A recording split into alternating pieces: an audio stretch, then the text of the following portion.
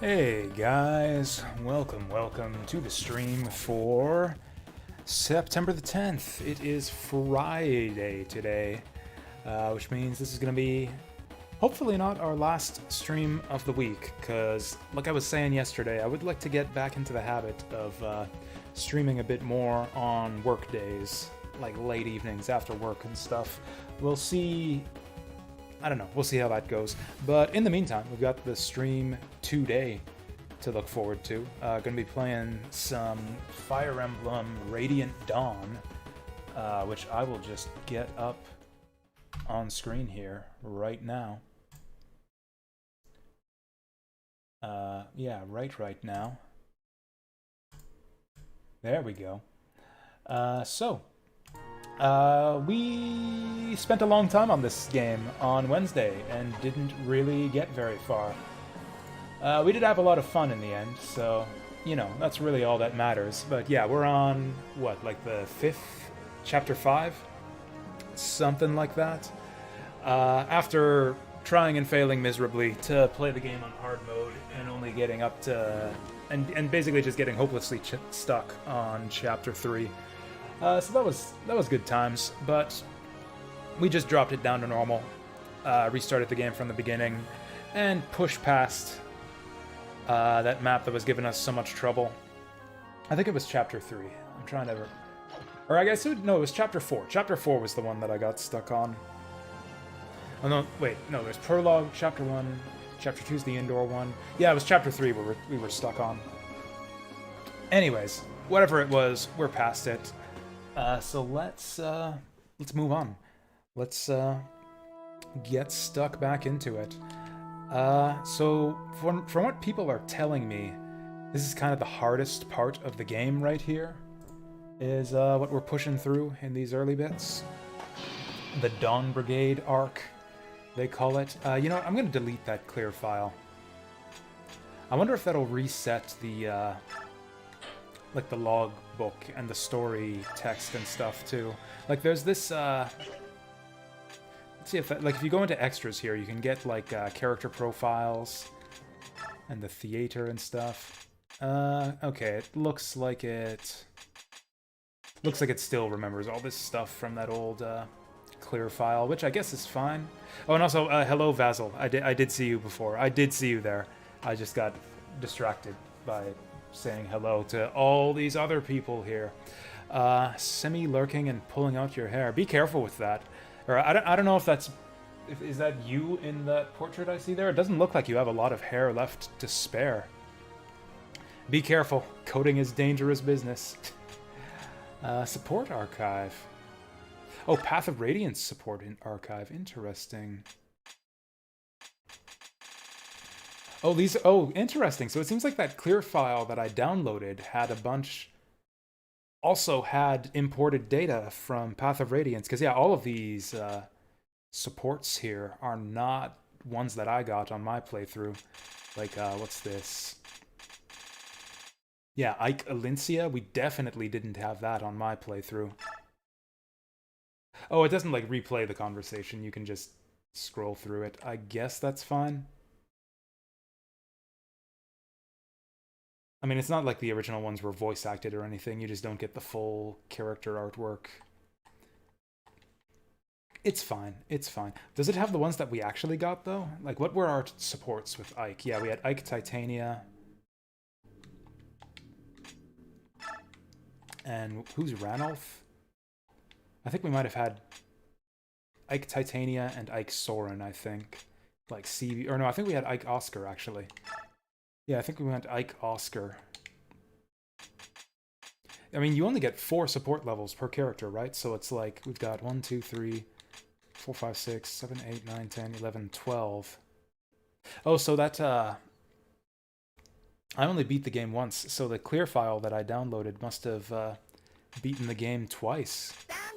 Good stuff. This is interesting. We got 2 God damn it. Okay, this is a stupid bot thing that's going around on Twitch right now. Do not, whatever you do, do not click his profile or like go onto his page or anything. That is an IP grabber. Yeah, like 20 of them followed before the stream. I don't know. It's a thing that's happening on Twitch to a bunch of people. Whatever you do, do not click that person's profile or go to their channel. Hey, Rimiko! Welcome, welcome. How's it going? Wasn't there like a character profile page? Maybe that's in the... maybe that's in like the main game. We'll have to check that out. Alright, Chapter 4. I think I skipped all the story scenes before. We did all of our setup. I've got no bonus XP. Oh, never mind. We didn't do our setup.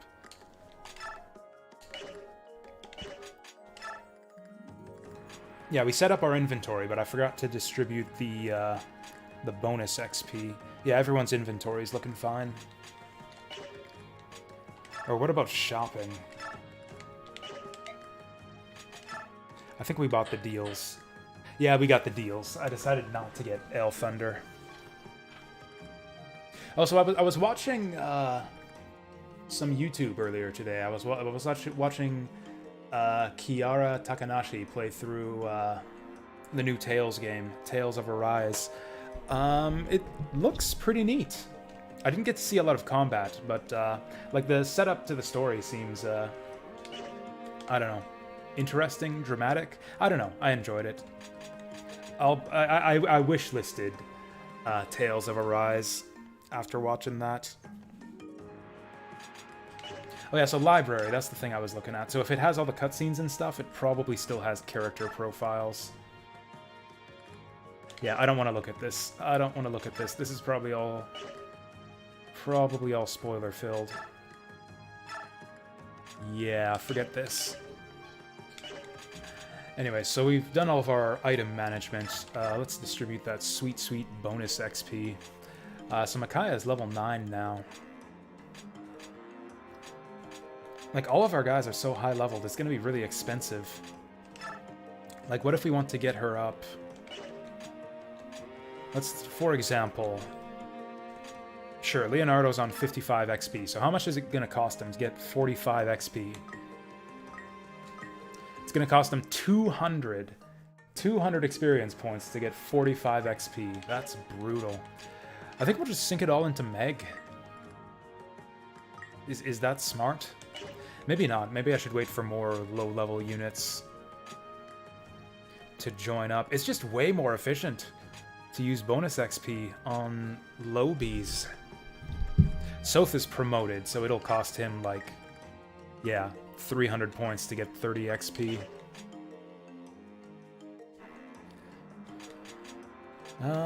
Let's just do it. Let's get Meg up to just below... Oops. Just below a level up. And we'll do it with Laura, too. We'll get Laura to just below a level up.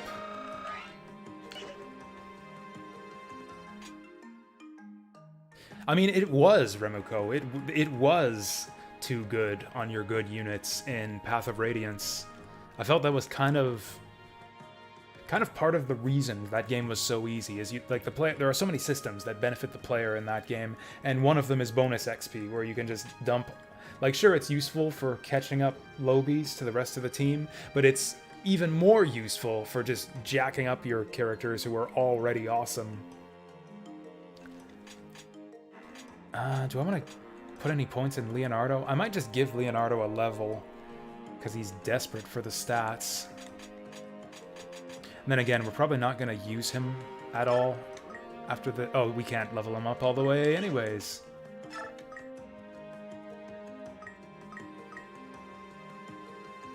Let's do this. And we'll just give the rest to Leonardo. Or actually, let's not.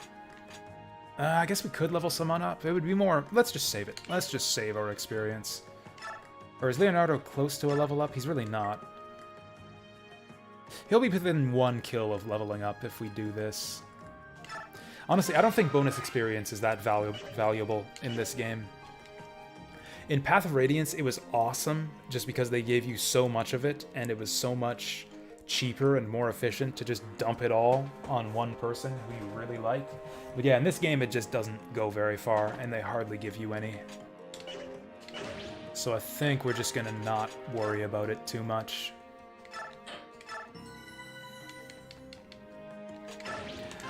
Alright, so we've previewed the next map, but I didn't watch the story scenes, so I didn't have any context for what's going on. So let's check out what's happening. We've already been north, where we met Prince Raphael and his party. That leaves east or south. Which way? Wolf! What is it, Volug? Is something wrong? Did Timmy fall in the well? Volug says he senses Bjork to the south. A lot of Bjork. That settles it then. We'll head south. Are you sure about that, dude? Seems kind of dangerous. Humph.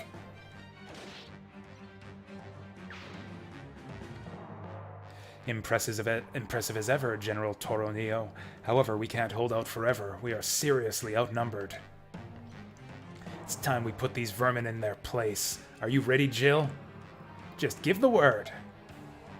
All right then, let's get him.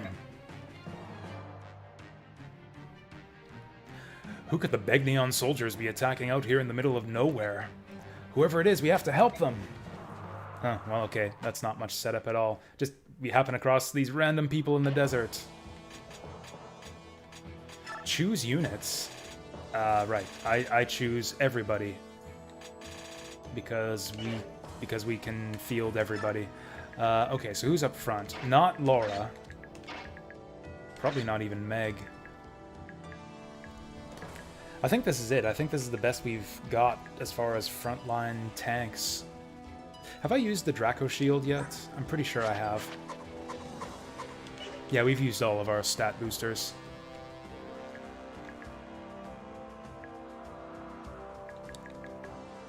Oh, these guys can come around behind us. Do we want to go attack them?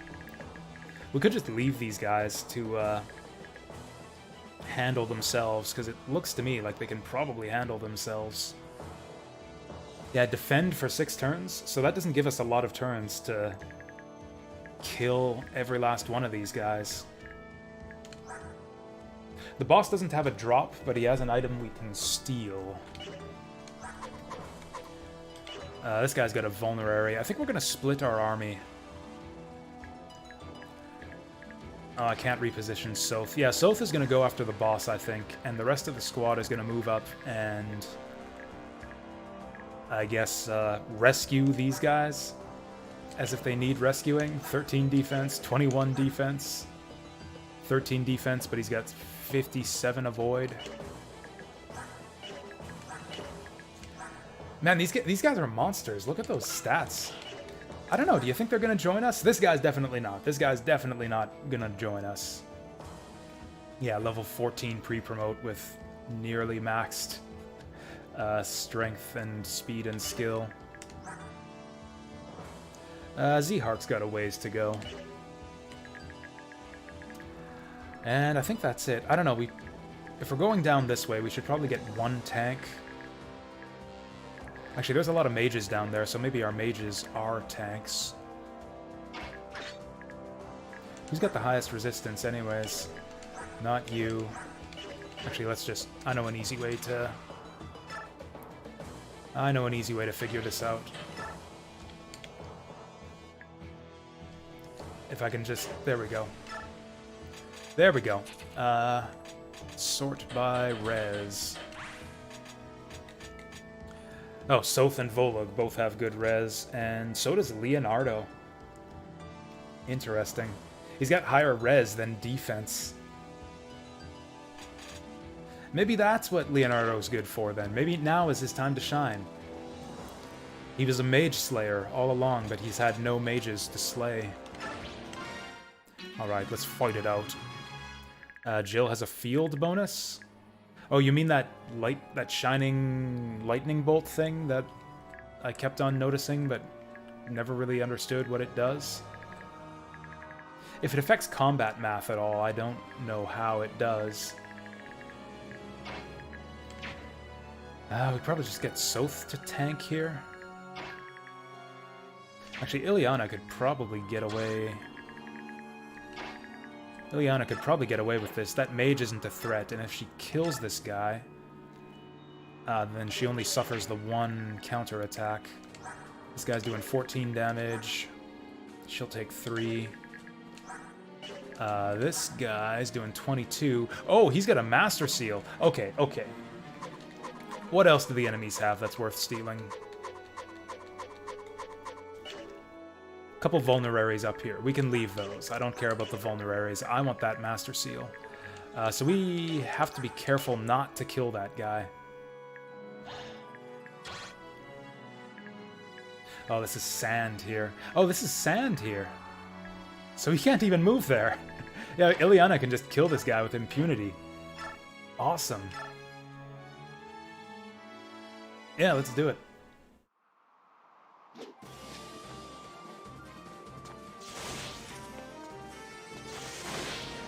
Pew pew.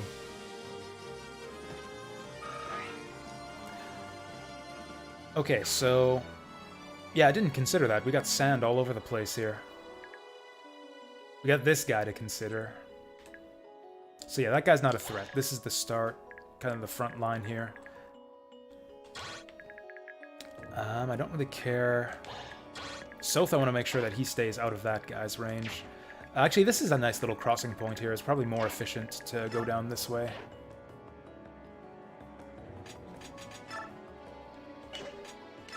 Radiant Dawn assigns affinity to each chapter, which is... yeah, notice that. That's the top left thing.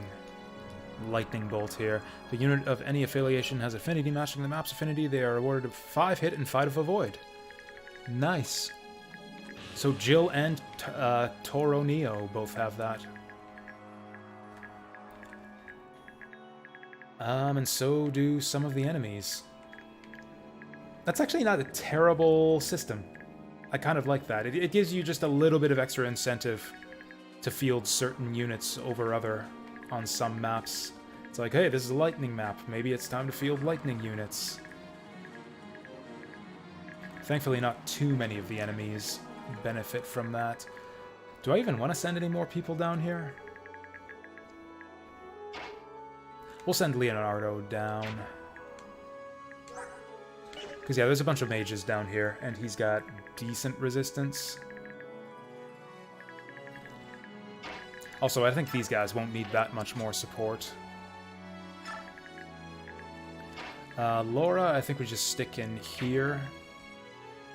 And we might need to heal people this round. Oh, there's a bunch of sand up here, too. This is going to be a slog to get up there. Well, let's start it off. Can't double no matter what. This gives us weapon triangle, though. Hey, Deep Fry. Welcome here. How's it going? Okay.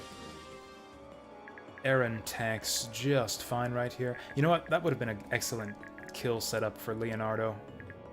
I kind of messed that up. Oh yeah, Meg's got that wind sword. We can actually use that to get kills with her. Except that she sucks.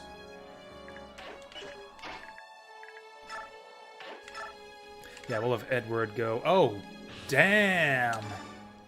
Edward growing up fine here. Hey, he dodges the 61 too, and the fancy crit. Man, look at him go. It seems like only yesterday he was, like, failing to double enemies all the time and doing shit for damage. Oh, wait, it was literally yesterday. It was literally 2 days ago that Edward was a shitty unit. He was doing, like, 4 damage to everything and not doubling. I kind of want to get that Steel Axe guy. Steel Axe seems like a big pain. Oh, that would do it. 54%, that's not exactly reliable. Volug could get it. And I think I'll let him. This guy's strong, though. Like, level 9, level 8, level 9. Kind of a waste of XP, but I don't think anyone's going to be able to get in range anyways. Can't double that guy, so we'll just do this. Should be doing schoolwork. Why not do both? You can be here and still do your schoolwork. I don't have a no schoolwork allowed rule on stream. At least not yet. Come on. Hey, she got 4 stats. We were right to not level up with bonus XP.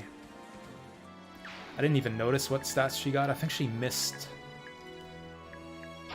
hit points, which kind of... Or not hit points, missed magic, which kind of sucks. Yeah, she missed magic. She got speed. That's actually really good for her, actually, if she got speed. Yeah, speed's like her most important stat. She's at risk of getting doubled otherwise. Okay, so we can't double these guys anyways. Oh yeah, she's got terrible... Oh no, she's got decent resistance, actually. Oh yeah, and these guys... Oh hey, mages can move quickly.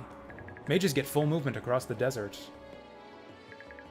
I mean, that's typical for Fire Emblem, but... I don't know, for some reason it surprises me. That's a lot of damage. Right, because Meg is the armor knight with shitty defense. Yeah, we're gonna have to get Volug to take this guy down. Man, even Volug takes big damage here. Oh, he's so fuzzy! Oh, dang, that's a sick attack animation. He's like a wolficorn. Oh, wait, never mind, that's just a pointy ear. I thought he had a horn growing out of his head. That's just a really pointy ear.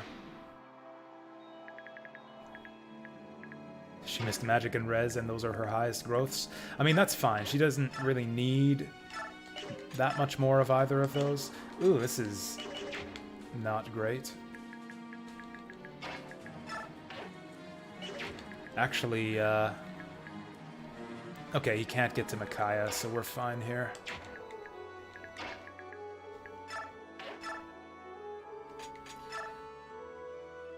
Okay, so that's 17. That puts him down to 11. I doubt that Meg can do the rest.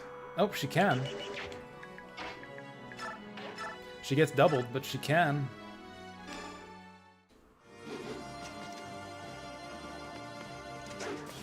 Ugh! This is the fucking 72. Well, now it's probably not even worth it to move Meg. We can heal Nolan at least. Maybe I should have bought another heal staff. Oh wait, no, this map only goes for 6 turns. This is a 6-turn defense map. It is literally impossible for Laura to use that heal staff 13 times.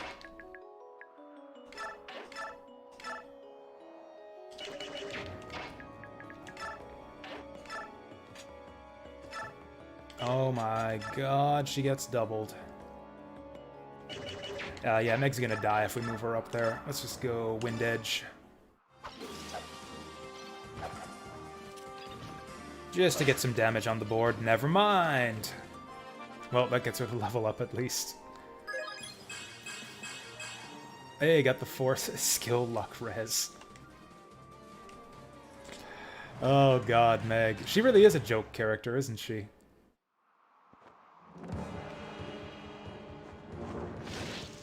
Anyways, I had coffee.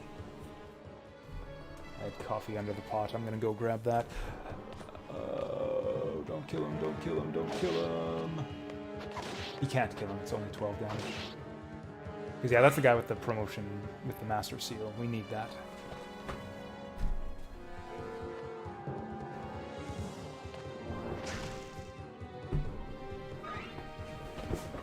I mean, this is hardly anything new, but I was really tired this morning. Actually, I'm still kind of tired. I feel like this might be like a... like, just a coffee all day kind of day. I try to limit myself to 2 cups a day.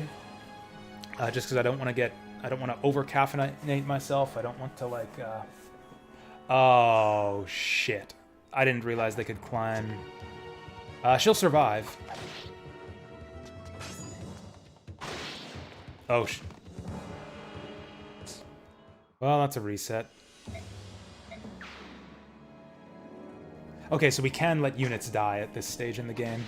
Yeah, I did not realize that they could climb... Yes, she did bonk him with the heal staff. Mages can actually counterattack in this game. That's adorable. I'm assuming it just hits for strength damage.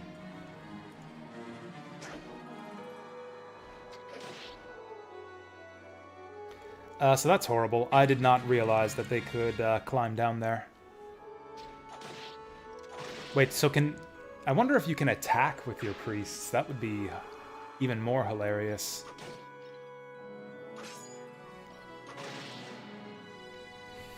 Anyways, I'm just gonna play out this turn and we'll re-examine the map.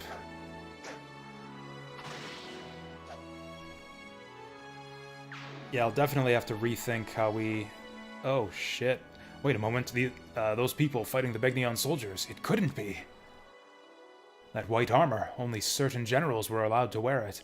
I may very well know that soldier. Really? Well then, all the more reason to help them. Let's hurry. Oh, we almost fully blocked them off, too. It was just this spot right here. This guy's got 13 speed.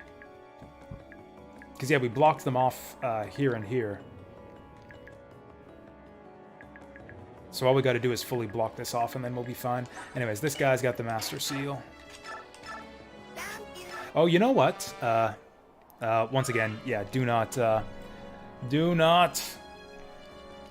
click that Twitch profile. Man, this just... There's a lot of these. Oh, for fuck's sake. Sorry guys, I'm gonna have to disable my alert box for this stream until this nonsense clears out. Anyways, that's a reset. We're gonna have to redo this map somehow.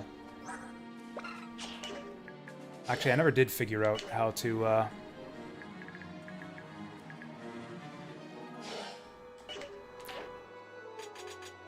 Wait, end is end turn. There is no soft reset, so I have to hit the... Whoops. Shit. I pressed the wrong button. Fuck.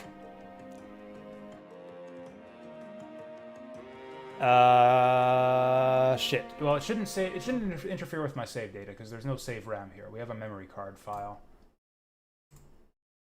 In other emulators, that would be a disaster, loading a save state, because it would fuck with the save RAM. In Dolphin, there's like an actual memory card file, which means that that shouldn't have messed with my save data. I meant to hit escape, but I hit F1, which is apparently the load state button in this emulator.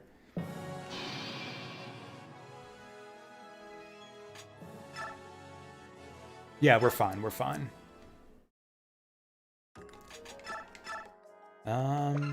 Yeah, so we already assigned bonus XP and everything, so we can just get back into it. Wow, turn 1. We got a turn 1 reset already. Yeah, this game is great. This game is fucking great. Okay, so yeah, I should have checked their ranges. You can totally see that they can climb down there. Which means we're gonna have to play a lot more conservatively. Both these guys can get down here unless I specifically block them off. That also means that it's probably to our advantage to take the high ground here.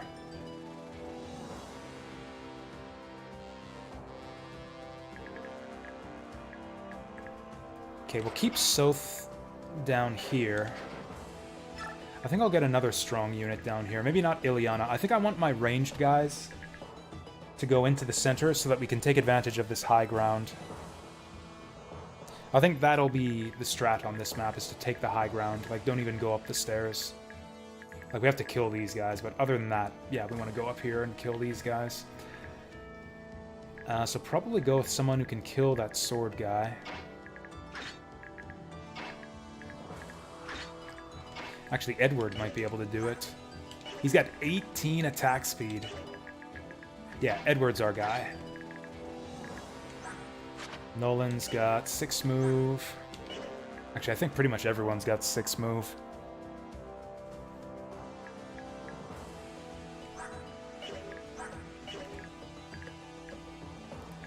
Okay, so who's gonna go down here with Soth? Probably someone with decent resistance, other than Leonardo, because we want him in the middle to take advantage of the high ground. It might be Meg. She's actually got half-decent defense and decent res to go with it.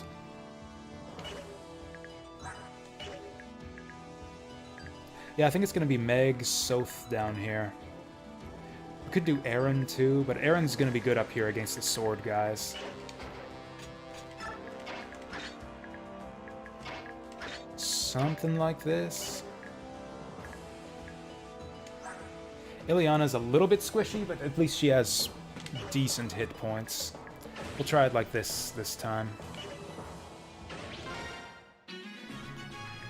Alright, get up there, Edward. Yes. Is that risky for him? Oh, excellent.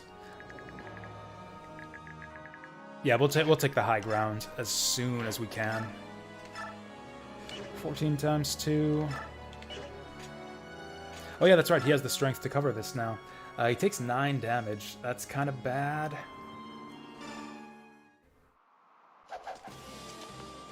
Oh yeah, the other guy's got a steel sword too. Dodge the 74? Meh. Okay, so Edward's gonna die in 2 hits. Actually, he's gonna die to these guys, isn't he? Yeah. Yeah. 104 hit. 49 avoid, but weapon triangle as well. Nobody else is gonna be able to get up there.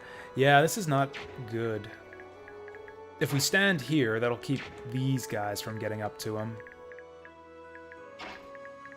Laura doesn't have a physic or anything yet. Yeah, this is really bad. That was a terrible first move.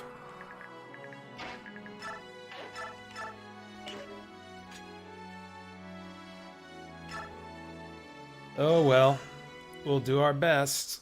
Oh yeah, these guys have support. I forgot we did that.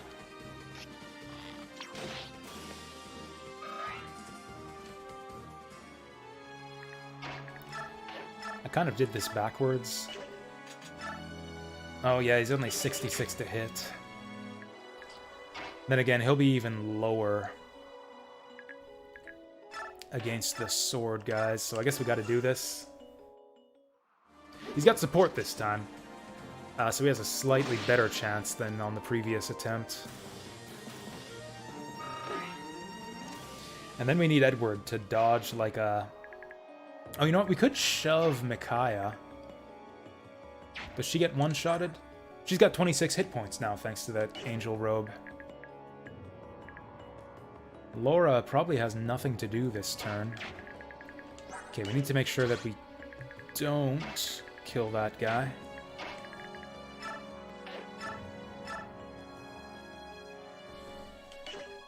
Huh. Okay, we gotta check the speed here. She's got 8 speed. Oh shit, she gets doubled by this guy.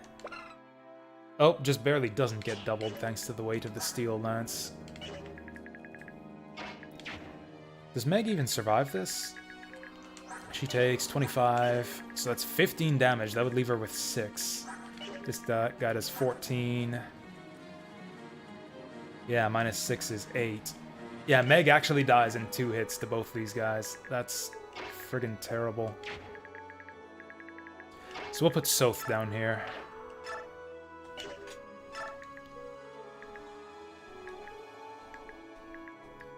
And then I guess Meg... Meg should be safe here. This guy can't get to her, this guy can't get to her. She might eat some magic, but she probably won't because she's got that wind sword. Okay, then we can shove Micaiah. And maybe that'll give her enough range to get up here. No, it won't. Volug could do a rescue. That's a possibility. We need someone to go here to block these guys from climbing up on the ledge.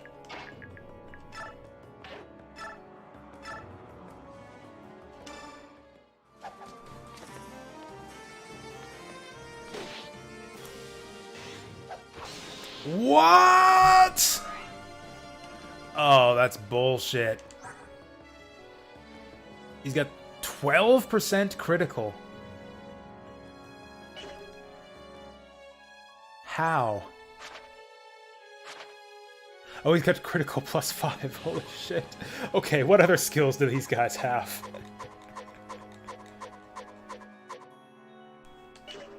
Just the two guys. Just these two randos have critical +5 for some reason. That must be like a Myrmidon skill. Because, yeah, Edward's got that too. Cool, so Aaron's in danger now.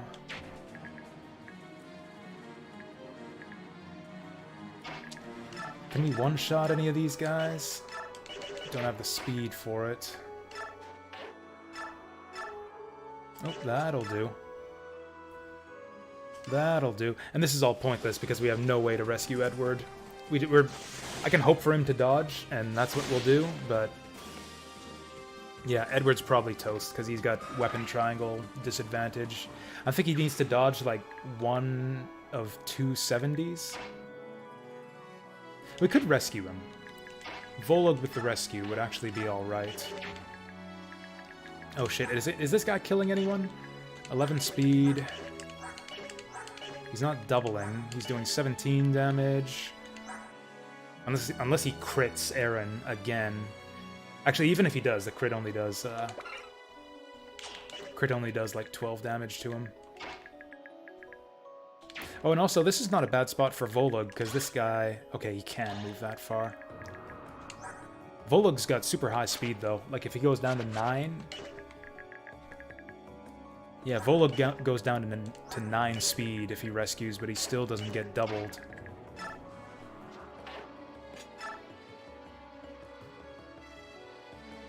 Yeah, let's do it. Solves all our problems. Then we have to do this.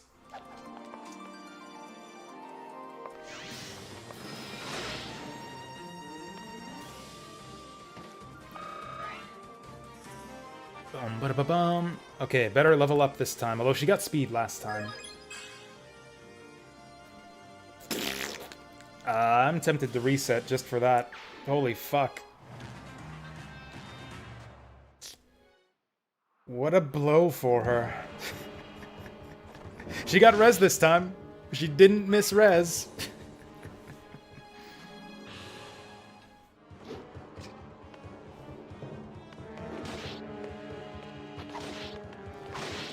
God. This guy can't dodge for shit. Oh, shit. He's gonna die. I forgot that mages can move across the sand. Yeah, he's gonna die. That sword guy's gonna kill him. Never mind. Oh, I guess he very, very strongly prefers to go for people who can't counterattack. Either that or someone else is gonna kill him, who I overlooked.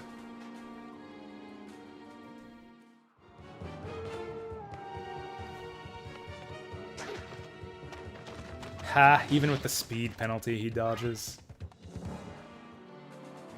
Well, this was a brutal first turn, but at least we don't have to reset. At least not yet. Yeah, 0 crit chance, we're fine. I wish that it showed, like, Edward riding on the wolf or something. Like if your rescue buddy showed up in combat.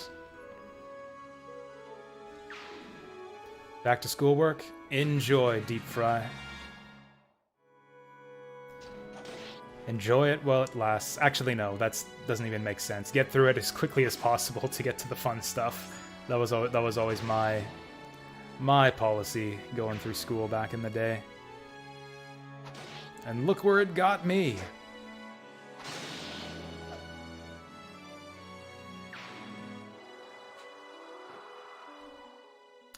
Wait a moment, blah blah blah, same thing we read last time. C's get degrees? Exactly. Oops. Yeah, so we just need to steal from this idiot.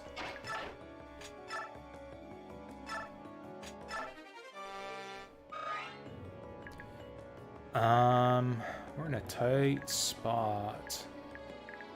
So Aaron's desperate for healing here.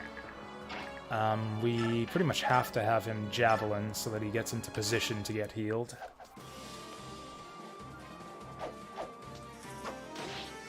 Okay, at least he landed it.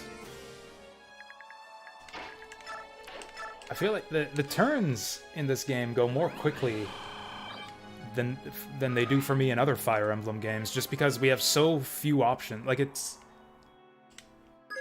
like, we're always in such... God, she doesn't... This is how we know we're gonna win the map, is that I'm getting a bunch of shitty level ups to replace the good ones I got last time. So Meg's gonna die if she gets attacked twice, so she's gotta run off. Soph might actually die at this rate. Can Leonardo kill anything?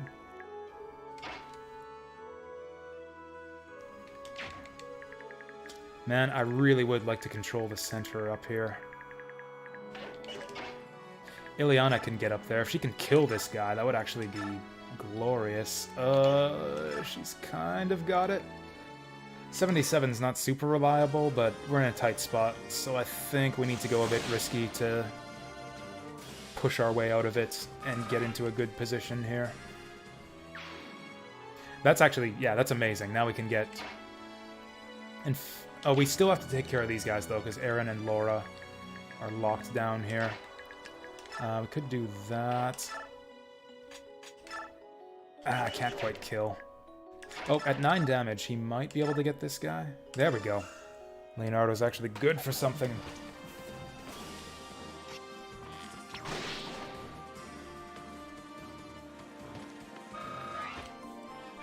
Come on, Leo, get those stats. There we go. Leonardo's the one who gets the 4-point level up.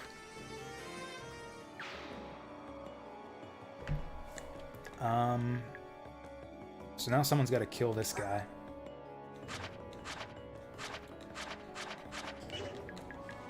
He's got 20 hit points. I bet you Nolan can do it in one. He can. Steel Axe. Oh, Volug still hasn't gone yet.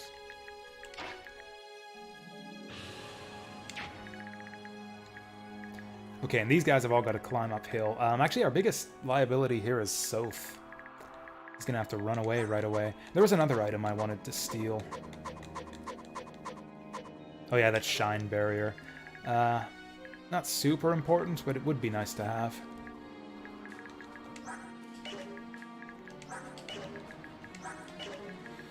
Yeah, we'll get Nolan to try to one-shot this guy. Or, actually, it would be even better if Micaiah could do it, but... yeah, not even close. Okay, so we get 2 shots at this. At 76, this should be pretty reliable. There we go.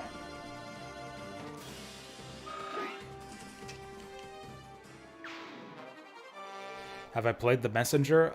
Yes, Deep Fry. I actually streamed The Messenger a couple years ago. Yeah, it was a perfectly decent little game. I liked it fair bit. I didn't love it.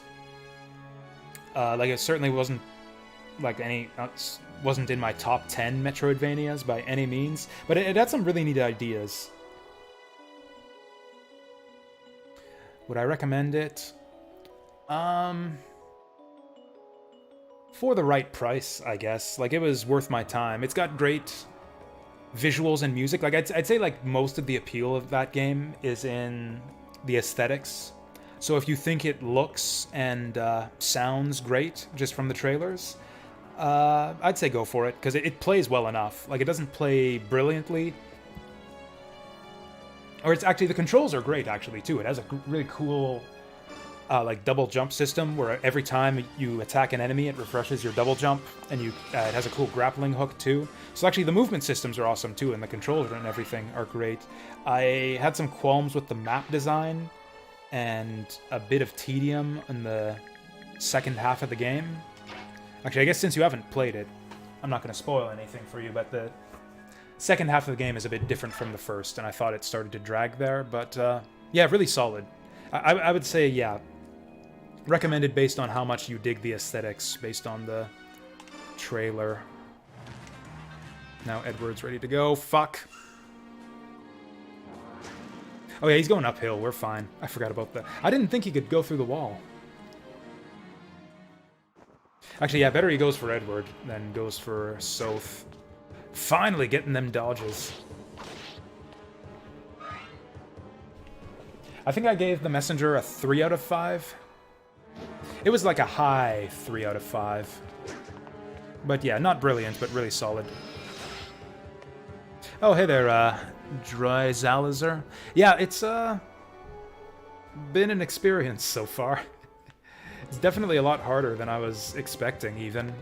I know this game has a reputation for being one of the harder Fire Emblem games, even on normal, but, man, was I not expecting it to this extent. I think I've had to reset, like, 8 or 9 times on the first 5 maps already. Oh, he's using my vulneraries. The jerk.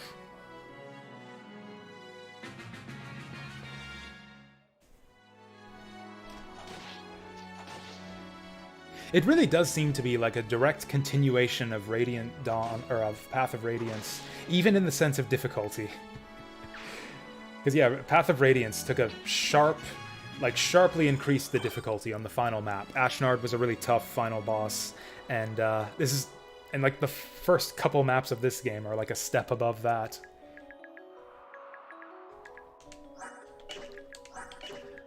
Man, I really want to go hit the boss.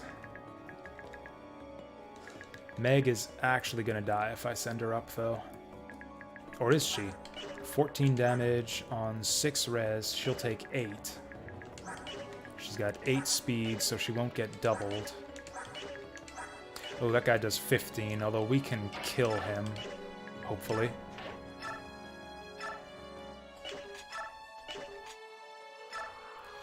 Soth is having a bad time. 5 damage, and then 5/5 on enemy phase. He'll survive with 3 hit points, and then we can vulnerary.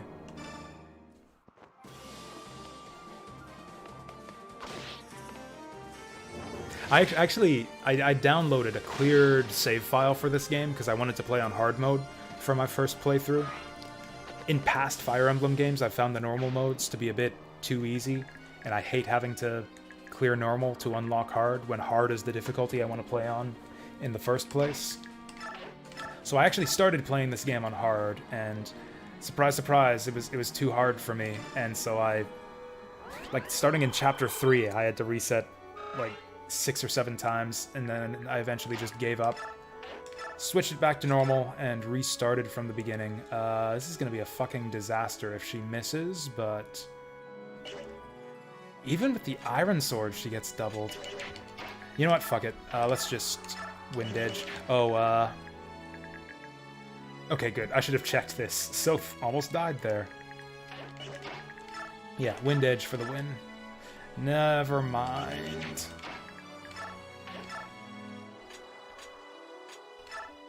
This is as good as it gets. 84. And if we miss, she dies. And I might not reset for her. Boom, there we go.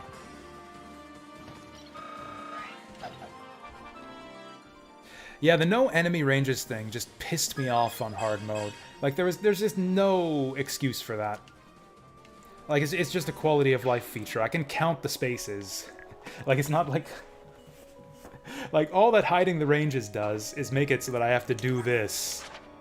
1, 2, 3, 4, 5, 1, 2. Every single time I want to check an enemy's range when I could do this instead. It's completely stupid.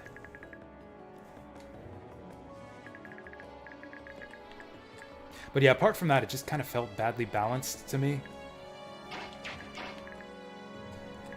Like, it feels like it felt like there wasn't a lot of room for, like, freedom and to, like, have my own strategy. Like, it's basically... There are like a million ways to lose every map and only a few ways to win. Mainly just rely on Soth to kill everything, because the rest of you guys are worthless.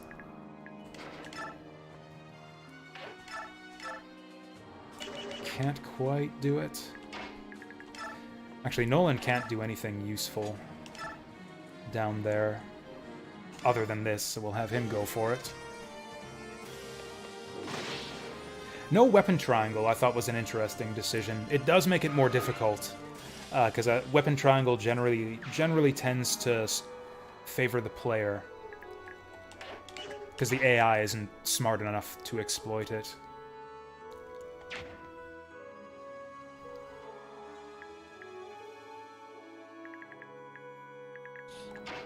Now, what do we do? Edward will I think we'll just get Edward to herb himself. Okay, we need to soften this guy up. Oh, he's got a hand axe. Shit. Well, that's not a good exchange at all. Do we just get Volug to take care of this? Okay, so these are the two passage space. What I'd like to do is set up Ileana and Micaiah there.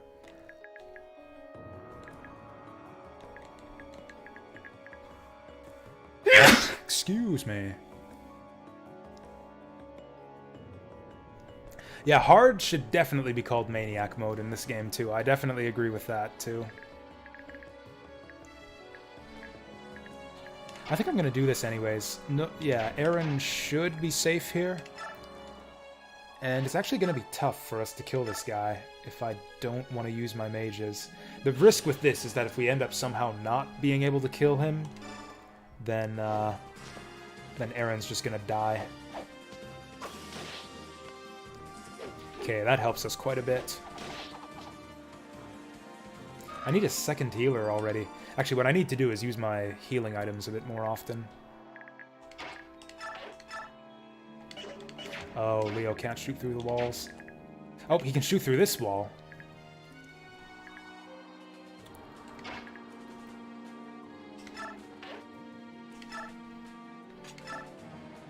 Oh, so close. I bet you Fanny can do it. Fanny's got it. 100%.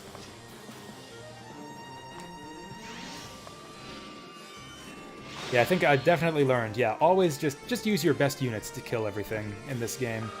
The maps are that hard that it's like, don't worry about training, don't worry about XP distribution. Just use your best units to kill the guys. Just like we did there. Micaiah is our best unit, so we used her to kill the guy.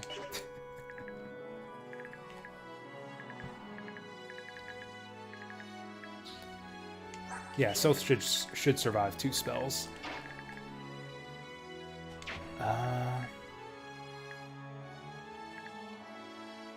Actually, I kind of want Ileana to get this kill.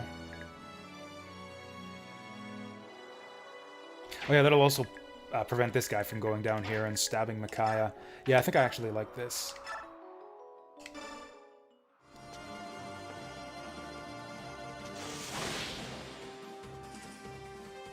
Also, our green units will probably kill that guy before he attacks Ileana anyways. And then what we'll do is we'll actually get Edward up here with the Wind Edge. And then we'll go with the herb. Oh, actually, we could use Volug to kill this guy.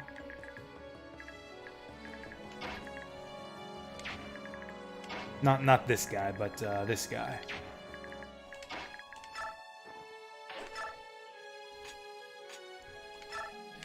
Steel bow for 1, Ichival for 1. Yeah, that heavy longbow, though. Maybe if we... Yeah, let's just steel bow him. He's only 37 to hit us, so we should be fine here. Boom! Canceled that counterattack. Now what do? Now it's Volug's turn. Yeah, let's just kill this guy so that Ileana doesn't get hurt. These guys gotta move through sand, so it'll take them a while to get up here. Actually, can I talk to these guys? What, you guys are too good for my wolf? You won't talk to my Laguz unit, you racists? It seems like Soth probably wants to talk to those guys.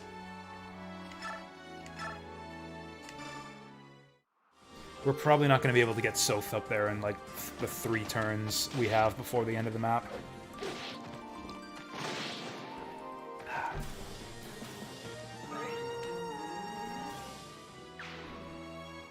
That's a big wolf. Hey, he's running away. Oh, he's running away to get healed. Nice. Oh, I guess this means we're Thannying on the enemy phase. Ah, I was really hoping that would kill him. Pew! Pew pew!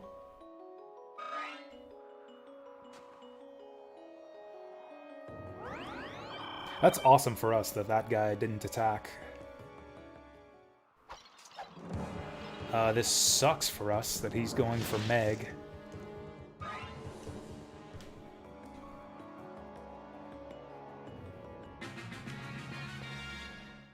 I was hoping they moved down a little bit farther. I guess this is fine.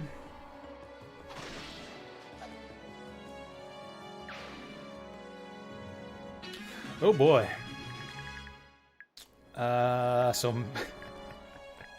Meg is in grave danger. Yeah, she's gonna get doubled by these guys. Oh boy. Well, we're probably not gonna get to the boss. It's the whole reason we came down here. I don't think we're gonna make it. They do have to go through the sand, so that's alright for us. Like, Soth has just got to do this. We don't have a choice.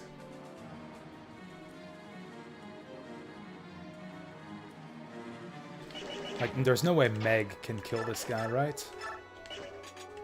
Yeah, not even close. She needs to heal herself anyways. Did I even give Meg an herb?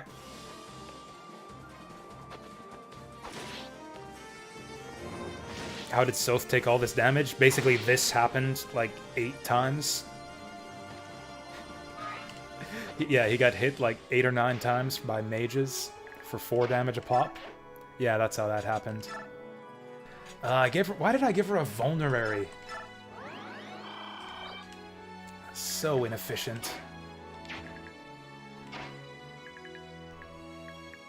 I can get started on this guy. Although it's probably better if we do this. 78, that's not great.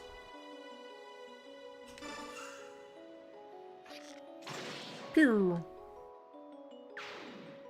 Why isn't he animated? Nah, whatever. Now Aaron needs healing. Kind of want to send my guys down here. This will be a good attack for us.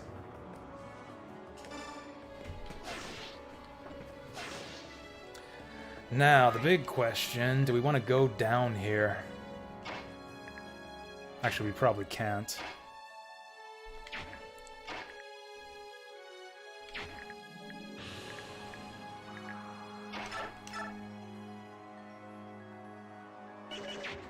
You know what? Man, I could kill that guy.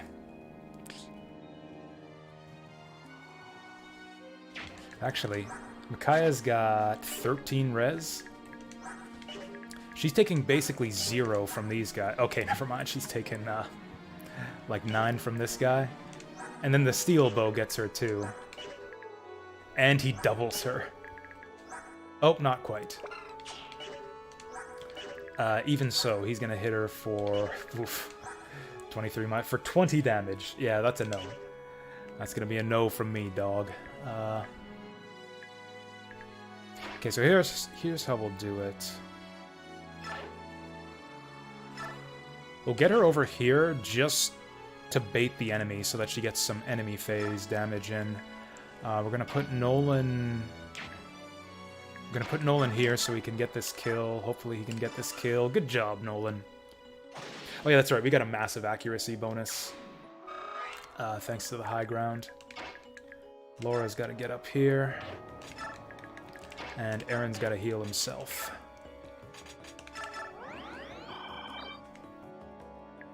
Then actually, Ileana knows Jill. They should be able to talk. Guess not. Oh, there we go. Is that worth it? Do we want to talk to Z-Hark?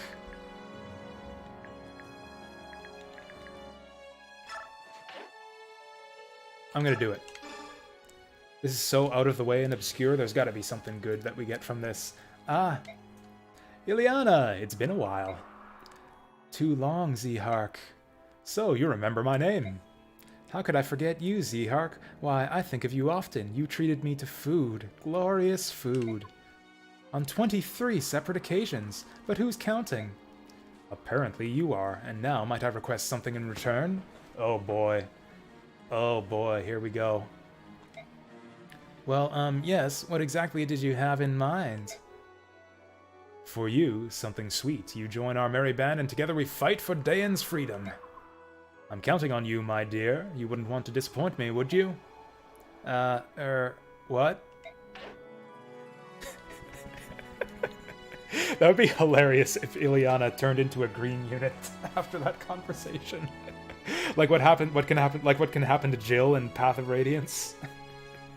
That would be fucking hilarious. Volug's a bit busted up. Whoa, 17's a lot. Oh, yeah, fire damage is effective against Lagoos. And they've all got fire damage. And we can't one-shot them. Yeah, this is tricky.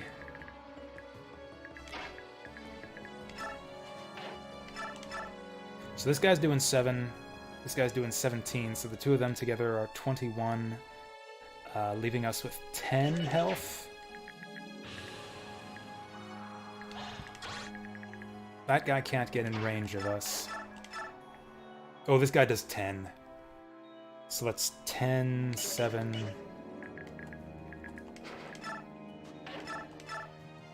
Yeah, 10, 17, 34. So we die from all of this. So yeah, let's not die. Yeah, Volug can just heal himself, I guess. No, he can't. Oh, Pure Water would give him 7 res. That would mean he only takes 10 damage from this guy.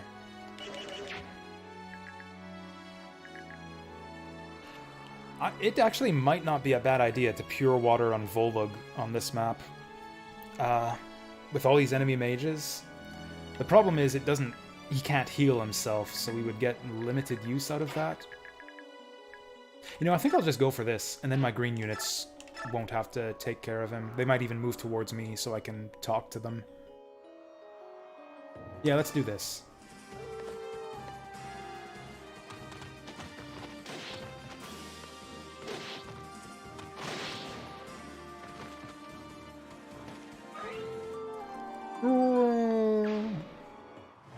Alright, let's see how I fucked this up.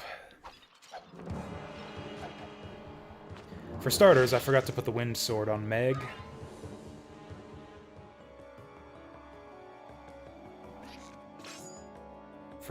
Oh, I didn't forget the Javelin on Aaron, so that's good. Well, that kind of sucks.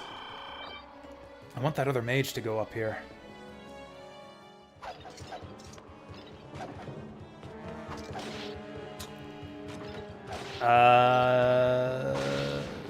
What?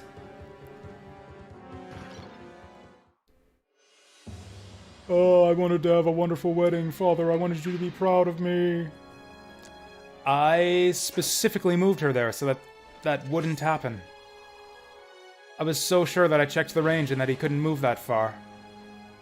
Well, whatever. I'm not resetting for her. If Edward dies here, I might reset. They're a tenacious bunch, I'll grant you. Dan isn't known for winning its wars, so why do you keep trying? Okay, Edward's not gonna die.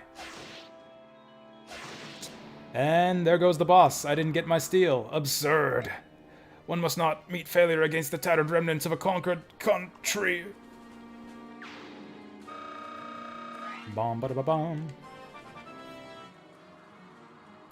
I mean, this is kind of always Meg's inevitable fate, I think. Another fucking terrible level up. I think every level up on this map has been below par.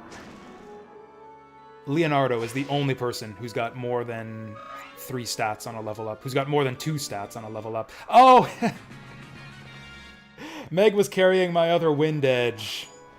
Ah, that sucks. We just lost like 18 charges of Wind Edge.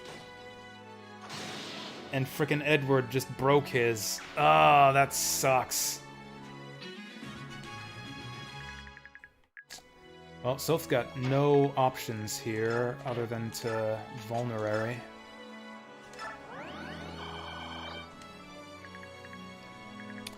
I think we're gonna have to climb down and fight these idiots. Which means we have to kill one of these guys. Will the longbow do it? Longbow will do it.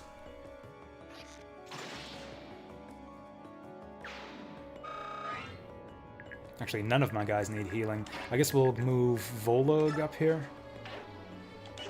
Alternatively, we could move Volug down here. Yeah, that's more like it.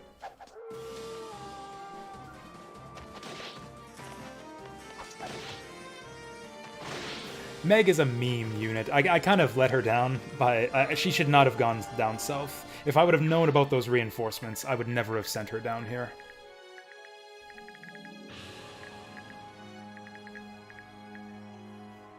Yeah, that's always how it is in Fire Emblem. Characters are replaceable, but valuable weapons are tough to come by.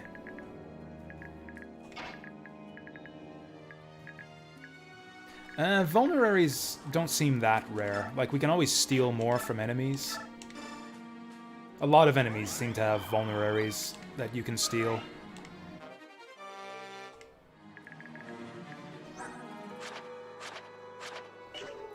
Like, I think, like, 2 or 3 enemies on this... Oh, she's worth less than a vulnerary. I getcha.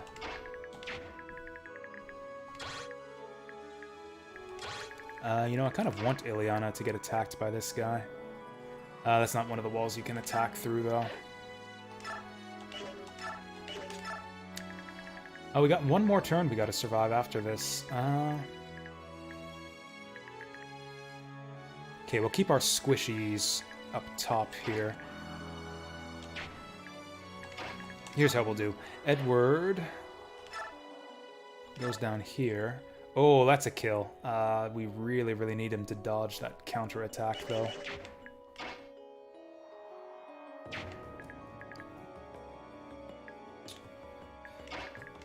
Man, I can't believe this guy's got such a high hit rate.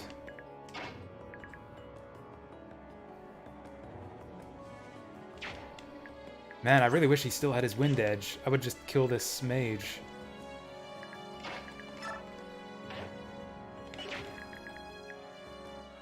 So... this might be a bit misleading. Because if this guy dies, won't he be able to move on to this spot? Actually, no, it actually shows you when they can move to where another unit is. I guess he spends 3 to go over sand? Actually, yeah, if you look at his... or maybe he has 5 move. Yeah, it must be 3 movement for him to go through sand. Soth could die. This is a lot of hits he's tanking. Like, he's got 14 defense... and 10 res. 4 damage. 4 damage. Actually, Soth is fine.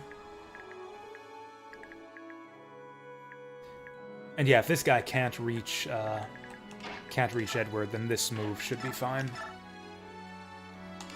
Plus, you know, he's like 48% to dodge this. It should be fine. Oof. Oh, we could also have Micaiah go down there and sacrifice for him, but that's probably even riskier.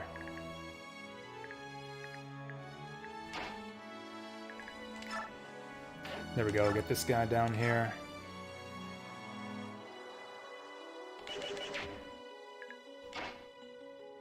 Or we could get...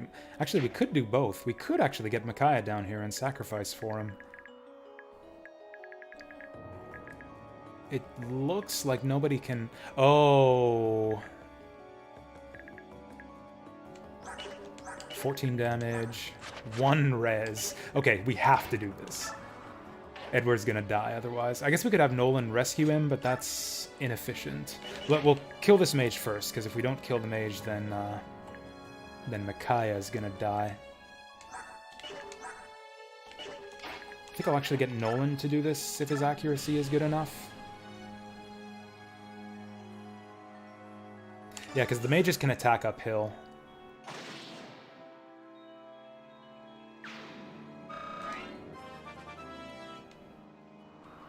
Come on, Nolan. Hey, 4 stats. Luck res. Speed. What kind of fighter is he? He misses strength and defense and skill. He gets speed, luck, res. Ooh, I kind of want to do this. No, we have to do this. Oh, actually, I guess the other option is Aaron goes here and shoves Edward. Aaron's only got 2 res, though. 12 speed, so he doesn't get doubled. 13 defense. He still takes, like, 8 damage. 18. Actually, and this guy can't even reach. Yeah, I think we'll do this. Micaiah with the sacrifice.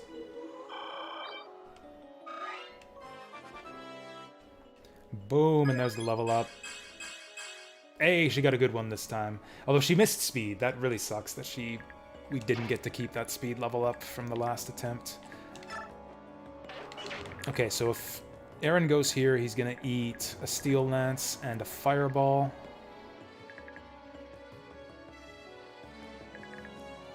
Oh, actually, we need to put him there now to defend Micaiah. No, we don't. Micaiah takes 1 damage from that. I still want to do it. Aaron can't kill this guy? I'll poke him anyways for the XP.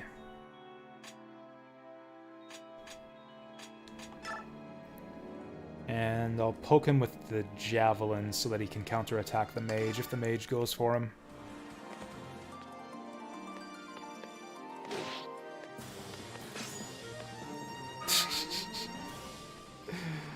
That's awesome. I love that priests can counterattack in this game.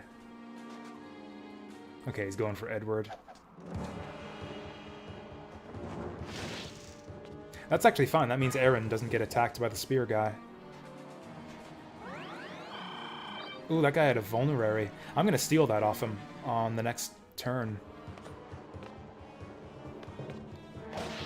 For real, will we ever encounter an enemy that's weak enough to get damaged by a staff? Like, honestly. Assuming it does, like, strength damage, since priests don't have weapons. These guys are doing a lot of damage. Oh, dear. Yeah, fuck him up, Jill!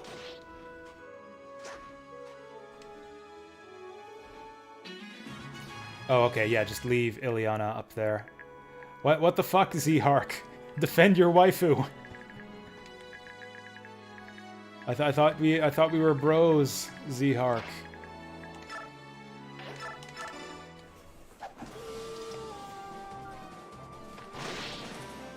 God, can you imagine if, yeah... Isn't crit... yeah, exactly, yeah, it's, it triples your total damage. This guy's got a steel lance, fire... I'm gonna steal that vulnerary.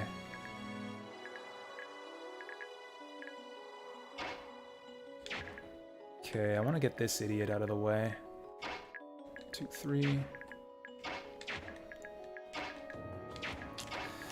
Okay, Aaron can't do anything else useful here. He hits for 14, takes 12. He doesn't get doubled if I do that, but there's not really any benefit.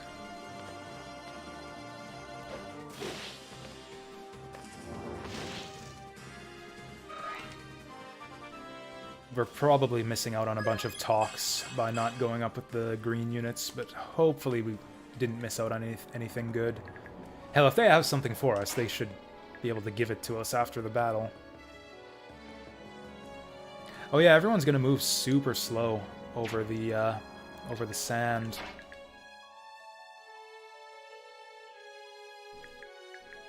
Yeah, I was counting on someone to be able to kill this guy, but that's actually probably not gonna happen. Oh, Micaiah counts as a mage, so yeah, she can probably go 1, 2, 3, 4 and shoot this guy.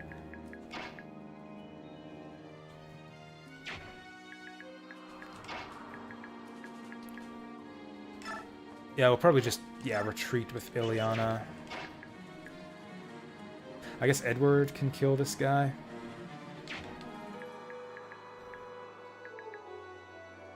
Yeah, no reason not to give this to Edward. Oh, except that, no, we have no chance to miss. I just noticed it's like, oh shit, he does 13 damage and we have 13 hit points. But that's not an issue if we just kill him first. Yeah, Micaiah counts as a wizard, so she can travel across the sand at full speed.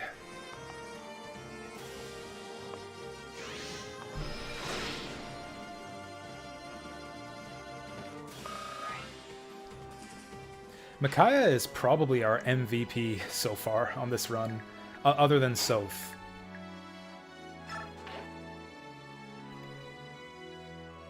Hate when games do what this game does with damage. What's that?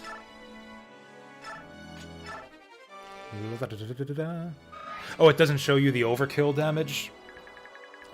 I mean, I guess that is actually an annoying thing in some games sometimes. It's not a big deal in this game because they just show you how much damage you deal. It's not a huge deal.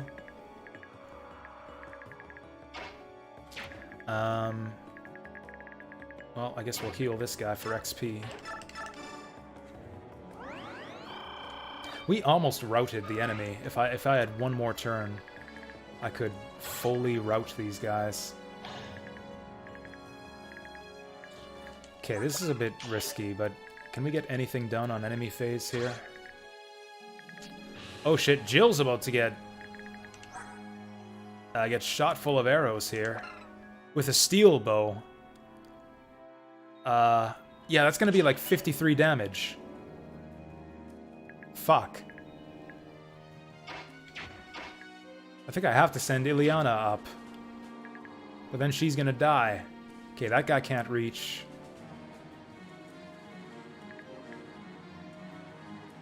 She probably survives. He's got a javelin. And we can't kill this guy anyways. Oh, shit. Like, I think it's a reset if Jill dies. We can't let that happen. Can I shove her or something? No, because she's on a dragon. I forgot that... Actually, do we lose then? No, the objective is defend, so we only lose if they take out Toro Neo and hit the gate. Fuck, I didn't even consider that... I just assumed that these guys were invincible and could do anything we wanted. Can I shove the archer? With Ileana? I'm guessing no. No, Ileana's got like 5 weight. Nolan... Well, then Leonardo will die. Leonardo can't even get close. We could get a kill. I see. Yeah, Leonardo with the longbow, maybe? Ileana to finish this guy off. Because, yeah, if Leonardo goes here, and Ileana goes here, he's probably safe. The archer can shoot in, like, from 3 different spots. The archer can go here, or here, or here. We can't block him off that way. Actually, no, he can go here or here. No, he'll be able to go here, too, if we move Ileana. I can't block off all 3 spots. Nolan can't make it. Wyverns are not weak to bows? Are you sure about that?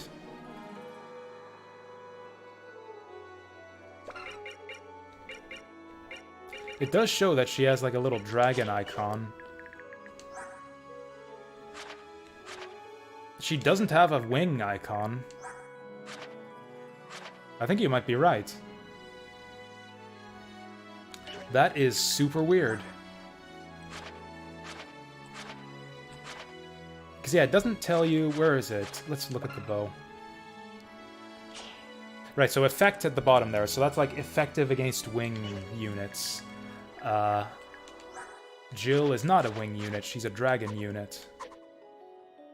Yeah, because they use the icons to show the unit type and to show what's effective against what. Then it's just a question of, does she die to 23 damage? And I'm pretty sure that's going to be a no. She takes 10, which hurts, but... Well, that's a relief. Do we want to do this anyways, though? So what I was thinking is we could shove... Yeah, Nolan's not useful here.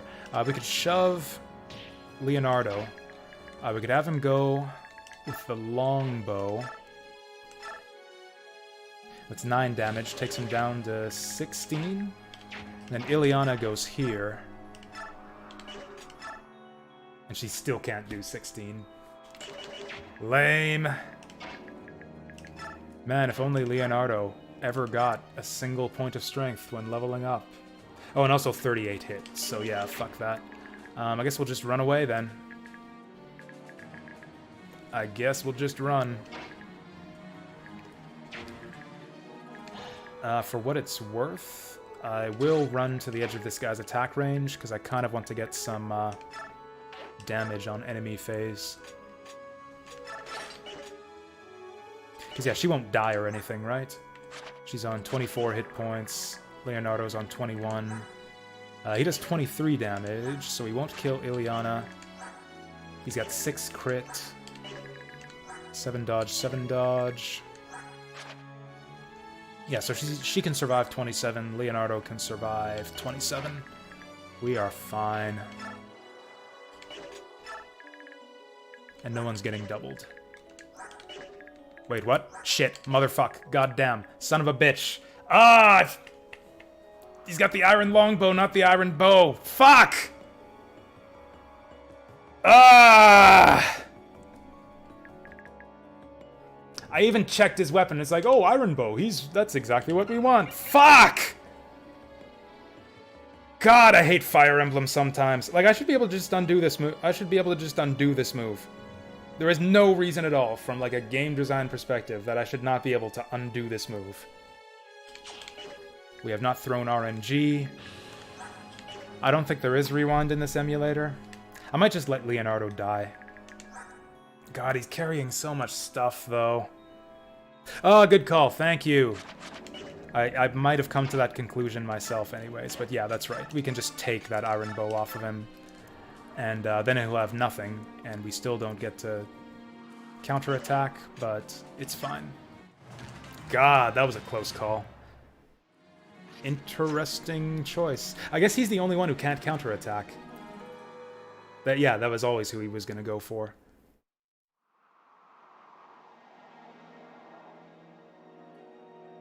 General Toro Neo, Z-Hark and Jill too. I haven't seen you since the war ended 3 years ago.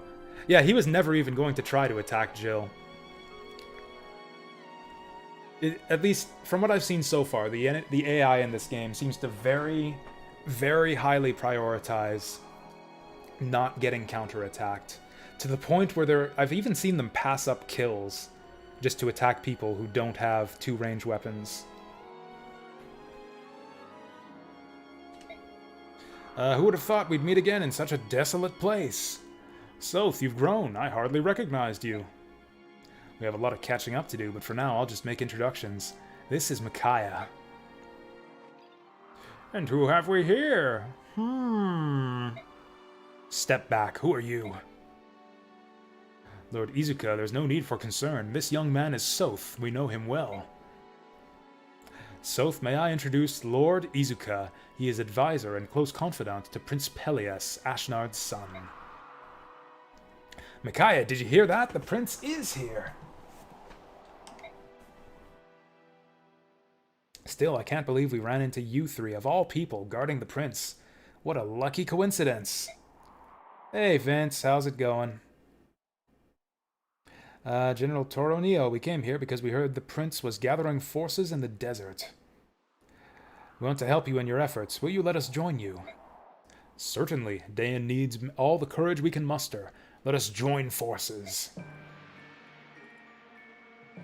You had to buy Tales of Arise on Steam? Did you, though? Did you really? Like, someone forced you, like, at gunpoint, and you just had to do it? Didn't have a choice?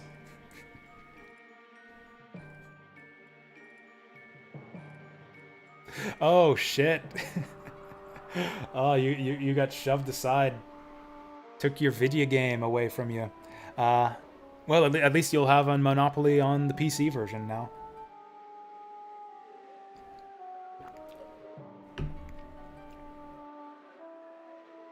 For real? You just bought another copy just so that you wouldn't have to share the PS4? That's dedication. I'm impressed. You're choosing not to buy it at all? I was skeptical at first, too, about Tales of Arise. I didn't love the new art style, but it's grown on me. I was talking about... I watched some Tales of Arise gameplay from Takanashi Kiara before the stream today, and it seems like a really cool game.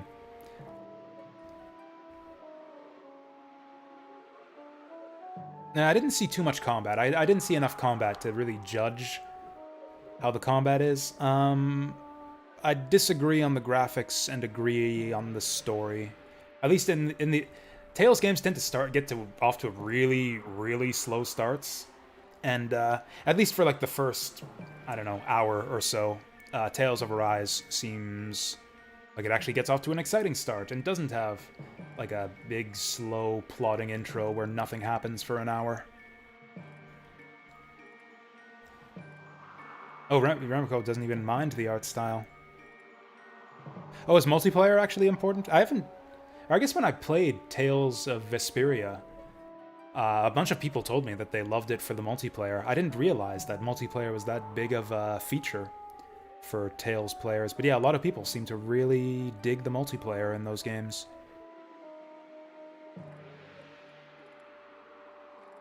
They made that spamming arts hurts you? But what? Spamming arts is like the essence of Tales gameplay. That's like not even Tales anymore if you can't spam arts. That'd be like if they added a stamina system in like a Dynasty Warriors game to keep you from mashing square. Like, what the fuck? Mashing square is why people like those games. I pretty much only like RPGs and hate that you can't play multiplayer.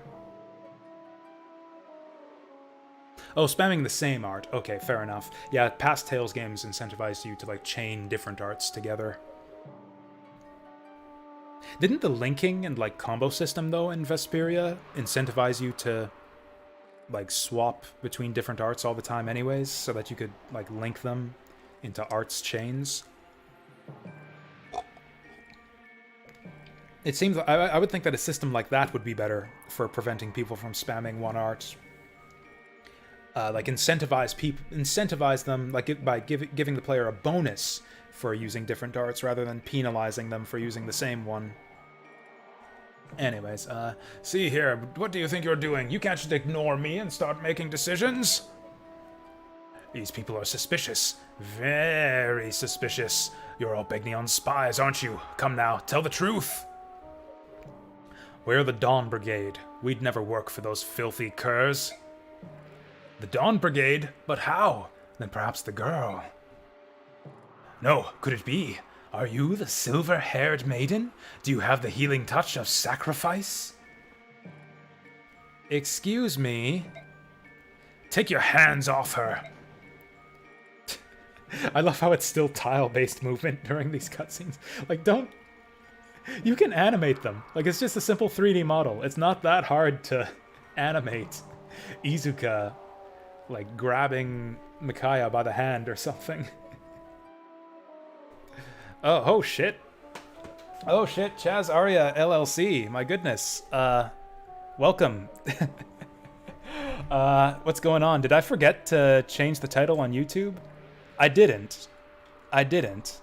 Lord Monarch was a one-time thing.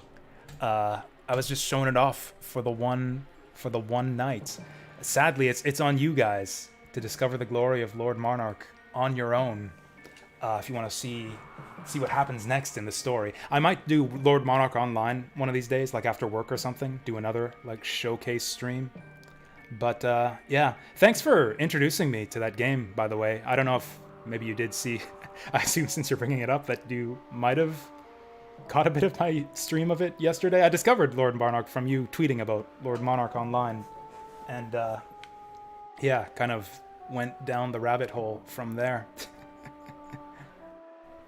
It was a grand old time, though. What's going on now? What a coincidence, or is it fate? Or maybe it's my unrivaled skill as a revolutionary organizer. My controller's not working now. I got so excited. There we go. So excited that I broke my controller.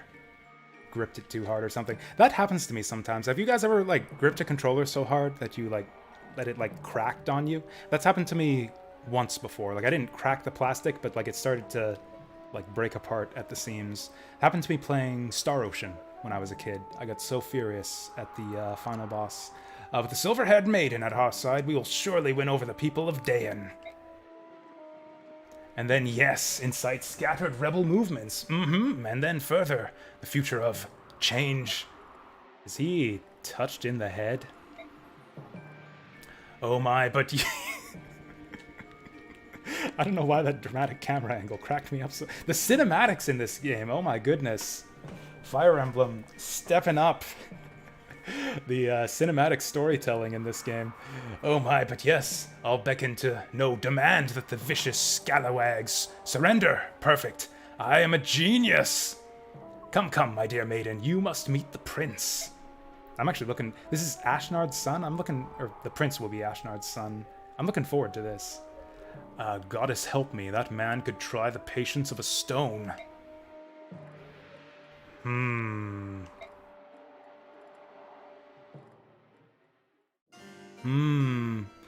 Oh, dang. Yeah, that's pretty much what I expected an Ashnard's son would look like. Look here, before you stands the one and only, the grand Prince Peleus, true-blooded son of the King of Dayan.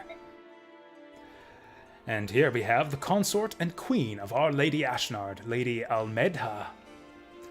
She's got dragon hair and a dragon tattoo, but she's got the strategic ear hiding, as the dragon people often do. I feel like hair or a hood covering the ears is more of a telltale sign of being a dragon in this game than actually having the pointy ears on display. You beat the Genesis version, it's a good primer. Yeah, I have the exact same problem.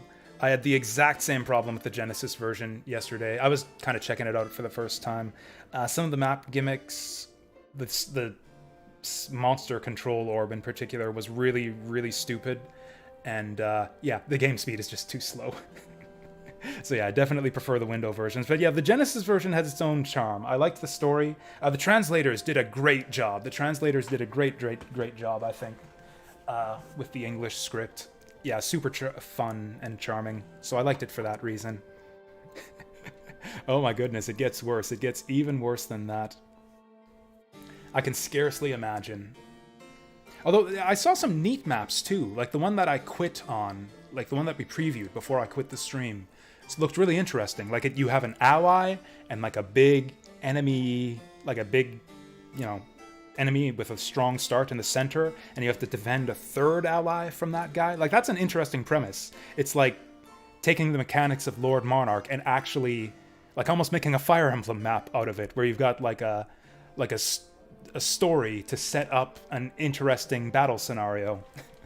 So I think it, you know, it has a lot of potential. It's a shame that they wasted on stupid gimmicks like slime control and worse, apparently, that doesn't quite work, but it's an interesting concept. Here we have the consort and blah blah blah. And look at you, you're standing? Did the desert dry out your brains? Kneel ye before these royal personages. Flamethrowers, oh my goodness. It's alright, Izuka, please don't stand on ceremony. I'm just like... My brain is just like flashing through all the potential for flamethrowers to be a horrible gimmick in Lord Monarch. I was just playing Mega Man X5 after the stream yesterday, just for a little bit, to prove that I'm better than Toya Hachijo. And there are like these terrible intermittent flamethrowers in Matt Rex's stage. They stay on for like 5 seconds and turn off for like 1 or 2 seconds. So it's a huge pain in the ass. So I could imagine something like that, where it's just like, oh, flame barrier, you cannot pass. Timing challenges in Lord Monarch, my goodness. Sounds interesting, though. I almost want to play more of it, just to see what else there is. It's alright, Izuka. Please don't stand on ceremony. I didn't know I was a prince until very recently, so really, I'm not used to any of this. What do you mean? Until half a year ago, that is, until Izuka found me, I was raised as a normal commoner. To be frank, it still doesn't feel real to me that I myself could be the son of King Ashnard. It's a little overwhelming. Don't talk nonsense, darling. You are my own sweet, sweet son, Prince Peleus. Yes. That's a weird thing for a mother to say. Don't talk nonsense. You're definitely my real son. I'll never let you be parted from me. No, never again. Oh, she's the doting, creepy Oedipal mother. That's great. My favorite archetype. That's sarcasm. Ahem, enough of the pleasantries then. Shall we get down to business? Well then, Micaiah of the Dawn Brigade, I henceforth appoint thee to the post of Vice General of the Daean Liberation Army. Excuse me, what do you mean by that? Wait a moment, I appreciate the offer, Izuka, but I'm afraid I cannot accept. I have no war experience and no knowledge of battle tactics. Daean needs a general with both. Are you not a member of the heroic Dawn Brigade, whose conquests precede them? Do you not want to save the people of Daean? Serve the prince, and you can step out of the shadows and face the Empire boldly, without shame. Why hesitate? This is a thinly veiled scheme, and I see right through it. You just want Micaiah to serve as a figurehead for your revolution. Is that a problem? Well, what's it Izuka talking sense all of a sudden? I thought he was supposed to be touched in the head.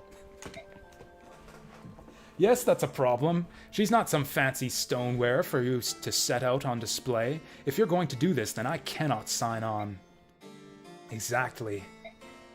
Micaiah, please wait. This isn't what we meant. That isn't what we meant. You're not the only one who knows nothing about battle. I don't either. But if I don't act, the devastation of Daean will grow ever worse, so I have to be brave. Please, I'm asking you to do the same, Micaiah. For the sake of the future of Daean, won't you join our cause? Prince Peleus, I will. Micaiah? So just to expand on that a little bit, I think that Izuka is actually right here. Like a strong symbolic figurehead, like a magical human or something, or like someone with a strong reputation with like superpowers or something, would be an excellent figurehead to like motivate people to join you on your rebellion. Like I think Izuka has the right of it. Getting Micaiah on board as general purely for the rep points, purely to just boost their reputation, is a sound strategy for a rebel army. Thank you. And in return, will you ensure beyond a shadow of a doubt that Daean will be freed from the rule of the Begnion Empire? I promise. I trust in your word. I don't know if I trust this guy. I can't believe you. Soth, why are you so angry about this? You have to ask. You know we can't live in the public eye. Doing something that will deliberately make you stand out. I'm just saying, it isn't like you, Micaiah. When we separated during the war, you changed, Soth, and I changed too. I want to protect Daean more than anything. Our people must be saved, and if I can help in that effort, I will. So much that you'll risk your life and sacrifice who you are? Yes. But that isn't all. Prince Peleus cherishes the same wish that I do. I can feel it. Deep in his heart, he wants to save Daean. If we work together, I know that we can do it. And you don't hear that voice we spoke of? The voice that warns you of impending danger? It's all right, Soth. The visions I see spreading out before us, most of them shine with hope. Alright, I trust you. More importantly, I believe in you. I won't resist anymore. If I were Soth right now, I'd be like, wait, most of them? Tell me about the ones that don't. Tell me about your dark visions of this going horribly. But let me just say one thing. What? I will protect you. I know that. Why do you think you need to say it? Doing some construction or something in the next room. I just wanted to make sure you knew. Thank you, Soth. Sweet. Well, rip Meg. I'm gonna save over that. Or we'll leave the open in case I want to replay, but I don't think I'm gonna replay that chapter for Meg. 3 years passed.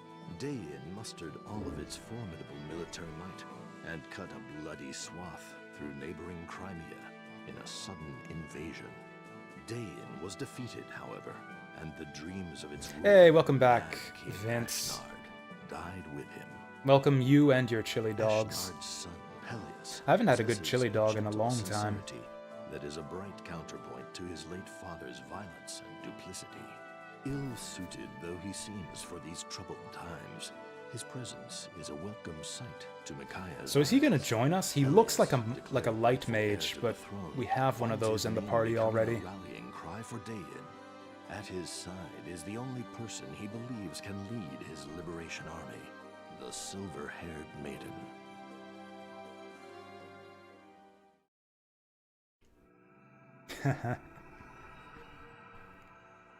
Chapter 6, Raise the Standard. Oh wow, we're getting down to business quickly. What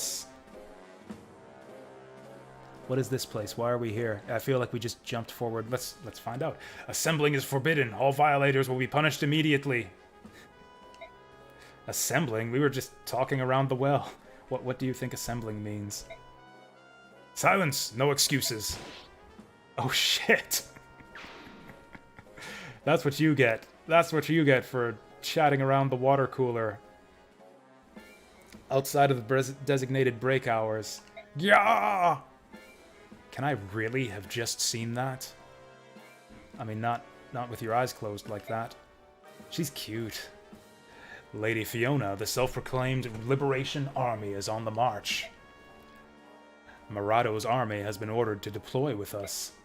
Understood, General. We will prepare immediately, but I need to address your soldiers' conduct. A new war is afoot. You never answered Ashnard's call to arms in the last one. You have a reputation for ruling wisely. Don't endanger your people by hurling ugly accusations at my soldiers. I trust I needn't worry that you'll fail to answer the Empire's call. I will not lie to you. My people are proud citizens of Dayin, and some agree with these so-called liberators.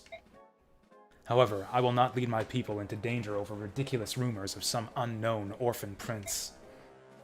I'm glad to hear it. I need a volunteer.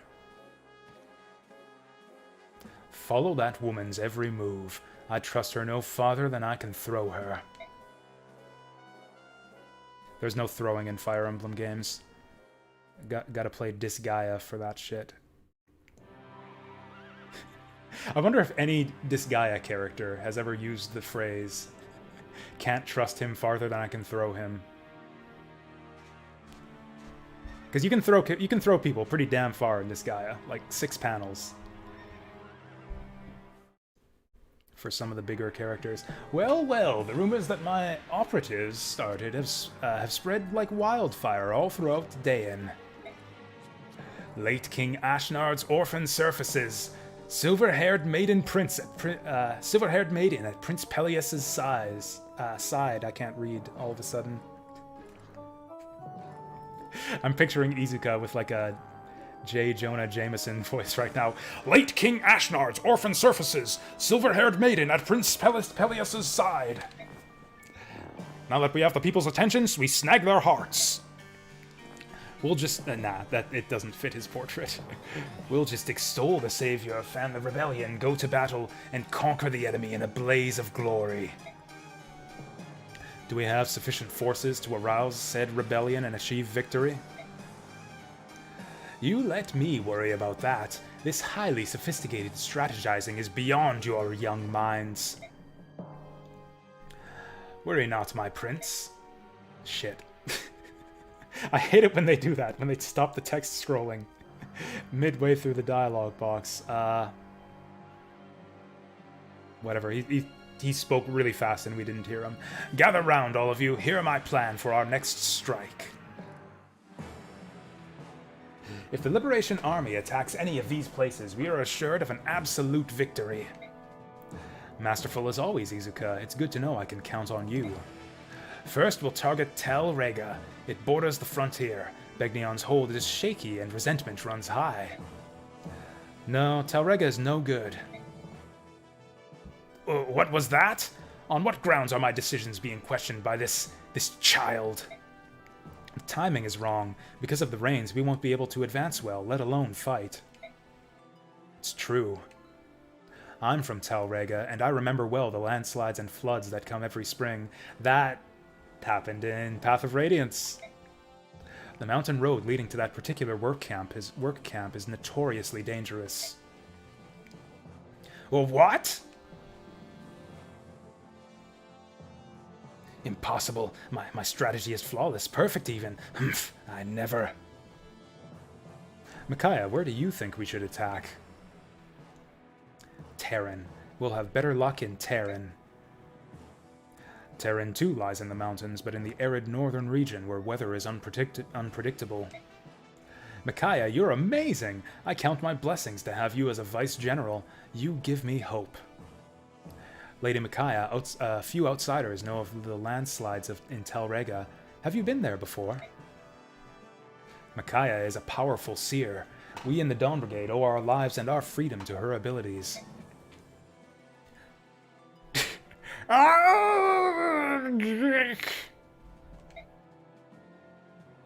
Goodness, Izuka, what is it? The look of disgust on what's-his-name's face there. She can foresee battle outcomes? Magnificent! Why didn't anyone tell me of this? This only makes the maiden that much more appealing.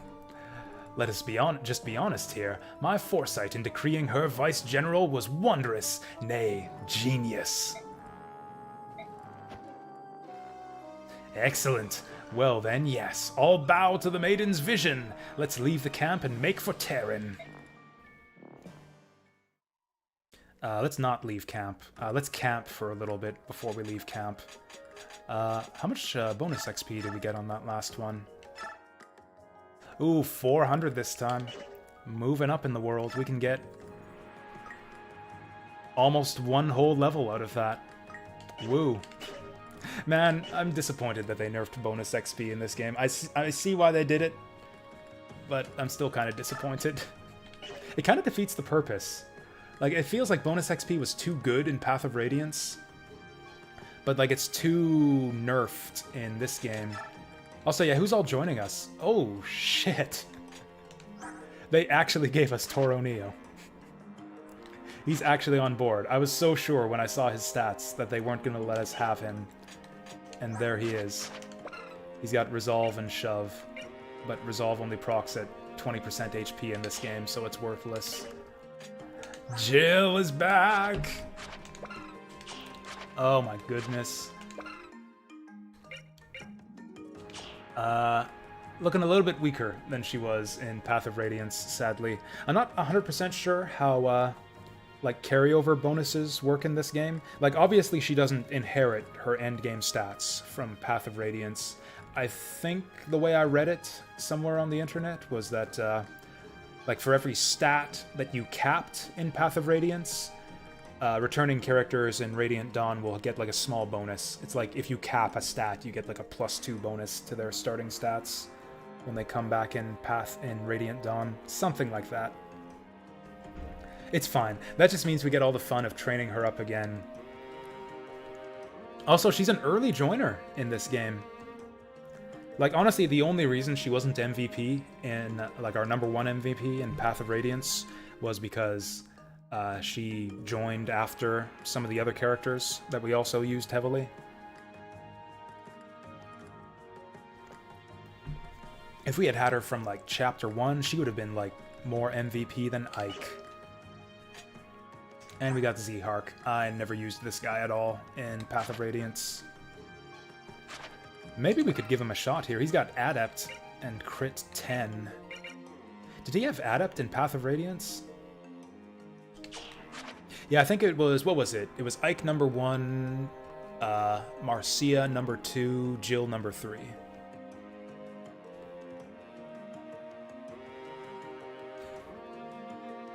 Was Marcia her name? I always got Marcia and Mia mixed up. I think Marcia was the Pegasus rider. Dude's got A-rank swords. Actually, I also assumed that they wouldn't they wouldn't give us Z-Hark because, like, he just replaces Edward. Yeah, if we line them up side by side, yeah, 17, 22, 23 to Edward's 13, 17, 18. Edward will probably surpass Z-Hark by the time he reaches level 3 Swordmaster. Except that he's got a really long way to go. Oh, right, the other thing. The spoils of the last map. Do we want to early promote anyone?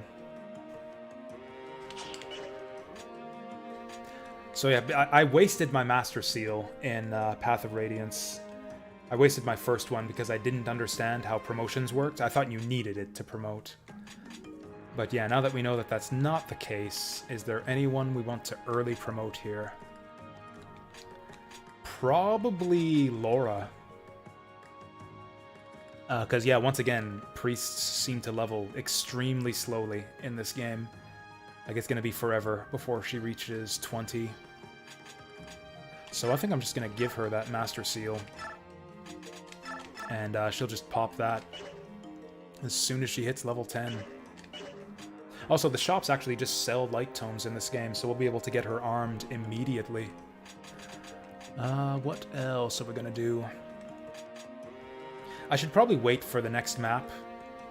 Yeah, we'll wait for the deployment screen on the next map to sort out our inventory. Because I don't know who we're gonna want to give items to. Give cancel to someone instead of Leo. That's a good call. Cancel would go a lot better on someone with 1 to 2 range. Honestly, it would go great on Micaiah. I mean, I kind of want Leonardo to have something, since, you know, he's getting deployed anyways. Although at this stage in the game, we probably don't get to deploy everyone.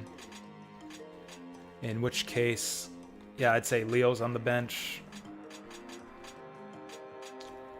And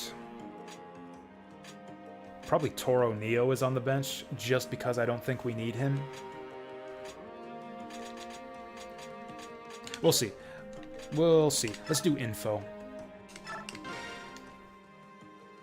Yes, that's what I heard. What with that light and that silver? Could she be the silver-haired maiden? Hmm? Next map is a doozy. Oh boy, that's gonna be like the 3rd doozy in a row. Actually, no, the cat map was pretty easy. The one before it was brutal, and the one before that was brutal, but the cat map was easy, at least. Oh, it is! It is you! Oh my! You're fighting with King Ashnard's son to free Dayan, aren't you? Oh, we've heard so much about you. Oh, what a blessing! What a blessing! We're all waiting. We're waiting for the day you free us from those filthy Begnion pigs. Please, take this! It's not much, but people from all over the village pitched in. Oh no, I couldn't possibly. Thank you, we appreciate your kindness. We're all counting on you. Please free us. Looks like Izuka's propaganda is working fast. You didn't want me to take the money, did you? Oh, it's not that. It's just... Oh, never mind. Oh, come on. What did I do this time? You're not going to say? Great. In that case, let's get out of here and go find the others. I kind of feel bad, too. I was like, oh, sweet, another 10,000 gold in the coffers. Man, if that's all they could scrounge together, they might as well have kept it. That's like +1 might to our forged weapon. That's what 1,000 gold is worth in this game. So you're staying, then? I appreciate your concern, however, You can't leave Prince Peleus' side, is that not so? That's right. Then take this, at least. A sending stone? Do you remember how to use one? Of course I remember how to use one, but it's such a precious gift. Are you sure about this? Oh, I've reversed their voices for some reason. Thank you, Kurth. Kurth, where are you? I must go now. Please remain safe. You as well. I was so confused for a second. It's like, why the hell do we care that Kurth is giving this old dragon lady a sending stone? Kurth? Micaiah, how nice to see you. Kurth, I'm leaving for Terran. I know this is sudden. To tell the truth, I'm surprised too. I see. You are off to perform your first duties as a general of this liberation army. Yes. I abhor violence. I do not think you should fight. Kurth, I'm not fighting because I know. I wish you were there. I wish there were another way, and I understand that you feel this is what you must do to save your country. Here, take this. What is it? May it serve to protect you. Micaiah, I must leave you now. I am going home to my own country. What? So suddenly? I'm sorry, Micaiah. Being so close to battle frightens me, to tell the truth. Thank you for rescuing me, and thank you for the short time we spent together. I enjoyed it immensely. Will I ever see you again? Who knows? Why don't we... Yes, let us leave it up to the goddess. I suppose we must. We got a renewal scroll. Is that just regeneration? Because if so, that could be amazing, and I don't even know who I'd give it to. 10% total HP each turn. That's powerful. Now, that kind of obviously synergizes with Micaiah, because that'll help her recover her hit points after she uses Sacrifice. 10% total HP is not very much. That's going to be like 3 hit points on her. That would go a lot farther on someone with high defense or with a shit ton of hit points. Volug is exactly who I was thinking about. Except he's so powerful, he doesn't really need the regeneration. Actually, pretty much everyone gets 2 or 3 hit points from it. Toro Neo would get 4, and he's got super high defense. It seems like all the skills in this game got super nerfed, which is fair since you can, you know, take them off and reassign them at will. But also, its early game skills are just not good in either of the Radiance games, just because they're all percent based. I mean, you know, that has nothing to do with renewal, but in general, skills were basically inconsequential in Path of Radiance until you got to the end game where everyone's got like 25 skill. And you're proccing your abilities like every other turn. Oh yeah, I forgot to check Ileana's abilities. Reduces the chance the enemies will detect the unit and attack. Adept crit, Canto, shove. I'm thinking Volug, to be honest. Actually, Soth would be good, too. Because, yeah, he actually does tank a lot of hits, and he tends to get into the thick of things and not quite kill enemies. I think I'm actually going to give it to Soth right now.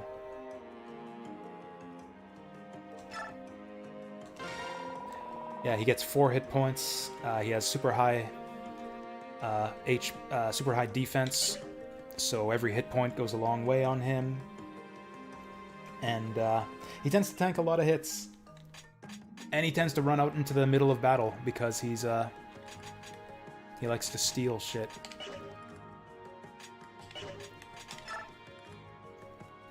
I'm just gonna quickly get up and get something to drink. Actually, I'll take a bathroom break too. I'll be back in a minute.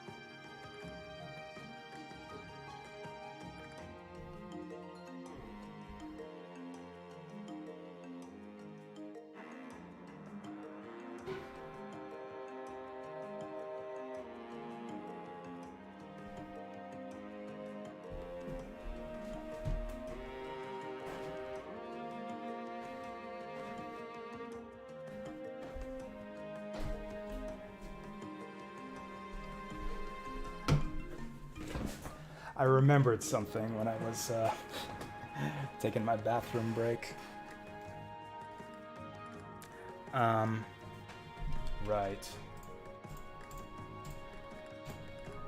So yeah, Chaz Aria LLC visited Stream Chat, which was awfully cool of him. He's a YouTuber I've followed for a while. He makes really good Fire Emblem videos, and I discovered Lord Monarch, through his Twitter account, but he also made a video, YouTube video on Lord Monarch, which is actually really, really good and entertaining. I meant to link it yesterday during my Lord Monarch stream and totally forgot. And then I meant to link it again when he showed up in chat earlier today, and then I forgot. Because I'm yes, Choops, yes, also known as Choops. The artist Choops, aka the artist formerly known as Chaz Aria. This is his latest video on Lord Monarch. It's basically like a tutorial on the mechanics. He does a really good job of like explaining the way the game works. And it's also just really entertaining and well written and well edited, which is kind of his signature. So yeah, if you want to get into Lord Monarch and without watching my shitty 4-hour stream to learn the ins and outs of it, yeah, that's a very good video to get into Lord Monarch. And I didn't. This happens all the time, where it's like I think of something in my head, and it's like, oh yeah, I'll talk about that after I'm done this thing in the game, and then it just completely slips my mind. Happens all the time, where it's like I'm gonna say something, or I'm gonna comment on something on chat, and then I get distracted in the game, and then I completely forget about whatever it was I was gonna do or say. That happened yesterday when Saturn Meteor gifted me that one game. Checking the shop every map. That is literally just what I was about to do before I got up for the bathroom break. That was another thing that was about to slip my mind. We got a javelin, a hand axe, a card, and a mend. I'm gonna take the javelin and the hand axe. I don't know, we got a bunch of... It seems like we get a new javelin and hand axe every map. I don't know if we need that card. It's very expensive, and we have one already, and it isn't really that used up. Actually, I think I'd rather just buy a new bronze dagger for Soth. Suggestion to the layout? Like the layout of my stream? Oh, yeah, you could totally make a suggestion if you like. Although you saying that reminded me of something that I normally do when I'm playing full screen games that I totally forgot about.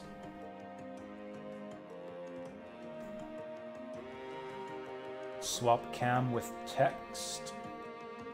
Actually, so this is the thing I was saying that I normally do.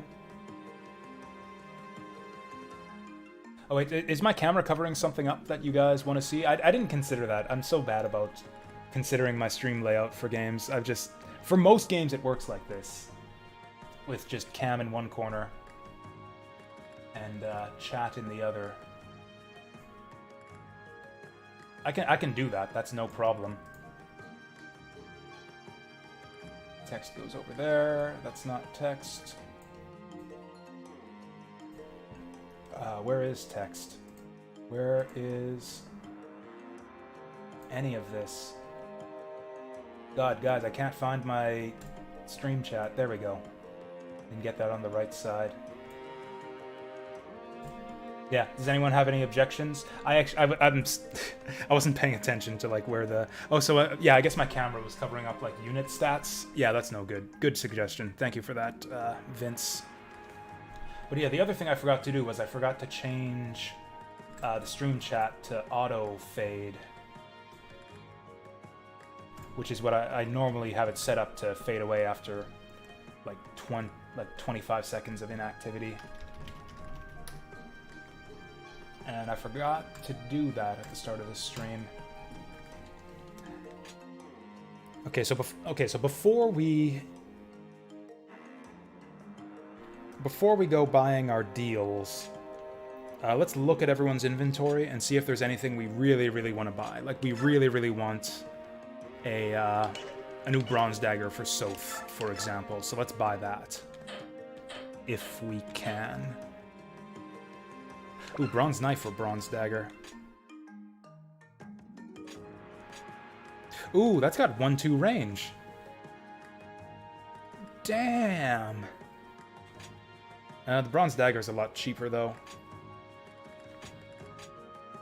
It's kind of inaccurate. I will take the bronze dagger for now, just because Soth doesn't really need the help.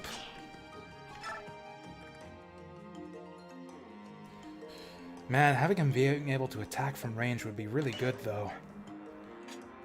He doesn't really need the accuracy, either. It's only 200 bucks. I've got 4,000. It's only got 30 durability. That's the other thing. Soth does a lot of attacking, like he's about to break his bronze dagger already. So, like, half the price for 15 extra charges. I think... I would never say this for any other character, but I think for Soth, the extra durability goes farther than the 1-2 range for him. So I think I'll just take the bronze dagger. Okay, so he definitely wants that. Basically, I'm just going to get all of our essential purchases out of the way. And then we'll know how much money we have to work with for the deals shop. Yeah, exactly. It's because he doubles all the time. In fact, Edward's breaking his swords too. He's broken an iron sword already. He's broken his wind sword. Edward has broken 2 swords. Which I guess is technically fewer than Meg broke. If you count fucking dying and losing all your weapons as breaking. We don't need all these axes. I want him to have some free inventory space, so we'll set some of these into the convoy. I like to have my characters just hold on to extra keys and stuff, even if I don't know if we'll need them. Just so that I don't forget about them in the convoy.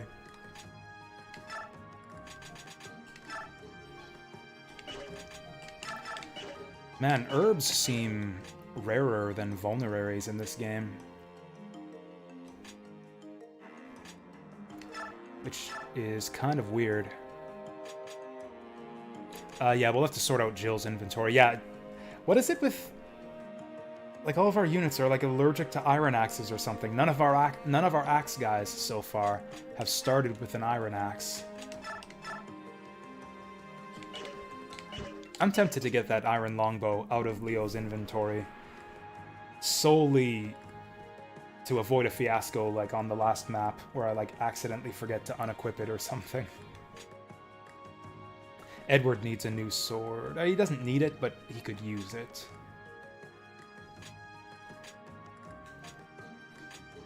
Yeah, Jill wants an iron axe. Toro Neo wants an iron lance. Do we have any in storage? What do we have in storage right now? Probably nothing. A door key. Okay, I'll buy an iron axe and an iron lance. Shit, iron's expensive in this game. Oh, can Toro... Oh yeah, Toro's like swords and lances, isn't he? Axes and lances. I might just give him an axe instead, then. Break out the silver lance when he needs weapon triangle. Yeah, we'll go 2 iron axes, just because it's cheaper. Also, if anyone has the strength to wield them effectively, it's him. Yeah, we'll just take 2 iron axes.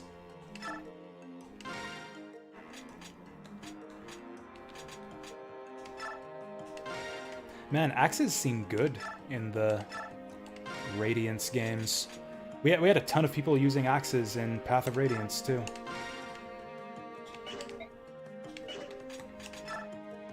Actually, does Jill have enough starting strength to cover Steel Axe? Oh, wow.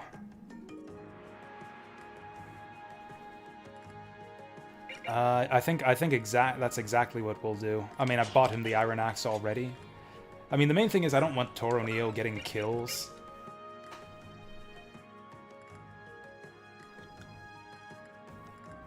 So I kind of want to give him a shitty weapon that he'll do low damage with. Although at 24 strength, he's probably killing stuff anyways. Yeah, he's doing 35. Actually, he does more damage with the Iron Axe than the Javelin. Whatever, we didn't spend that much money on it. Oh, Z-Hark should get a sword of some kind if we're going to use him. Iron swords. What's in the shop again? I might want that mend staff.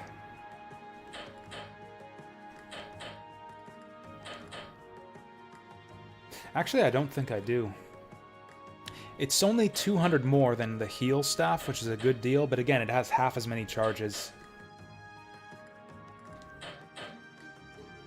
And then again, a lot of our guys have high hit points right now, so sometimes we need the big heals.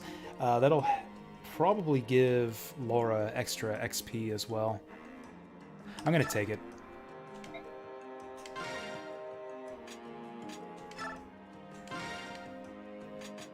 We're gonna take that and the hand axe. Can I not just put this in storage? Oh, there we go. Press circle to storage. Basically just stockpiling those.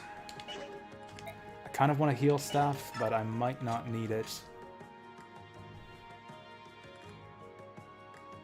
I feel like we're due for a heal staff. Like, there should be one just lying around for us to pick up on the next couple maps.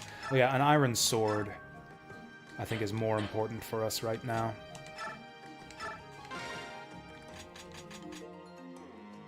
We'll give it to Z-Hark, because he's got Killing Edge as an option if he needs power. And I think I'll save the rest of my money. So Micaiah's looking good. She'll need a new light tome soon, but we can use Thani if she needs to fight. Soth's looking good again. Volog doesn't need items. Nolan's got all the axes. Leonardo's got all the bows. Edward just needs his trusty steel sword. Ileana doesn't fight that often. Eren doesn't fight that often. Z-Hark's good enough. Oh, iron swords have 50 charges in this game. I didn't even notice. Jill's good to go. Toro Neo's good to go. Then it's just a question of who gets the bonus XP. Oh yeah, supports too. Is anyone ready to strengthen their support? I don't even know how that works. Hey! Oh, that's it? Shit, I thought they would have a conversation. I thought this is where you get the support conversations, is by strengthening supports. Nope. You just get the little fanfare. Alright, Leo, Nolan are besties now. Ileana. Eren's really the only option. I mean, mechanically, like in terms of the mechanics of the support system, I actually think this might be the best support system in the series so far. I mean, other than Thracia, to be honest. I really liked the way that support bonuses worked, in Thracia. Just like every unit had a bunch of relationships with other characters baked into the story. And just by like paying attention and knowing who likes who, yeah, you can... I mean, I wish there were a way to keep track of who supports with who in the game. I guess in that sense, Tear Ring Saga actually had the best support system, because it was basically the same as Thracia, except you could actually see who supports who on the menu. It looks like you can freely swap your supports too, so there's really no reason not to just do this. You know, I bet you she has stronger support with Z-Hark. We'll start with Eren, though. Or I don't know, does Eren like anyone? Yeah, we'll just go with Ileana for now. Probably swap it later.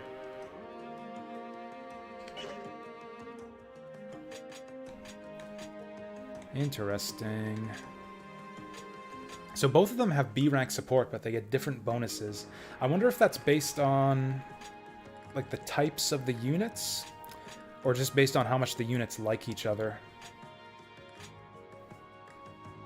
Like you can see that units kind of have built-in, like pre-existing relationships in this game. Like Ileana and Zehark kind of seem to have a thing going between the two of them. And I'm wondering how that's gonna like manifest itself in the support system. Does that mean they'll get a bigger support bonus if they support each other? Does that mean that they'll strengthen their supports faster, or is it just irrelevant? I guess I would have to read a guide for that kind of information. Did we assign regeneration already? We did. And then it's just a question of XP. How much bonus XP did we dump into Meg? Was anyone keeping count? God, what a waste.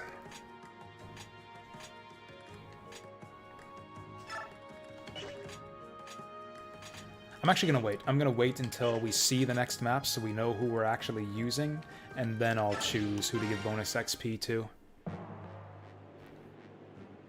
I mean, let's be real. Meg was going to sit on the bench forever anyways. So yeah, there's no point resetting for her. If I did reset and go back and replay the map to save her, it would be to get her Wind Sword and Iron Sword and Steel Sword invulnerary. A small troop approaches from the east. It appears to be the Dayan Liberation Army. Blissfully ignorant of the trap that awaits them, I pity them, really. Have the first platoon assume their battle positions. Shall we deploy too? Kind of you to offer, Lady Fiona, but the first platoon will suffice here. This is really none of Marado's business. I see. In that case, we'll use this opportunity to observe the Empire's army at work.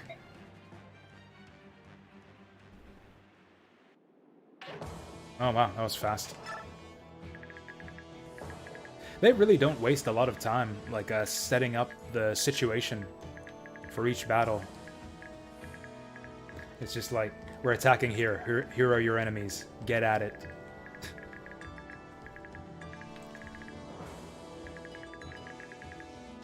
Okay, this map is looking suspiciously empty.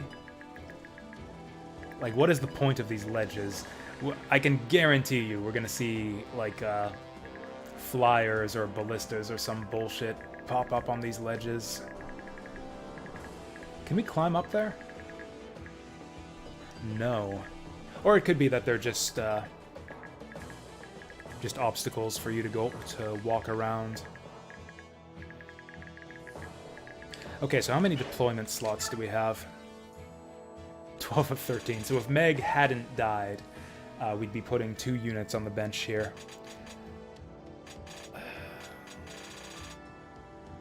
It's either... Oh, we can't bench Toro Neo. In that case, it's probably Leonardo. Hey, Angel James. How's it going? Yeah, well, welcome to Radiant Dawn again. You didn't miss much. We've only done 1 map today. Meg died. I guess that's something that you missed.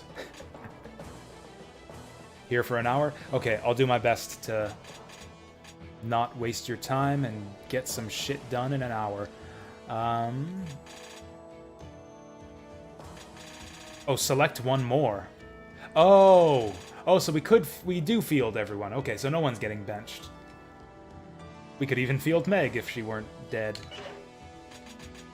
Wow, 13 units on a map this early in the game. That is unusual for Fire Emblem.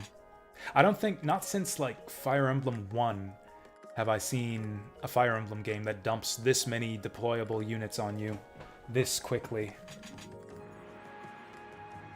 I guess Fire Emblem 1 you were controlling like 14 units by Chapter 3. With like 5 more on the bench. Oh no. Anyway, yeah, pretty much. That's pretty much how it went with Meg. So in terms of low level, actually, now that Now that we want to promote Laura... You know what? Bonus XP is for priests. Like, that's it. Bonus XP is for priests, and priests only in this game. They're way lower leveled than everyone else. They're perfect candidates for early promotion. Yeah.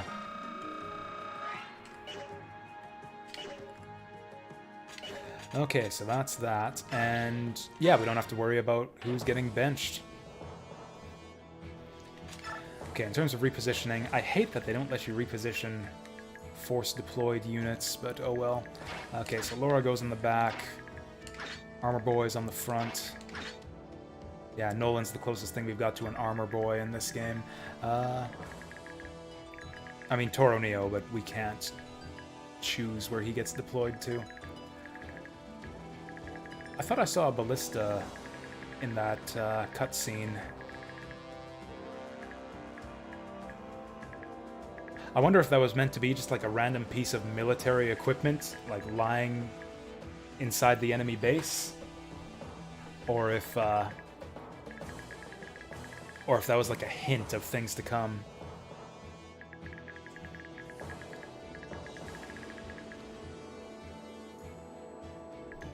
Also, what's with those grid squares up there? Are we going to be fighting up there?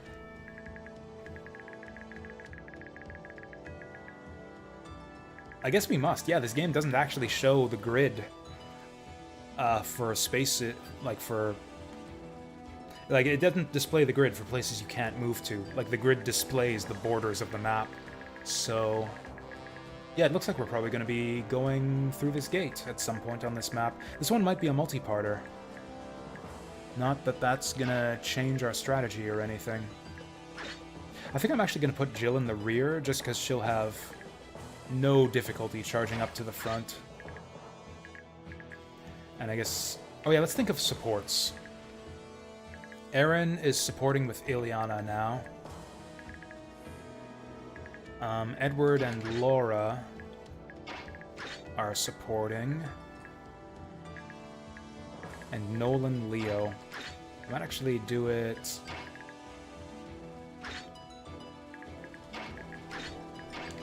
Might do it like this.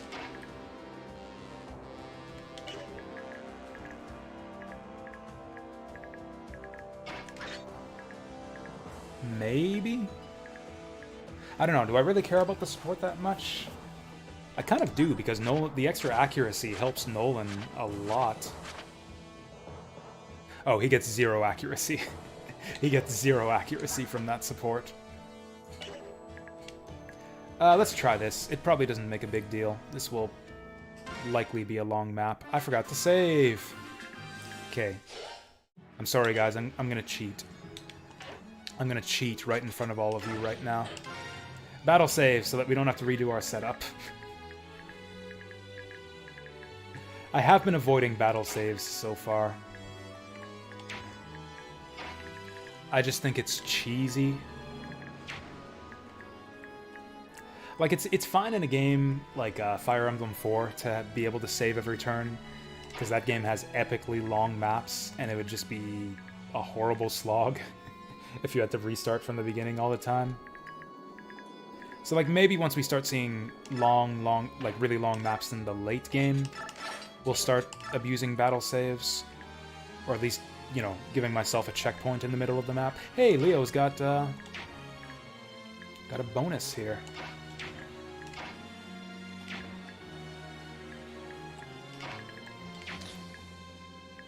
We are not close enough to do anything here.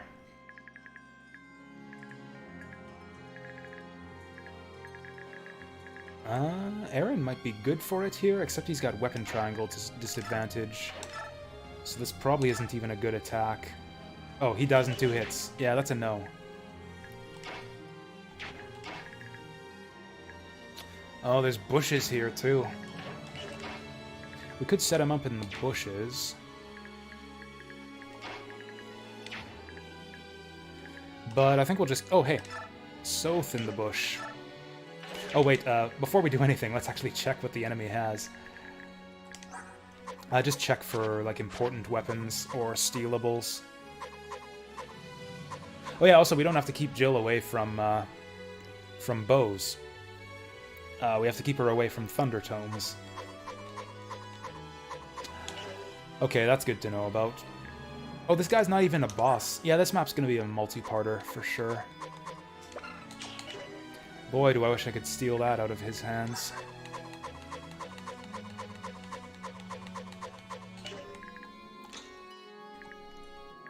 Okay, Soth in the bush. We're basically just gonna set up a wall. So that we can move our squishies forward. I think I'll have Jill on the back line here. Just so that she's ready to fly up here and, like, kill something on the ledge if something shows up on the ledge. We'll get Leonardo back there, too.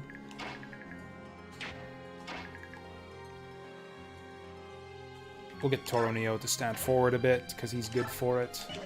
Do we have him attack?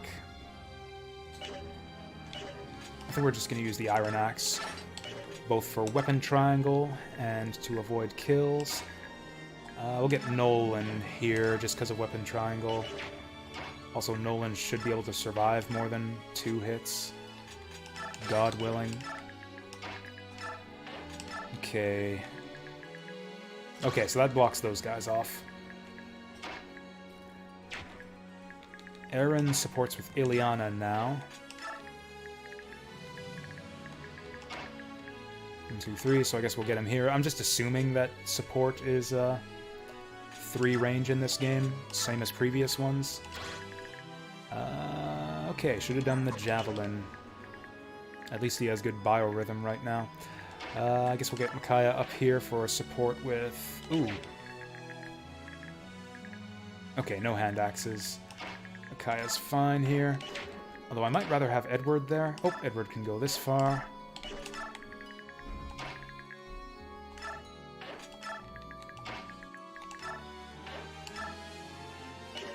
Great. Solid first turn. Who's left? Volug in the bush, just to bait the enemy forward.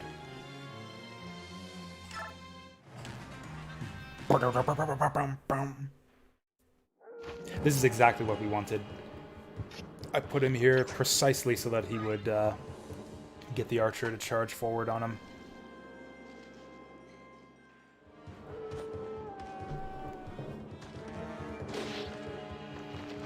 We're not doing that much damage to this guy. Oh, never mind.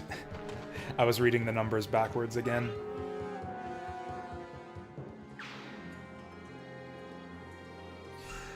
Yeah, I didn't think this through. 51 hit. We might do alright here. Blah. Even with weapon triangle disadvantage, though, he did alright. It's because of biorhythm. Yeah, he was at best biorhythm. Nice. Holy shit, Nolan's doubling. I don't remember Nolan getting speed ever on a level up. Is he just... Are the enemies just getting slower as we go along here? Oh, that steel axe is probably weighing him down. Good enough. Nice. I knew it. Oh, shit. Okay, Steel Lance. Steel Lance, Steel Lance. Ooh, droppable Steel Sword. Hammer. Cool, so if Meg didn't die on the last chapter, she would probably die right here to that hammer. I guess Toro Neo fears the hammer a little bit, but not really, because he's probably not even going to go that way.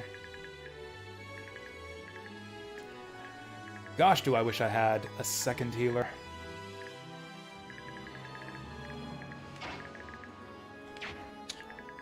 I think we just have to let these guys come to us. Yeah, they're too far away for us to charge up at them right now. I think we'll give this one to Edward.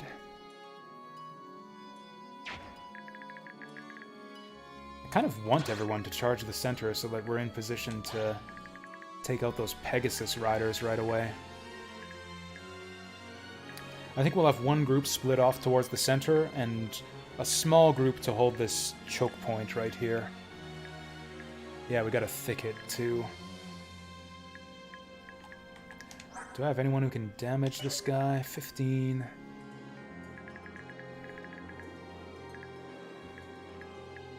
Yeah, I think we'll leave behind one mage.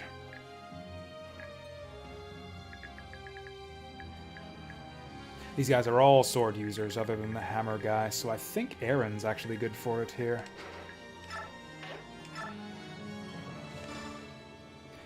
Hey Edward, I'll come with you. I'll make sure that you live through this. The goddess and I will watch your back. Oh sure, as long as you're fine with it. Riveting stuff. Love the writing in these support conversations. A million times better than Path of Radiance. Where you actually got to see like the characters' personalities come out and where they fleshed out the relationships between them and all that good stuff. No, give me this bland bullshit where they just spout generic lines at each other that have nothing to do with anything. Oh shit, he's got a hand axe.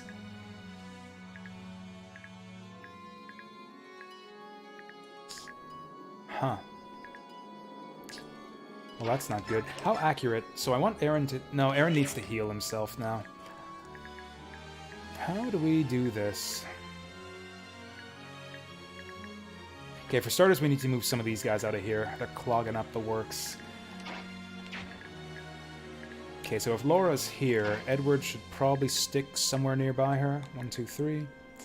Although it's kind of a waste of his turn.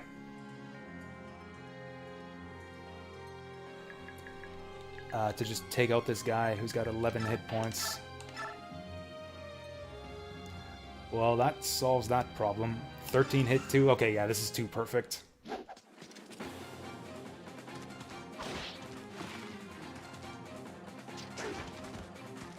The battle music seems to change. I'm sure I've heard at least 3 different battle themes in this game, like for player phase even. Like there was a different one for the brigands in the first couple chapters. There was a different one once we started fighting the Begnion soldiers, and I think there was another different Begnion soldier battle theme too. Oh yeah, let's check speed. 12 speed. Okay, so he's not gonna get doubled. These guys do a lot of damage, but Aaron's got decent defense.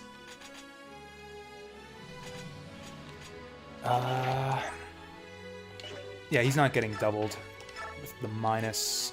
Oh, he's got enough strength to cover the steel lance now. When did that happen?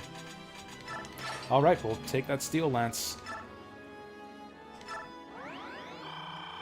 I hate having to use vulneraries to heal much, much less than 20 hit points, but what are you gonna do about it? I think that's all we need over here for now. Okay, now we gotta move up and kill these guys to make sure that Laura's safe. Leonardo's probably not good for anything this round. Oh, also, I want him to move towards the center so that he can start shooting down the Pegasuses next turn, so we'll do this.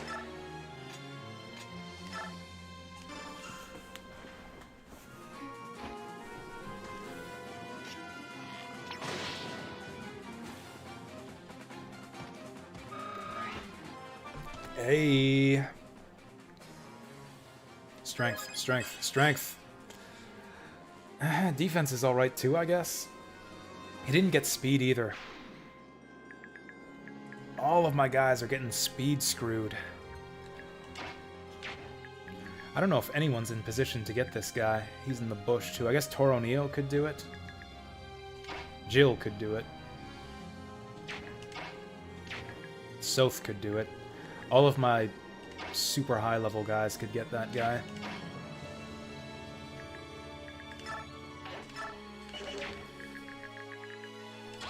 Okay, yeah, these guys can't even move that far.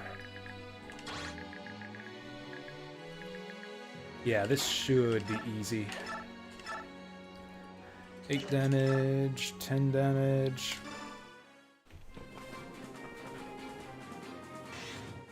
Oh! I forgot how good Ilyana was at this. We stopped using her in Path of Radiance after the early game, but I remember her consistently getting like really, really low crit percents. Like making low crit percent chances. Okay, if they're spawning these guys up on the ledges, then they're probably going to spawn guys on the ledge back here too. I'm going to keep Jill in reserve. Like, I want to make sure that she can move back here to kill stuff if we need her to. So, like 1, 2, 3, 4, 5, 6, 7. 1, 2, 3, 4, 5, 6, 7, 8, and then she can go basically anywhere from there. This would also mean 2, 3, 4, 5, 6, 7, 8. So that's probably good enough too. Nah, I'll put her here for now. That'll keep our options open. Because someone might have to go here to take out that archer. Someone like Nolan? Actually, she's got a lance, so Nolan here to bait the Pegasus forward might be alright. That's a lot of damage.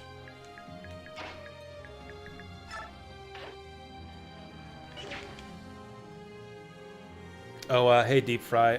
Don't examine Haas's Twitch page. It is a bot that's running amok on Twitch right now. There's like some kind of thing on his on the like the Twitch channel page that will grab your IP if you visit it. That's the point of the bot, is to lure people into visiting the Haas Twitch channel page, and then a bot grabs your IP for some nefarious purpose. I don't know. Oh. So... so for that reason, I actually have new follow notifications turned off today. For that reason, because like I've had a bunch of Hosses follow me. I have like 30 Hosses just spamming the channel with follows all day, so I had to turn off follower notifications.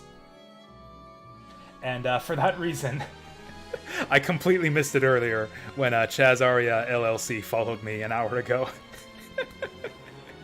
Boy, what a great first impression I must have made on him. No follower notifications. Thank you, a belated thank you to Chazaria LLC for the follow an hour ago. I'm sorry I had to turn off the notification for it. Thanks to Haas. Fucking Haas. He ruins everything. I don't know the details, Deep Fry. I think Twitch, like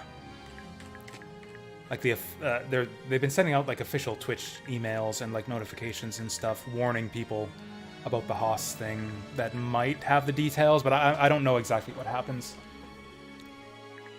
I don't know exactly what nefarious purpose they might have for, excuse me, wanting your IP. Do I want to shove Edward forward here? There's not really any point. I think I want Micaiah back here.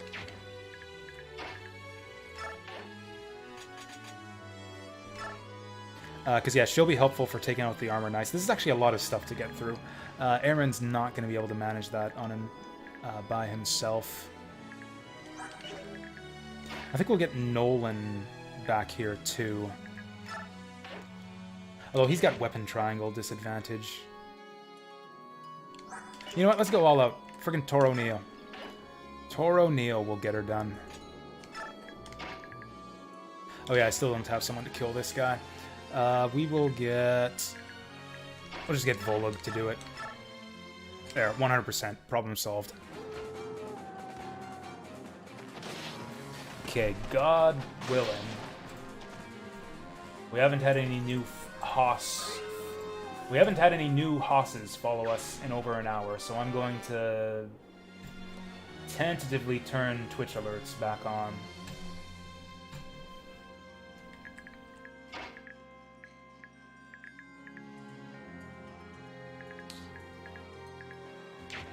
Yeah, we'll get Nolan up here to bait that Pegasus forward.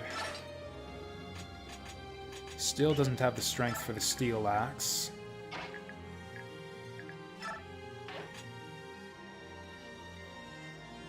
Yeah, we'll get Soth in here too, in case we need to get something done. Actually, I could get Soth to bait this guy. I mean, he'll bait, I say. He'll probably just kill him. And then the enemies have nothing worth stealing. I mean, nothing we can steal, even. Do you lose your gamer card since you have not played a game in 2 weeks? Yep, that's how it works. Real gamer status revoked. Play more video games, Deep Fry. It's fine. As long as you like load up the title screen of a game, it'll be fine and you'll get your card back.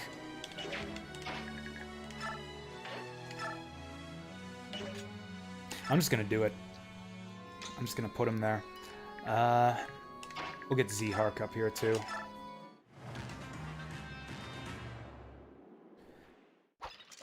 Alright. Oh, this is a decent exchange for us. He failed to dodge it.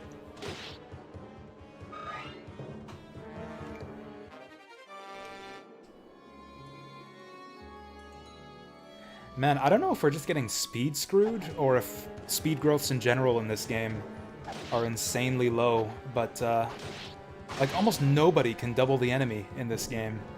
I've got, like, 3 units who are fast enough to double consistently, and nobody else can.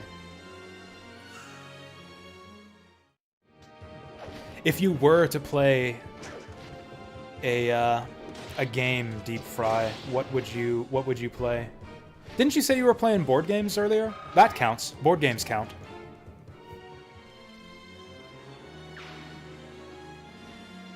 Hell, board games count for double. You get, like, double gamer cred for, Oh, there's that regen paying off already. You get, like, yeah, double the gamer cred points for playing board games. Yeah, Aaron is absolutely not capable of fending all these guys off on his own. I'm surprised they're throwing this many armor knights at us without giving us an armor slayer. Oh, and also, I'm doing the thing I said precisely that I wouldn't do, and throwing in my 1 armor knight against the hammer.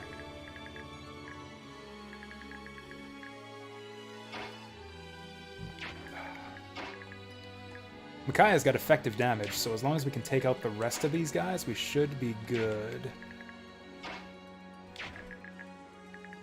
Yeah, I might have to turn my dudes around here. More Pegasuses. Okay, let's see how good effective damage is in this game. It's pretty good. And we double. Somehow we double a Pegasus. Oh yeah, they've only got 13 speed, and they -5 from Steel Lance. Woot. Or we could just do it in one shot with a Steel Bow.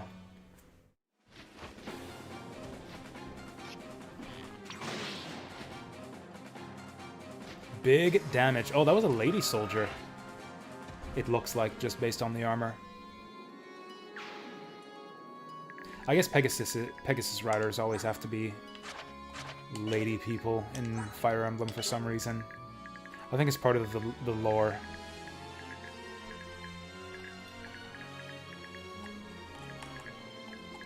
Because winged horses are a bunch of misandrists for some reason. And, you know, who can blame them? Fire Emblem waifus are pretty appealing, especially the Pegasus riders. We got a lot of grass to trek through right here. You know, it might be best to do just a full turnaround to take out these armor knights.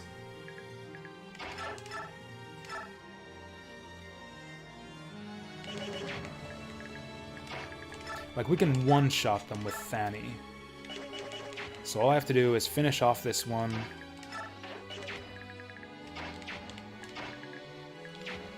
Volog's got a lot of movement, too. Oh, he doesn't finish that guy off, though. And he takes a bunch of damage.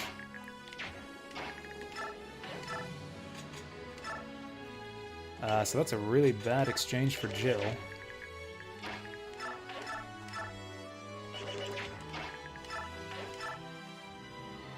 Okay, Toro Neo can one-shot this one. I think we're going to want to do that.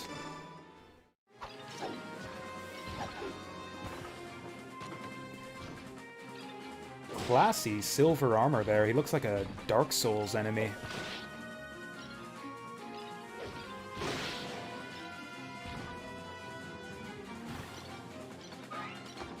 Nice. I know the debate rages eternally among Fire Emblem superfans about whether or not it's worth using pre-promotes and whether or not it's a valid argument to say that they steal XP.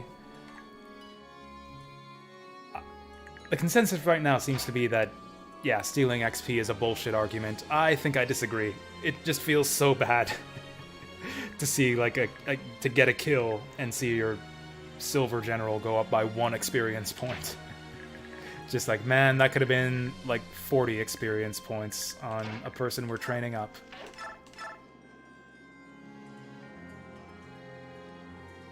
So yeah, we kind of have to do this. And then we'll finish him off with Aaron.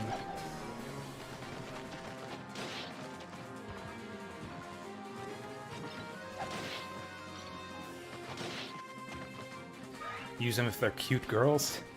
Cute girl pre-promotes are kind of a rarity in Fire Emblem, I think. Like, what? There's Titania. There's Avel, kind of, but she doesn't really count because she leaves right away. Micaiah, and then Edward can probably kill the archer. I hope.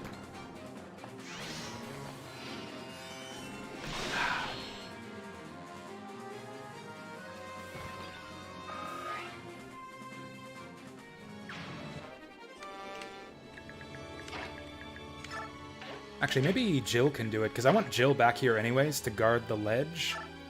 If Jill can kill this guy, not even close. That sucks, because I kind of want Jill to get XP. Oh, actually, this is a decent move, because we can... Never mind. Right, the wolf has the sword. Was Minerva pre-promoted? She was, wasn't she? Yeah, Minerva's a good shout-out. I liked Minerva quite a bit. Yeah, let's just do it. Medea, I don't remember, actually.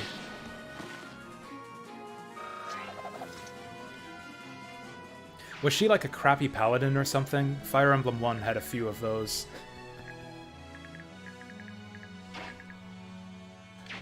Laura's gonna have a hard time catching up if I send her back here, but...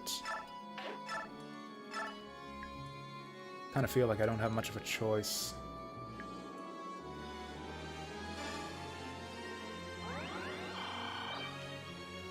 We are totally going to run out of heal staff charges on this map. Oh, damn!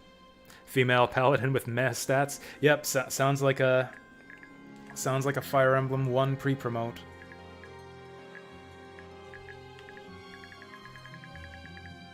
I really want to fight these guys.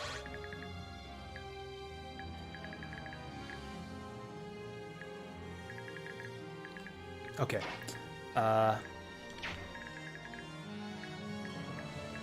Nolan in the bush. Ileana in the bush. And then, yeah, we'll keep Z-Hark out of enemy range, because I don't want him getting javelined with impunity.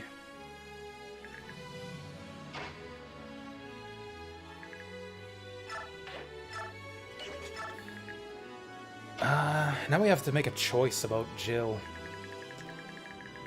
Because yeah, we might need her on the front line here, but I also want her available to attack back here. I just know something's going to show up back here, and it's going to be a pain. I guess if it's just more flyers, we could just let them come out and then kill them.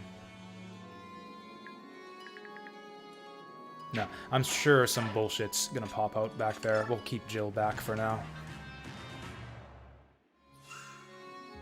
Oh, nice. Yeah, support, too. Didn't even plan that.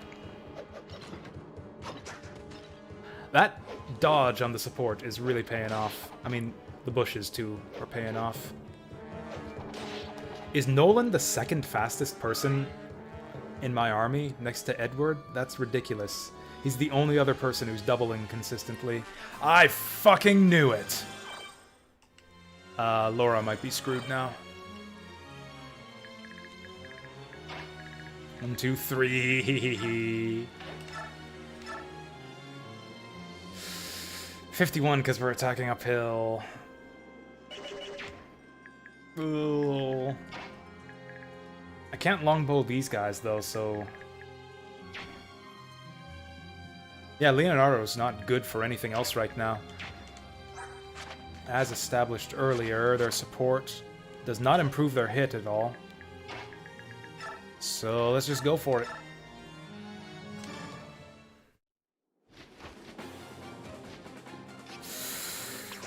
Of course. We have literally no other way to kill them. They got steel lances. Only with 9 speed, though. That javelin one looks like a pain in the ass. Ooh, 10 times 2. Oh, shit. Jill can't kill. Jill doesn't kill. Oh, she'll kill this one.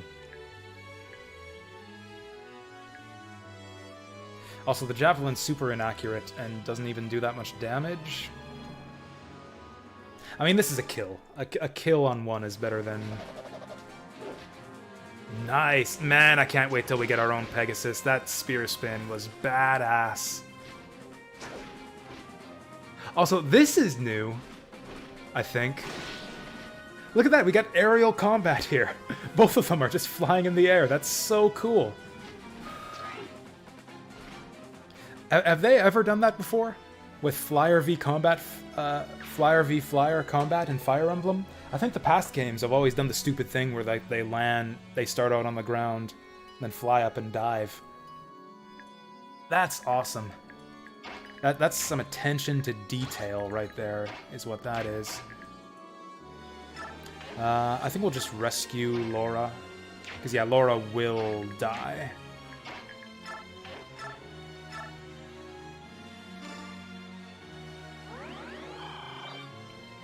Actually, maybe she won't. I don't know. 21, 15. She actually doesn't die.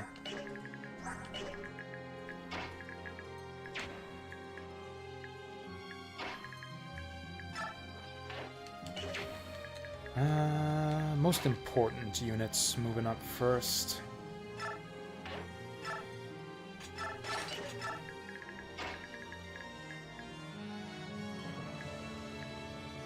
Also, we could just... Actually, I don't even know if I can get to Laura. If we just set up a wall of bodies...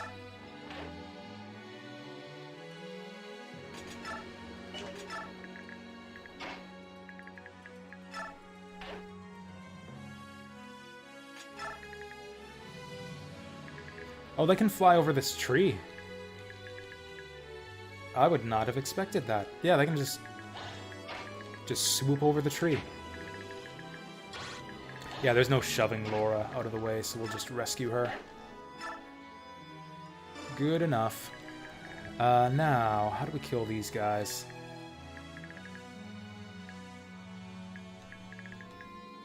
This guy's not that scary.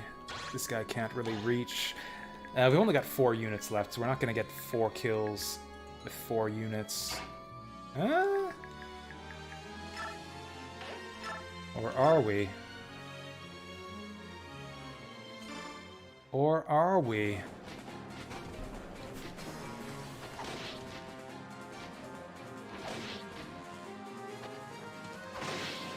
Look at that, you can see the fort in the background there. That's like the same fort that we're attacking. It's like we've got unique backgrounds for combat, depending on the specific map we're on. That is cool. Ileana can probably one-round this guy. No. Oh, and Nolan can't even get in range. The two of them together might be able to do it. Yeah, the two of them together can do it.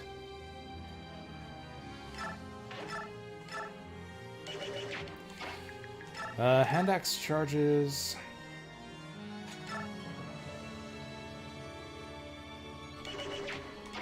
Nah, I'll go up here. I'll wait. I'll burn the hand axe just to get Nolan a space closer.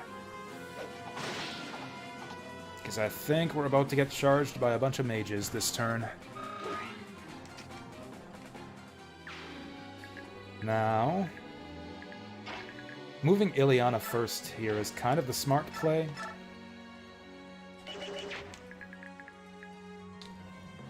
But I also kind of want to give Ileana the kill. Yeah, that's only 18 damage. All of our guys are fine with that. This guy can only attack Soth, so that's fine. If I have Zehark go here, that might be not so good for him.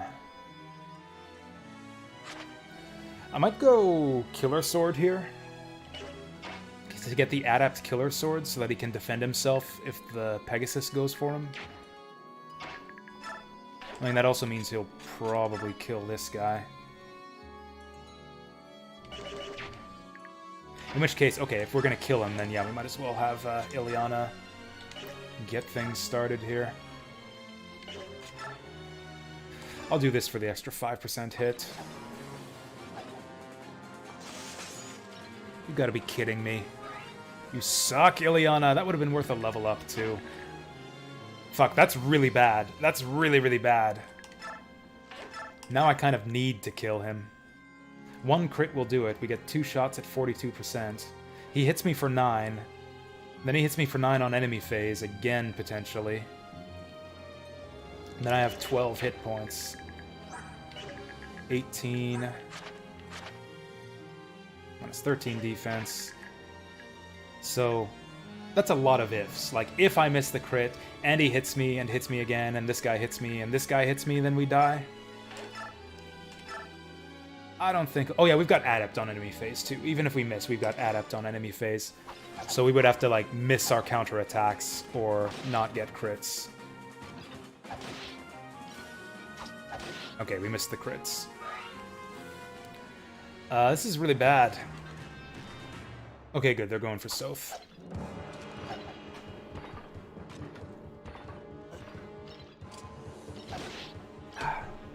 Seriously? The 54?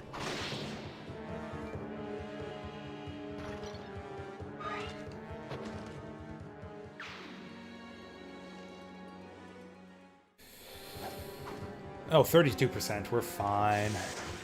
We're laughing. And here they come. Oh boy. That looked really weird.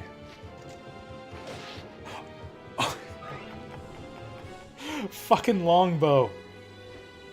I did not plan for that. That was just super lucky.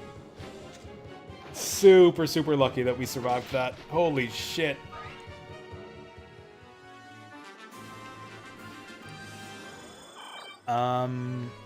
Fuck, and then we've also established that Jill can't kill this one. Yeah, we only get 20 damage. Okay, have Leonardo take his shot again. This one's 58, which is a little bit better. And if he misses it, we can just rescue him with the wolf. I like that. Hey, finally hit one. I think I just need to get in the habit of trading away the iron bow, or the long bow, every time he uses it. Like, it's just not safe to be holding on to that thing on enemy phase. Alright, let's get some kills for the Jills. Actually, maybe she's not the best one for it. I'd kind of rather give it to Aaron. Nah, kills for the Jills! Also, this lets everyone else move up as far as they can. She didn't even hit her with the weapon. She just like, kind of swooped underneath him. I know, right? I was just talking about that. That's so cool that it's like air v air combat, which is, you know, logically what would happen in a duel between flyers. But yeah, it's cool that they actually did it.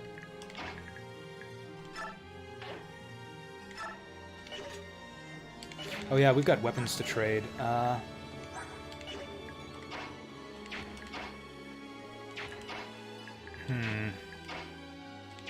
Yeah, let's do it like this.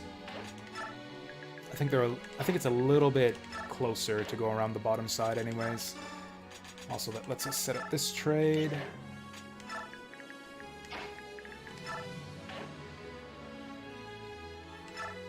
I guess we'll just do this to scab some XP.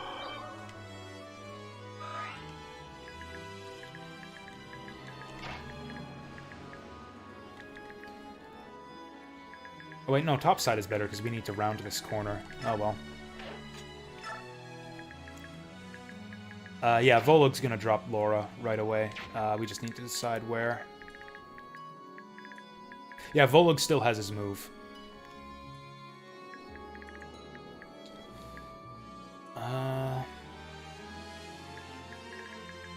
Drop her onto a healing bush. She hasn't taken damage or anything. She just gets one-shotted by everything, so we had to rescue her to prevent that. So once again, we got 4 people. Can we get 4 kills with 4 people? Probably not. If Soph gets the archer, yeah, we can do this. These are only mages, and we're doing mostly physical damage to them. Okay, this should level her up. Boom.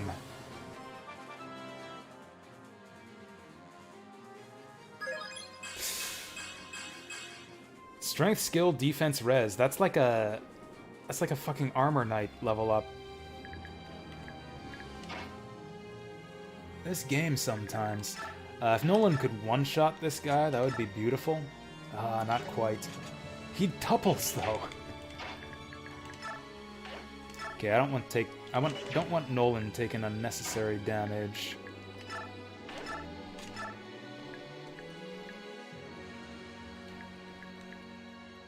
Z-Hark's got this kill. Let's give it to him. His strength is huge for... Whoa! Oh wait, Adept is Adept. I was thinking Vantage. He doesn't have Vantage. I got Adept confused with Vantage momentarily. I was talking stupid on that last turn. Also, it doesn't have the... Wait, never mind. No, I got Adept confused with Vantage again. Well, Vantage Wrath was the forbidden combo. I don't think we have anyone with Vantage or Wrath. Oh no, Edward has Wrath. Nobody has Vantage now, I think. Also, with Wrath in such a nerfed state, they probably let you do Vantage Wrath in this game. Like, I bet you that's legal now.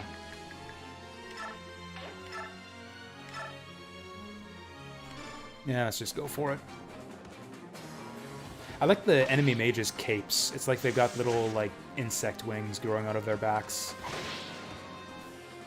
He's like a beetle mage. Or like a housefly mage. I did not think this through. Nolan's gonna have to attack into the bushes. Okay, he's still 81%, and he only needs to land 1.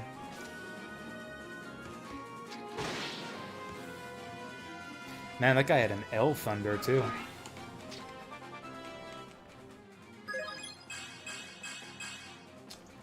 Strength, speed. What the heck? He's actually the fastest guy in the army, other than Edward. But yeah, if we sort units by speed... Okay, you know, Z-Hark, Soph, Tornado, Neo, whatever. Other than our, like, ridiculously powerful pre-promotes, yeah, it's Edward, then Nolan. And then there's like a big gap after that. It's like 19, 16, 15, and then everyone else is down in the ghetto. Like 13 and under, where nobody doubles anything. Okay, we're in desperate need of some healing here, so let's drop Laura as far up as we can get her. Oh dear, Right, he's not a boss. I should have expected that he would move. This is dangerous. Okay, it's a good thing we put Soph there and not anyone else. That could have gone very, very badly. Holy shit. Yeah, we're lucky to have survived that.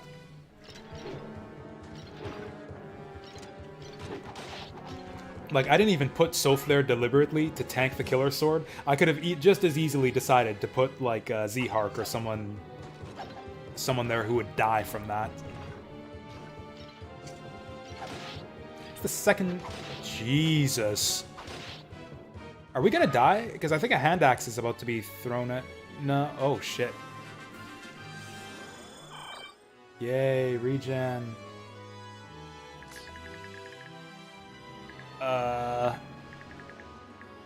Okay, so these guys aren't too dangerous.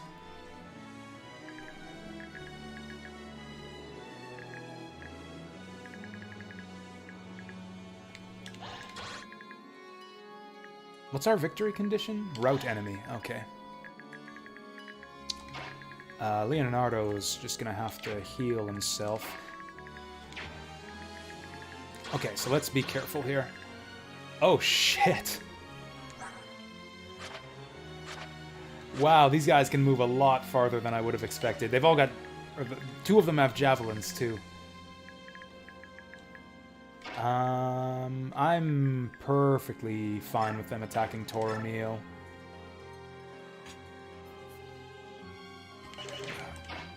Although I want to force them to overextend. What's their movement? 8, 1, 2, 3, 4, 5, 6, 7, 8. So they're still in range if I do that.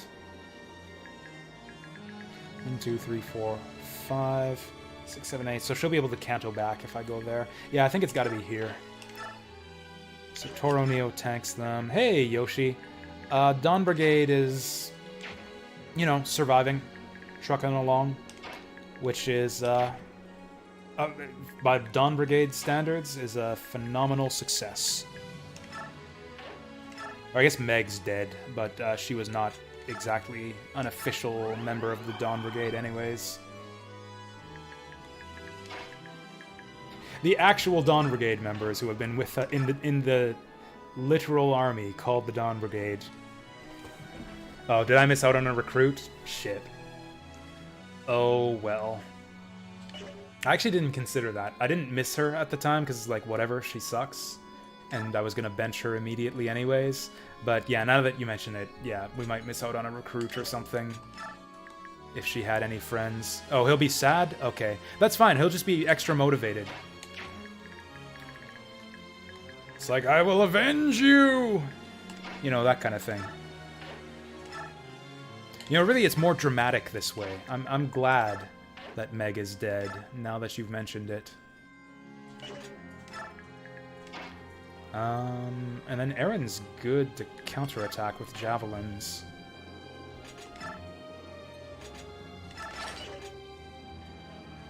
I should actually check the numbers before I do this. Okay, so that guy... This guy can't do shit. He can't reach far enough. These guys all have javelins.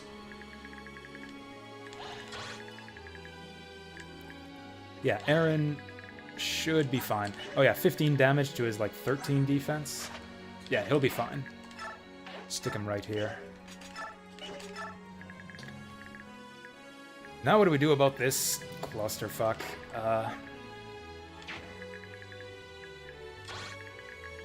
Okay, so this is what we gotta worry about here. Ileana on this guy seems like a no-brainer. And then heal Soph, and Soph moves up and kills the other guy.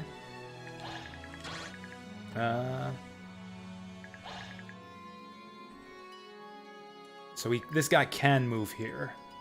So if Soph moves up to attack him, Soph is getting attacked. I might just pull back.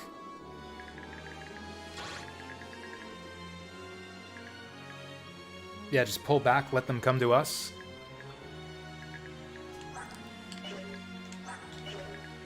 Get in the bushes. Okay, we gotta make sure Oh, it's going to be tricky to keep Laura safe, though. Yeah, we need to at least kill this guy. Ileana can do that. This guy's doing 23 damage. She'll survive 23. Oh, no, she won't. We gotta heal her. Okay, what about Nolan? Nolan does alright. No, he doesn't. That's fucking terrible. I forgot to check the hit percent. Oh, Volug! Volug to the rescue. Because, yeah, he'll be in the bushes here, and only do 22 damage.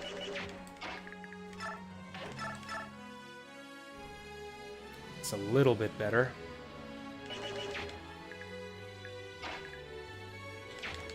Gosh, what are we gonna do? Okay, I think Volug killing this guy. We can't even kill him. Holy shit. We're in a bad spot here.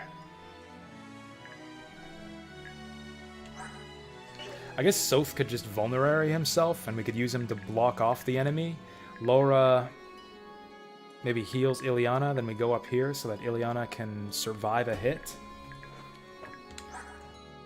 God, these guys are strong. Yeah, level 12 with 1-2 ranged weapons. Oh, and good biorhythm, too, because enemies always have good biorhythm when you happen to go up against them.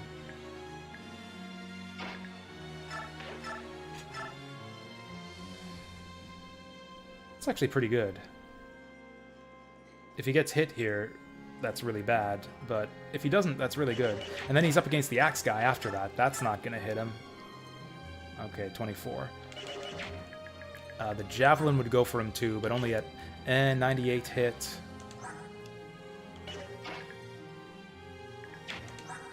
He'd be at like 70 avoid.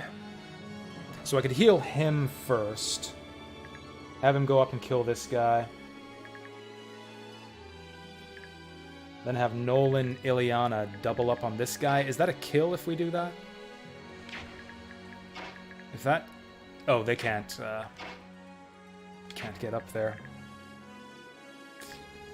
Oh yeah, we still got a Volug. We've still got a Doggo on the loose. And I think we're going to use him. Yeah, this seems pretty strong. Oh yeah, taking off FE4 stream. That's exciting news. We'll catch you later, Yoshi. Thanks for stopping by. It looks like the Armor Knights in this game have metal underwear on. You see that? They got like the colored flaps. Can we get a closer look at this? It doesn't show you the character model on the character sheet. It's just that little emblem.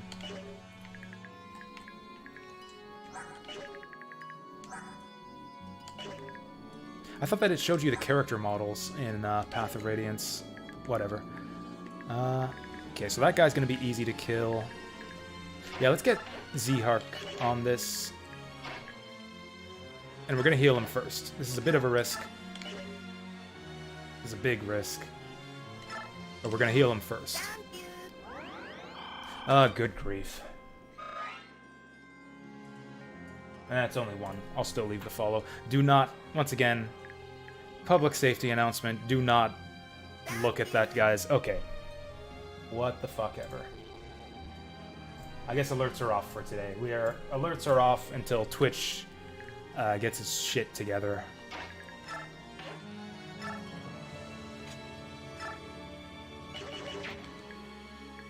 Right, so the plan was Zhark.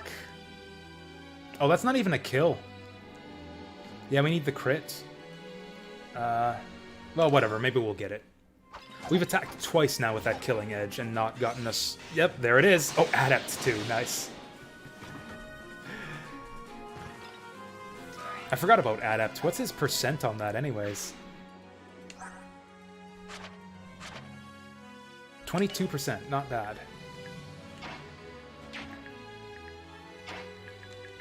So yeah, I guess Soth will just pull back and get healed next turn. We'll give this to Ileana for what it's worth. Oh shit. Oh shit, she dies if she misses, and she has a strong chance to miss. Why is her hit chance so bad? 78 to hit this guy? She's got 117 hits, so this guy, he's got 39 avoid. Is that just from biorhythm? What's going on here?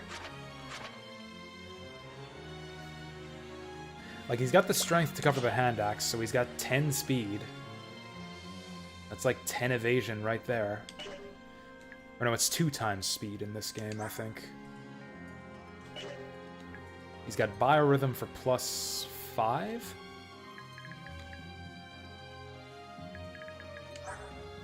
So that's 15 evasion. He's not on special terrain. I have no idea.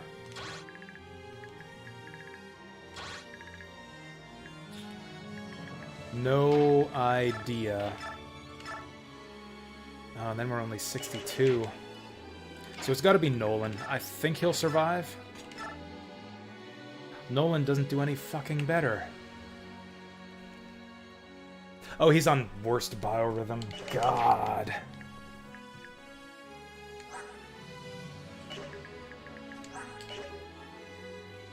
Oh, he's got the affinity bonus too. That's, what was it? Another 5 or 10? So he's like 5 from biorhythm, 5 from affinity, 20 from speed, and then 9 from somewhere else. Who knows? There are too many speed modifiers in this game, I think. It's hard to keep track of. Honestly, 78 is our best bet. Except that she dies. Or if we don't kill him, then Soph dies, I think.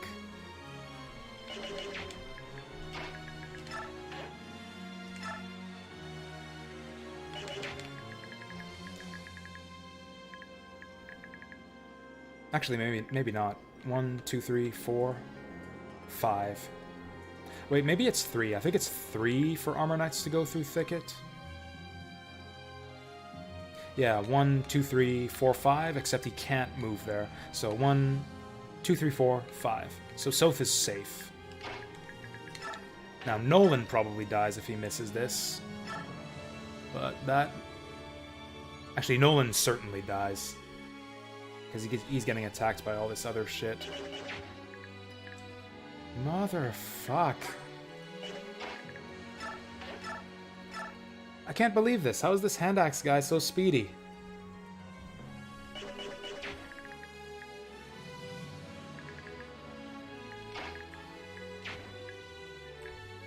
Well, it's risk either way. Honestly, this is going to be a reset if Nolan... Although, yeah, this is going to be a reset if Nolan misses. Because even if he hits the second hit, he's down to 20 hit points, and then he gets killed by this guy and this guy and this guy all together. So it's a reset if he misses. We might as well go for the highest hit chance. Good. Oh, and the other thing is, too, is... This is why I hate 2RN, because it Oh, shit! Right, I forgot. We checked that earlier. This guy can now occupy the space that guy was on. He's going with a javelin, not with a steel lance, though. Which means that he won't one-shot her. Oh, this guy can't get up there anyways. In that case, let's just shove her. Oh, wait, yeah, surely Nolan's not gonna die to a javelin and a steel lance. In fact, if we set him up with a hand axe, he probably won't even get hit.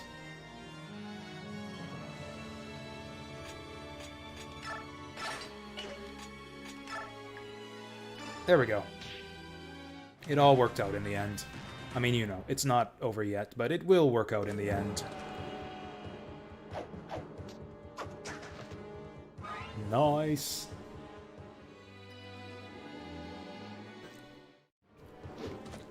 This is gonna hurt. Oh, no it won't! I love that dodge animation. Backwards somersault. Like, surely there are easier ways to dodge an incoming weapon attack, but nope, gotta go for those style points.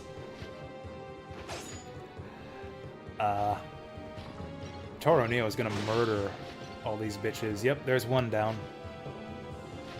Oh no, the other ones have javelins, so he's not gonna get to it. Although the javelin ones probably won't go for him because they can't damage him. Yeah, they're going for other targets.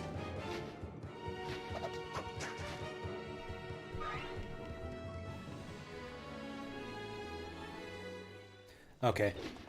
Apparently they're not that smart. Man, the Pegasus Rider's armor reminds me of Marcia, and that makes me... Jesus, I thought we were almost done. Anyways, reminds me of Marcia, and that makes me want to have Marcia back on the squad.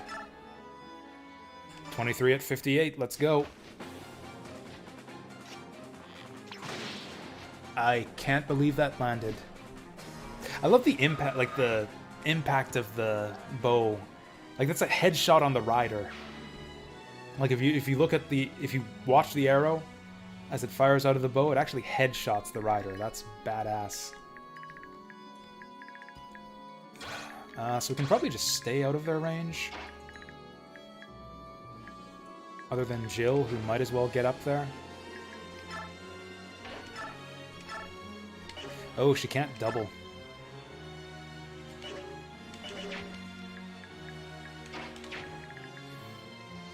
Man, this is kind of ridiculous. I mean, these guys can't move up to attack anything anyways this turn. We might as well just pull back.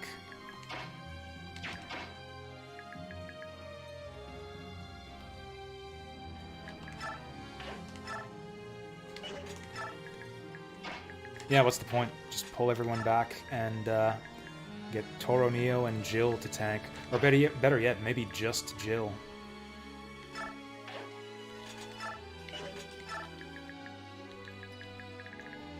Javelin, javelin. Oh shit, they can hit Leonardo. We can... Can we do anything about that? Oh wait, yes we can. There we go. Just take that longbow off of him, and now they won't want to attack Leonardo because he will kill them with the counterattack. Actually, maybe I should take his... Oh, I can't trade again. I should have taken his steel bow too, because that'll slow him down. He's still 11 speed. Good enough. And after that, Jill might as well attack.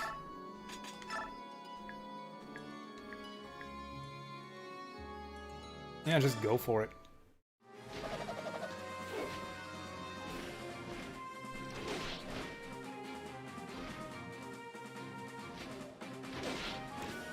Man, the enemy stats are like really competitive with your units in this game. Like they've got similar... Like I've noticed now that we're not getting crit chances ever. In Path of Radiance, we pretty much almost always had like that 3 to 6% crit chance with all my units. In this game, like all of the enemies have high enough luck. Like you're just not gonna get any crits unless you've got like 12% crit. Okay, so everyone's reasonably healthy. We can finally mend Soth, and he can get back in the action. And mend doesn't even give us any more XP. This guy has nothing to steal. That guy's got a range. They've all got javelins, which means using Ileana is a bit unsafe here.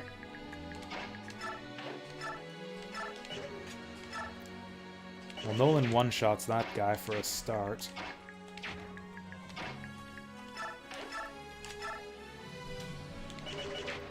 So does Z-Hark, for that matter. If Ileana can double one of these guys, that might be a worthwhile attack, but she can't. And yeah, nobody else can soften up these enemies for her. Everyone's just gonna kill them. So let's just kill them. Yeah.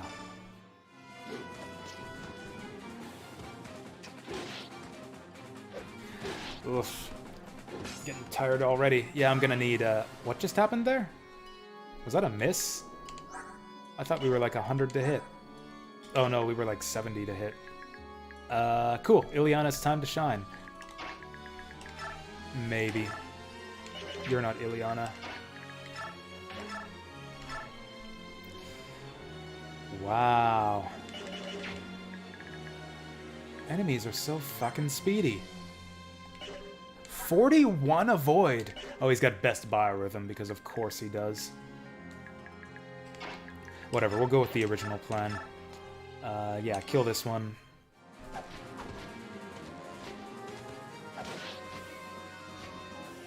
And then we'll just get a Wolf Boy or Soph or someone to kill the other one.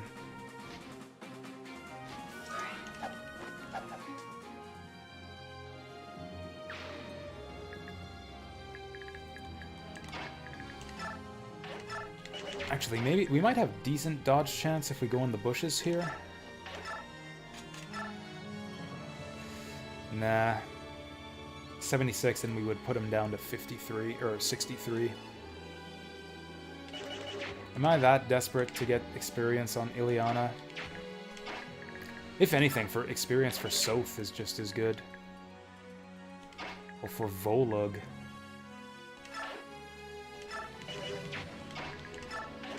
Yeah, let's just give it to Volug.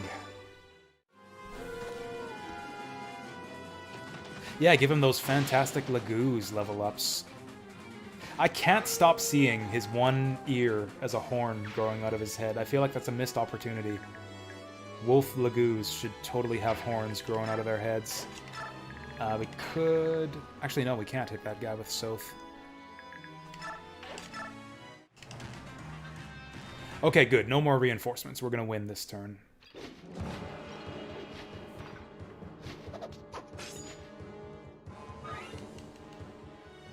You know, assuming that there's not a second part to this map.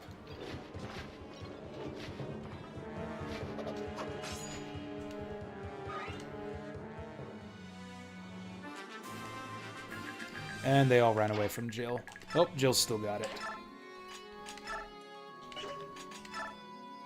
Steel Axe, 82%. Do I want to give it to Jill? Pretty much everyone is around. I would love to get a kill to Micaiah here. Fanny at 90%, yeah.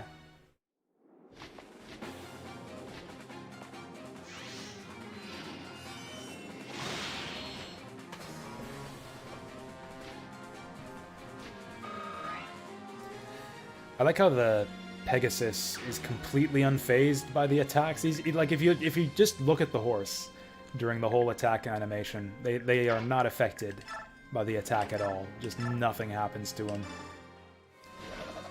Doesn't even care that his rider is dead. Doll.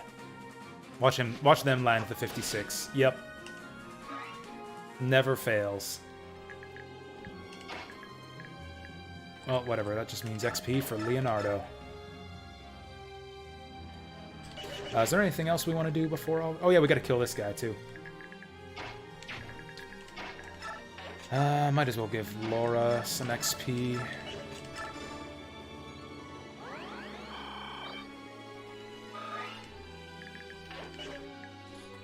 Ileana probably can't one-shot this guy.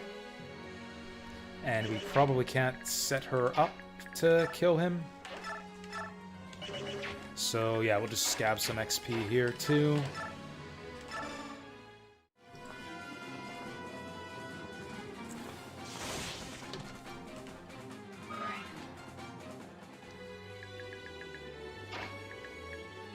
Oh yeah, so we were talking about Shining Force 3 on, I think it was the last stream I did of this game. I have actually been watching that old Total Biscuit Let's Play series of Shining Force 3, and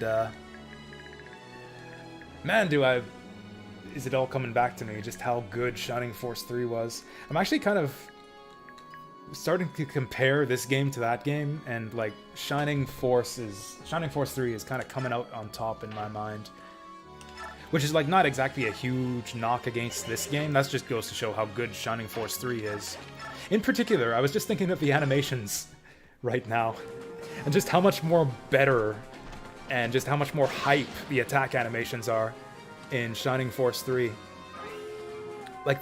Sure, the character models are, you know, lower quality, whatever, but yeah, the animations are just so impactful. Characters doing just like such crazy moves, like flipping out, flaming swords, and energy beams, and the music is so good too. Oh yeah, that voice acting too. Like, yeah, compare this wolf howl to the Wolfman's howl in Shining Force 3. Yeah, Arctic Blast, exactly. I'm surprised this game doesn't have full voice acting. Actually, I guess the key to all of this is I could be wrong about this, but I believe that the Fire Emblem series is kind of like a second tier franchise at Nintendo. Like, I believe these games are all pretty low budget compared to like the Nintendo mainstays of, like, you know, your Marios and Zeldas and whatnot.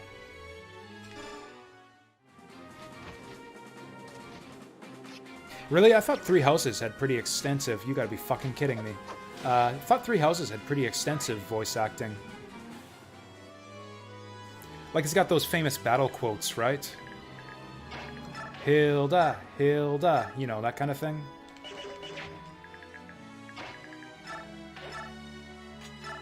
Like, there are scenes that don't have voice acting. I wouldn't expect full voice acting for every cutscene. That would just be excessive.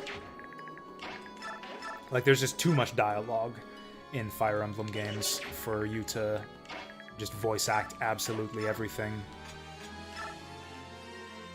But, like, combat voices have been pretty standard in RPGs, like, since the PS1 days. Like, starting on the PS1 era, you started to see more and more RPGs have voice clips for, like, combat scenes and spellcast animations. And then they were pretty much like a universal standard starting in the PS2. Yeah, starting with PS2 RPGs. We really need this to land? We got 2 shots at 84, we're fine.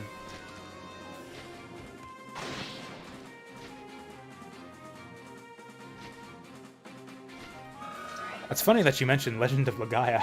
That I don't remember it having combat voices, to be honest. I was thinking Lunar and Valkyrie Profile and Star Ocean all had battle voices.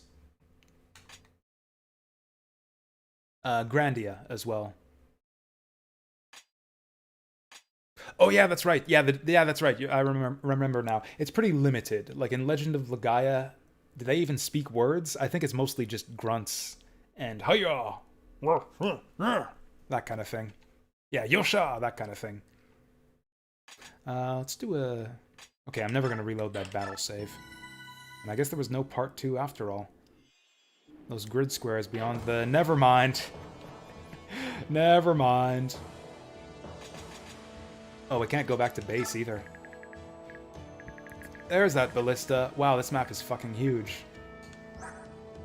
Okay, you know she's recruitable. Because her stats are garbage. Also, she doesn't have that boss shield.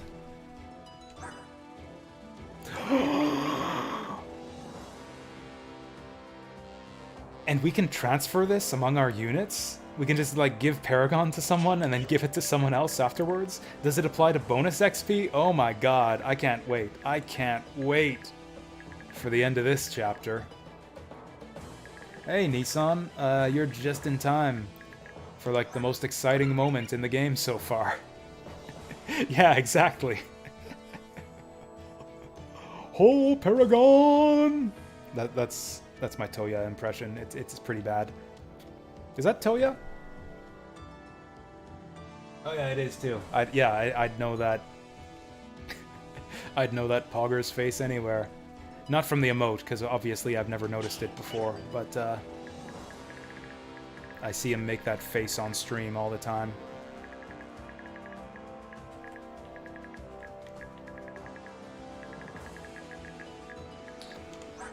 Okay, so what about stealables? What about... Oh, you know what? The lock probably means that we can't steal stuff then. I understand. So you can't steal boss equipment, even if they don't have Even if it's in their offhand, you can't steal it. That's droppable, not a steal, so we don't really care. We could steal this if we want to.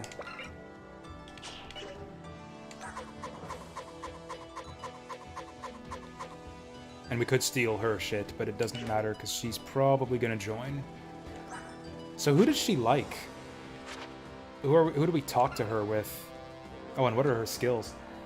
Imbues. Restores HP equal to this unit's magic power each turn.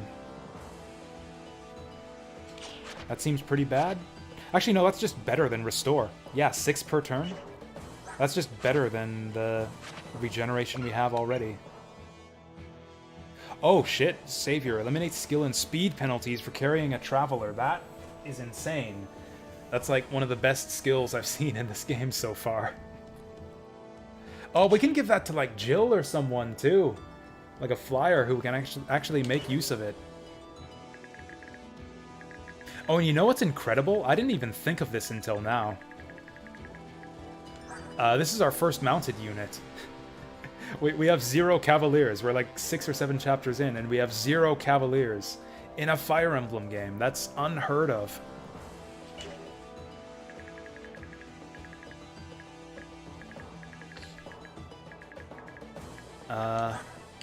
I'm about to, like, pee myself in all the excitement. We'll just take a quick bathroom break here. Be back in a second.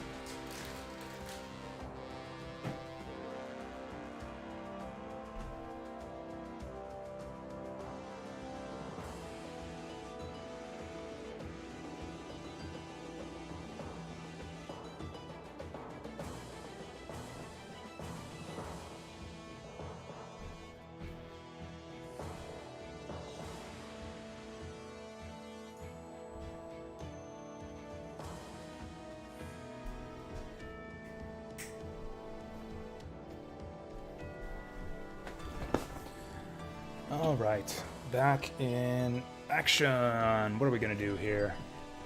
I mean, what can we do here? We didn't get any drops or steals on the last map, so...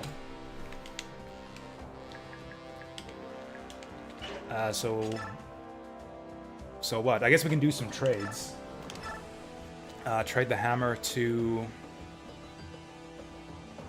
Who, even? Toro Neo can, like, one-shot dudes on his own. He doesn't really need the hammer. And nobody else probably has the strength to use it effectively. Probably Nolan. Probably just give it to Nolan.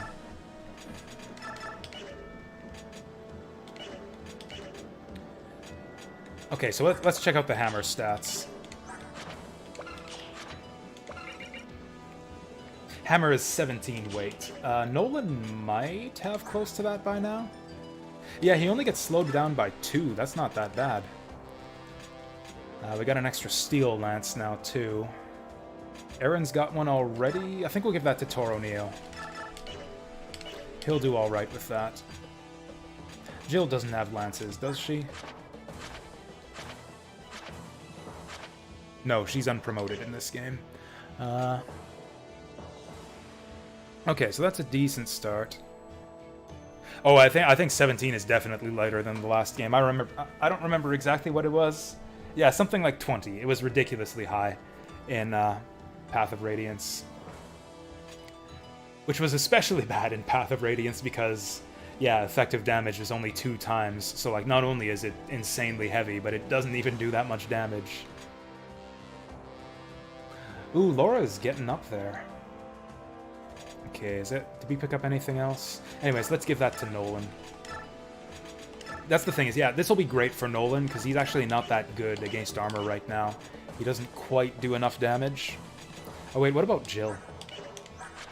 He's got 15, because Jill could deliver the hammer to the enemy's face a lot more easily with her 8 movement. She's only got 11 strength, forget it. Okay, we gotta do some work on Jill. Man, I'm so used to having, like, a powerful Jill from from Path of Radiance, and we just don't have that anymore. I'm gonna give a vulnerary to Micaiah, because she's actually got some hips now, so she might actually need 20 to recover from a sacrifice. Volug's got regeneration, so he should be mostly fine. I'm loving these 8-charge vulneraries. We would be so screwed with only 3, the usual 3 charges.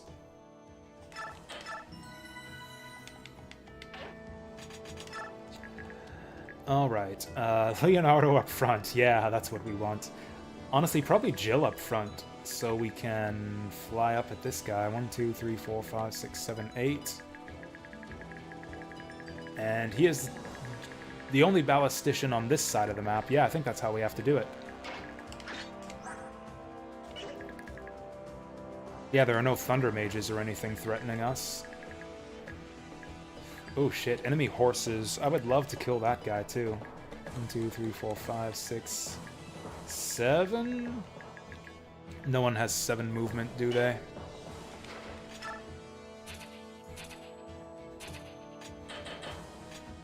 Soth's got 7 movement, but I did not have the foresight to give him a dagger. Oh, Volug can do it. Yeah, Volug's got it. Actually, Zihark would have it if he, Oh, I can't reposition Volug. Why? Why? Actually, I can't reposition Soth for that matter, so yeah, we were always screwed. 1, 2, 3, 4, 5, 6, 7, so he could get in range if he had a wind sword. Can we at least block off the bridge? Because there's no way we're going to be able to defend against this.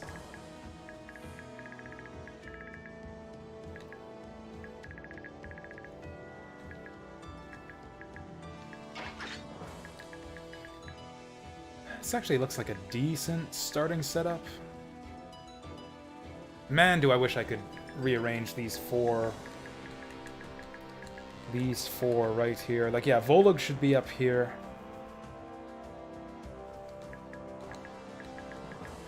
Micaiah should be in the back. Yeah, this is all just no good. We'll get Nolan in the front, because... Oh yeah, Aaron's got terrible biorhythm and bad weapon triangle against all these guys. In fact, we should get him on this side to deal with the sword guys. Oh yeah, let's consider supports, too. It's Leonardo, Nolan, that's fine. Edward, Laura, that's fine. Ilya, Aaron. Okay, so that's all good. Yeah, let's do it like that. Let's do it like that. Fight it out. Okay, so first things first. This move is just a no-brainer. Got to do this. And we can't get him. Doesn't have the damage. Not even close. Soph can probably do it if we kill this guy. Man, they're sure... Is this the last one? Do we have another fort to pass by after this? Okay, cool. This is the end of it. Okay, so we have to kill this guy somehow. Toro Neo.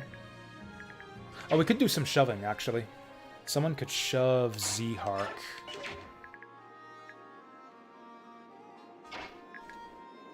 Volug could get up there to kill the ballista too. 1, 2, 3, 4, 5, 6, 7, 8, 9. Yeah, he's got enough movement.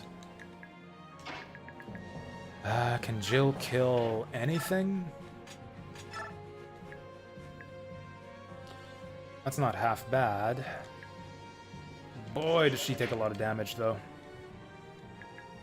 Actually, Micaiah's pretty strong. She might be able to do it. Oh. So close.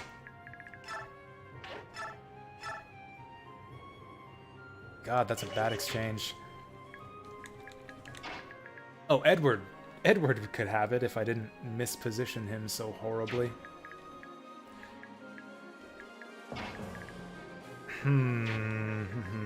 Probably Toro Neo. No, we need Toro Neo to block the bridge.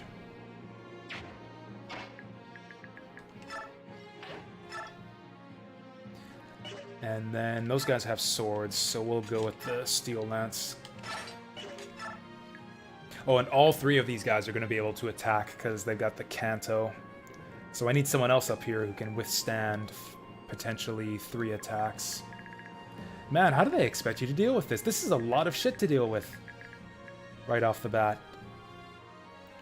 Like, yeah, all these horses and the ballista. Like, you got to push forward quickly.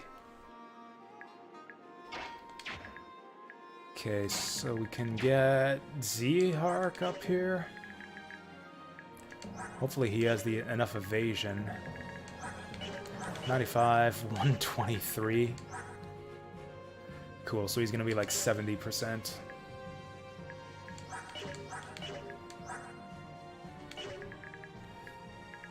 Yeah, that's really not good at all.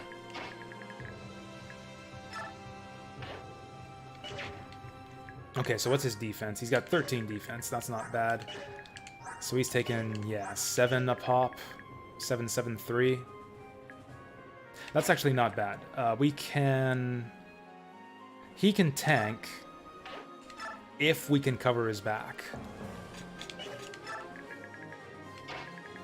Which we should be able to.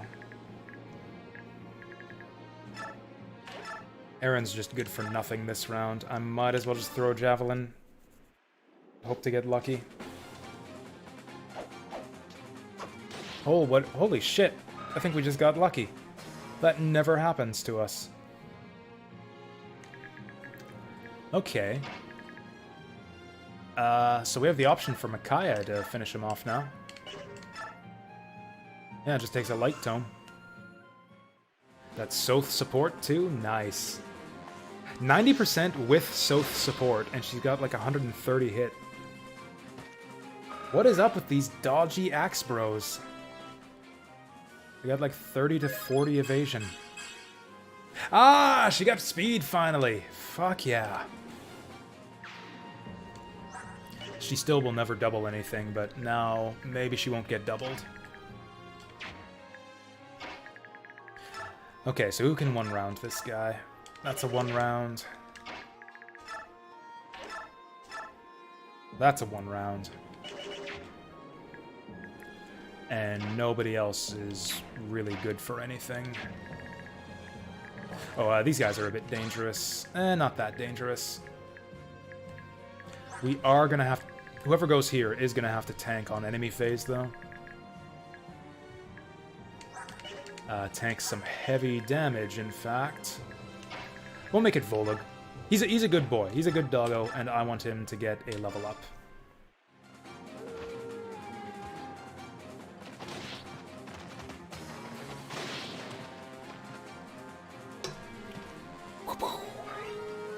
Okay, he's not leveling up anytime soon. Is he considered pre-promoted? At level 15, I thought he would get more XP than that. That's a good start on this guy.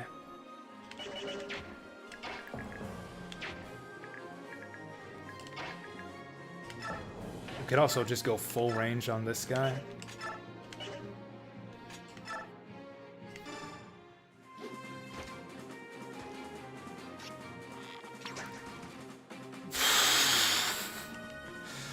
I'm really getting sick of Leonardo's bullshit. I was relying on that quite heavily. Like, it was going to be a Leonardo-Nolan tag team. And he fucked it up. Okay, Nolan's picking up his slack, thankfully. Except then he dies. Yeah, 14 damage. Plus these guys coming at him. Yeah, Nolan's gonna die. Edward's good for nothing. Laura can't get up to heal.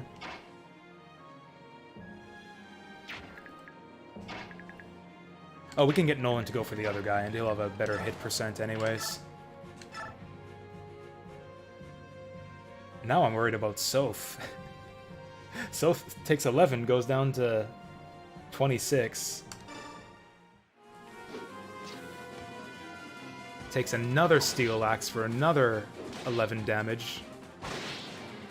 Goes down to 15. The Lance... Oh, hey, you got a level up. Let's make it a good one. Okay, defense would have been nice, but I'll take the speed. Res is great for him, too.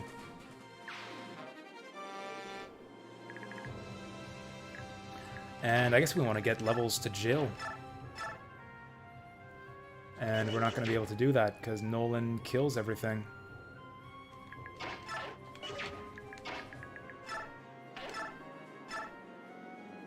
I mean, maybe he'll miss. Whatever. We'll have Jill get started on this guy.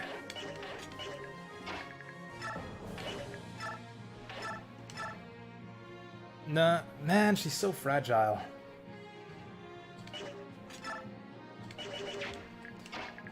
Maybe a hand axe won't kill this guy. The hand axe kills him even harder somehow. Let's just give it to Nolan. Jill will have her shot. There's always plenty of enemies that only Jill can get to. In fact, we can move Jill over to the left flank. And yeah, she can run down those sword guys next turn. Oh no, Jill's axes, not spears. Do I want to rescue Soph?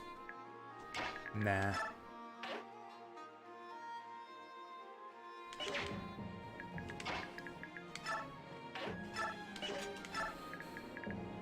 Oh, this is tricky. Okay.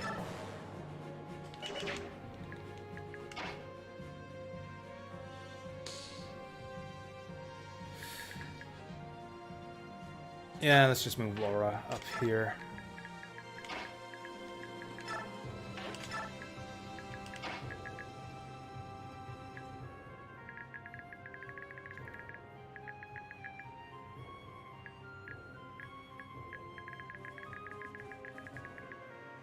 And then I don't know what to do with Jill. Okay, there's a lot of sword guys. Oh, there's spear guys over here. A lot of spear guys over here. Yeah, Jill should be effective against those three guys.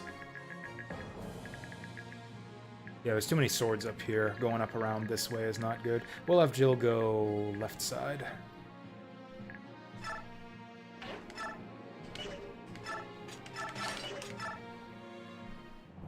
Hornet hairs! At this rate, they'll breach our lines before we can stop them. I have no choice. You, bring out the prisoners! Uh-oh. Uh-oh. I'm so scared. Please don't hurt me. Lord Laverton, what exactly are you planning to do? This so-called Liberation Army is forcing me to sacrifice this boy. Help! No! Micaiah! Fight and these people will be executed. Right now. Surrender and they will be spared. Everyone throw down your weapons. You have a feeling, don't you? Got it. We'll follow your instinct. Ha ha ha ha ha! A wise choice, girl. Well, no more need for these prisoners, is there? Kill them all! No! What do you think you're doing? I'll have nothing to do with you and your monstrous tactics. Oh, hey, Oh, her buddies are going with her, too. Sweet! So you betray us after all. Murado has never been known for holding its faith. You'll die like the rest. A troop of Dayan cavalry just mutinied. Is this what you sensed? Yes, yes. Now we must reinforce them and help save the hostages. Yeah. This changes everything. Oh yeah, 38% for 3 damage. He's fine.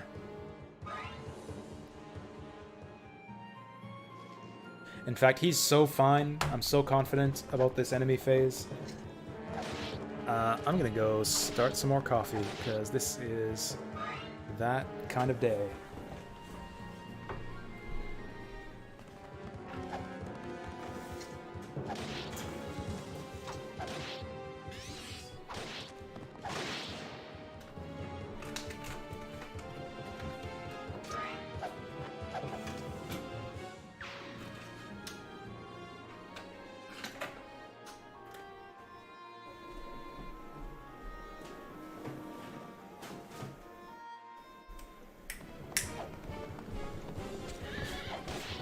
Ow.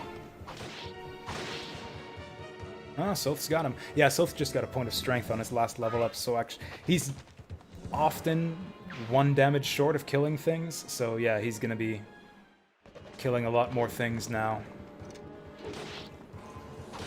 Wow. Our boy can't dodge for shit. Well, nice setup for Leonardo, I guess. Oh, Zehark killed someone. Good for him.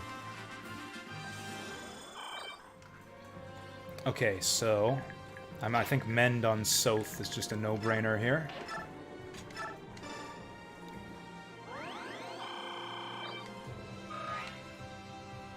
I don't know who I want to give this kill to. Kind of feels like it's wasted on Leonardo, but Leonardo's not really good for much else right now.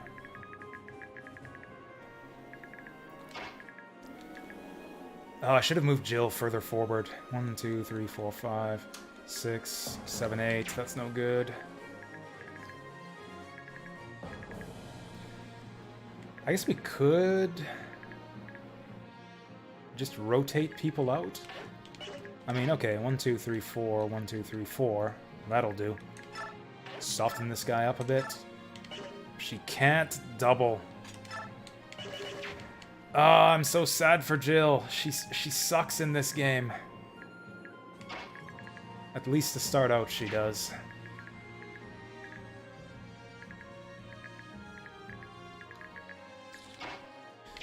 I think we're gonna have to do a sacrifice on Zehark.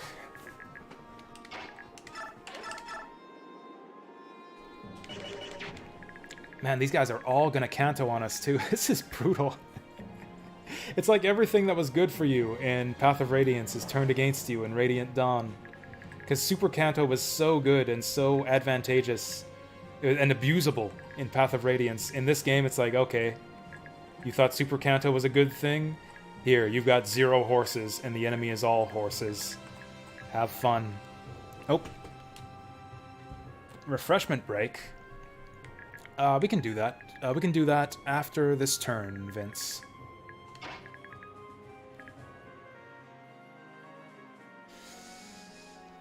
I really want to kill this guy. Nah, we'll do it like this.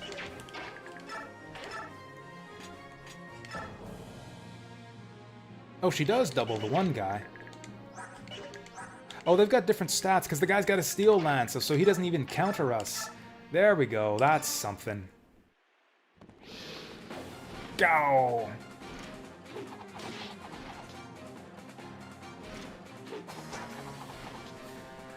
I'm getting real sick of missing those 83s.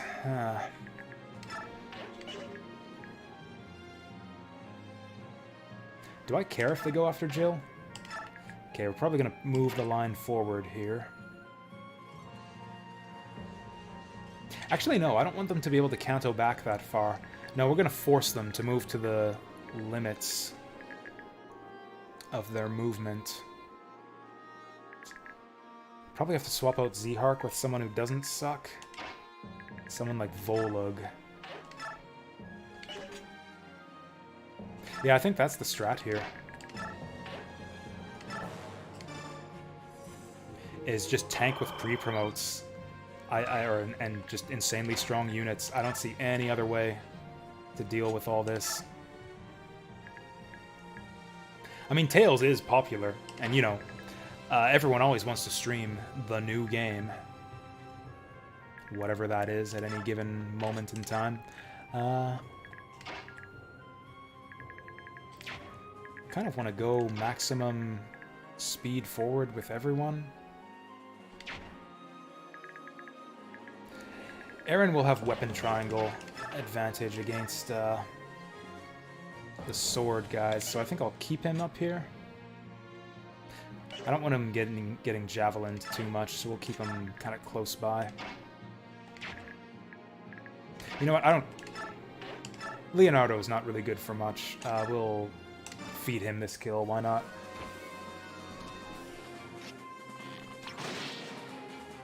Oh yeah, unequipping Toro Neo is actually not a bad strat.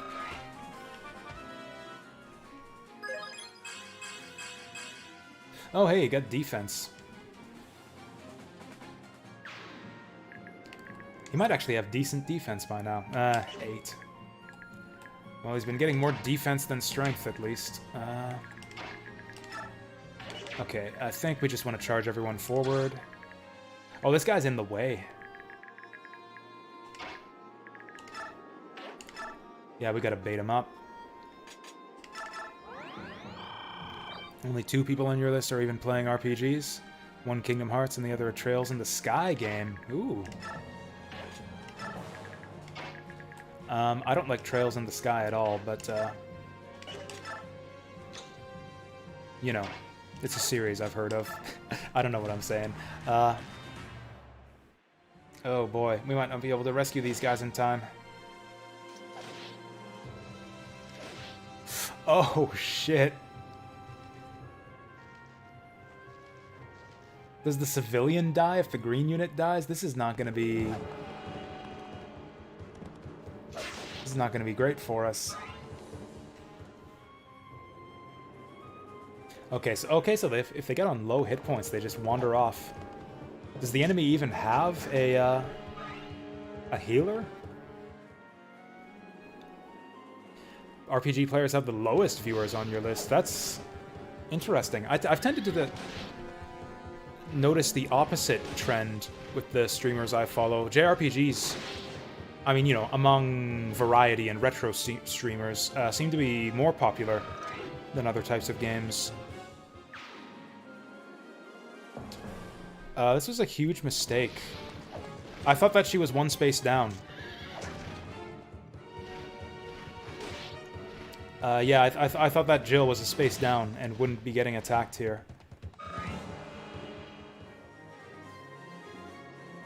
Okay, they probably can't move far enough to attack her too many times, though. This should be alright.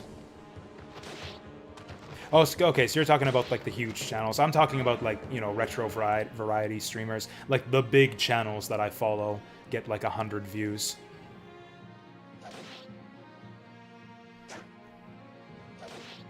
Cool, we're gonna lose Fiona before we even have a chance to talk to her.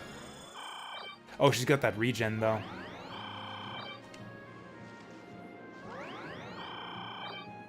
And they've got vulneraries, but we are gonna have to go up and rescue them this turn. Yeah, they're gonna start dying after this. The Odd One. That's a, old StarCraft pro, right? I mean, I guess I do follow some big streamers, I just tend not to watch them. Actually, speaking of StarCraft pros, probably the biggest streamer I probably follow, apart from Kriparian, is Day9. Oh, League of Legends, okay. Yeah, I knew it was some kind of esports person.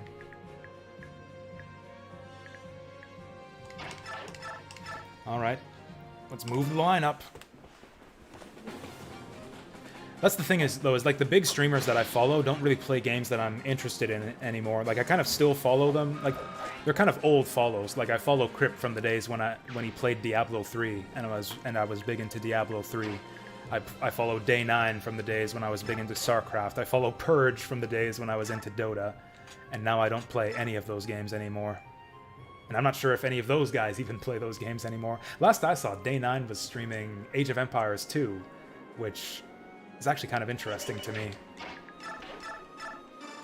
I was tempted to check it out, but Matt to the Future was streaming. And that's always the choice. It's like, do I watch the big streamer who I used to follow back in the day, even if they're playing something interesting, or do I follow, or do I watch like Toya or Matt or a small streamer that I actually really, really like and who's like 100 times more entertaining than the big streamers. So yeah, it's kind of an easy choice for me.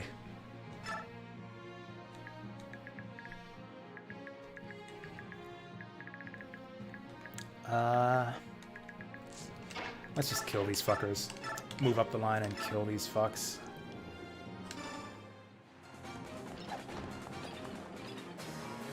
You didn't get into Crip until he started Hearthstone? I stopped watching Crip once he started playing Hearthstone.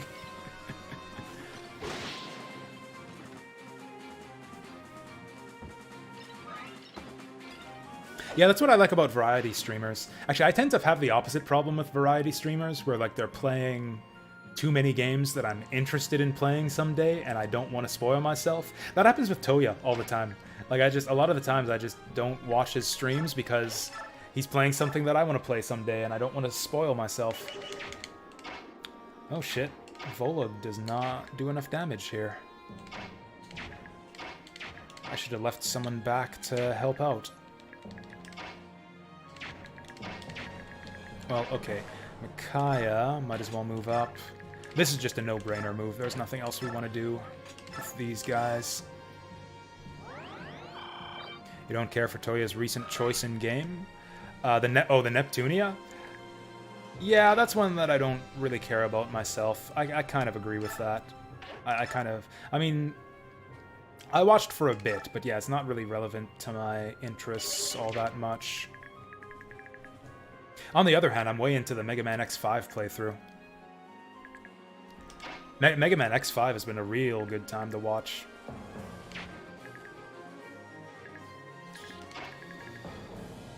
Okay, we need to get some damage fast here. That'll do. I think I'll let Leonardo get the longbow shot anyways, just to scab. That's a waste. We don't need it.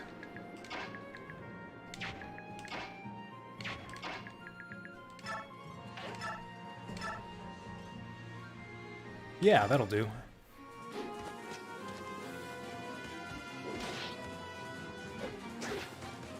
I mean, I have some interest in, like, the concept of Neptunia. Like, the characters seem amusing enough.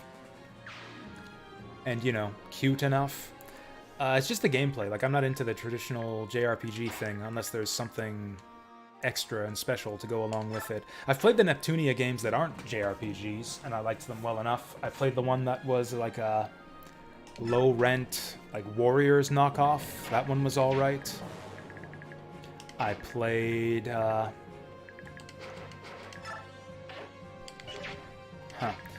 I played the one that was a strategy RPG. That one was half decent.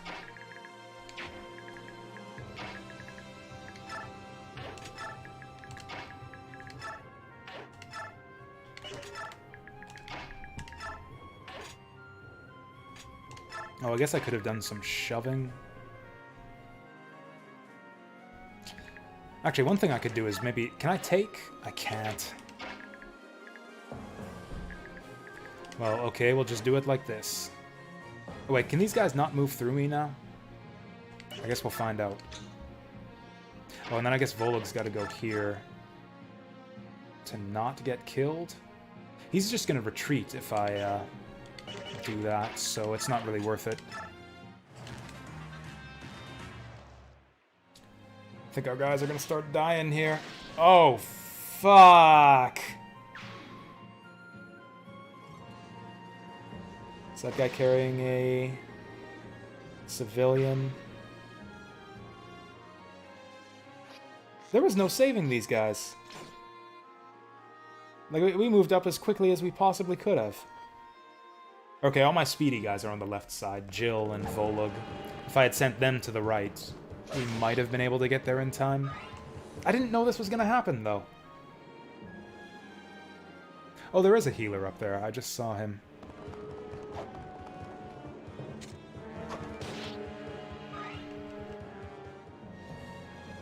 I'm really nervous about what that one foot soldier is going to do on the top right. Probably kill the civilian. Hey, that's what I'm talking about. 2% crits.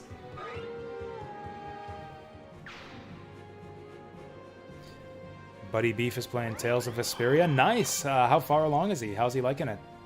That was a...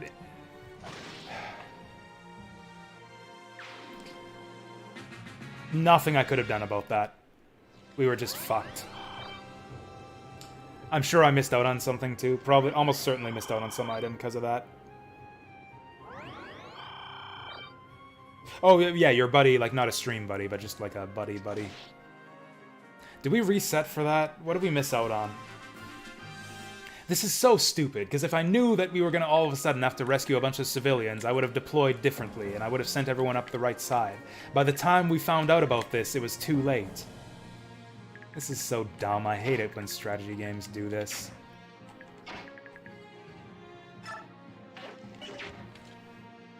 Whatever, I'll look it up. I don't think I'm going to reset either way. Probably like a promotion seal or some shit.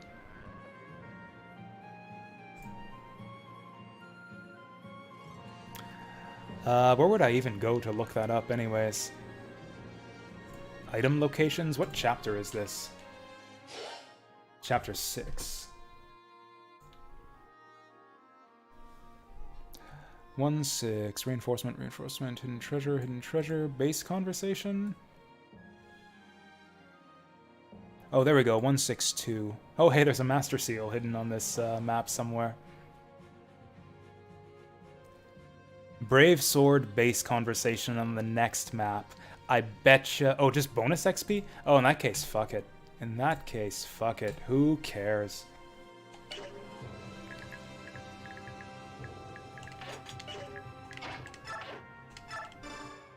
Are you alright? It's really you, the silver-haired... We'll worry about introductions once we're safe. For now, we have a battle to fight, so the rumors were true. Please, there's no time. I understand now. It will be an honor to fight by your side. Oh, can we order? So she's not turning blue.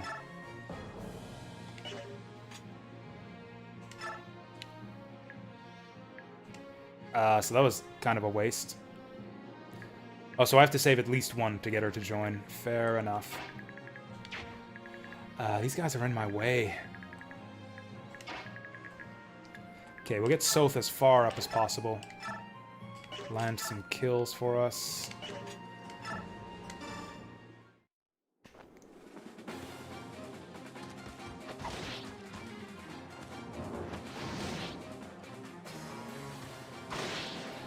God, that just irritates me in principle, though. It's just like, oh, let's spawn some dudes you gotta rescue on the opposite side of the map. 2 turns in after you've already spread out your units in the wrong place.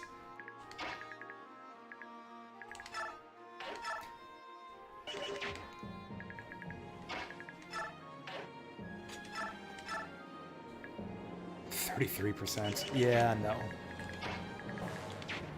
Man, these 2 guys are in the way. I could shoot that guy if not for those guys. Since we're not... There's nothing we can do about that, so I guess we'll just converse and fire with the longbow. Nolan, do you mind if I team up with you? I think my bow could greatly assist you. Well, now, you have yourself a deal. I'll be depending on you. Of course, this puts Leonardo at risk. 33% is shit odds. But a kill would help us tremendously here.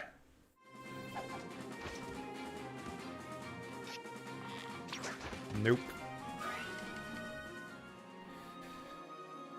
I should have counted how many other units are in range before I did that. Yeah, nobody's in range. Nobody's in range to do anything.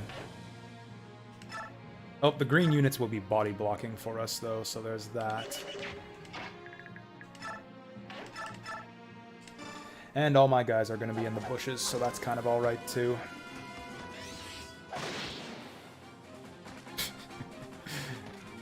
Two hits. Oh, 1 hit. I guess 1 hit is all it takes. Every time I've been looking, that guy has been getting adept when he doesn't need the extra hit. Apparently he killed someone with adept while I was up making coffee. This is a really fucking... 21%? We're probably fine. Especially if we get that crit!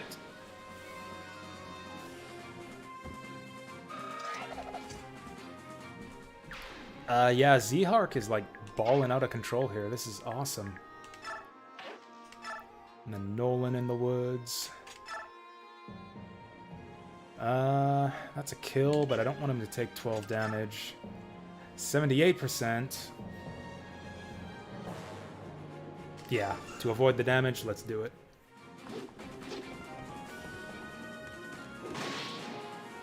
I mean, I'm starting to prefer Z-Hark over Ed, too, just because the early game enemies are so strong. There's just no training up your Dawn Brigade guys.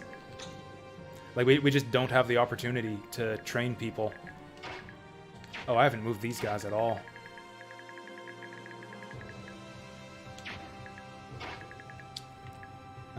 Yeah, I think I do want to chase this guy down.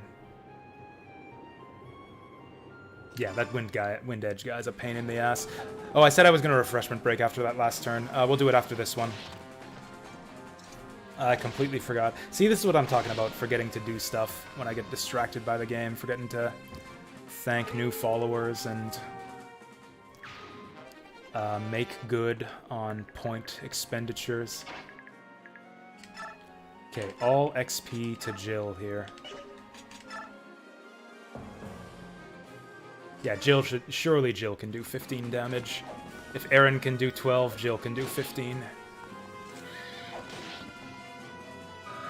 Bomb, ba ba bomb. Every stat point matters. 1 defense, 1 strength would make a huge defense. God, thank you. Speed seems to be the god stat in this game. Like, nobody has it, and everyone wants it, and nobody ever gets it, because it's not real. Hence, the god stat. Jill can't even kill this guy reliably. Or no, she does kill reliably, thanks to the hit rate. She doesn't one-shot, but she'll kill.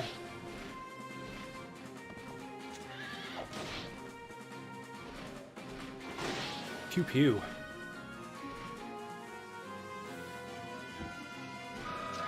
The enemies on this side of the map have different helmets than the enemies on the other side of the map. Alright. Alright, Toro Neo. Toro Neo leading the commando unit here. Charge! Oh. He's fine. Just waste the ballista's ammo. Then what? I mean, no one up here is damaged, but they will be in a second, so sure, let's go for it.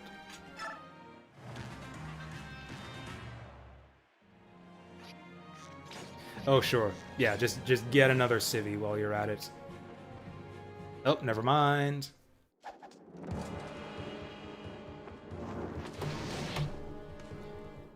Oh, Christ. We are insanely lucky that the other guy didn't go for Edward. He probably wouldn't have hit him because he's in the bushes.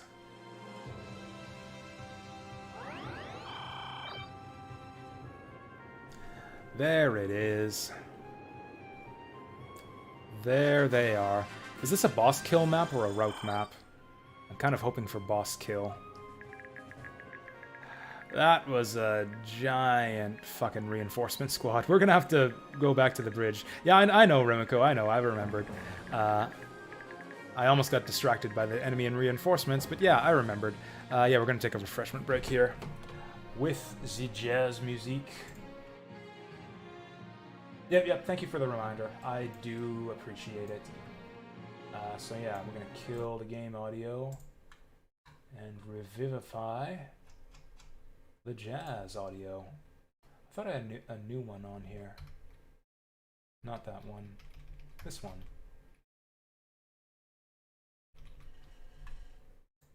I already made my coffee on the last mini break, but I guess I'll get up and do some stretches or something. Here it is, your moment of zen / refreshment break. Back in 3 to 5 minutes.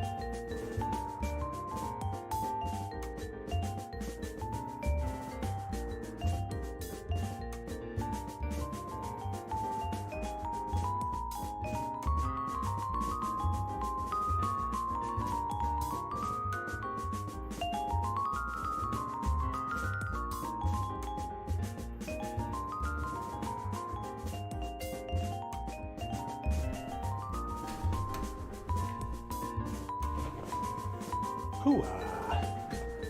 Okay. Yeah, this is definitely a 3 cups of coffee kind of day.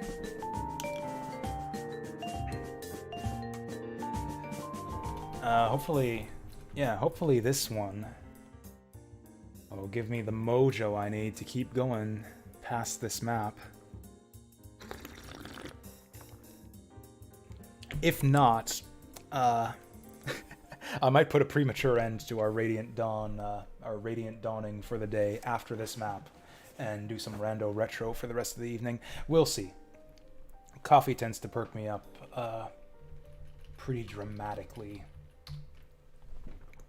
Although sometimes it just makes me tingly if I drink too much of it. Like, I'm still tired afterwards, but I get tingly, and then I can't sleep at the end of the day. So, I don't know. Whatever. Hopefully it won't be too bad. Hopefully I'll be able to stay awake till the end of this map at least. Alright, let's get back into it. So what are we doing? What's the situation? I put my healer on the wrong side of the map. So yeah, that's a situation. Actually, oh hey, Laura gets up here. Actually, let's be a little bit careful. Ballista and horse. So this is the danger zone. We should have no problem killing those two.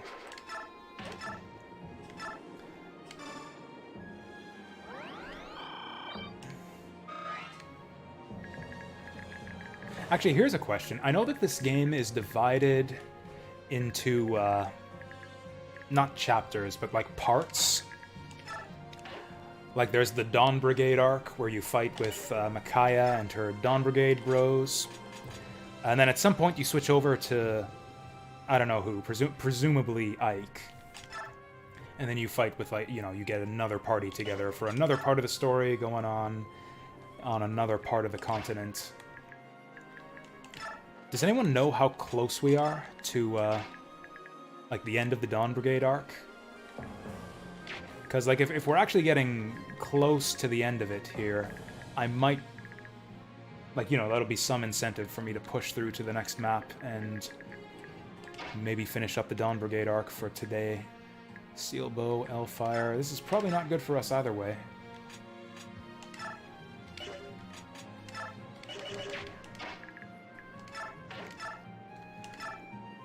Are you kidding me?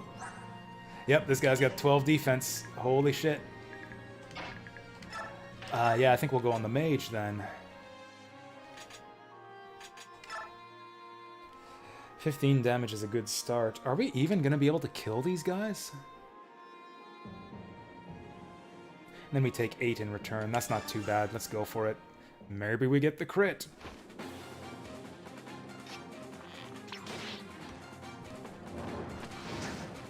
Oh, nice! He dodges the 65. That never happens. Never in my life have I dodged a 65. I guess we'll give this one to... No, we'll give this one to Edward. Oh yeah, get some conversing done too. Laura, let's work together. I'll do my best. Really, you'll be amazed at my new fighting prowess. Certainly, the goddess has said that helping others is excellent and praiseworthy. Oh, she said you're praiseworthy, Edward. I think he's got a thing for her. Oh my god, Edward can't even one-round this guy. Fucking pathetic. Oh, what about if we do it with this? Oh, he doesn't have... I was thinking trade the killer sword to him, but the other guy's too far away.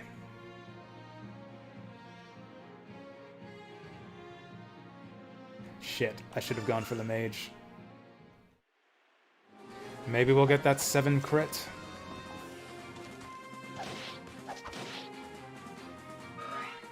Honestly, I think I might swap out Wrath on... Or can we? Oh, Wrath doesn't cost anything. In that case, he can keep Wrath. I think Adept would be better for Edward than for Zehark. Or at least, you know, it would help train him up. Because, yeah, Edward's got 18% skill, so that's still, you know, that's almost as good as 22%. And Edward needs it more to get kills, whereas Zehark can just, yeah, kill stuff in 2 shots anyways.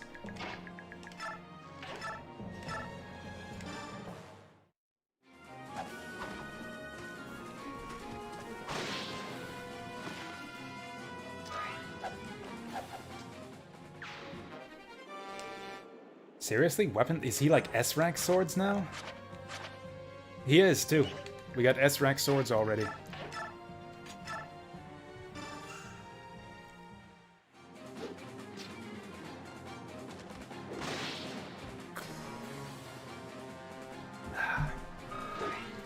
Yeah, it's just impossible to train up growth units in this game.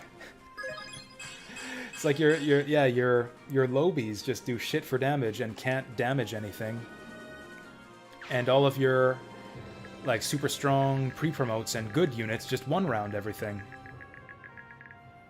It's just ridiculous. I kind of want to bait these guys forward. I don't know, maybe we're not ready. I don't want to bait that guy just yet.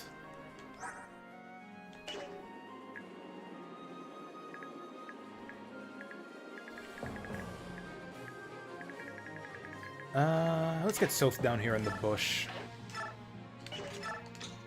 Then I have no idea what I want to do with these guys. I mean, I guess heal them for starters. Oh, we still gotta worry about this guy. Actually, maybe we don't have to worry about him that much. There, don't have to worry about that guy anymore.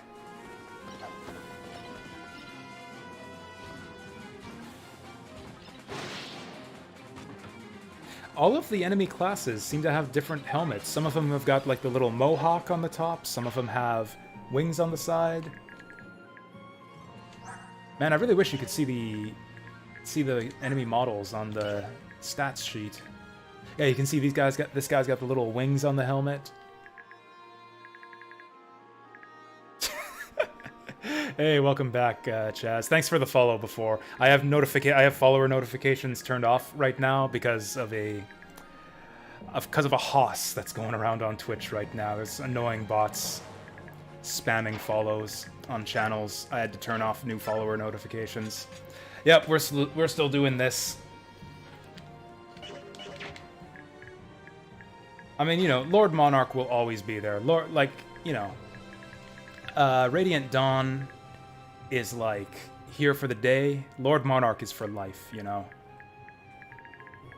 What does that even mean? Yeah, I don't know. I tend to marathon games. Yeah, interactions, stats, etc., etc. Yeah, no. By the way, don't visit... Again, public service announcement to not visit the channel page of any of those bots. The whole scam is that there's like a thing on the Twitch page of these bot accounts that grabs your IP, apparently. I don't know how it works or what they do with it, but that's what people are saying, so... Do not visit the bots' channel pages if you're the kind of person to do that sort of thing. I guess. I feel like you guys don't need this announcement, but... I don't know, everyone else on Twitch is doing it, and I am nothing if not... a sad little follower lemming with no mind of my own. Which, you know, is kind of what got me to play Lord Monarch in the first place, so, you know, it has its advantages. Nah, I picked up Lord Monarch because I'm one of the cool kids, yeah. Ugh, this game's giving me a headache, I tell you what. Okay, lucky dodge there. I say lucky because 38s hit me all the time in this game.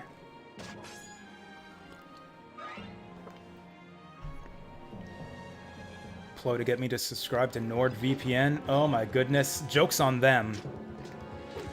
Joke's on them. I use, fuck. I was gonna make a joke. What's the other one that they advertise all the time? ExpressVPN? I can't remember. The other one that they advertise. I don't use that one either. It was gonna be a joke, but I forgot what the other one's called. Man, maybe I should just focus on this third cup of coffee here. Raid Shadow VPN.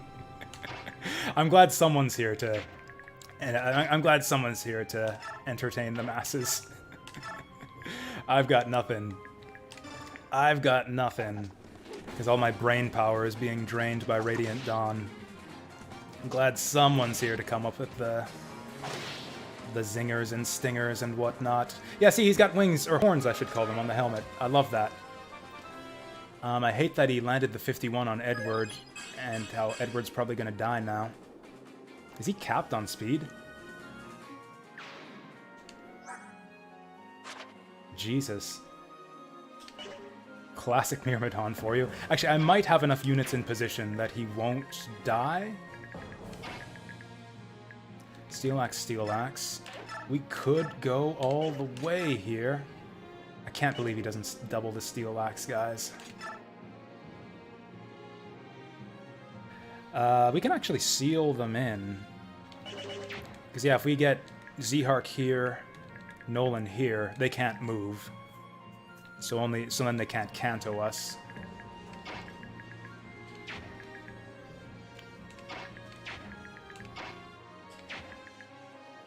Other option would be to shove Laura, but that would just be rude. And also waste someone else's turn. I mean, they don't have ranged attacks. It's just free damage. Leonardo, choke this point. Leonardo isn't choking anything with that, what, 8 strength that he's got? I don't think he's gotten a single strength level up. Leonardo couldn't choke Laura. I think Laura's got higher strength than Leonardo at this point. Okay, not quite, but she's getting there.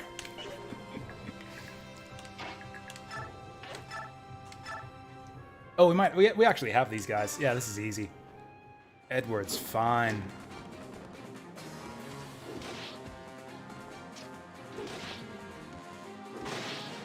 Laura chokes. Exactly. Laura just like force chokes Leonardo from behind. Do you feel in charge? I'm mixing my references here. Yeah, that'll work.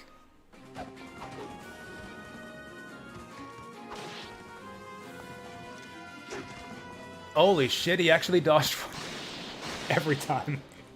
Every fucking time. Adept crit on 5 hit points. See, that's what I'm talking about, though. He doesn't need Adept. We should give that to Edward, the guy who's actually failing to get kills. And then I guess we just play, what time is it, Mr. Wolf, with Soph? Everyone's gonna run up if Soph moves forward 1 space.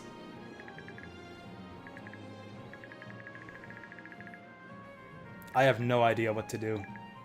I was a fool for moving up in the first place. We need to retreat to the bridge, is what we need to do. Thankfully, I got all my fast movers on this side of the map. All units choking centipede. That would be a good name for this formation of enemies right here. Because I am totally about to get choked by this centipede. Wow, they've got Wind Edge, Javelin, Steel Bow, Steel Bow. Yeah, retreat!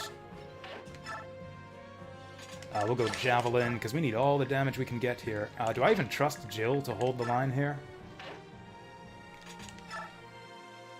I suppose it's not a matter of trust, it's a matter of who can choke the point, and right now, I guess that's gotta be Aaron. Like, come on, Greenies. You've made it to safety. You don't have to run out the back door. Like, can you not see the situation here? Didn't you say you would fight for us? Drop the civvies, and grab your skivvies, and help me out here. Like, what the fuck? Waste some vulneraries here. If we go down here, she's probably safe. God willing, she's maybe safe. And then Soph just stares down this guy until he lands the Hellfire on him. Yeah, we'll just retreat for now. Oh boy, what excitement do we have in store for us this enemy phase?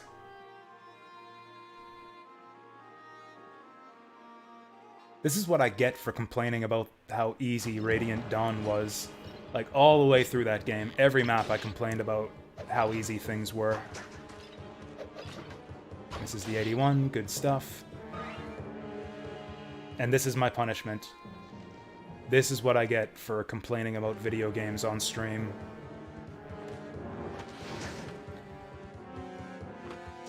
Dodged the 65. Oh, she should have had L Thunder. What's I can never remember the weapon, the magic weapon triangle. It's fire beats wind, wind beats lightning. I have no idea.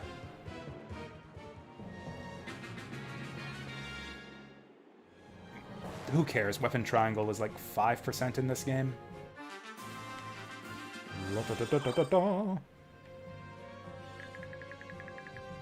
I have no idea how we're going to approach this. Like, anyone who runs in here is gonna get clobbered. I guess we bait the boss out with, like, a strong pre-promote. Like Soth or something. It does show it, but I still keep forgetting to look at it. Okay, thunder beats fire. That's what I thought.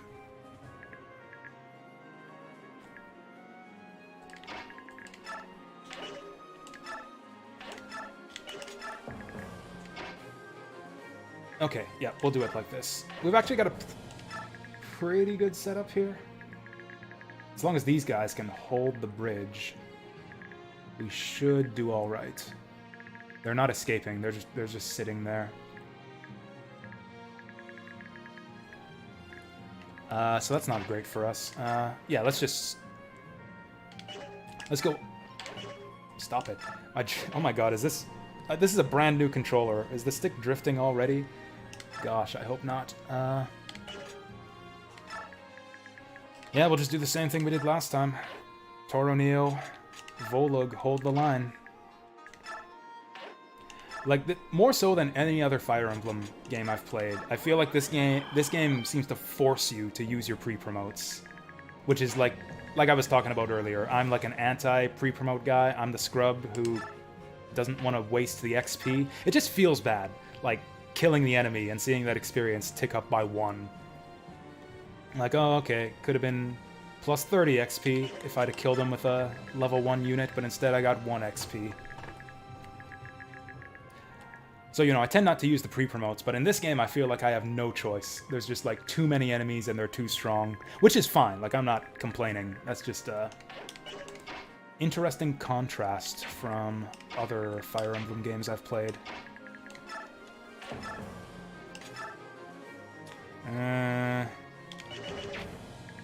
Okay, let's just do this before I forget. Oh, speaking of forgetting things, I forgot to heal Nolan last turn, too. Okay, Leonardo needs to stop getting... Oh, yeah, we got weapon triangle disadvantage. Whatever, he's got a Fanny disadvantage.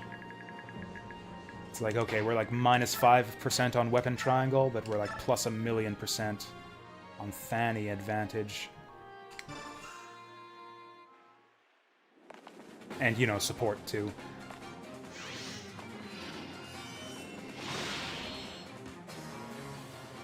Fanny is like one of the best Lord weapons I think I've seen in a long time.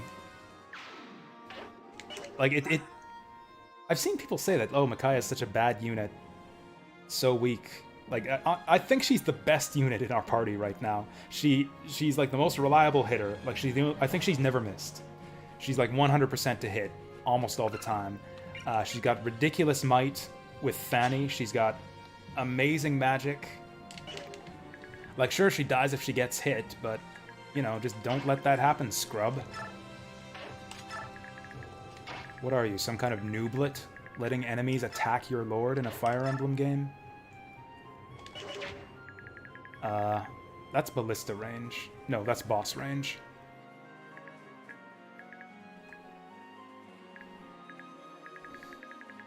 Is it time?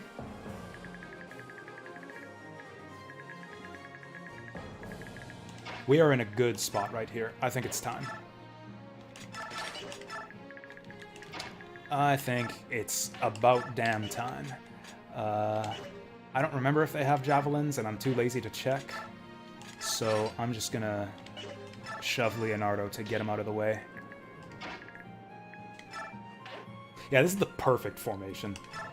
Perfect formation for when the boss charges up. We got this.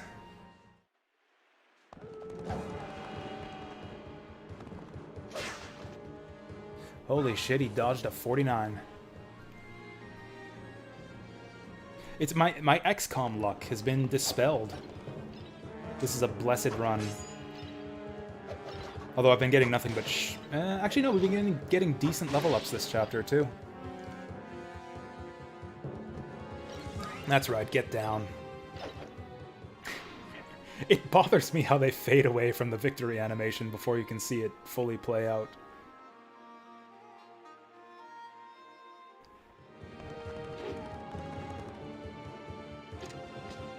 It's like, why bother animating it if you're not going to show it in all its glory? It's like in Final Fantasy VII when you get that victory animation where, like, Tifa, like, you know, stretches and sticks out her chest, and then sometimes the camera would just, like, zoom right in on her, and then all of a sudden it, like, fades to black right at that moment. It's like, no. Give me a let me control that camera. Let's just freeze frame it right here. That's what it feels like in this game, when the camera fades to black before the unit victory animation is played out. The boss did not move there, so I guess we'll try to kill this guy with ranged attacks. For all my talking shit about this longbow, I sure have been using it a lot. We're gonna have to do rescue shenanigans, I think. I don't know, do I have a good ranged unit to kill this guy? Like someone who's not gonna die in one hit? Or do I just move up one space and face the consequences? There's only 2 of these guys here, and we're gonna kill one of them. Oh, and this guy can't even reach! Yeah, we just got the boss either way.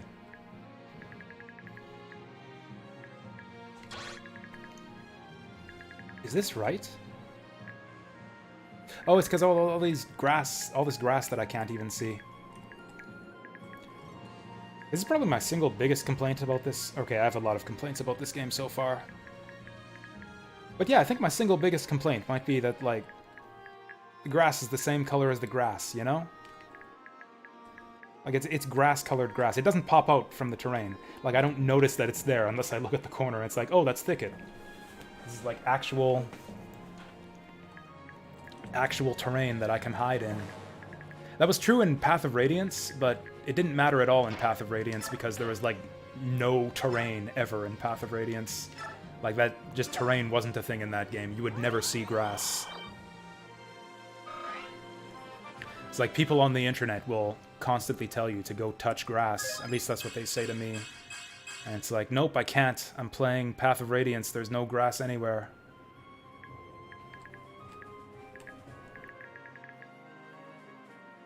But yeah, because of the grass, he can't move down this way because there's 2 grass tiles in the way. They're all going to be funneling through this one, which means that something like this is actually safe. Except it's not, because he's got a javelin. Ah, fuck it. Let's just hit him. Let's just hit him.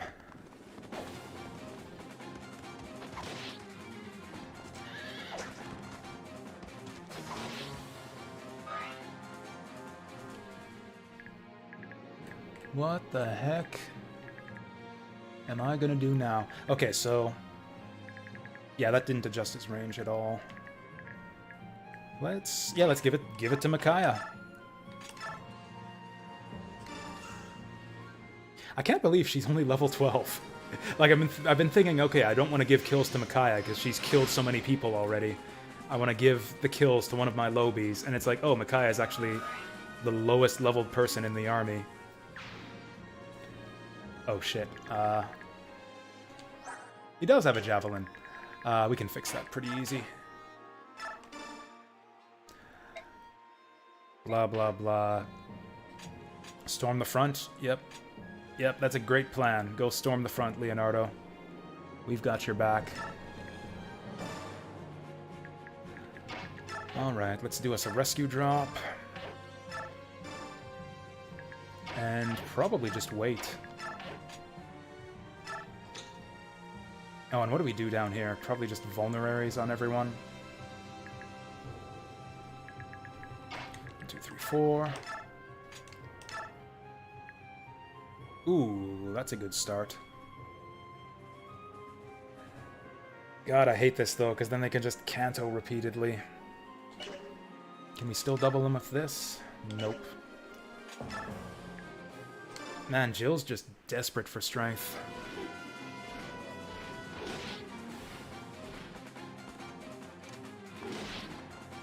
I don't think she's gotten a single level up yet either, because she just can't kill anything.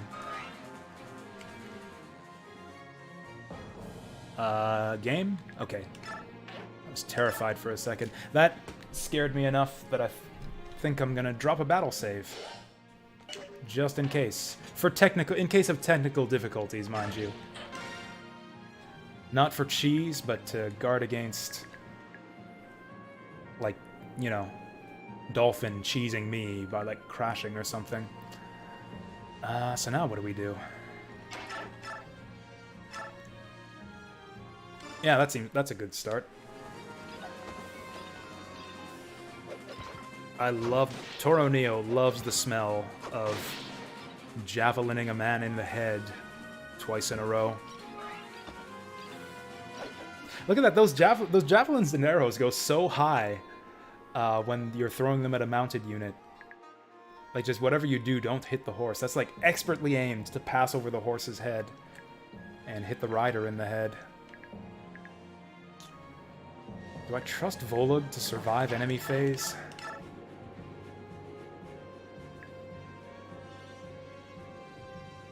Actually, no. God, those axe guys are so strong. 22 damage? Man, all these guys are real strong. Actually, Volug's got a... gotta heal himself. 9 damage, so he can take like 4 hits. He can take 5... If I vulnerary. So I think the play might be move Volan up, vulnerary himself, and have Aaron finish this guy off with a lance. 51%. Okay, forget that.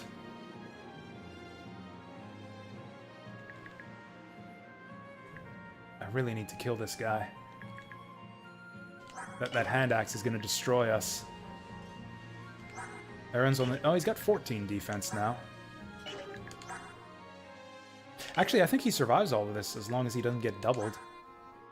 Yeah, 14 up to 21. That's like 7 a hit. He'll take like 21 damage. Plus 3 is 24.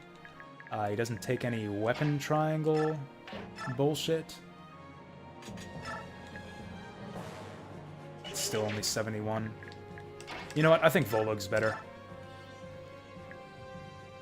I think... Because, yeah, if Aaron's taken...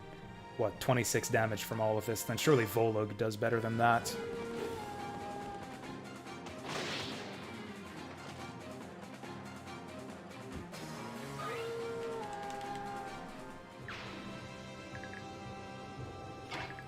There's no way he one-rounds these guys, right?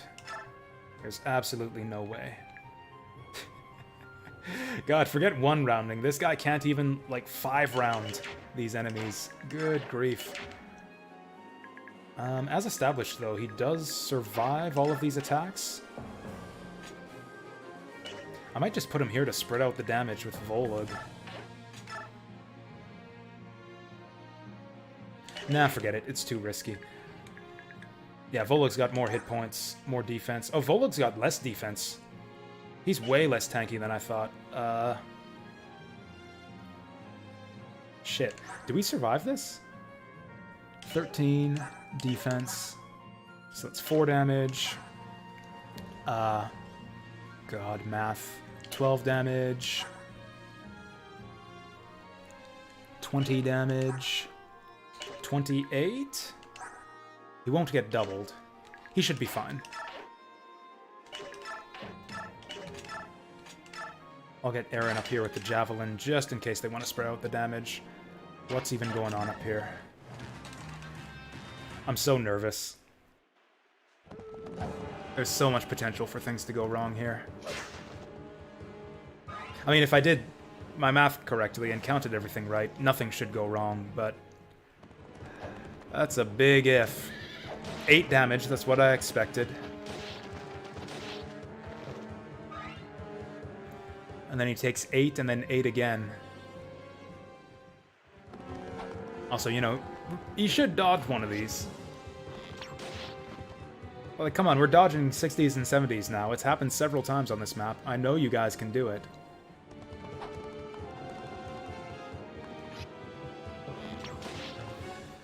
Alright, and then a horse charges up from nowhere that I didn't see. I didn't notice that guy back there. If that were a horse archer, we'd be fucked. You pretentious little fools! I'll show you how insignificant you are! Witness Begnion's might! He's gonna canto back over the grass and we're gonna be back where we started next round. I forgot that he could just canto back. Oh, not across the grass though, because grass is 3 movement in this game. Awesome, awesome. Or at least 3 movement for horses. Wow, Volug is super fucked. Okay, we did the math. If Aaron can survive 2 enemy attacks, he can certainly survive... he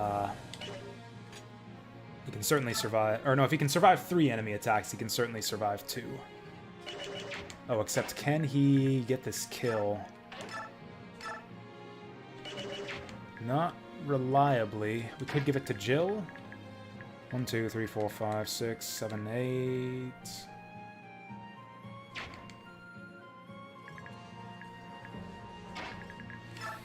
Okay, no matter what happens, we do this with Toro Neo. That's just, we just got to do that.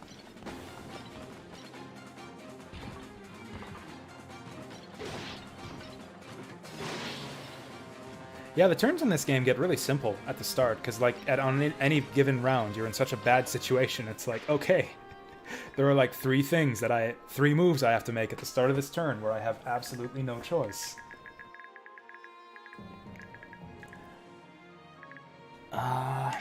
Probably get Soth to soften this guy up.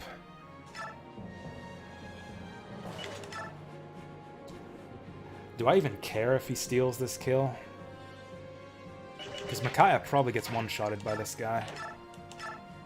Oh. 15 attack speed. Fucking glorious. I think Edward still doubles him. Edward actually doubles.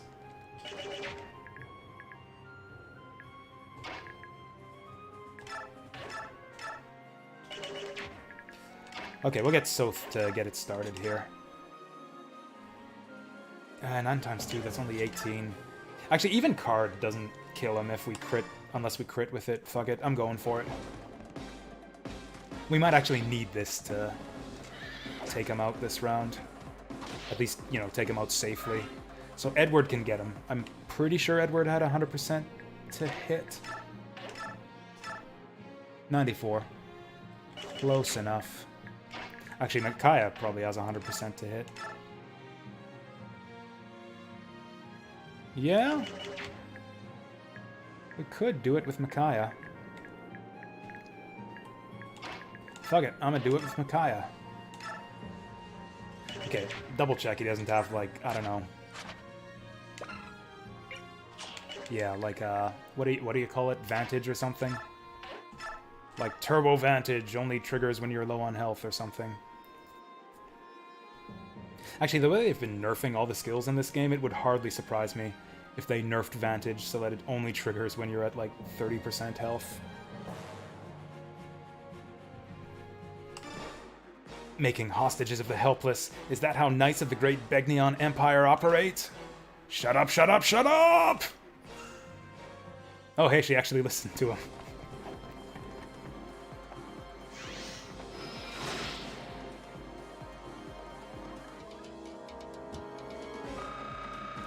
Nice.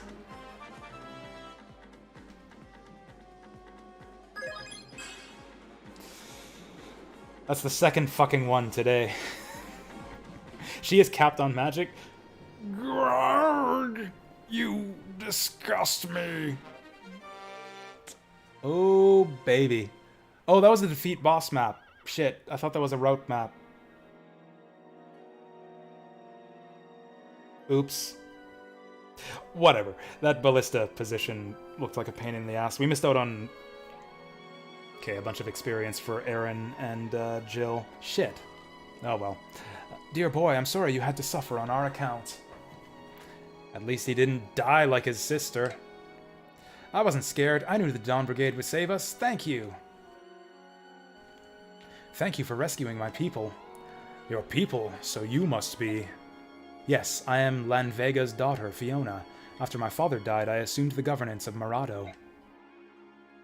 General Lanvega, from the song?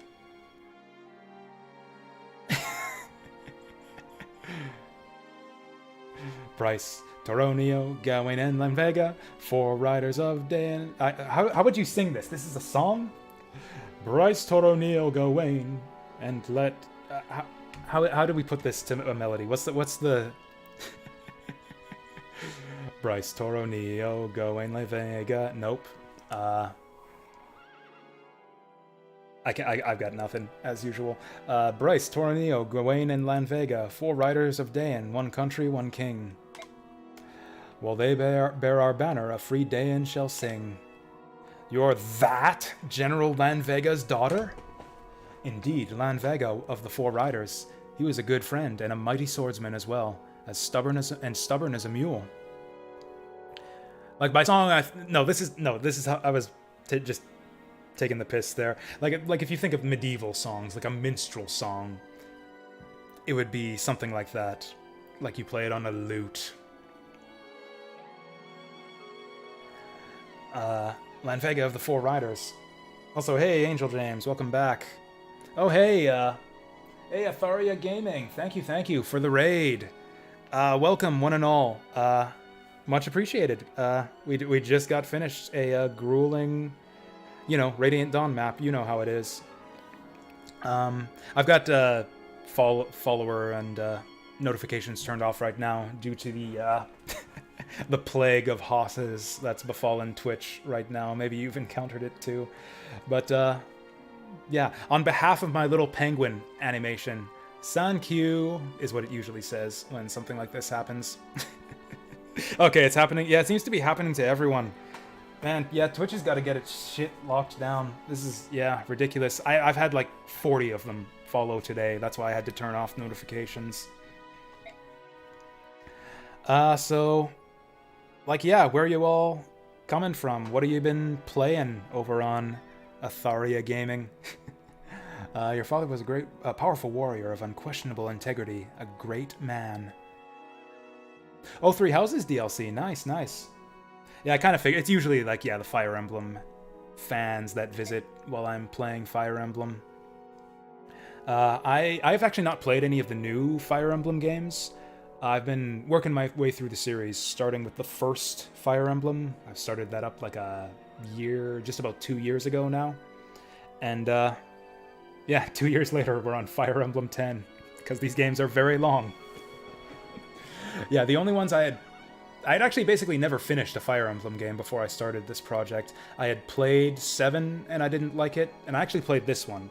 I played like the first 6 or 7 maps of this game, and I didn't like it. Like way back in the day, back when it was new. But like I'm older and wiser and more patient now, so I figured it was time to give Fire Emblem another go, and I'm liking it a lot more this time around, especially this game. This game's got a lot going for it. I'm having a good time so far. Though this one's a bit of a brain burner. Like this game exhausts me. Like only Thracia has done that to me so far, where I feel like exhausted after I've played 2 or 3 maps. You love the Fire Emblem, so which one's your favorite? It seems like there's so much diversity, even though arguably they're all the same because they have such similar mechanics. There's a lot that's different from game to game. I feel like every game in the series has its own like dedicated niche of the fandom. where it's like, yeah, this one is these guys' favorite, this one is these guys' favorite. I actually didn't finish Thracia. That one's kind of on the back burner. I'm going to go back to it someday. It's pretty punishing. I got jacked by a bunch of ambush spawns on chapter 14 and rage quit Thracia, which is how that's how we moved on to Path of Radiance and Radiant Dawn. Path of Radiance for plot, good call. I'd probably agree on that. FE7 for nostalgia. That seems to be what it is for a lot of people. Yeah. My favorite so far is 4. Yeah, I'd say 4 by far. I'd say Path of Radiance a close second, just purely on the strength of the story. I would have said Thracia, like for the first 10 or 11 chapters, I would say Thracia was among my favorites. And then it just started pissing me off, and I still like it. There's a lot of great stuff in Thracia, but man, does that game piss me off. I want to finish it someday. There's so much good stuff in that game, but so much bullshit. Anyways, and that's why he renounced his rank and title as rider and withdrew from court life rather than serve King Ashnard. You've heard the rumors, no doubt, that Ashnard murdered his own father. My father could not serve such a man. And so, to protect Marado from a madman, we did not send men to fight for Dayan in the war. I doubt he could ever forgive us. No, quite the opposite. You are these people's steward, and you chose the course that would protect them. But now Begnion is willing to sacrifice innocent children to maintain their grip over our country. We cannot allow that. That is why we are asking you to lend your strength to the Liberation Army. Together we can reclaim our country. And now you ask us to bear part of the burden for restoring our motherland? If you would have my lance, then I, Fiona, steward of Marado, do gladly swear allegiance to your Liberation Army. I and my men bind ourselves to your fate. Use my army as best you see fit. Sweet! We got a horsey. We got a horse user finally. Everything about this dude cracks me up. The mustache, the goatee, the very square his thumb-like facial shape, his ridiculous condom hat. Man, I hope this guy ends up being a main villain. I hope this bishop sticks around in the plot for a long time. And now Marado betrays us as well? You are aware that riots broke out in 3 other regions today, are you not? And all quelled immediately, of course, but the unrest grows. Who cares what the commoners do or think? Does the shepherd fuss when his sheep butt their heads against the fence post? Nevertheless, as the insurgence grows, news of it will inevitably reach Begnion. Yes, I see what you mean. That would be less than desirable. The Imperial Prime Minister Sephiron casts a grim eye on dishonesty. If he finds out what has been going on in Dayan under our rule, well, that would not be good. Sephiron's persistent as a mosquito and quick to judge.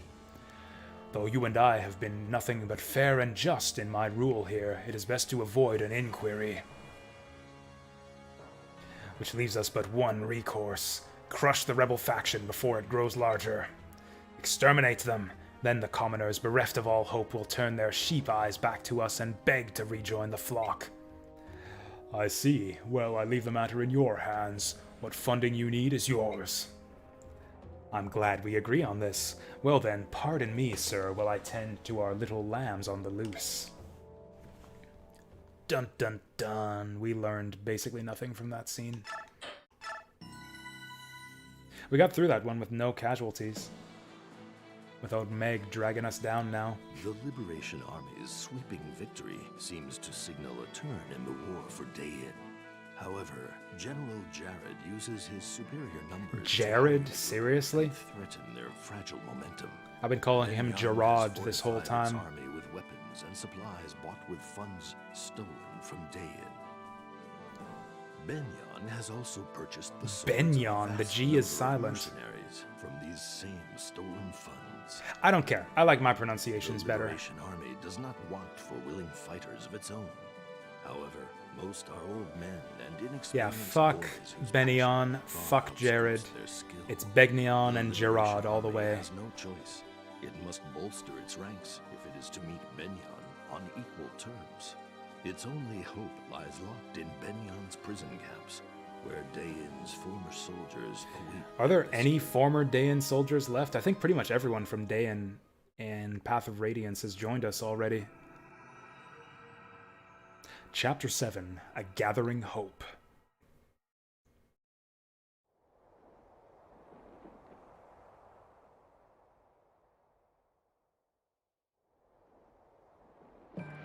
Ahem! As General Staff Officer of Dayan's Liberation Army, allow me to outline my latest strategy. Excuse me, but shouldn't Prince Peleus be here? There's no need to distract the Prince with the war's petty details. He won't be coming to any more meetings. That's suspicious. From now on, consider my words the Prince's own. I'm not sure that's... Enough idle chatter. Come, have a glance, my pretties.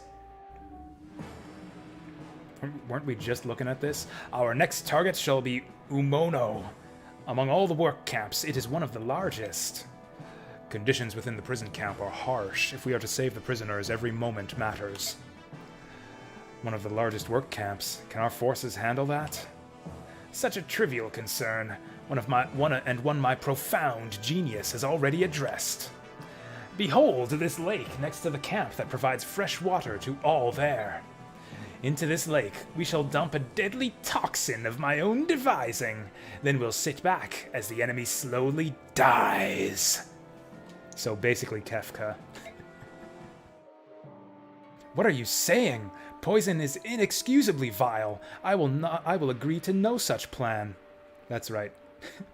Micaiah would rather make their heads explode with divine light. What was that? You!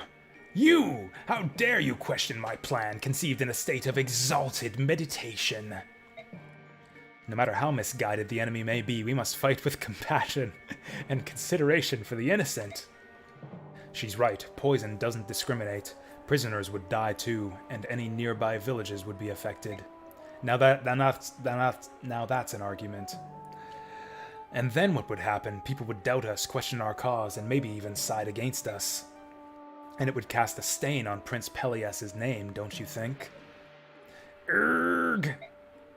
Fine then, do as you like, and when you find yourselves utterly defeated, you can come crawling back to me. I like this guy, I hope he joins us someday. My apologies to both of you. When Lord Izuka gets excited, he can lose all sight of reason. I apologize too, General Toronio. He stormed out because I... You needn't apologize. You are in the right. I would never condone the use of poison. However, this does mean we must devise another plan if we are to have any hope of victory. Yes, you're right. In that case, what do you think of this strategy? I'm all ears, Micaiah. Oh man, I wanted to hear Micaiah give us some strategy tips. She was really good at the whole strategizing thing in the last story scene. Sorry to call you here like this. Forgive me. It's quite all right. Can I pour you some tea, or is there something else you would prefer? I'm fine, thank you. What did you want to speak with me about? I know you are angry with me. Please forgive me. Can you tell me why you stopped showing up at our meetings? It was at Izuka's request. You are the leader of this army. You cannot simply leave all the decisions to someone else. I'm sorry. I'll ask Izuka before the next meeting. I need his permission to attend. Why? You're the prince. Why should you need any man's permission, much less your own advisor's? Yes, I am a prince, but I owe much to Izuka. He taught me everything I needed to know to become a proper member of the royal family. I question this guy's qualifications to be a member of the royal family then. Do you think that Izuka taught Ashnard everything he needed to be a proper member of the royal family? Is that how we ended up with the situation in Path of Radiance? He contacted Toronio and the other senators from Dayan for help. Without his power and influence, I would never have mustered an army or met my own mother.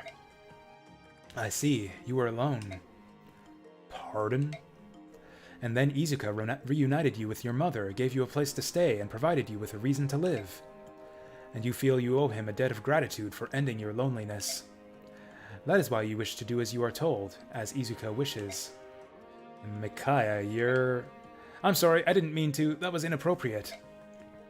You're amazing! Amazing? You can read minds. I'm simply amazed. You saw right through me. Sorry, I got too excited. Look at me, I'm sweating. That's a bit creepy. Do we need to chaperone this guy with her? Prince Peleus! What is it? Why are you looking at me like that? That mark. Oh, that. What is it? It's called the Spirit's Protection. The source of all magic in this world is tied to the power of the spirits. When you make a pact with such a spirit, its power manifests on your body like this. I see. What am I saying? You already know of all this, of course. You have the Spirit's Protection, too. What? I saw you washing your hands the other day.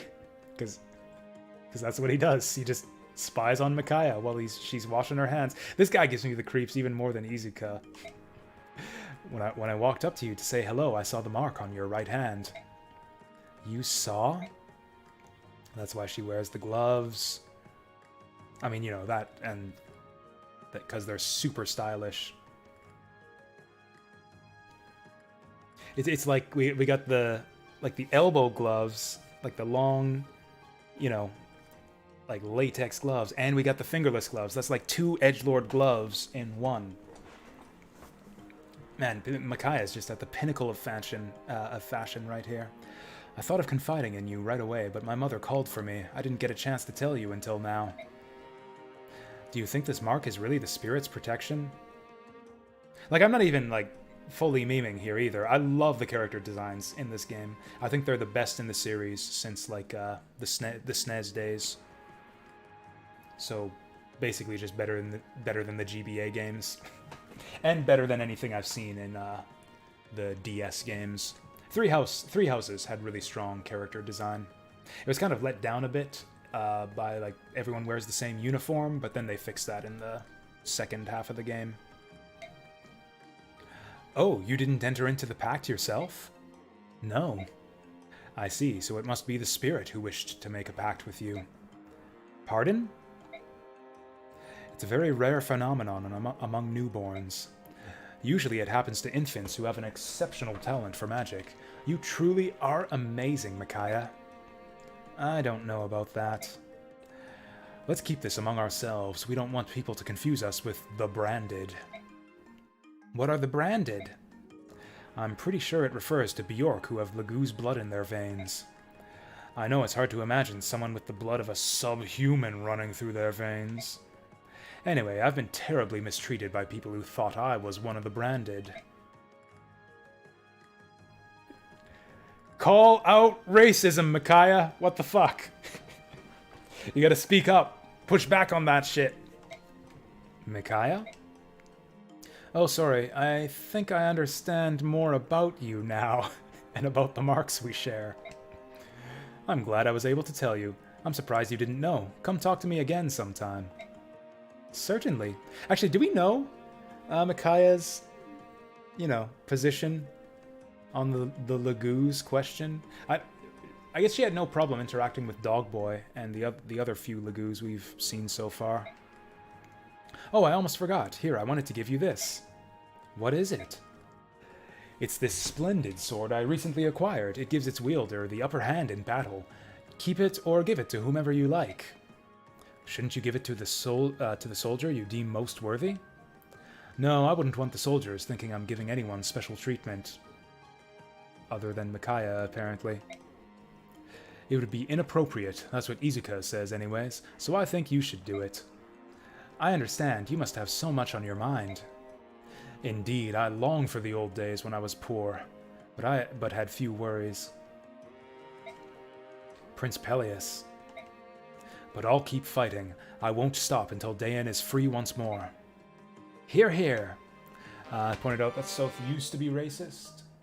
Okay, so she hasn't really said anything on the matter just yet. I missed what that was. That was the Brave Sword, right? I read about... Whoa, yeah, I read about that last chapter. 40 uses. 9 weight, 90 hit, 9 might. C-rank swords. Holy damn. That's going on Edward. Like, nobody else is even... Like, why even bother? That's going on Edward.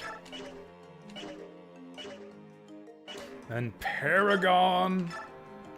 We'll stick that in the convoy for now while we sort through our inventory here.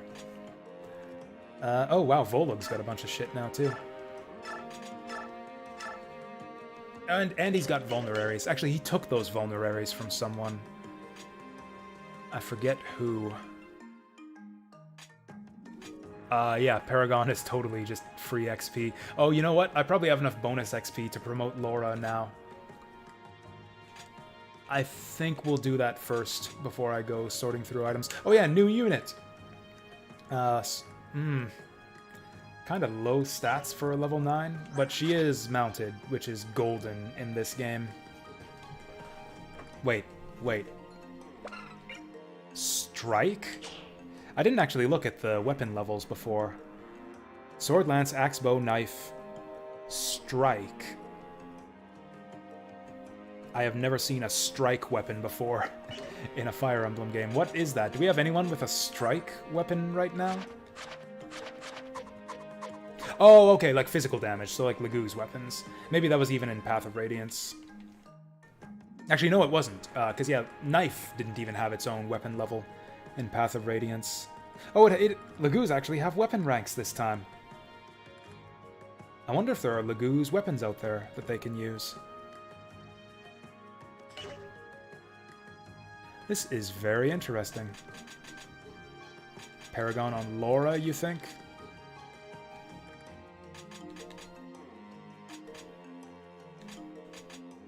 I mean, sure, Legu's weapon ranks, awesome, but do weapon ranks actually do anything for Legu's? I've never seen the Legu's weapon before, unless that's a new thing in this game. Anyways, we're gonna save here, and we're gonna start distributing our bonus XP. And, okay, let's do this first. I doubt that this will work, but let's give Laura... Oh... This is a sad, sad day. So who has enough... Everybody has shove, though. Like, who even has the capacity for Paragon? Toro Neo? The only people who can use frickin' Paragon are pre-promotes. This is bullshit. Micaiah can do it, and she's actually not a bad candidate for it. Brutal. What a weird design decision. Yeah, so nobody can use,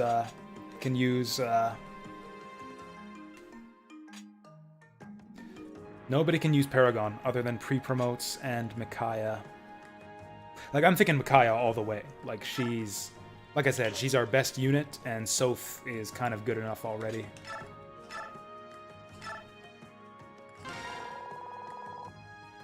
Now what I'm curious about is, does that apply to bonus XP?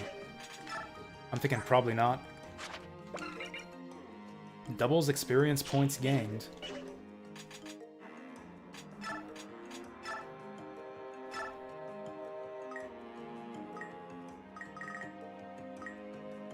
I think it does. I think it does apply to bonus experience. Holy shit. We can get her up to level 18 if we want to. Man, then that's such a shame that we can't put it on Laura. Oh, that's so sad. Also, this gives us a very strong incentive to dump all of our bonus XP. Oh, it's 4,000 bonus XP. I didn't notice. I thought it was 400. Yeah, that was a valuable map. That was a big map. Yep, 4,000 XP from that last map.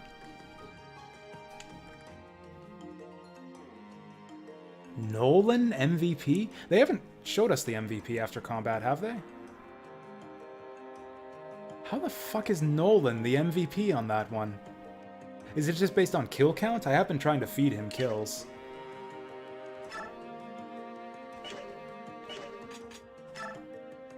Oh yeah, supports now too. Yeah, I don't think we can strengthen beyond A in this game.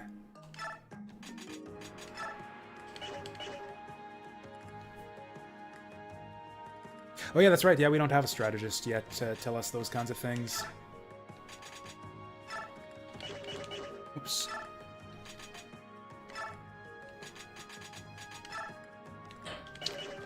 I think I might go Ilyana Zehark, if that's allowed. Oh, Zehark's got no friends yet. In fact, nobody has any friends. That is sad. Oh well. So yeah, we have a strong incentive to dump all of our bonus XP into Micaiah now. You can turn on bonus XP in the settings. Oh yeah, that's right. I forgot to do that when we reset earlier. Yeah, I had that option flipped. Oh yeah, so actually I knew about this. So that option only exists if you have a clear file. I haven't beaten this game before, but I did download a clear file to unlock hard mode when I thought I wanted to play this game on hard mode. So there's a bunch of stuff that we can see on this run that wouldn't be available to a first-time player. For example, oops, we've got these character profiles that are full of spoilers and are full of characters we haven't met yet, and I'm not going to be reading those. But yeah, those all exist because I have a clear file. For example. Anyways, well, we can't give Laura the Paragon, so I guess we'll just give her the bonus XP. Also, yeah, so we can compare. So 1 experience point on Micaiah costs 7. She's level 13. No one else is level 13, but Aaron is level 12. Oh, 1 experience points costs him 7 too.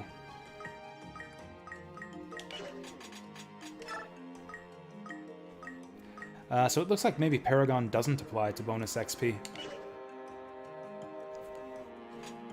Yeah, we just have a lot of it. Okay, I don't really care about Laura's stats at all. Although once she promotes, I will. I don't know, should I save scum? I guess we'll find out. We'll see if I even need to. We'll see if I even need to reset.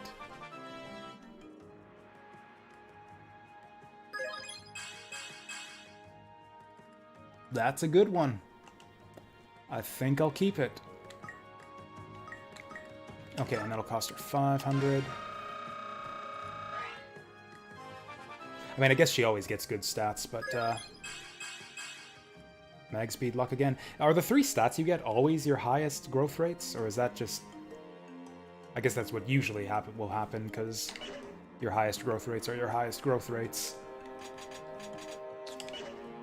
Alright. Alright, let's do this. Class change!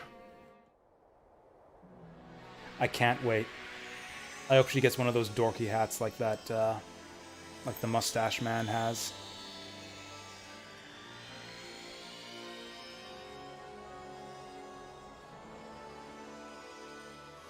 Ho ho ho ho! Ooh, she got a fancy new skirt and a cape. Okay, I'm a fan of this. I'm a fan of this new outfit. She got 3 defense, 3 strength. Oh wow, I love the outfit. She gained a con, too.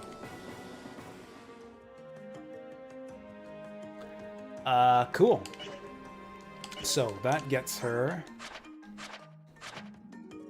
light tomes. Perfect. So now we can do some inventory management. Like, I think I just want a light tome. And she's got more strength than Micaiah, too. I'm pretty sure. Yeah, 3 versus 9. She actually does have as much strength as Leonardo now. Or I guess Leonardo must have gone up to 9 on that last map without my noticing. But yeah, Laura... Actually, Laura might be... She might have some of the highest strength in the party now. This is fucking ridiculous.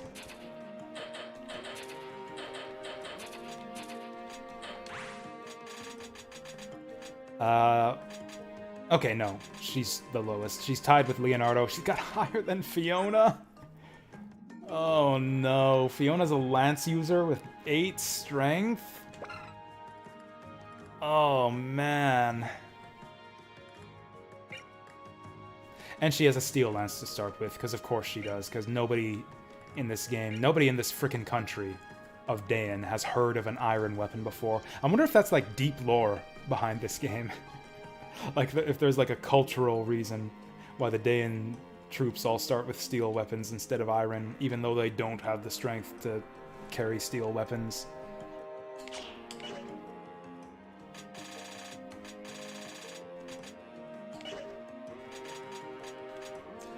Anyways, so we can sort out our inventory now. Before we do that, let's check to see if there's anything essential at the shop.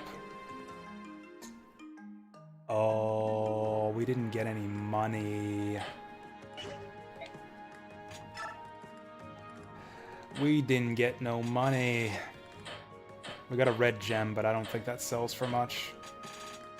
Like, we need, like, at least 10,000 gold to get everything I want. 2,500's not gonna cover it. Well, I guess that's what I get for spending all my money immediately all the time. I don't even want that longbow. We'll definitely take the wind edge. That's too good to pass up. Give that to... Yeah... Edward or Zehark? I don't even know. Give it to Zehark, because he tends to tank on the front lines, and having a 1-2 range weapon will help him with that.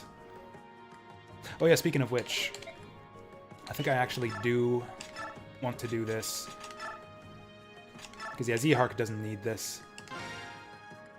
Oh, it's 15. It's 15, so Edward can't even get it. Boo. Oh, Laura's got extra capacity now. Actually, ironically, yeah, now that we've promoted her, we can give her Paragon if we want.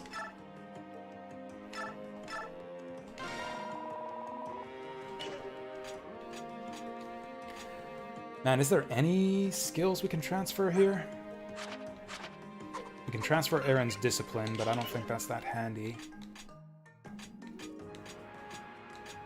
Yeah, we need more 10-point skills.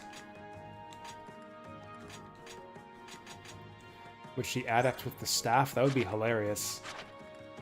She's got 9 damage, so she could even do damage to, like, enemy mages or something. I mean, I guess that's irrelevant because, yeah, she's never going to counter with the staff ever again. Let's do this. Oh, we got steel weapons in the shop now. Nice. They're not that expensive either.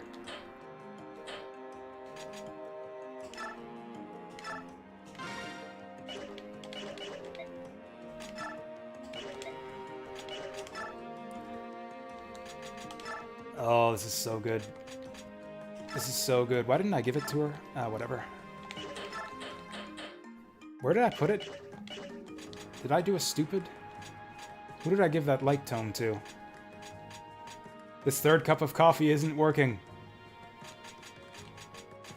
Yeah, thanks, Atharia. Enjoy your supper. Yeah, thanks for the raid and for, yeah, the follows and stuff. It was, nice to meet you. Have a good supper. We'll catch you later.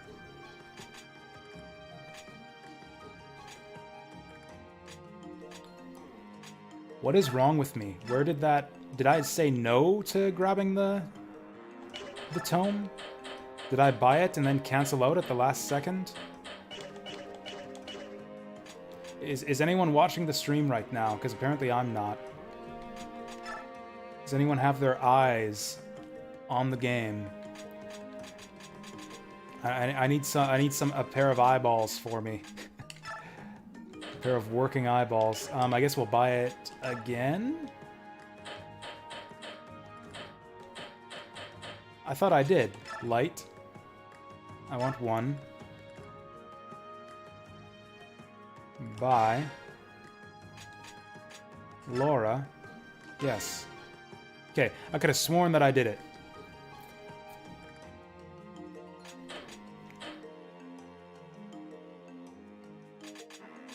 Then I sold the red gem. So if I sold the red gem, then I wouldn't have... Yeah, I didn't buy it. It would show up. Like, if I go to the item... Where is it? Actually, if you go to the shop and sell items, it displays it like this. Yeah, I didn't buy a light tome. Good, good. Actually, I might need a second one for Micaiah.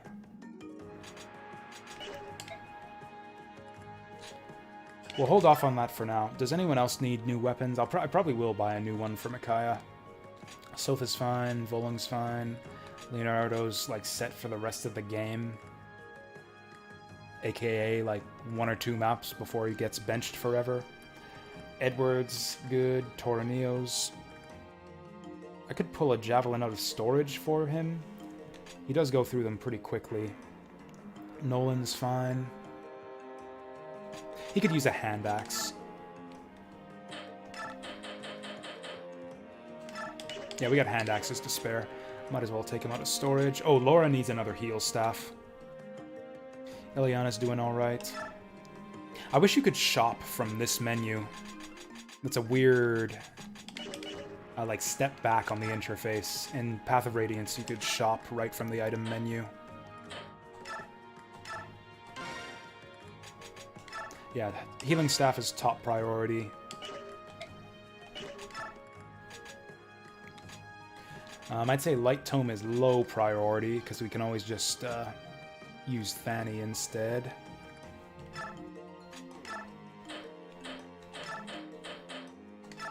Okay, we got another javelin. Edward's fine. Ileana's fine.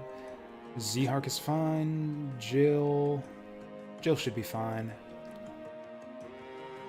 Yeah, Aaron's good. He could use a vulnerary. Oh, Jill doesn't have a vulnerary. Yeah, she passed hers to Volung. Volug. Why do I keep calling him Volung? Oh, Leonardo never uses his. Yeah, let's pass that to Jill. Herb is good enough for him anyways. Like, he's only got 21 health. Like, he's gonna want to heal the instant he takes, like basically, Leonardo takes 2 damage, and then we need to heal him so he doesn't die in 1 hit. You know, if Leonardo took 2 damage from anything.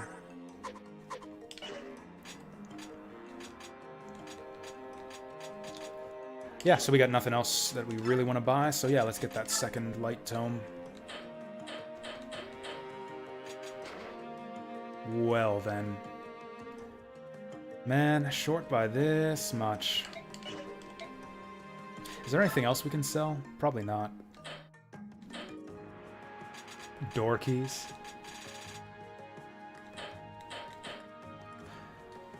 Man, I don't have enough money to forge a weapon either. I could sell the longbow. Longbow's kind of a liability. And it's also pretty helpful. I could sell the Silver Lance. Toro Neo doesn't really need that. But no, Silver Lance will pay off in the long run, even if we don't use it in the early game. Eventually, we'll want to start using it in the late game. Let's make a new save file. Is that all the setup we want to do?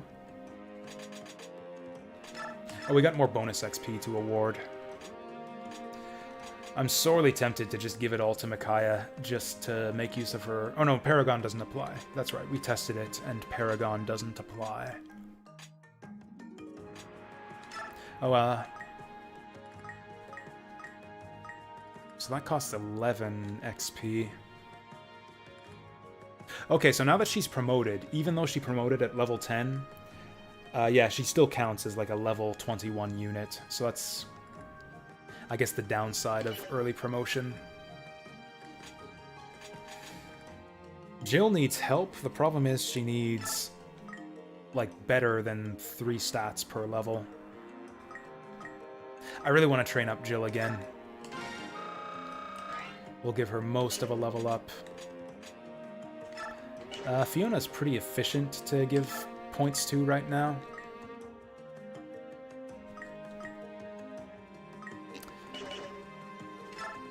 I'd really like Fiona to be good. Like, her stats are terrible at the moment. But she's on a horse, which is potentially really powerful. Costs 500 to level her up.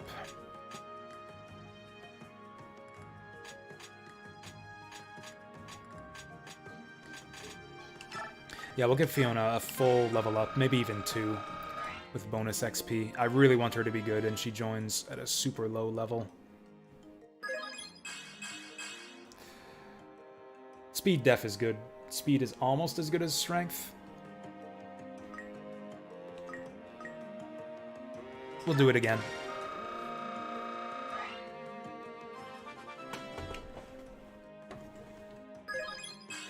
There it is. Okay, that helps her tremendously. I'm super glad that we did that before the next map. Now she can fight.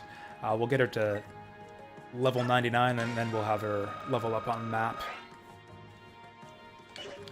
Other than that, who else do we really want to train up? No one else really needs the help. Like Leonardo, maybe, but it feels like a waste giving him bonus XP. Honestly, Micaiah.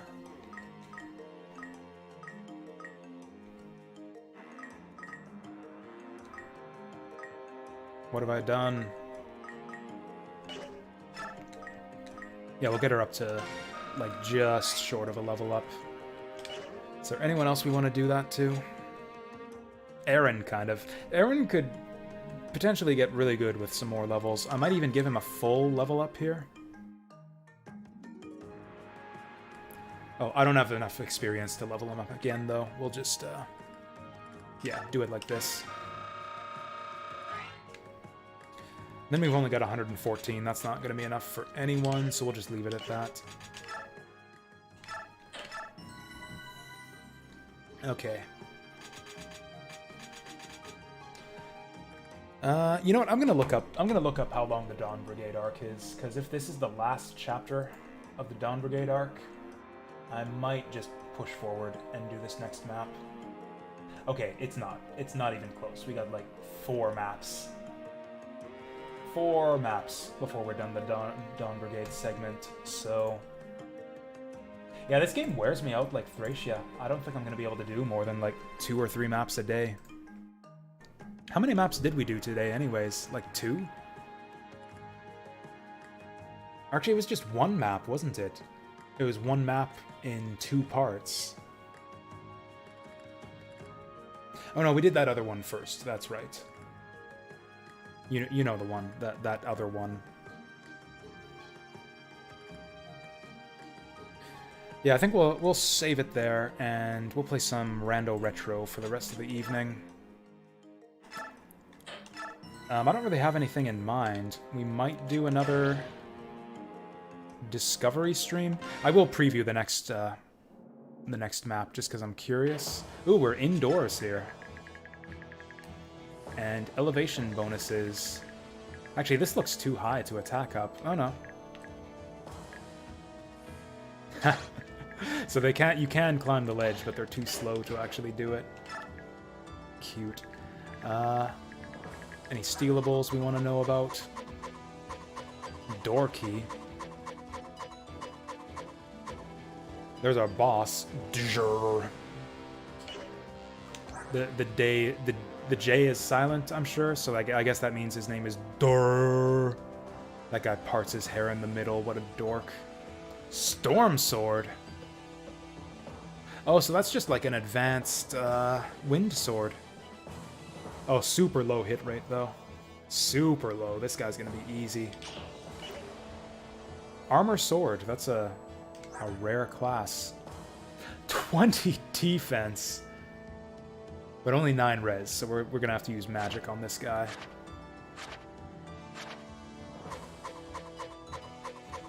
A few vulneraries, but nothing essential. We do have a door up here? No. Oh, here is the door. Oh, that's probably... Okay, yeah, it's a prison break, so we got doors here and here and here. Yeah, looking for prisoners. Reinforcements will pop out down here. And possibly up here. And probably up here too. Enemy forces are comprised of swords and axes and spears and basically everything. Not a lot of mages. There's one mage in the center. Nope. 3 mages. 5 mages. Okay, there's basically tons of everything on this map. Same as usual. Surprise, surprise. It's a Radiant Dawn map. With tons and tons of all types of enemies. Strategy is probably going to be to occupy the high ground. Yeah, choke the stairs here.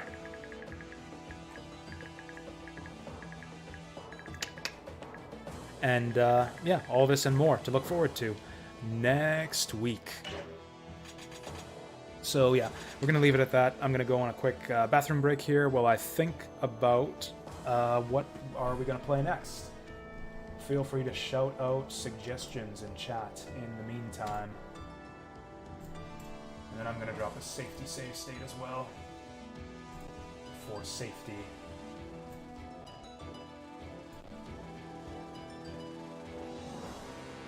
Ba-ba-boom. Oh hey, we had 2 new hosses follow just a second ago. Like, this shit is a crisis for Twitch. Like, you'd really think they would get on that in a hurry.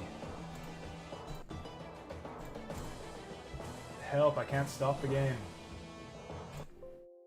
There we go. There we go. Yeah, we are going to queue up the next game, queue up the jazz, and take a bathroom break.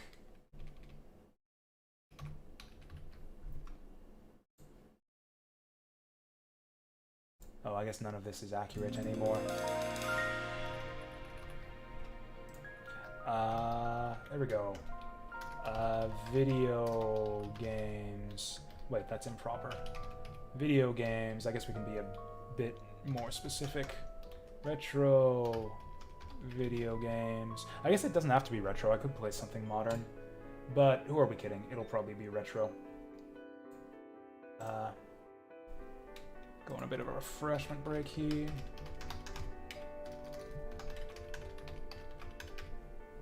Oh god, what have I done?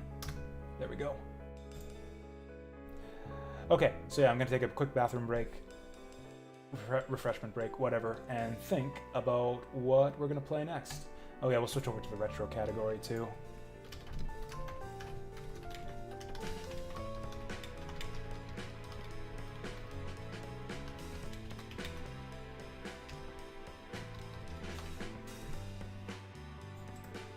Autocorrect doesn't like the word "afore." It's a perfectly cromulent word, but it's got that red underline. It doesn't like playthrough either. Someone, these freaking dictionaries, like, they're adding all these other stupid words these days. They should totally add playthrough to the dictionary, just so I can stop seeing that dumb red underline every time I type it in the stream title.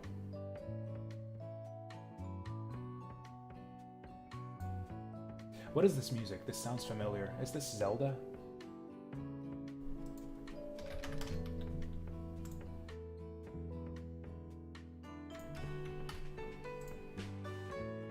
Oh, dun dun dun dun dun. I think this is Toho.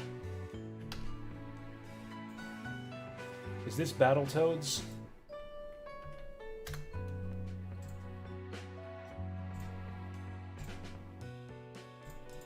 Alright, there we go. There we go. Oh, apparently this is Skies of Arcadia music. That's one on my bucket list. I'm gonna have to play Skies of Arcadia one of these days. Anyways, break time begins now. Yeah, I'll mull over what to play, and then, yeah, we'll come back and play it. See you then.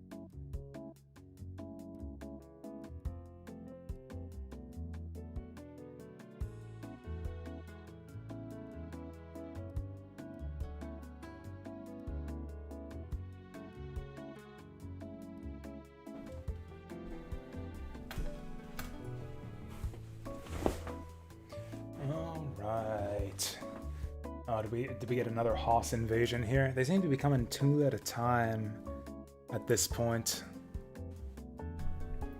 God, yeah, we've had like 6 of them in the last hour. Christ. Yeah, I'm getting real sick of this nonsense, and I really hope that Twitch gets them hosses rounded up and under lockdown soon. Oh, and also, Basil, welcome back. Did you sort out your problem before pulling out what remains of your hair? So I didn't think of anything cool to play during the break. I was racking my brain and nothing came to mind, so you guys probably know by this point what that means for the stream when that happens. It's like, what do you play when you don't know what to play? And the answer, as always, is...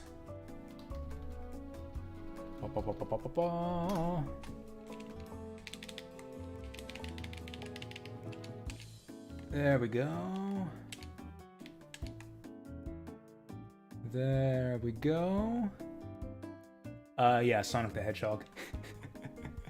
I must have played this game like 6 times in the last few months. I am really, I don't know, I think this might be my favorite game of all time. The more I replay it, the more I like it. It's so breezy too. It's like the perfect warm-up game, or like just like breather between games. Like I'm thinking, we'll just play this. It'll take like 30 minutes, and we can think of something else to play in the meantime, and talk about like other cool games that we can play once we're done with Sonic. I mean, whatever we decide on, it won't be as cool as Sonic, but you know, it'll be fine. It'll be something to talk about. It's not like I couldn't think of any cool games to play. It's just that I couldn't decide on one.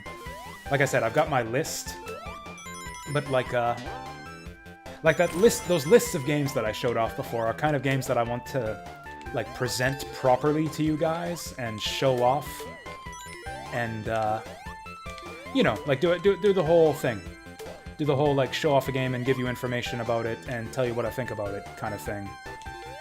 Kind of like we did with Lord Monarch yesterday. I'm not really prepared to do that for any of the games on my list right now.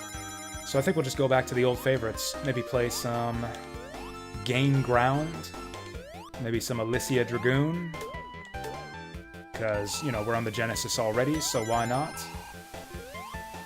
You know, the greatest hits.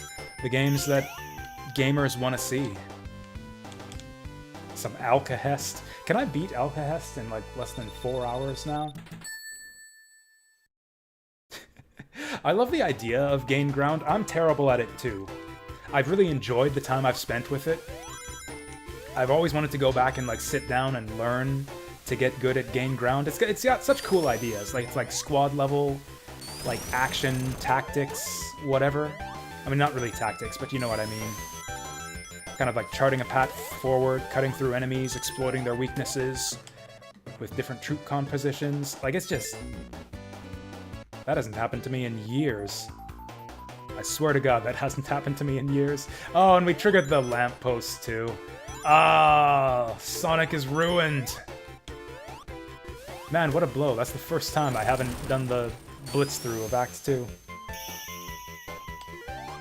No special stage, neither. Not that we're gonna do special stages anyways, but...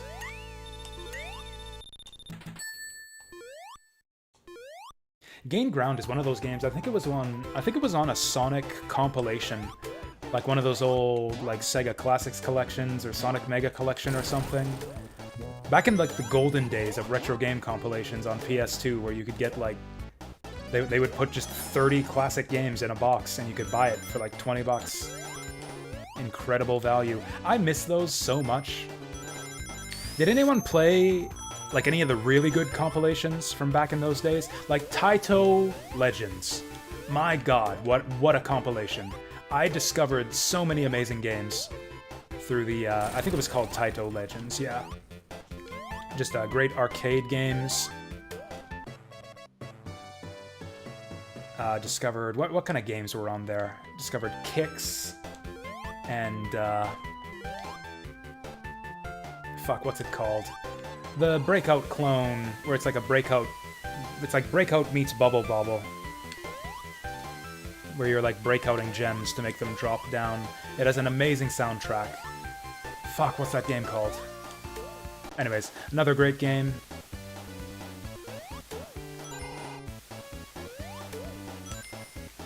There was the Metal Slug Anthology from back in those days. Metal Slug Anthology, which had like 6 Metal Slug games on one disc. I got it for sale for like, whoa. Well, this is a cursed run of Sonic 1. Holy crap. This is usually my go-to for like relaxing. Like chilling and showing off how good I am at video games with no effort. And all this nonsense is happening.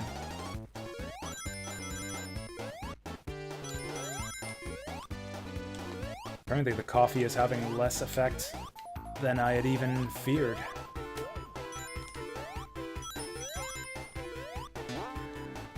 Man, I just love the way this game looks. Like that background, that like glistening water, the parallax, the way the flowers, like those kind of like weird geometric shapes. Like yeah, the spinning, bouncing flowers that are comprised of like circles and triangles. There's like, I don't know, like a weird like geometric abstractness to the graphics in these Genesis Sonic games, and especially that's the case with Sonic 1. It's like, yeah, the more I play this game, the more I like it. This used to be my least favorite Sonic game when I was a kid. At this point, I'd say I definitely like it better than 2. Whoa, that was close.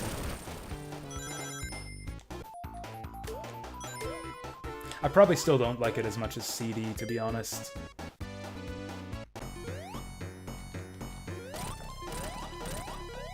Whoa.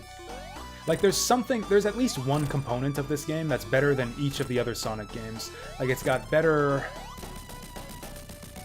flow than Sonic 2. I'd say better level design overall, too. It's got better music than Sonic 3. It's got better boss fights than Sonic CD.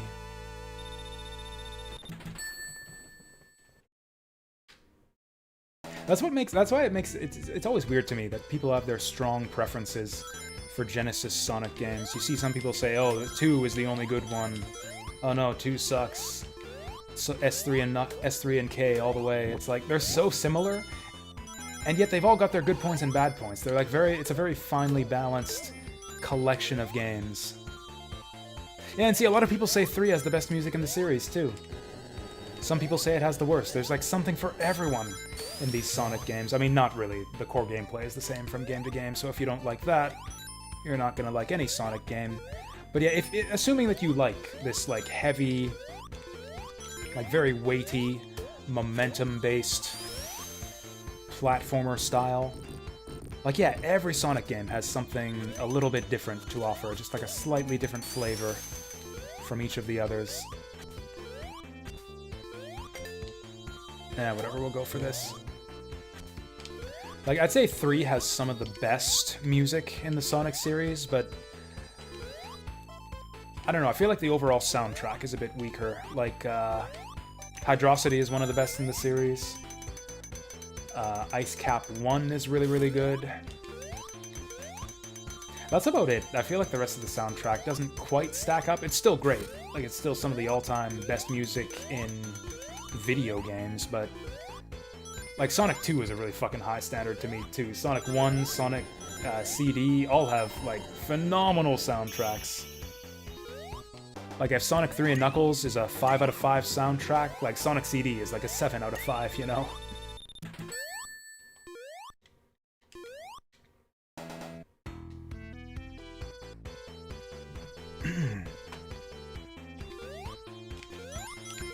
Sonic 1 might have the best, like, overall mesh of, like, aesthetic vibe going on. I feel like the level design kind of... There's some slight lack of flow in the level design in Sonic CD kind of gets in the way of things sometimes. It's not as smooth an experience. It's a bit more challenging and a bit more complex in a few ways. You have to kind of learn to like Sonic CD, I feel like. But yeah, Sonic 1 just flows. Goes down easy. And, you know, it takes like 30 minutes. It's not terribly ambitious, which is its flaw, I would say. Like, yeah, it's a 30-minute game once you learn it. There's not much to it. It's kind of a weakness and a strength. You don't think it's even close? Really? That's surprising. So, like, you don't love, like, Chemical Plant, Mystic Cave... what's some other great music in other Sonic games? Green Hill, the Green Hill Zone theme from Sonic 1, Sonic 2 boss theme. Would you at least grant that Sonic 2 has better boss music than Sonic 3 and Knuckles?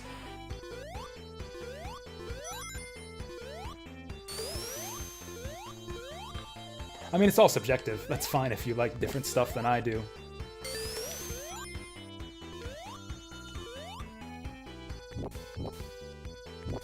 Actually, honestly, my favorite boss theme is the Sonic CD.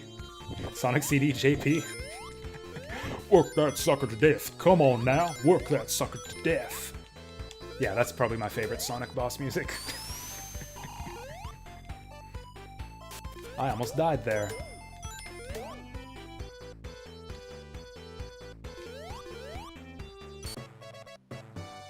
Woo. Oh, we got 100 rings. That almost never happens in Sonic 1. Not any Sonic 1 theme that gets stuck in your head.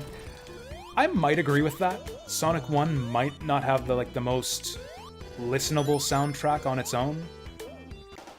I think the music just vibes with the levels, in context. I think the soundtrack in Sonic 1 works brilliantly. Again, probably more so than any other Sonic game. It's I don't know, the rhythm of the music matches the flow of the zone. Maybe I'm just spinning stories in my head. Just spinning figments of my imagination in Sonic, because I've played this game so much that I start to hallucinate while I'm playing it. That happens. That totally happens with some people if they play one game too much. They start seeing things that other people don't see. AKA hallucinating.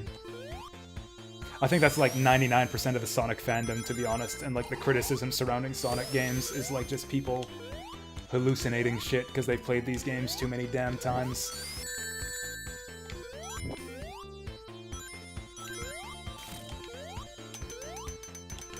Hallucinating that Sonic was ever a good game, am I right? No, I'm not right. That's bullshit. These games are great.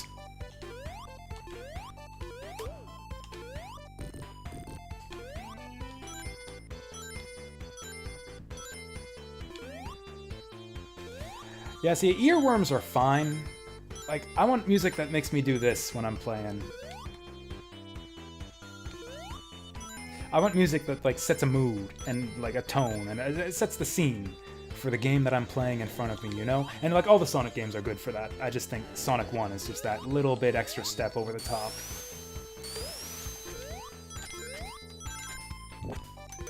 Just, the way that the... all these moving parts, bobbing up and down, cycles, waiting around, just I don't know, and this music enhances that feel, you know? I mean, you could argue that that's bad level design, having to wait around for shit to happen half the time in this zone, and that's a fair criticism. But, I don't know, I guess if you just vibe with the music while you're waiting, it makes it cool all of a sudden. Classic Mega Man stages. Do you guys want to play some Mega Man after this? If I were to play a Mega Man game, which one would y'all want to see? I was thinking Mega Man X maybe, to be honest. I know I just played Mega Man X recently, but I was not happy with that run. I was dissatisfied with my performance, and I want a do-over. Mega Man 5 has your favorite boss theme. Mega Man 3 is probably mine, but I have a bit of a bias there, because Mega Man 3 is my favorite classic Mega Man game.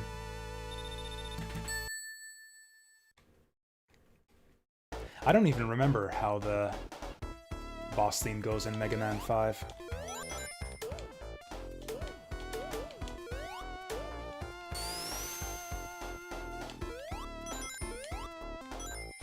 Honestly, in terms of boss music from Mega Man that gets stuck in my head all the time, it would probably be the modern ones, like Mega Man 10.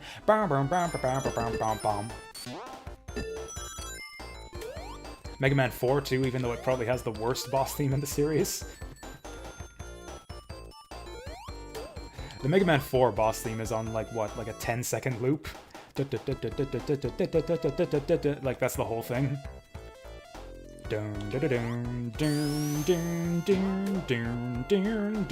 That's like all of the unique chords in the Mega Man 4 boss music.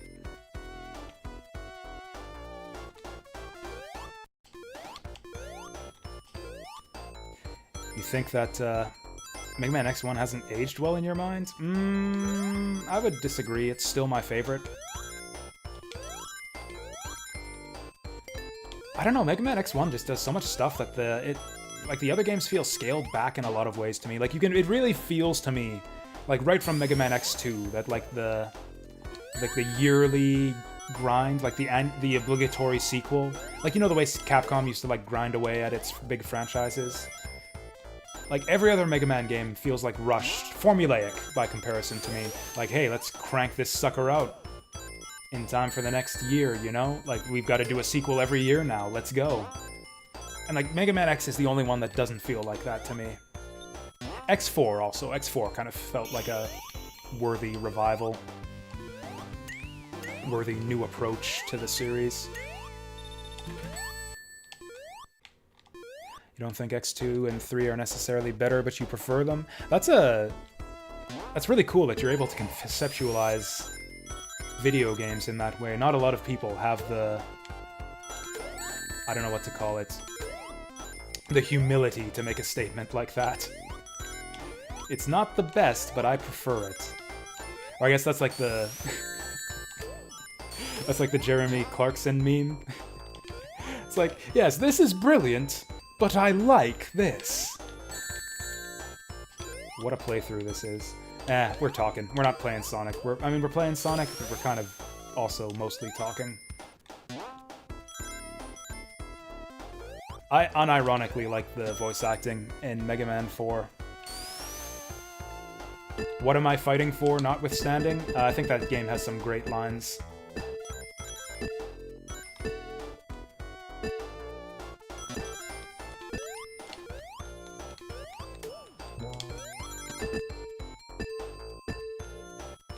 Having simple tastes. I don't think there's anything wrong with having simple tastes. I mean, there's... I don't know, I kind of go both ways on simplicity. I think ambition is something to be applauded. Like, I like it when, you know, art goes out on a limb and kind of... You know, where an artist kind of reaches beyond their grasp. Like, where it's, you know, where they bit off more than they can chew. That they're, like, stretching the boundaries of their, like, creative capabilities.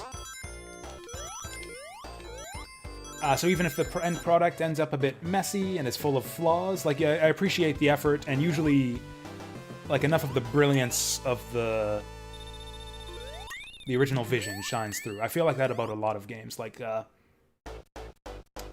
I'm blanking out. Like, Witcher 3 has a lot of flaws, for example, you could say, but it's like a wildly actually, even better is like something like Elder Scrolls Skyrim, like tremendously flawed games to the point where like I don't exactly love them. Like a lot of the flaws, especially technical flaws, get in the way of me enjoying Elder Scrolls, but I appreciate the ambition, and it results in some brilliant moments that you don't get in any other video game. But then on the other side, there's the appeal of simplicity too, where you get something that's like simple enough that they can just nail the execution, and like it's just perfect. Like it's simple, but it's perfect. There's like nothing getting in the way of your enjoyment. It's just like a masterwork. Like Sonic the Hedgehog here. Like I was saying, it's not a terribly ambitious game, but it's perfect. There's nothing wrong with it. That's not true. I'm memeing a little bit there. Once you've played it for 700 hours and start to hallucinate, then it's perfect. Ristar is a good example. Ristar is, in my mind, a perfect video game That game has zero flaws, nothing wrong with it, an absolute masterwork. It's not terribly ambitious. It's a pretty simple game. There's not much going on with it. There's enough going on.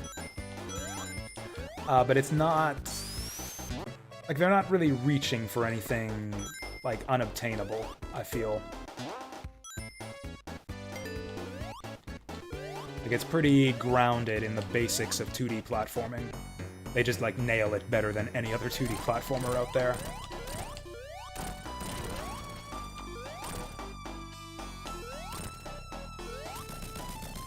Holy shit. We're flowing now. I very rarely am able to one-cycle that guy.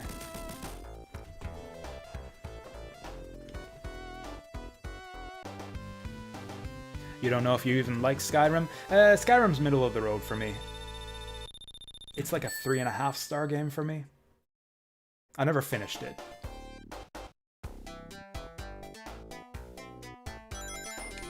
I actually never played Morrowind. That's one...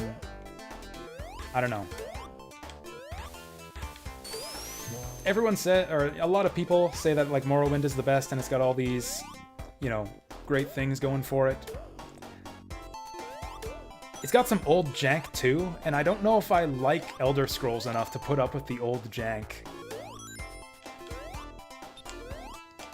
Like, I like the Elder Scrolls series well enough. Like, I played a lot of Oblivion, I played a lot of Skyrim, even if I didn't finish either of those games. But I don't know if I like those games enough that I would be willing to tolerate that type of game with a bunch of old-school jank thrown over top of it.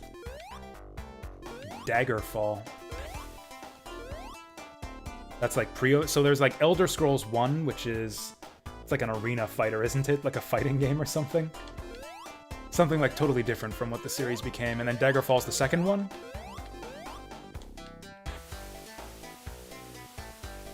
It's a normal RPG, okay.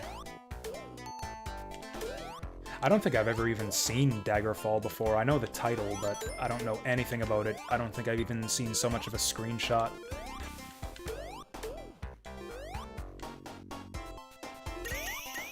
We couldn't quite fill in the arc.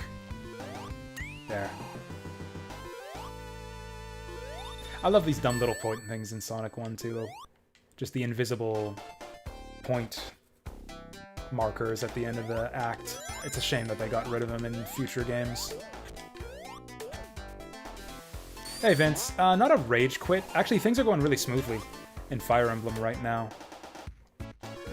It's kind of like the same thing that happened with Thracia, where it's just such an intense game. I feel burned out after like 2 or 3 maps.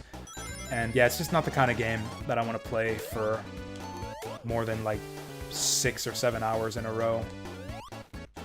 So, you know, we're just chilling with some retro games here. Just chillin', he says, as the super scary, intense droning music ensues. Anyways, how you doing? What have you been up to today, Vince?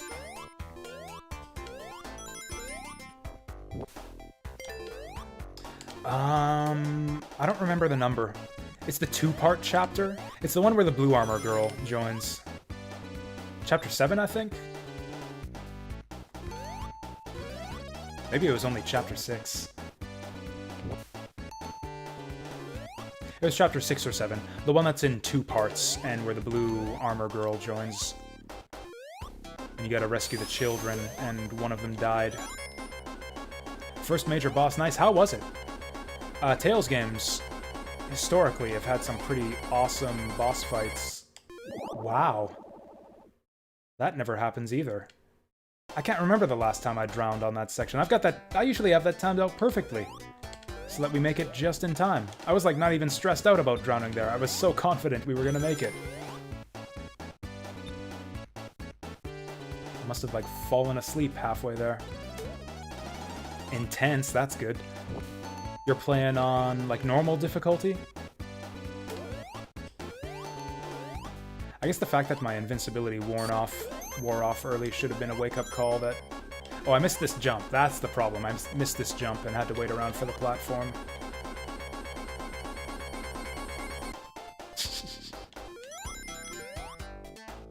Oh, hard. Nice.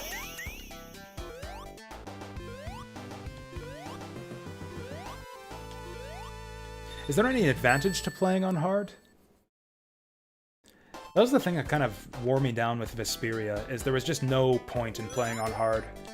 You were just like slowing down your leveling progress for no benefit other than grade points for New Game Plus, which, God, who would play a 100-hour game more than once? Bragging rights? That's fair. That's a legitimate gamer answer.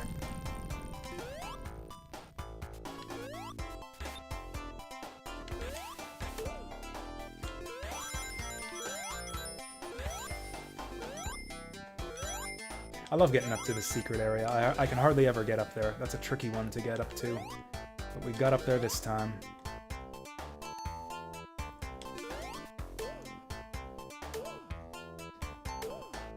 God, I love bouncing on enemies in Sonic games. Oh, there we go. There we go. We are not... I decree that we will not hear any drowning music on this level. Drowning is over. It's going to start up in like 1 second.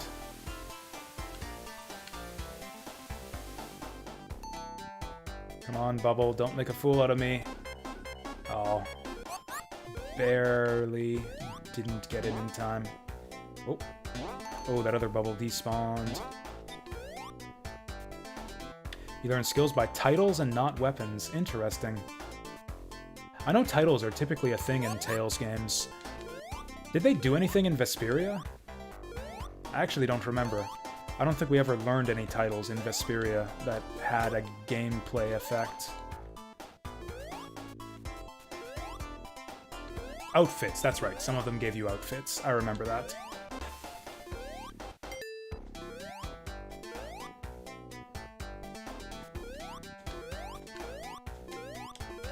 You know, I've been thinking... Like, my brain has been going back to Vesperia from time to time. I had a lot of criticisms of the story in that game. Like, I kind of bitched about the plot a lot when we were playing through it. How it seemed like everything had no point, and it was badly paced, and like, what the hell are we even doing? And none of it makes sense. The more I reflect on it, the more I like it, actually. It was really unique for a JRPG story. Like, I don't know if... As much as I, you know, ribbed the game for stealing so much stuff, or borrowing so many specific plot elements from Final Fantasy VII. It was a really... felt like a really unique kind of story for a JRPG. It was like uniquely paced, it avoided or subverted a lot of typical tropes of the genre. It was very relaxed and like non-urgent. It wasn't your typical save the world story. Like, you do end up saving the world, but the way that you save it is like not typical of that type of game. I liked how you, like, you know, befriend the final boss without killing him. Yeah, it was a really cool little story. I don't know how typical that quality of storytelling is for Tales games, but yeah, the more I think about it in retrospect, the more I like it. It's gotten me thinking that I might have to play some more Tales games. Y'all know Tales games, like, way better than I do, right? How typical would you say Vesperia's story is? Like, in terms of all the stuff I was talking about, like, being super relaxed, non-conventional, bucking tropes and trends of the genre. Is that typical of Tales games? I think of Tales games as being, like, super tropey and, like, bog-standard, boring type stories. But I might have to revisit that, I guess, prejudice, you might call it. Are the other Tales games, do they have stories like that? Like I was kind of describing in Vesperia? Keep in mind that up before Vesperia, my only experience with Tales games was the 2D ones.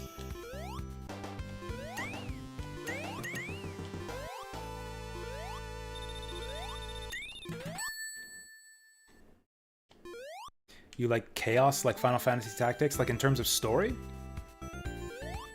I thought Final Fantasy Tactics had a pretty well-ordered, well-crafted, kind of traditional style story. I mean, it's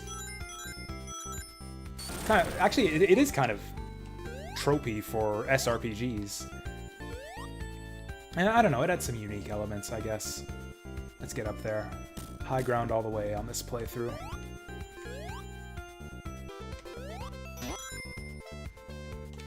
Oh! Man, this is the day where I mess up a lot of stuff that I usually nail on my first try, and now it's gonna be tough to get up here. Should probably just go down below, but... There we go, that's what we were trying to do. Okay, chaos in the sense of, like, it's very eventful, action-packed, dramatic, in the sense of, like, big events are happening all the time. I see what you mean, yeah. I like that kind of thing, too.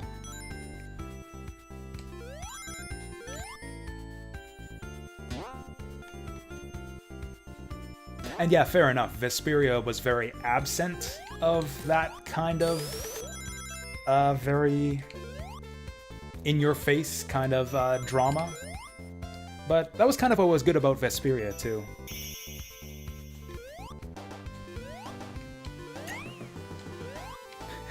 Did we have any character deaths in Vesperia? I don't even remember. Did literally anyone die? I don't think even the villains died most of the time in that game. Which was, you know, again, a very unique for a JRPG.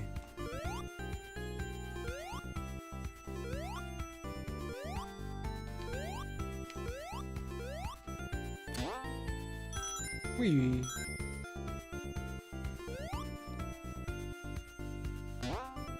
This Tales game, like the newest one? I did see that from the little bit that I saw earlier today. I mean, yeah, dude took like a flaming sword and just like mowed down, just incinerated like a whole battalion of, I don't know, guys in armor. And that wasn't even like the most dramatic thing that happened in that cutscene.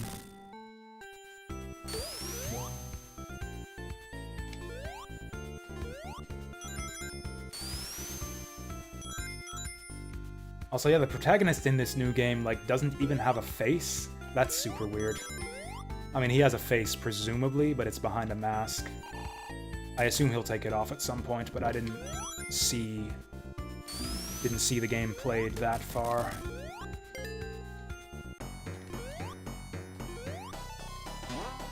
Oops. My bad.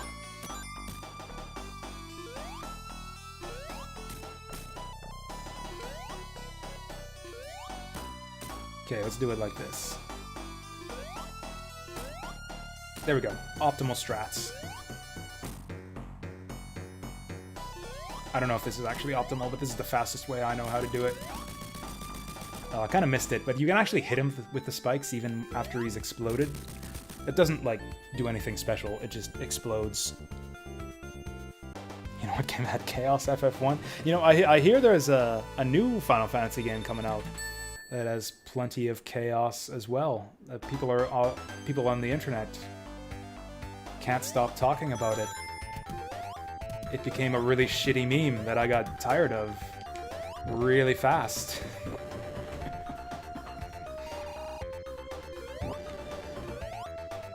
I haven't even looked at the game. I haven't even seen the trailer, so I guess that's the thing, is I don't even know what the meme is based on because I haven't seen the video.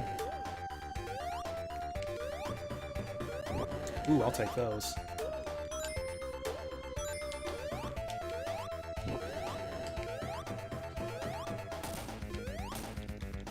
I mean, I can't remember. Were you into, like, Souls-style games in the first place, Remoko?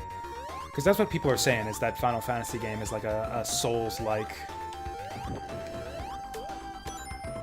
This is the worst part of, like, the entire game right here. This blind drop off the ledge. Oh, we didn't die. You can die if you fall off there in the wrong way. Ooh.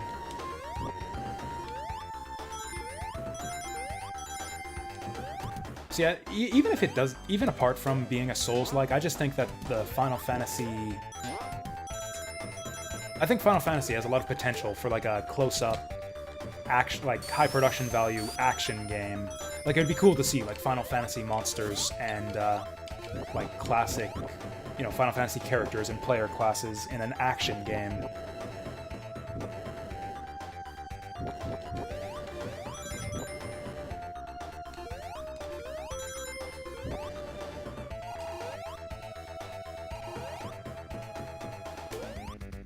This is like the longest level in the game right here, and we beat it in like barely over 100 seconds.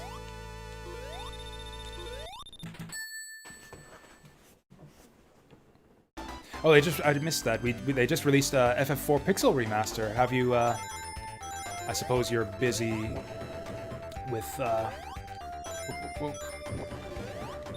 Tales and whatnot, Vince, but, have you had a look at the new FF4 Pixel Remaster? Is it any good? I heard the other 3 have been really solid so far.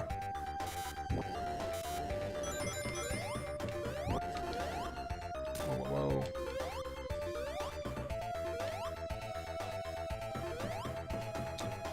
I'm having a hard time getting up there. Woo-hoo.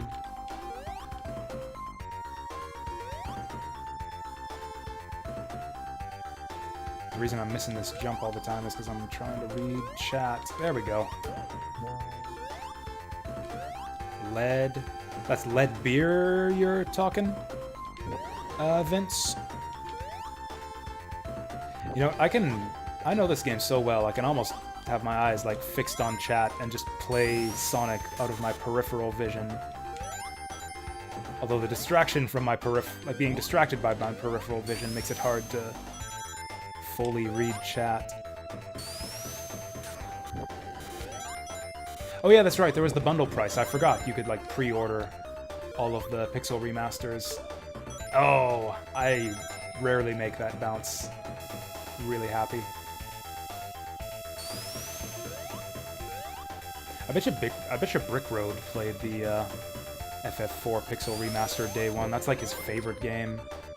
I don't think it's actually his favorite game, but he likes it a lot. Ah!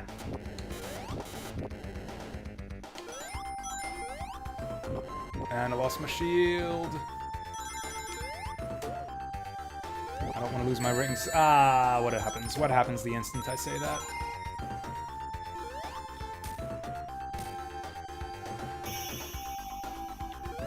XCOM 2 at the moment? I mean, that's actually interesting to me. XCOM is one of those games, I need to watch a streamer play it so I can learn how to play it, you know? I hated XCOM 1. And I feel like I must be missing something, like I just don't understand the strategy or what you're supposed to do. Or if there's like some game mechanic I'm missing to help you succeed at that game. To me it just seemed like a shitty game where you line up your guys behind cover, and you shoot at the enemy that's behind cover, and you just roll dice at each other until someone falls over. And on hard mode, the dice are weighted against you, and you die all the time, and there's nothing you can do about it.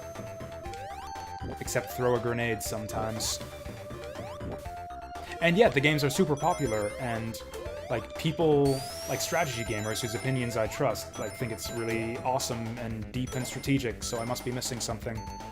So I just need to do the reps and like watch a streamer play that game at a high level so I can understand what to do.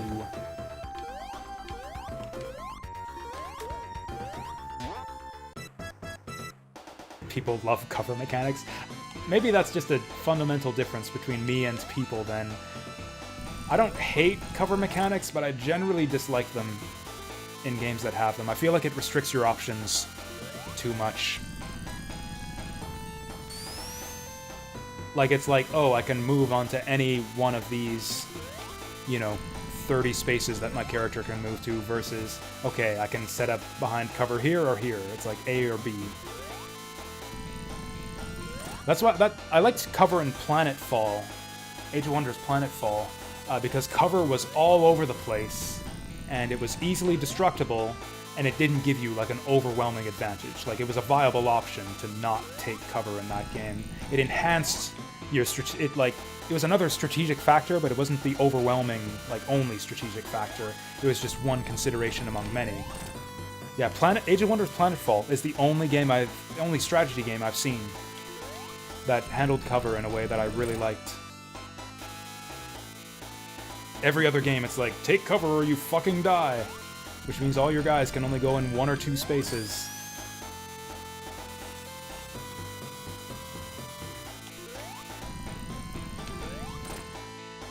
Have I heard of Operation Darkness? I played Operation Darkness back in the day. I remember almost nothing else about it. That was with, like, World War II with vampires and werewolves, right? I didn't play much of it. That game had super low production values. That was an ugly-ass game. Like, probably, like, one of the least aesthetically pleasing games I've ever played. It was a cool concept, though. I remember liking the story, but I don't remember anything about it, and I can't remember anything about the gameplay either. So that was Sonic, and I still haven't decided on another game. I mean, I guess I had. We were talking about Mega Man, and I was leaning Mega Man. I don't need to show you guys the credits. The completionist in me wants to, like, wants to show you guys the credits, because that's what you do when you complete a video game. We have watched the credits of this game, like, 6 times in the last few months.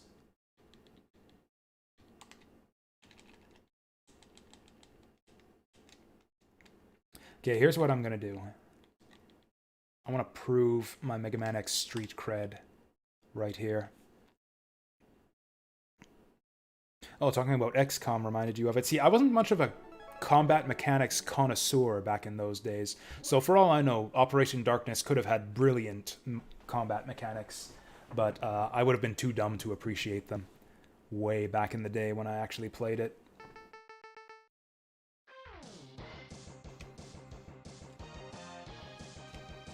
Okay, here's what we're gonna do. To regain my Mega Man X street cred, aka entertain you guys with hours of failure this stream, we're gonna do a minimalist run this time. I'm going to avoid getting armor and hearts and all of that stuff. I'm even going to avoid the speed booster for as long as possible. Actually, there's a password you can use to skip the speed booster entirely. That's the only way to skip it. Yeah, low percent, exactly. I think it's an interesting way to play the game, because it goes to show off how intricately these stages are designed, because actually every stage is possible to beat in this game, even the Sigma stages, without the dash. It's also kind of a weakness of the level design, because you can argue that, like, the game's not using its mechanics to their full potential, because, like, the dash isn't even ever required or necessary. Neither required nor necessary, yeah. Required and necessary are the same thing.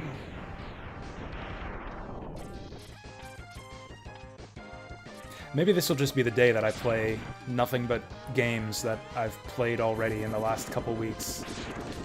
Mega Man X1 randomizer? Does that exist?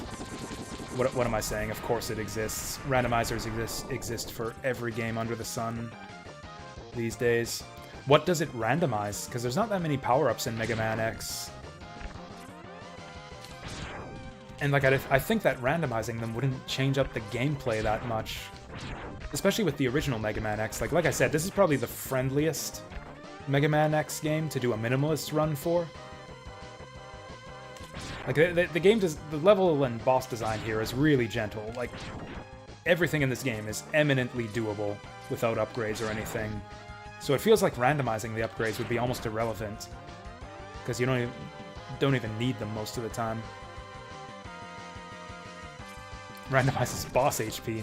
Now that's something. You're not selling me on this randomizer, Remiko. I don't think I want to play that randomizer. Oh, you could control that, okay. I mean, honestly, that's an interesting concept, though. Like, what would you... So if you could randomize things to the point where bosses have, like, 1,000 hit points, what else could you randomize to let you defeat a 1,000 hit point boss? Like, what if you were to redesign Mega Man X to turn it into, like, an RPG? So you could, like, get stat boosters that'll let you do, like, you know, 100 points of damage to a boss. Turn it into, like, a... Like, people kind of argue that Mega Man X games are like Metroidvanias to begin with, because you've got upgrades scattered throughout the levels that you backtrack for. So that's kind of like a Metroidvania. What if you made it like a Castlevania-style Metroidvania, where you, like, get power-ups that, like, level up your attack power and defense and stuff?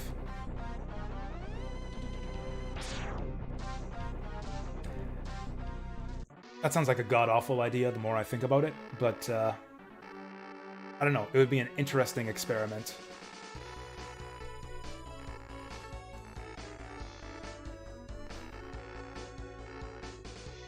I don't have a drink right now.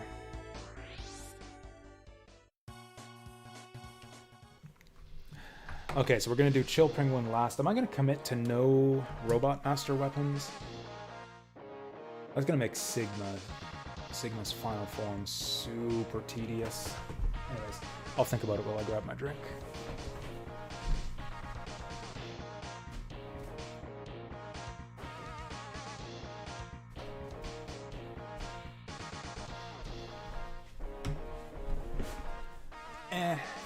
We'll go weaponless until I can't anymore.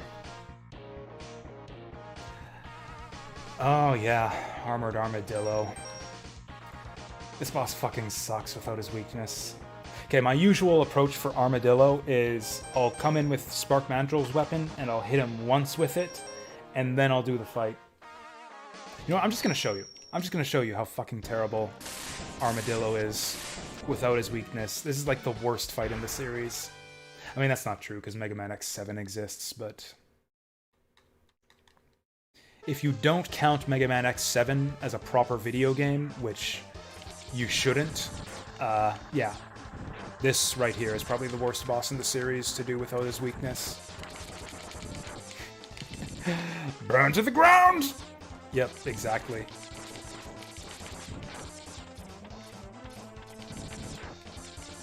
It really completely changes the experience of playing this game when you don't have the dash. Like, I can't jump these Metools anymore. Maybe I can. Nope. Oh boy, oh boy, oh boy. I can barely outrun this dude without it. That jump is tough without the dash. It's so satisfying to watch him walk in there. You get to see stuff like that you don't see on a normal playthrough. If you go, go low percent. Because you would never let that guy go into the spikes. You would just, like, hit him with a weapon and kill him so you can get the sub-tank.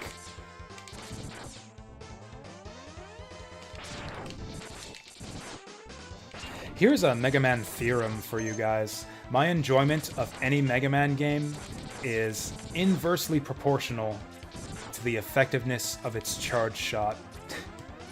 Which is to say, like, the more effective and powerful the charge shot in a Mega Man game, the less I'll enjoy it. I strongly prefer just bustering enemies, just like using the little rapid-fire pea shooter, to the point where if I can't do that as a viable option, I'm not going to enjoy the game. That's my biggest problem with Mega Man 5. We're not going to make it. Too slow. Doesn't matter, we wouldn't take the heart tank anyways, but at least... Ooh! Gosh.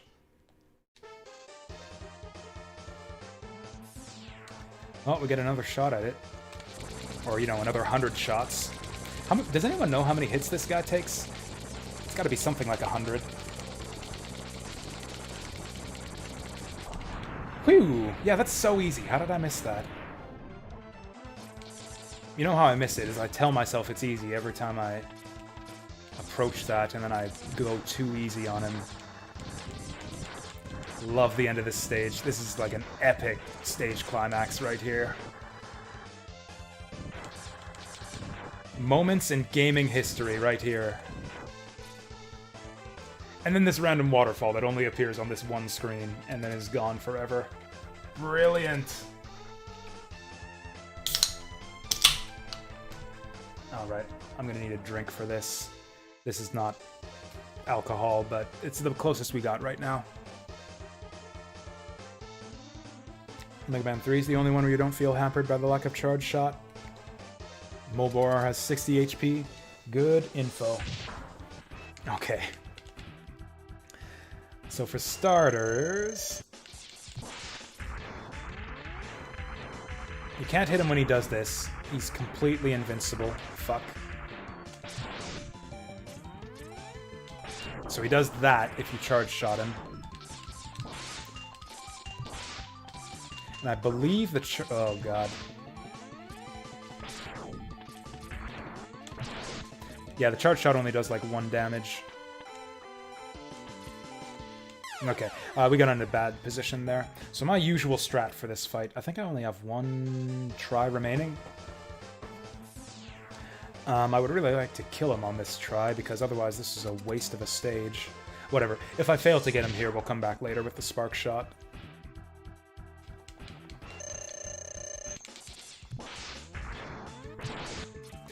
Maybe that does do, like, 2 damage.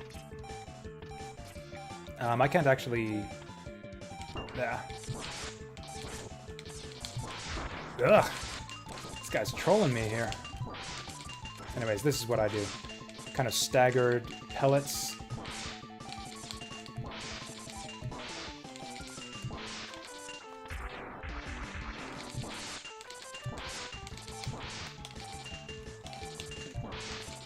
There we go. This is how you do it. It's not difficult, it's just tedious.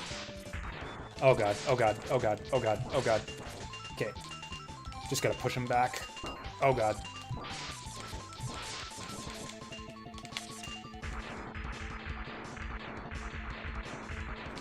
Oh! Come on, we're so close. So close.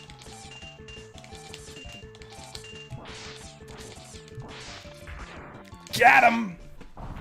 Yeah, terrible fight. Terrible, terrible fight without his weakness.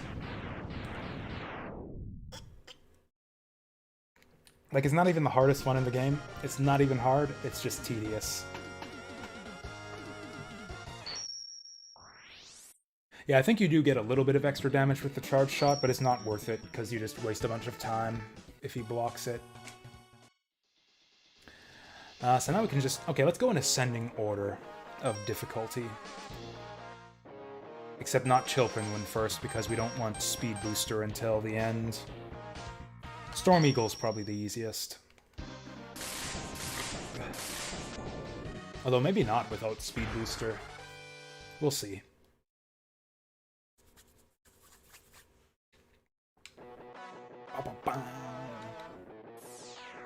What's everyone's favorite stage theme in this game?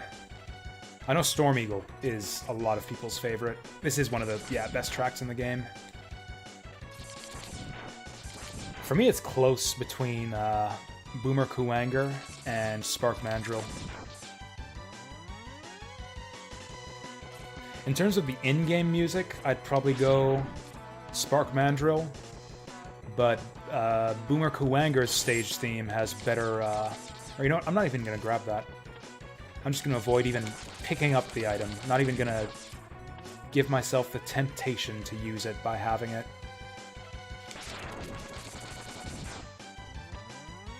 Ooh, these jumps might actually be a bit tough.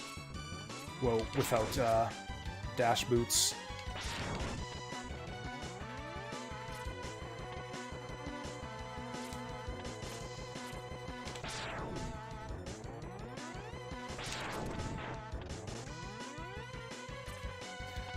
So I've done minimalist challenges for most Mega Man X games. Not all of them. I don't think I've done it... Or actually, I think I did do it for X3. Because I distinctly remember fighting the final boss for like hours with unarmored, unpowered up X.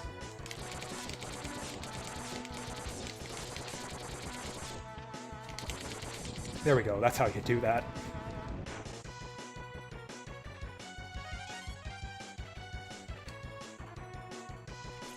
Ooh. Just kill him for spite.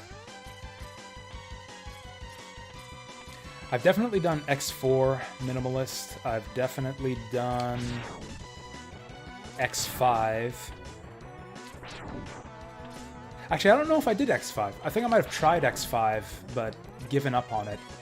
The final boss of X5 is insanely difficult, even non-minimalist. I'm actually pretty sure I haven't beaten the final boss of X5 without upgrades. I've done X6 as much as is possible. You actually need upgrades to beat that game. It's actually not that difficult. Like, actually, beating X6 with without armor or power-ups is not... I mean, it's tough. Really tough, but it's not, like, tremendously tougher. Like, put it this way. Like, if you compare the difficulty of just beating X6 regularly to the difficulty of beating it without power-ups, like, that's not a super narrow gap, but it's not as wide as the gap in some other games. Like, Mega Man X1 has a super wide difficulty gap between minimalist and 100%. Just because the power-ups in this game are, like, brokenly overpowered, especially the armor. This is going to be an annoying fight.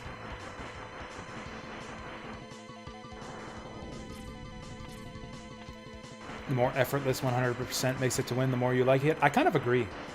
I think that's the charm of the X series, is that basically anyone can beat them.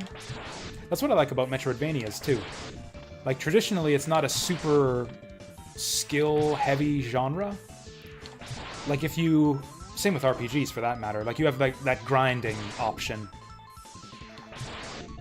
Only instead of grinding, you go exploring, which makes it even better than JRPGs. Because, yeah, instead of doing a dull, mindless, repetitive task, you get to explore.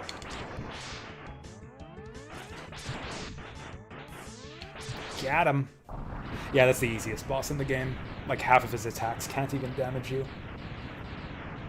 How about to try finding missing upgrades in Cathedral? Yeah, speaking of backtracking for power-ups in Metroidvania, I would kind of like to someday. I'd love an excuse to return to Cathedral. It was a great game.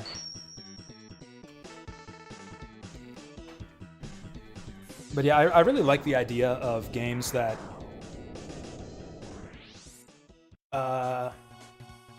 that lend themselves to challenge runs, whereas you can, like, the game gives you a lot of tools at your disposal, but if you want to make things tough for yourself, you can be like, oh, I'm just gonna not use this tool and see how it goes. Who's next easiest? Probably Mammoth.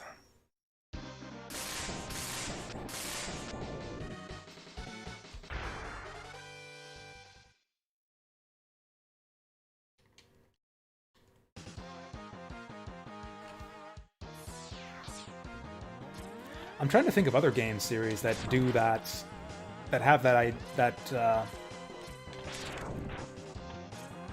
that like built-in capacity for minimalist challenge runs. Symphony of the Night does it really well, actually. You can make Symphony of the Night actually quite challenging for yourself just by not wearing equipment. And then you can dial up the challenge by restricting yourself to very poor equipment. I know people do, like, naked Alucard runs of Symphony of the Night. I don't like to play the game that way. That's a bit too annoying. Alucard's punch is just too short range and takes too long to kill stuff. But I have done minimalist runs where I, like, limit myself to a short sword and no armor. That's fun.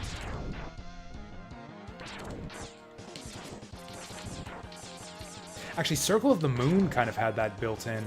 Where instead of, like, challenge or minimalist runs, you had the different passwords, where you could go, like, gladiator style, where you can't use magic, or, like, magician style, where your attack sucks, but, well, but you got super good magic or super good MP. Oh, cool, that didn't kill us.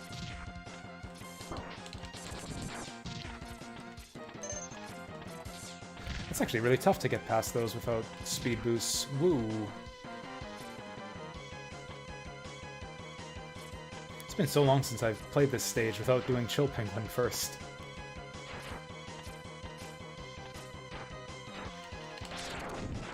Whoops.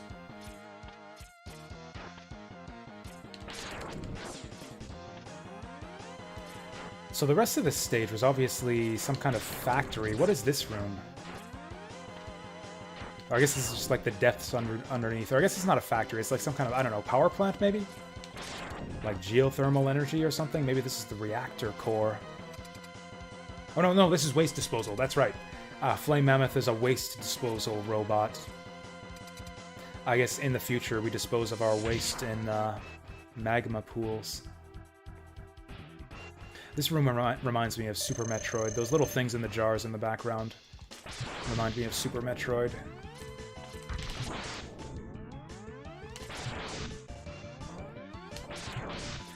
I want him to shoot the thing. This is such like a worthless attack, the oil slick. Light it on fire. He's not gonna do anything. Oh, there he goes. Woo! Light that shit on fire. Such a worthless attack. Like, you have to deliberately set it up. Like, it's actually a challenge to get him to light that thing on fire. Your positioning's gotta be so specific. Oh god. If he jumps again, we're dead. Nope. Almost died to Flame Mammoth, jeez.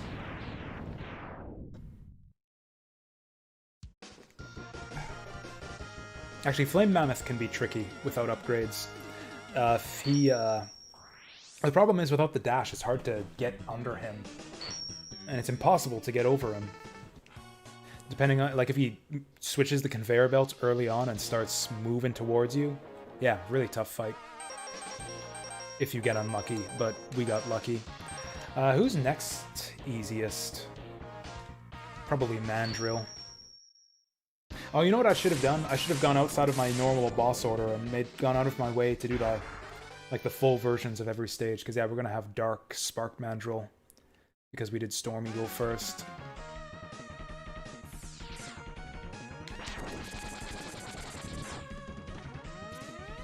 Because, yeah, I always do Storm Eagle before Mandrill. I can't remember the last time I played the non-darkened version of this stage.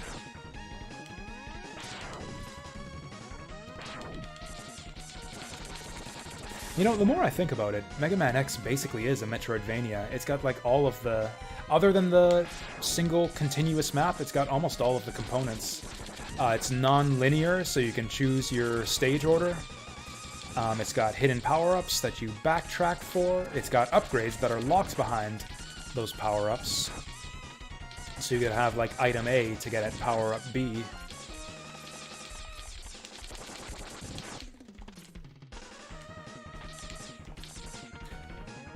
Oh yeah, this boss fight in here is a bit more challenging if you don't do Storm Eagle first. Yeah, that attack actually does something. Actually, this boss is going to be a bit tougher. Yeah, we would have got hit there. Whoa. Does this guy have, like, hidden iframes or something? It really feels like... There, we should have killed him by now. Oh, I was gonna... Whatever. There's a weird ambiguity with that boss sprite. It's like, where are its eyes? Like, clearly he's got, like, the gritted teeth, frowny mouth. Like, that's a given. That's definitely what that is. Where are his eyes, though? Are they on, like, the spiky things? Are the spiky things like eye stalks, or are they horns coming out of his forehead? And then the green orbs, are those his eyes, or are those, like, rosy cheeks? I guess not rosy, because they're green. What word would you use to refer to, like, someone whose cheeks were glowing green? Like, you'd say someone with, like, a red, who's flushed red, has got rosy cheeks? If they're flushed green, what would you call that instead of rosy? What's a green flower? These are the things I think about on Rando Retro Night. When I'm over-caffeinated and under-alcoholified. I need to pour myself a drink after this. Like a real drink.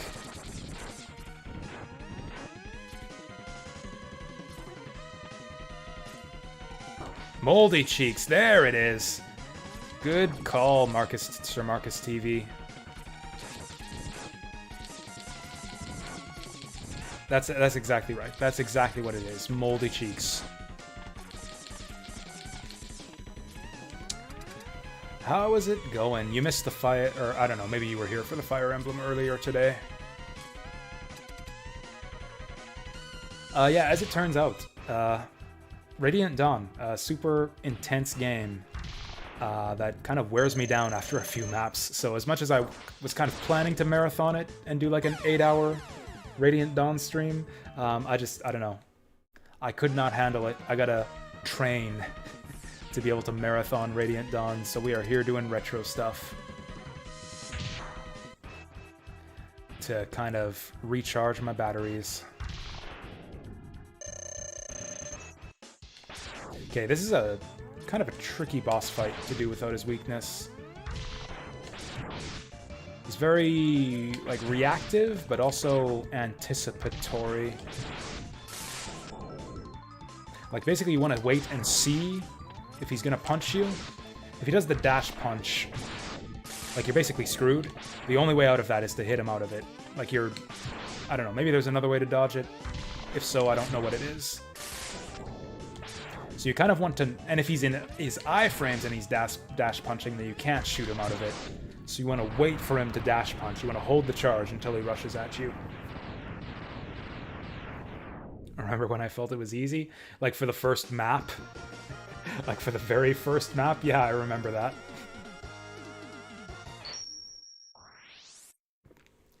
Or for that one map with the kitty cats? Yeah, there was that too. There were those 2 moments when Radiant Dawn was easy.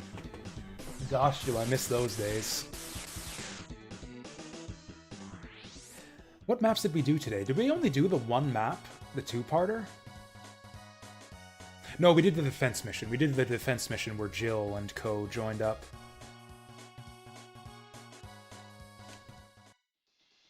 Oh, sorry, maybe you didn't see. We've switched on to Radiant Dawn now.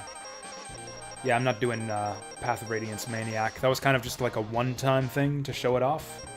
Oh, and if you did catch the start of Radiant Dawn, I've switched off of Hard/Maniac and gone back to normal. Which is still really easy. It might have been my bad. Did I say Path of Radiance instead of Radiant Dawn? Because I mix up those titles all the time still. What's next easiest? Probably Sting Chameleon. Yeah, I'm tired too. That 3rd cup of coffee didn't do much for me. But it's too late to do a 4th because then I won't be able to sleep. And be, you know, well rested for work tomorrow. That guy actually got me. I actually didn't notice that guy there, and I forgot he was there. He actually snuck up on me, the little bastard. That's like the one of those grass mets that's actually kind of hidden in this level. Like, he's actually got some grass cover in the background that makes him hard to spot. Oh, I forgot how much of a pain this segment was without the helmet upgrade and without killing the guy up top. I might actually have to go up and kill the mid-boss to stop this bullshit. It doesn't do that much damage. We should be fine. The only bad thing is that it can catch you while you're jumping over the pits, and that's kind of terrible. Also, you can't jump over these guys without dash boots, or at least I'm pretty sure you can't.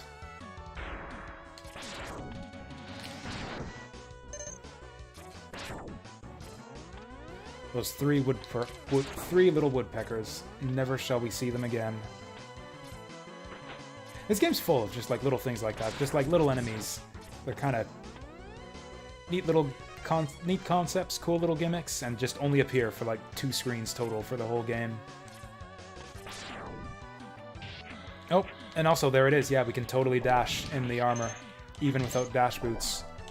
That solves that that question I posed the last time we streamed this game, which was like 2 weeks ago.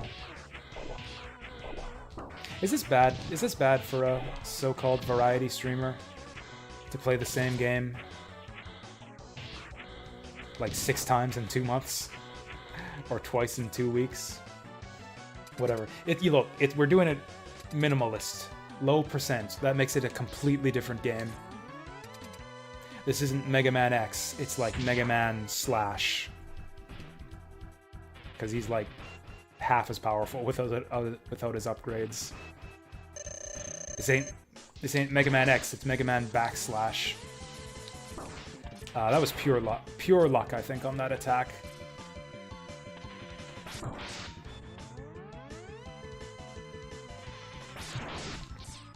If he keeps doing this, we might be fine.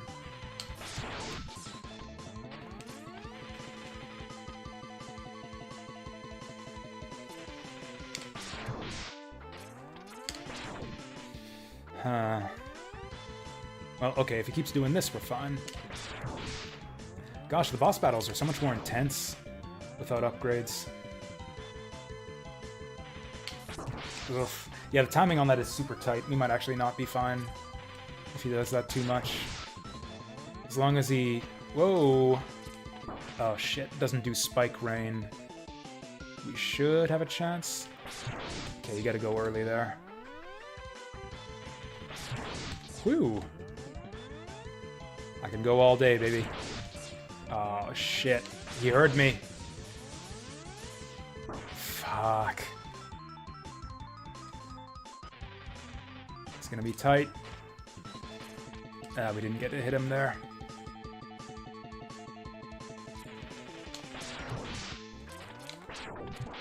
That's the good shit. That's the good shit. Yes, keep doing this. Oh, so close. One more, one more, one more. Fuck, fuck, fuck. Oh! Oh, whoa, whoa, whoa, whoa, whoa, whoa, whoa. Charging is pointless. Here!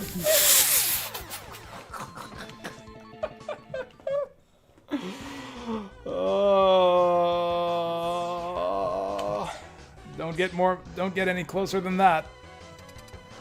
Whatever. If we do better next time, then we'll win. If we do any better, then we win, because it don't get no closer than that.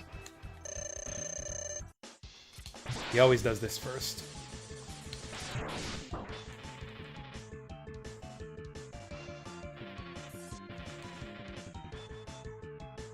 I think, yeah, if you hang out in the center, I think he tends to go to the corner. Oh, dirty. Oh, double dirty. We're not off to a great start here. We're really not off to a great start here. Ooh, that was lucky. I probably shouldn't turn around and try to attack him when he does that.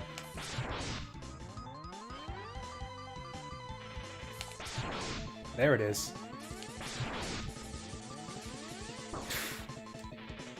Should try to get 2 shots on him when he does that. I think we're ahead.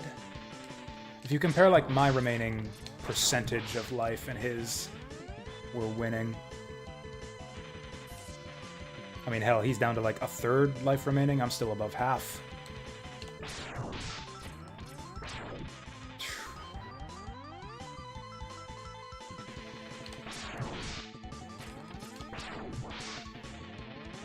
Oh yeah, we got this. We got this.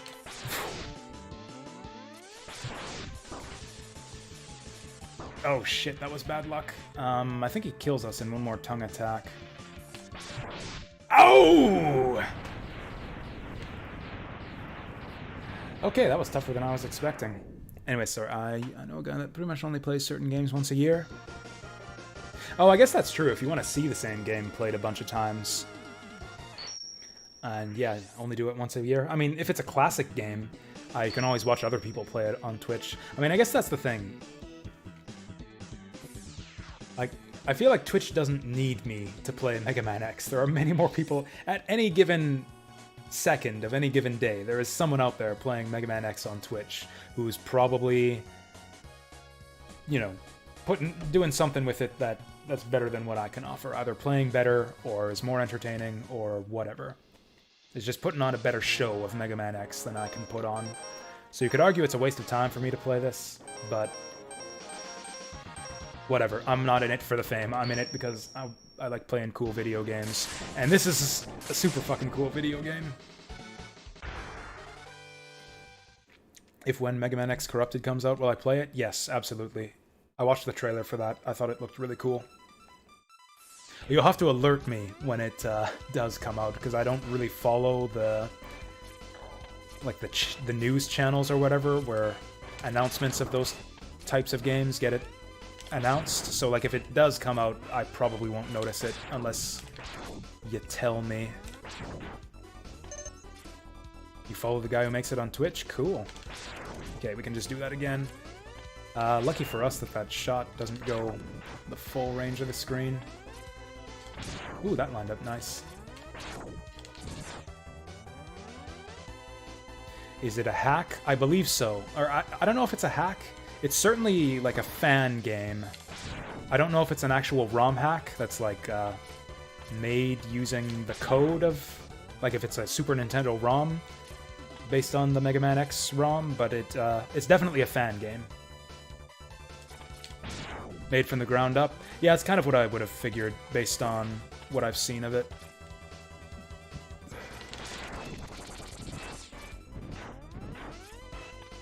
Ooh, coding streams. Cool.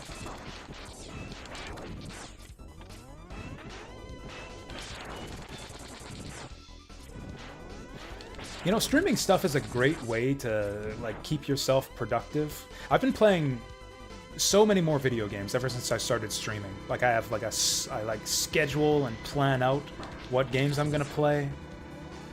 I've got an audience to, like, make sure that I stick to it and do it consistently. I've been playing so many more video games ever since I started streaming consistently.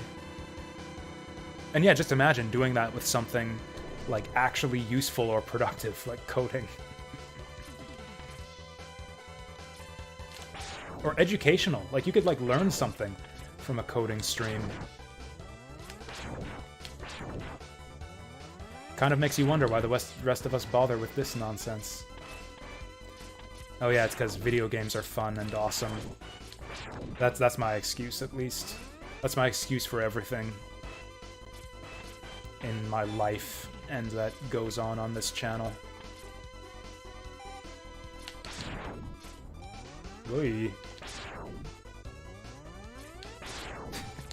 So I wouldn't count myself as a huge fan of Tim Rogers. I'm kind of like, I don't know, 50-50 on him. He does some cool stuff. He does some annoying and boring stuff. But I love his action button manifesto.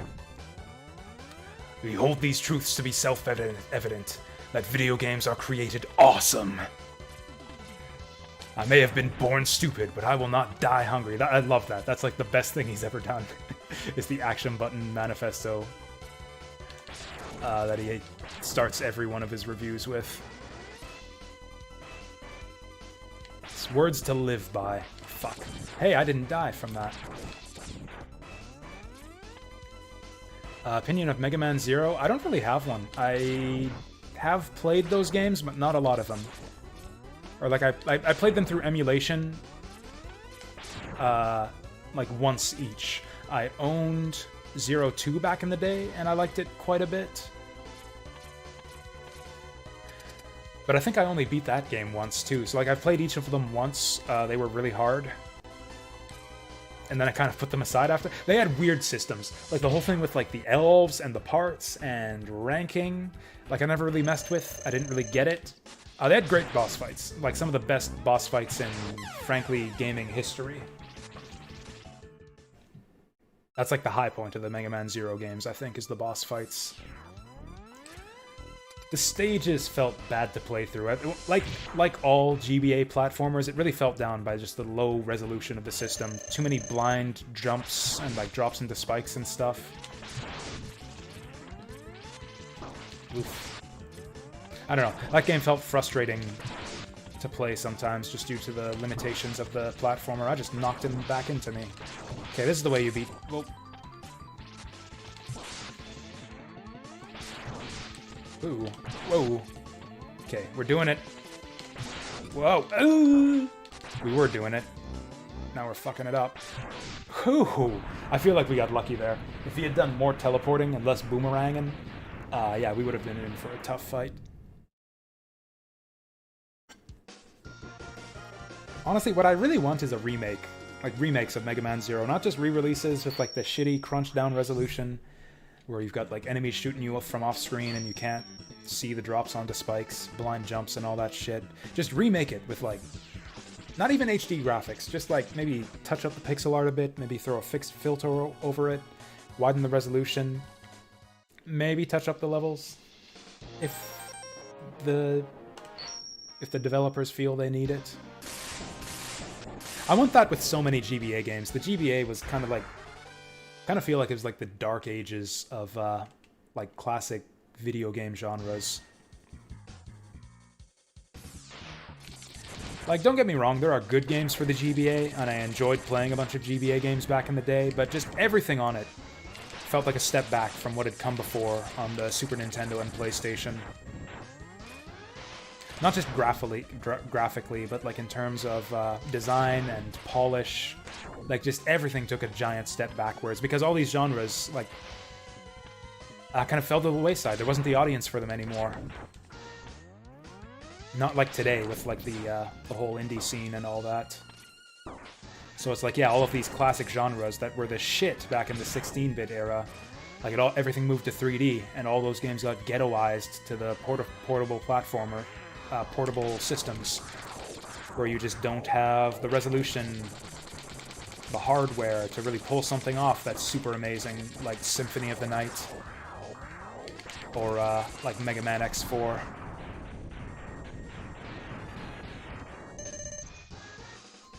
Working on a coding problem for the last 10 hours. Ain't that the way it always goes with coding, though? You gotta take a break. Or, I mean, I don't know. I don't want to assume that you're the same way as me, but for me, like, honestly, crunch in coding and, like, game development never made any sense for me, because I never get anything... Like, it's just not time efficient to code for 10 hours in a row. Not for me, at least. Like, I always do better if I just, like, take a break and come back to it after like a good night's sleep or like a multi-hour break. All-nighters never worked for me, and they never worked for other people that I worked with on like team projects in university either. Honestly, I find that productivity falls off dramatically after like 4 or 5 hours for me.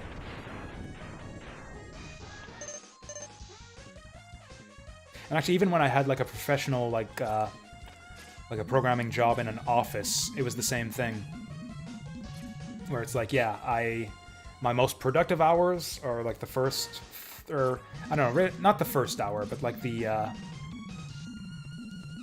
yeah, sure, the first 5 hours of the day. The first hour is not terribly productive, but like hours 2 through 5 are where I get like all of my work done, and then I get hardly anything done after that. I tend to just get stuck and grind away at something and get nowhere, and then I come in fresh the next morning and solve whatever I was stuck on immediately. That would happen over and over again.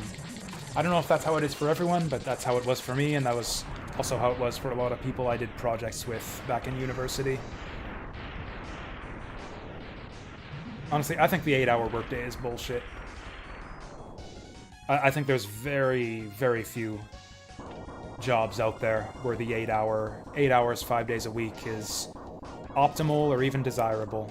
Like, not just even from like a human well-being perspective, but just from like a productivity standpoint. And it's going to be different for every people. Like, why force everyone onto the same schedule? Different people are gonna, you know, be good at different hours of the day for different amounts of time, with different amounts of, like, periodic, different durations and periods of breaks. It's just laziness, I think, on, like, the part of managers and organizers to force everyone into that same shitty, you know, 5-day, 8-hour round peg. Mega Man and Bass on GBA, exactly. So this is the hardest boss in the game, I think, to do no upgrades. And we're already fucking it up. Oh, fucking it up real bad. Watch me no damage this guy from here on in. Nope. Had a job that was 6 hours, 6-day work weeks. That sounds fucking awful. I'm so sorry for you. Or maybe that's what you're good with. I know a lot of people, a lot of my IRL acquaintances these days are moving to the 4x10 work week. I know that works for a lot of people. The extra day off is so nice. I don't think I could ever go back to working 5 days a week. Even apart from like how it would affect my stream schedule. I just love having the extra day off. Okay, this is going really badly.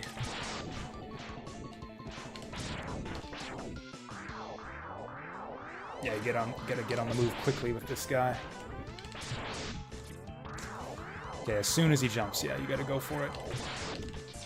Shit.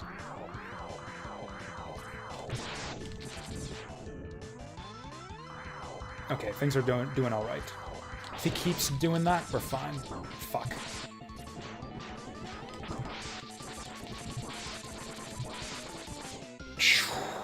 We're gonna get him. I'm not even gonna go risky. Let's take the easy shot. Boom.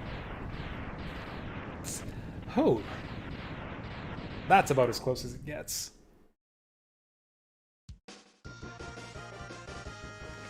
You know, now that you mention it, Vince, I could almost do a 6-hour workday, because I do have 6-hour work days in my work week. I work 6 hours on Sunday instead of my usual 7.5. And, yeah, I usually kind of feel all right afterwards. I've actually been thinking, I don't know, I've avoided talking about this on stream because I don't want to commit to anything, and I know that a lot of you guys are trying, I don't know, whether joking or not, jokingly or otherwise, kind of influencing me towards spending more time streaming or like going to full-time. If not full-time streaming, then just like spend more time on it. And I kind of agree. I would kind of like to take steps in my life to move further in that direction. We're a long way, like a long ways off from like full-time streaming. I honestly don't think that I could ever make that work. Just from a financial perspective. It's just really hard to grow big enough on Twitch to do that. But things are kind of aligning at work these days. Like, basically, we got new hires at work, so I don't... Like, everything's not going to get fucked up if I, like, switch down to maybe only working 3 days a week. So I've been kind of thinking, like, hey, maybe I'll drop my work hours and put a lot more effort into streaming, and maybe we could get big enough so that streaming can make up for, like, you know, 1 work day a week. That's kind of the tentative plan now, at least. We'll see how the new hires work out. If they end up not working out, then that's obviously not going to be an option. Like, my tentative plan is that, like, starting the new year, like, once the new people we've hired have had a few months of work and, like, things slow down after the holiday season, I would love for one of the new people we've hired at work to take over my Saturday shift, and then I could add Saturday to my streaming schedule.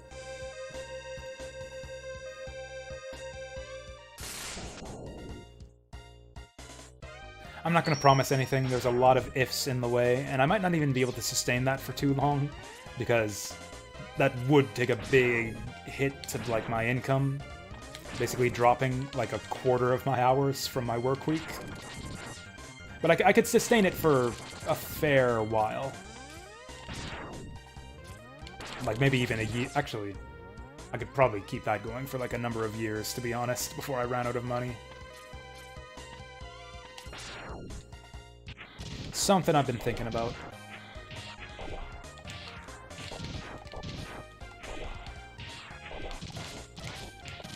No. You know what would be cool? A 2-player, like, head-to-head, like, minigame in this game. You guys know the 2-player mode in Mega Man 7? There's a password you can put in Mega Man 7 that gives you, like, a little 2-player dueling minigame, where it's like one person plays Mega Man, one person plays Bass, and you fight it out. Kind of like your little duel you have with Bass in the intro stage. It's a neat little thing. They power down your shots a little bit, like you can't fire as many shots at once, and they move a bit slower, so you can actually dodge them. But it's kind of an interesting little thing. I would love something like that in Mega Man X, with the the ride armor. Like, just ride armor, rock'em sock'em robots, let's go. I think that would be awesome.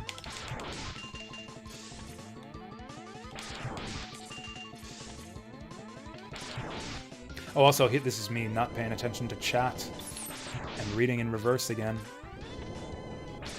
Yeah, I kind of figured you didn't have a full-time job, Vasil.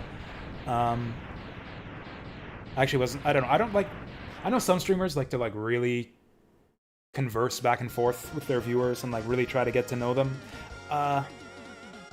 It's not that I want to keep you guys at a distance or anything. I don't know, it feels invasive if I start asking questions like that. I just don't feel comfortable with it. I feel uncomfortable when people ask me questions like that, like strangers ask me those kinds of questions in real life. So no, it's not that I'm not interested, but yeah, I didn't actually know that. I didn't actually know that about you, Vasil. I don't think I ever asked about like what you do for a living. Seasonal job, grave digging, and cemetery upkeep. Yeah, I know. Yeah, Remiko, you've mentioned before that you're unable to work.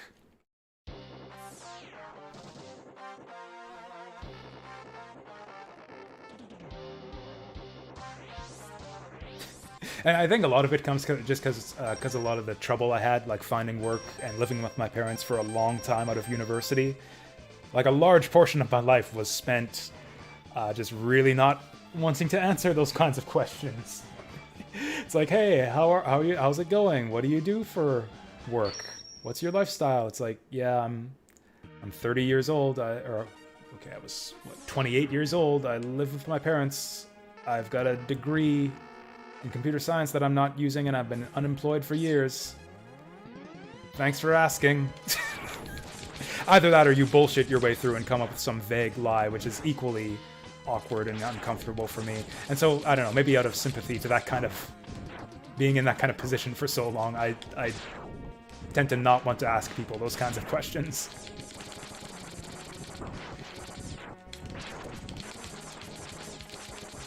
Unless it's, someone I'm friends with and who think I'm, familiar with enough with that it won't be super awkward if they say, yeah, I'm in a bad place right now, things aren't going well, I'm having difficulties with work or whatever. Like, you can get close enough to a person, like have a close enough friend where, the kind of person that you don't mind saying that, something like that too.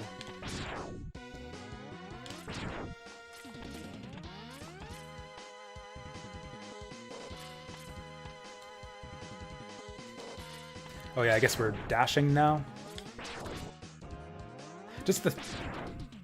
I don't know. Are we dashing now? Like, I guess I could try not to dash, but I know that I can dash, and I'm not gonna be able to stop myself. I guess I could unassign the R button. That would be one way to do it. Man, Sigma Fortress is doable without dash boots, but it's really frickin' annoying in a lot of places. I don't know, I'm not a fan of challenge runs where you have to force yourself to do stuff. Like, if I just don't take an upgrade, and I just beat the game without taking an upgrade, that's fine. But it's like, yeah, do a playthrough where you don't press the R button. It's like, I don't know, feels a bit forced. Not gonna beat Wolf Sigma? For how much, Ozar Hawk? For how much?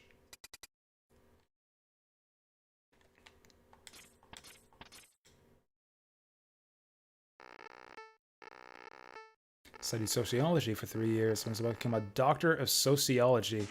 Yeah, dodged a bullet there.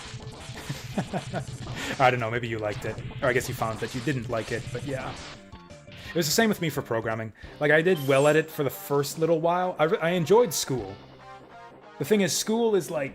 The projects in school are kind of designed with a path in mind. It's like, oh, you'll do it this way, and you'll learn this and this. And then when I actually got out into the workforce, it was like... Yeah, no, nobody has a plan or design for you to do this. Your bosses have no idea how to do this fucking thing that they want you to do. You gotta figure it out for yourself. And it was due yesterday, and it's all on you to figure this shit out, and nobody has an answer.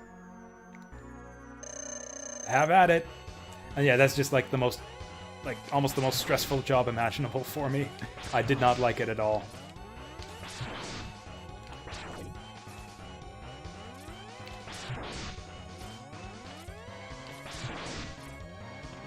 Okay, yeah, I guess we're dashing. We're dashing. I can't help myself. It makes this boss a lot easier. This would be a really, really tough boss without dashing. You'll sub? Ooh, 250 on the line. Yeah, sure. I'll beat Wolf Sigma for 250. Oh. Okay, I'm not going to restrict myself from using the red charge shot, because the red charge shot is a fucking debuff in this game. I actually know about that code, Ozar Hawk. I don't know. I could use it. I feel like it'll break my flow if I do. Also, you can't beat Wolf Sigma without red shot anyways. And like I said, it's a debuff. So we'll just use it from now on.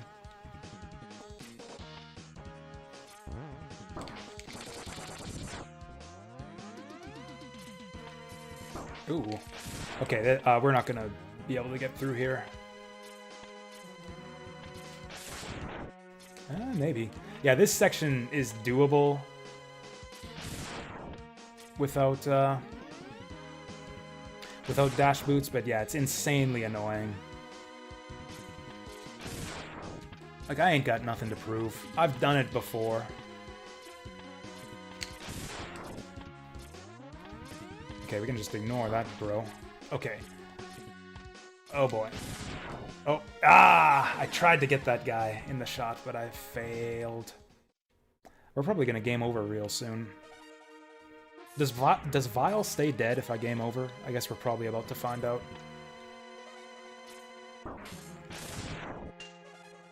Honestly, the trickiest part of a minimalist run is not having armor. Armor is so good in this game. Ow. We did get kind of unlucky with health drops on that last run. That guy, like, led me with that.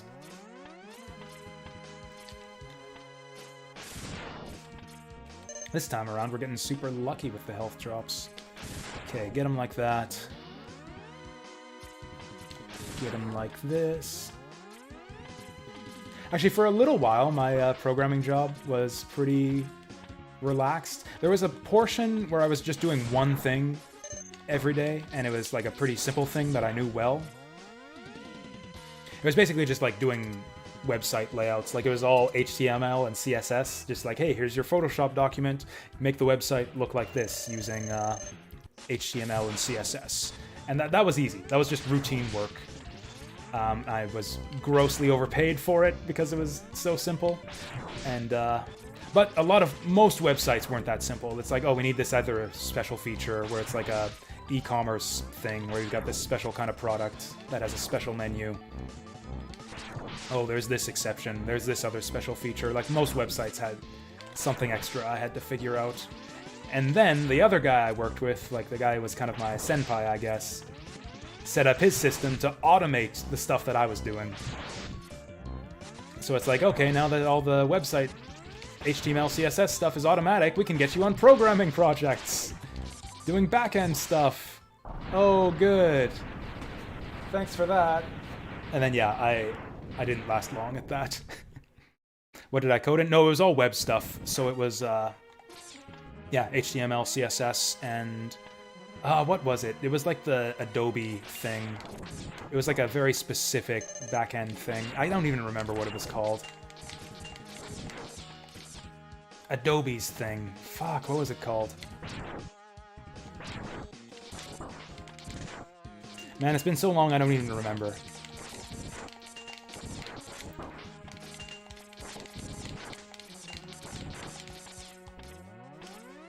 It was like something ML. It was some kind of markup language. Like, it wasn't HTML. It was some other kind of like server-side markup language that Adobe used back in the day.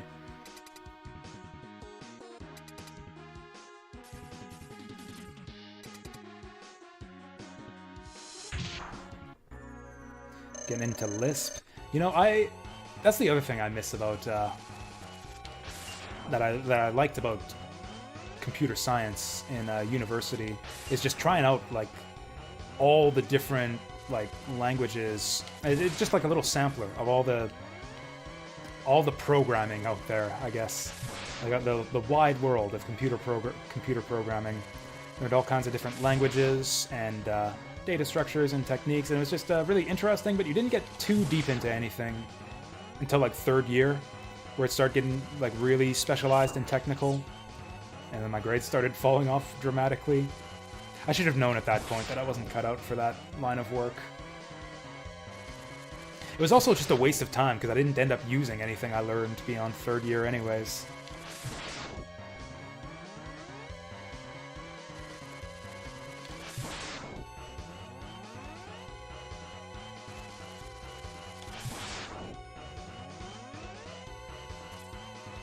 Yeah, let's just take these guys out. Whoa. Shoot! Oh, wow, that was some big damage. I didn't realize that we were about to die. Probably game over. Oh, wow, we've been getting a lot of one-ups. You like freaky markup languages? Yeah, I've worked in a few. I did a lot of website stuff in university as well. Not like for classes. I worked in the HCI lab, Human Computer Interaction Lab, over this in my summers at university, and I did a lot of web programming there too. What am I? Oh yeah, I was checking my lives. I've got 0 left. Ooh, the Westnoth markup language.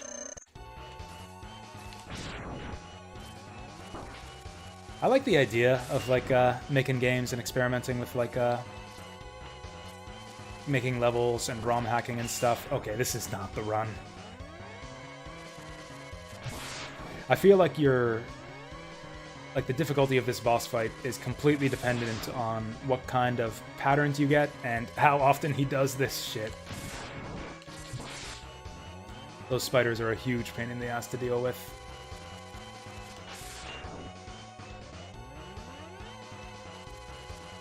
Oh shit.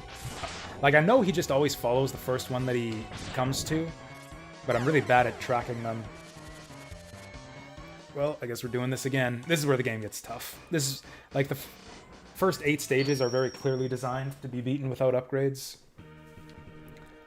Sigma, they start throwing the real shit at you.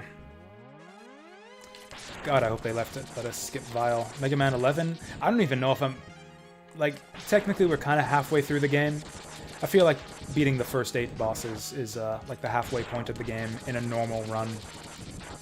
In a minimalist run, I don't even know if we'll beat the game tonight. This might take us the rest of the night to do this. If we have time, I'll do Mega Man 11. I'd be down for that. Although Mega Man 11's kind of long. Like, it takes me a couple hours to do Mega Man 11. I could do, like, Mega Man 11 up to the Wily stages.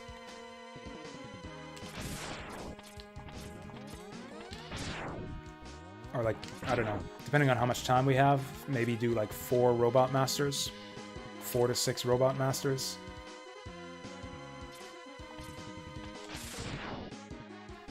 Oh, anyways, as I was saying, yeah, in terms of game design, like, I like the idea of game programming, but yeah, the problem is I'm just bereft of all creativity, so I never have any good ideas for levels or anything. That's been true of, like, any time I've gone into, like, game making or, like, script, you know, level design and map design type communities, is I just don't have good ideas and don't make good levels. Maybe that could come with practice. Maybe I'm just having a defeatist attitude. I feel like I just don't have the right mindset for it.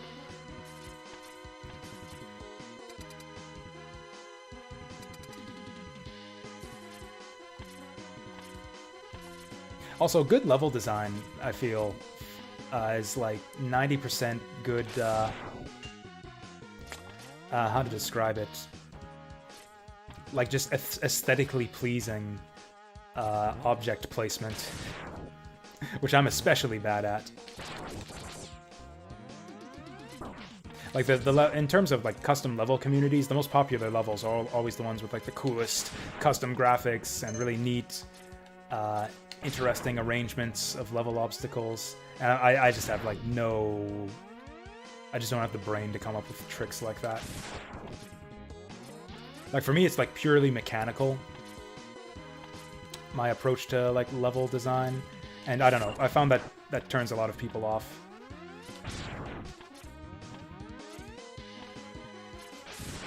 Actually, there was one example of like not exactly an argument, but like a difference in philosophy when I was into step chart creation for In the Groove. Okay. Can't afford to be doing that shit without armor. Yeah, we're gonna die here. There's no checkpoint yet, is there? Maybe we'll get her done. Actually, I think we perfected this boss last time. Fuck. Why was he facing the wrong way?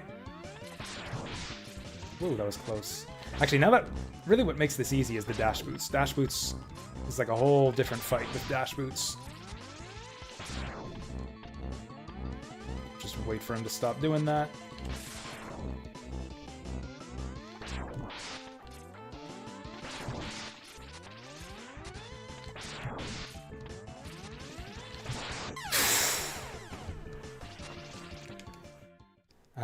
When's the checkpoint? All the way back here. That's what I thought.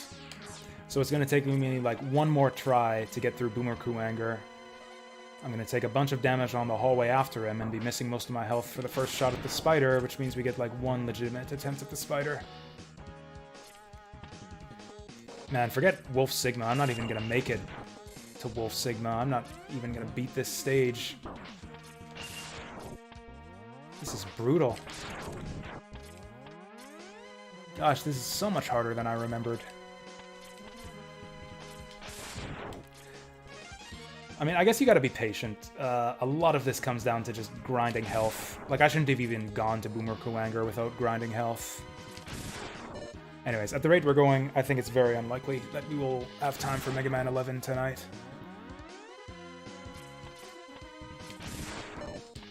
But boy, would it be nice if I could actually meet my goal of beating this game without upgrades.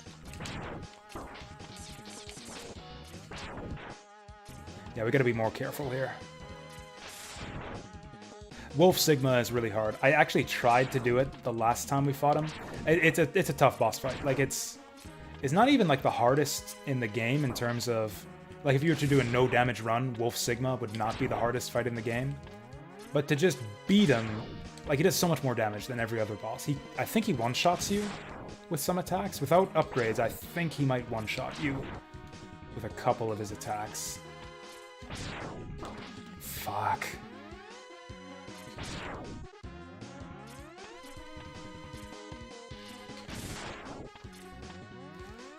This is such an annoying piece of level. I can't believe that these fuckers respawn so quickly. Fine, we'll just take that. Can I beat him with this much health? I don't have much of a choice.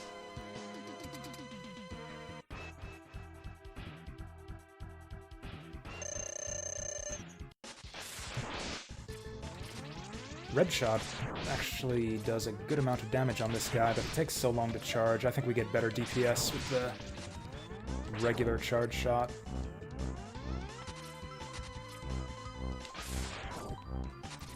Getting real sick of this guy's bullshit. There we go.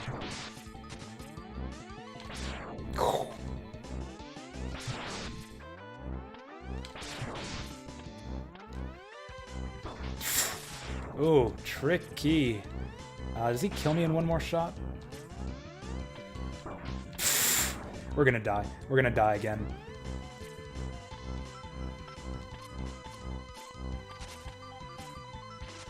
I guess that's the easy way to do it. The impatient way. Let's just wait for him to throw the boomerang. Like, I kind of need to. I'm not gonna get it. Like, this is it. I might as well just restart the stage if I don't get him here. We need to hit this checkpoint. Because I'm gonna lose a bunch of health on the way to the spider, which means the only real attempt at the spider we get is the second one. And I've only got 2 lives left. Yep, this is a boss fight. Whew.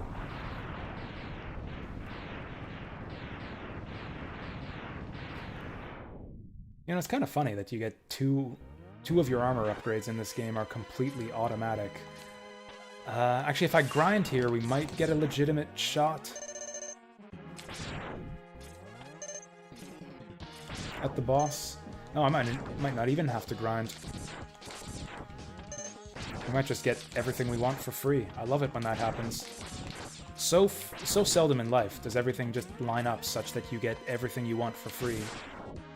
In fact, I'd go so far as to say that it literally never happens to anyone. And here we are. I'm willing to miss one pellet. We're fine.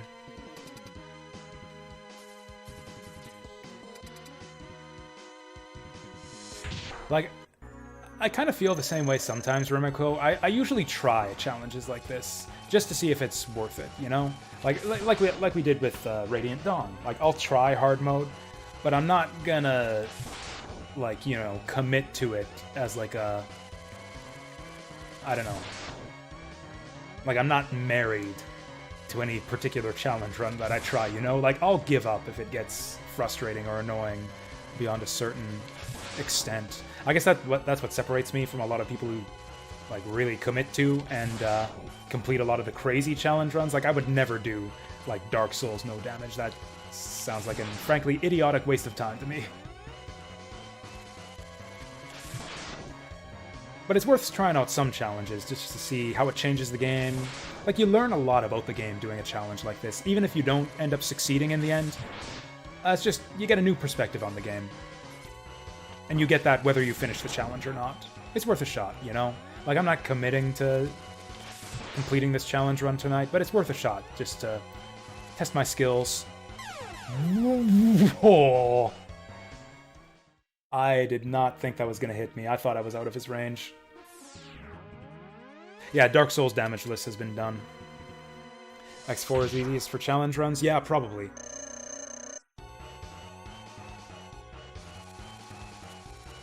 God, this guy gets really fast at the end.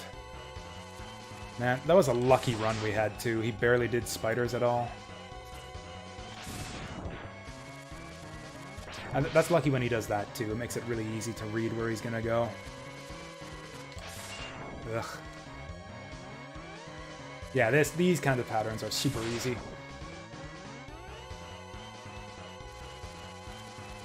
Oh, Christ. He kills you in 2 shots. I didn't realize that. That's really unkind. This is exactly what I was talking about before. Like, the Sigma bosses are not meant to be beaten with, like, no armor, no health upgrades. Like, that, I think the game absolutely expects you to have more stuff and be able to absorb more hits by this point. Can't believe I made that shot. Like, the spiders... Oh, Christ. The spiderlings are almost irrelevant, actually. Like, it's just if the boss hits you twice, you're dead.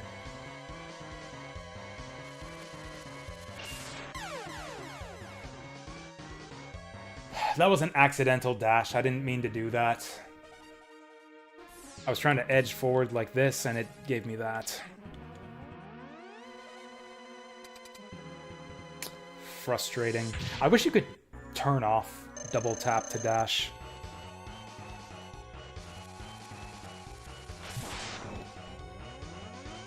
Like, there's really no reason for it. I don't see any circumstance where you would want to double tap dash when you've got it on a button. That's what the button's for. Okay, you really got to trace the path. Although once he speeds up, he goes too quickly for you to really do that. Getting a good start here. Really good start here. That could all go away in an instant if he hits me.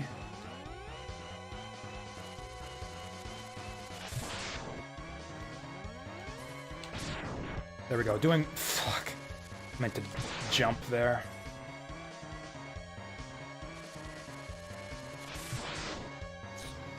Okay, he still kills us in 2 shots.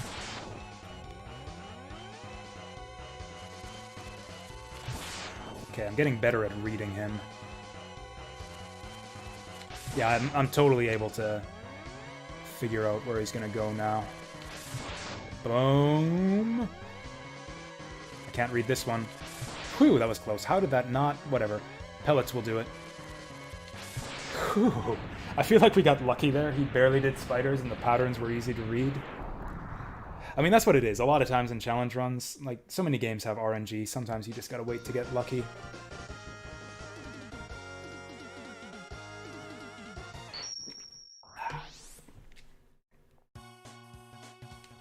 Okay, first hurdle completed. I feel like... Is that going to be the hardest part of the run before Sigma? I feel pretty confident about Rangda Bangda and the next couple stages. Like, I think I know the bosses well enough, like the initial 8 well enough to do the refights. Oh hey, that jump is makeable without the dash.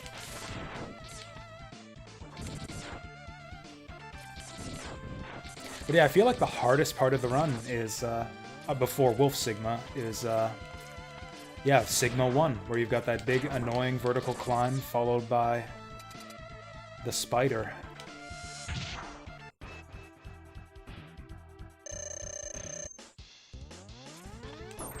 Whoops. I feel like this controller is, like, sticking a little bit. Like the buttons stick down and eat my inputs sometimes. Very rarely.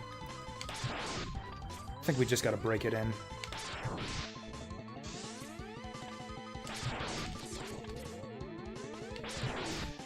Yeah, what a difference the dash makes. Like, you can't do stuff like that. Like, the ability to dash jump off a wall just completely changes so many of these boss fights.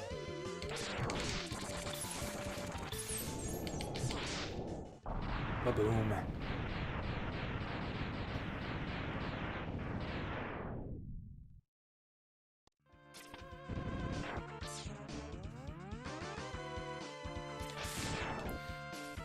You know, minimalist run means don't use robot armor when it's offered to you. Let's see if we can do this.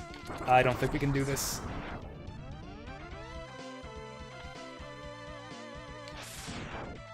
Gonna have to go super slowly here so that we have our red shot available when the robot shows up.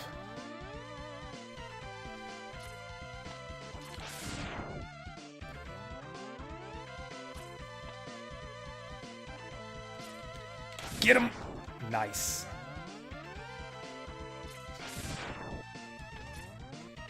Nope, not taking it. Oh, shit. You know what? Put me back in. Put me back in the robot. I'm sorry. I'm weak.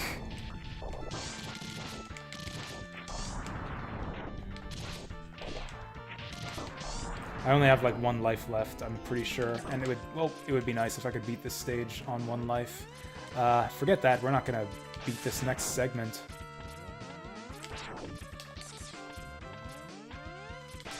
Is this the best way to go? Probably isn't. Yeah, let's go this way.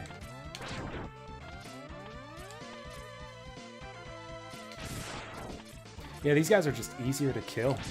There we go. They're not dropping anything for us, so that's not great. Look at that sky. Let's actually look at it some more, because I've got to go to the bathroom. Back in a second.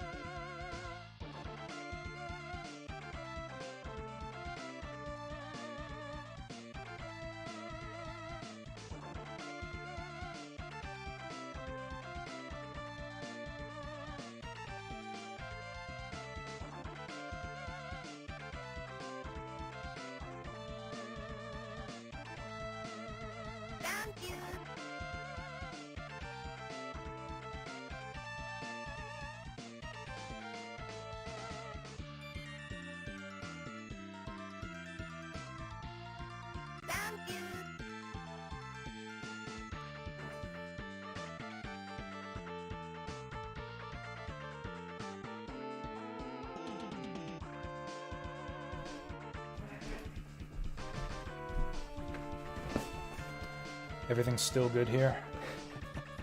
Everything's still good here. Mega Man didn't jump off the stage and say, "I'm out of here."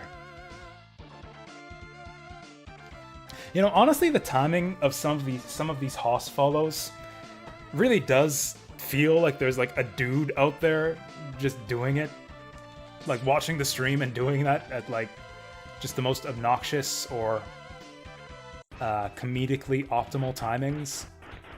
It's really quite impressive.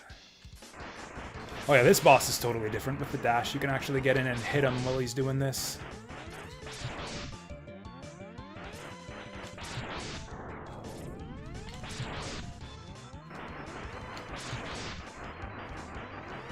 Also, if he starts diving, that'll be easier to deal with, too.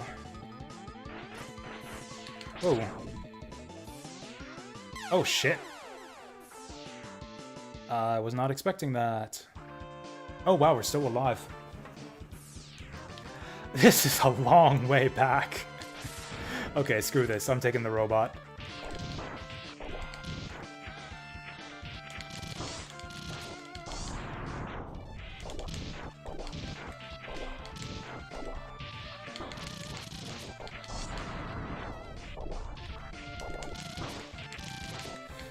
Man, we gotta fight our way through a lot of robots here. There it is. There it is. Whoop. Hey, hey.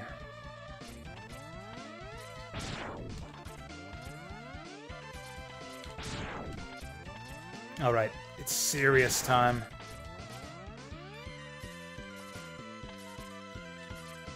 Either that or, you know, I'm out of stuff to talk about already.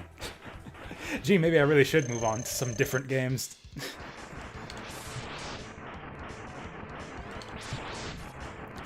I haven't heard anything about board game night tomorrow.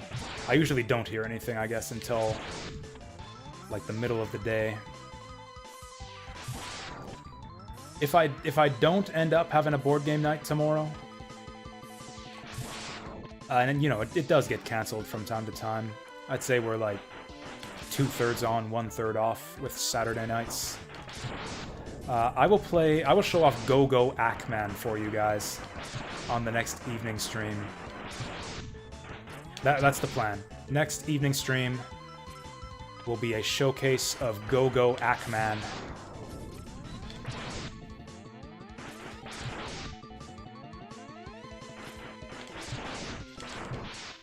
Cool. We just got lucky that time. Actually, I should be checking the feed from time to time for real follows. Have we had a real follow? Oh, hey, we did.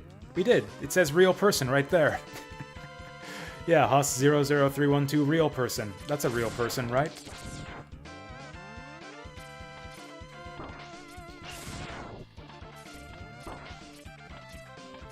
See, that's what I'm talking about. Like the comedic timing on these hoss follows. I've got no health left. I think we should farm this guy. It's probably faster to farm. It's probably faster to farm down here. Oh, that helps us. There we go. Alright, can I get... You know, it would probably be even more efficient. Probably even be a better use of our time to farm for 1-ups. It's fine. I'm confident we can get Rangda Bangda in one go.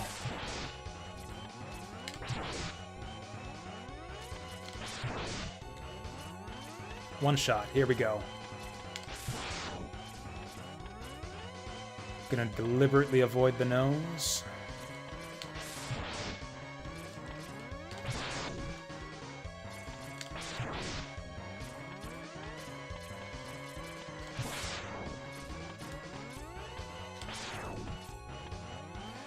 Yeah, basically this fight's pretty easy, as long as you kill the nose last. Wow, he did not open up for long there. It's like he's stream sniping me, and he's forcibly, whoops, taking the eyeballs away. When I want to be killing the eyeballs first. Oh, shit. Well, that turned around very quickly. If we play cautiously here, I think we'll be fine. It's actually fine if we kill the nose now.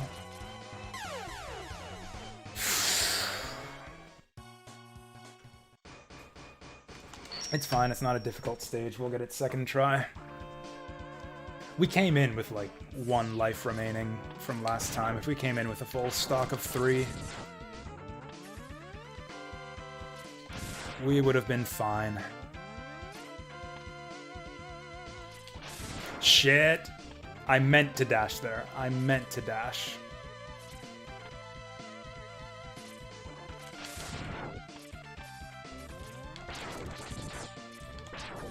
We can't stay here. This is ostrich country. There we go.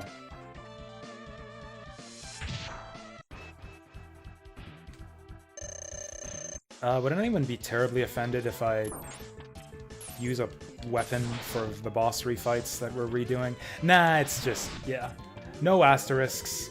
This will just be a pure challenge run. No weapons, minimal upgrades, minimal percent. That's the only challenge. Keep it simple. Low percent.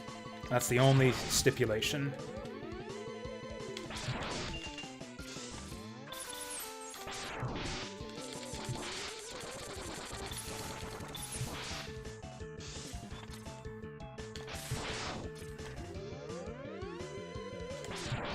Although, I have come up with like my own elaborate challenges for some games sometimes. Like the one that makes the biggest difference in the game that I've done recently is Langrisser 1 and 2 Remake. That game is like broken and shittily balanced. It's like they changed up all the systems of Langrisser. Like completely changed the fundamental, not like the fundamental gameplay, but like the math behind the combat. They changed and rebalanced everything for no frickin' reason. Added a dumb equipment system that basically just throws the entire game in the player's favor because you get just a bunch of bonus stats for free that the enemy doesn't get. So there's an easy way to fix that, which is just don't use items or equipment in Langrisser 1 and 2 Remake, and then boom, you've got a half-decent Langrisser game all of a sudden. So yeah, that's like my favorite kind of challenge run that I've come up with is, yeah, Langrisser 1 and 2 Remake. Yeah, no item challenge. Another one I've done that I like is Mega Man Legends Lock-On Only. Because circle strafing in Mega Man Legends kind of breaks the game. Like, the game really, the way the enemies are designed, it seems like the game really expects you to be locking on all the time when you shoot. And you can't move when you're locked on. And circle strafing, yeah, kind of trivializes a lot of the bosses. So it becomes a much more interesting and intense game if you just only shoot while locked on. I feel like that's the way the game was intended to be played. So I used to do runs of Mega Man Legends where I just don't use, where I only shoot while locked on. There's no way to enforce that restriction, though. Like, it's not... it's too convoluted. It's not like don't press a button, it's like only press a button while you've got another button pressed. There's like no hard restriction on it. You just kind of have to force yourself to not do it, which I typically don't like.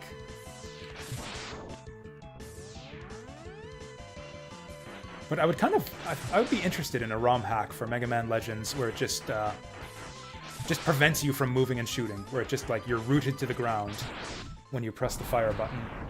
I think that would rebalance that game for the better, because that seems to be the way that it's intended to be played.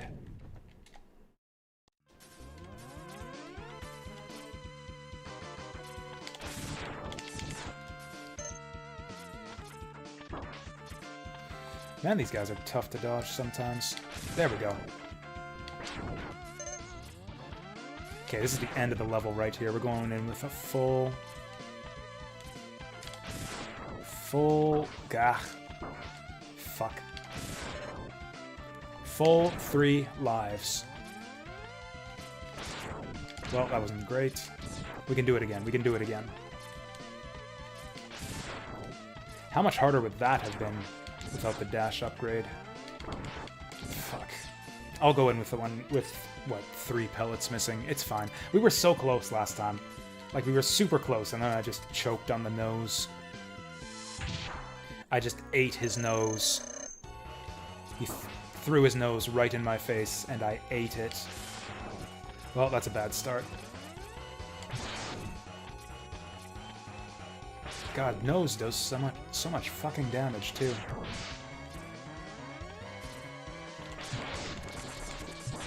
It looks like they don't have iframes, but they do. Yeah, 1 shot per cycle is fine. For those of you who don't know Mega Man X, if you kill the eyeballs, if you kill the nose first, then the walls stay locked like this, and you have to fight the eyeballs while dancing over the spikes at the bottom. It's much harder than just not killing the nose till last. I don't know if I've ever seen him do 3 eyeball attacks in a row before. The nose is probably close to dead.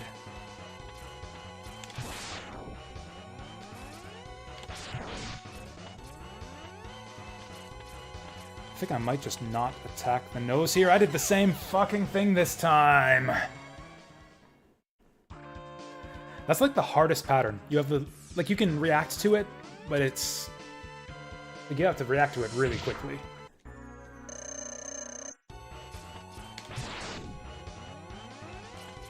There we go, that's his best attack. Oh shit. Oh Christ, that's contact damage too.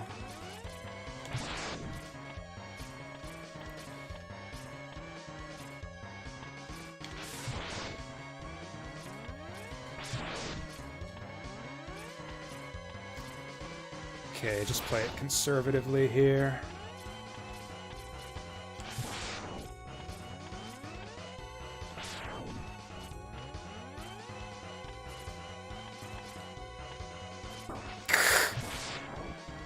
I don't think I deserved that. Whoa, that was close.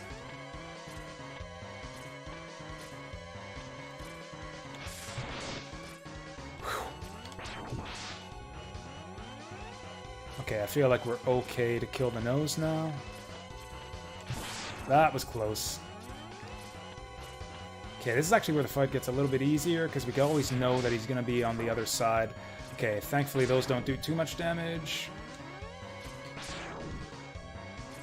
Okay, kill the fucking nose.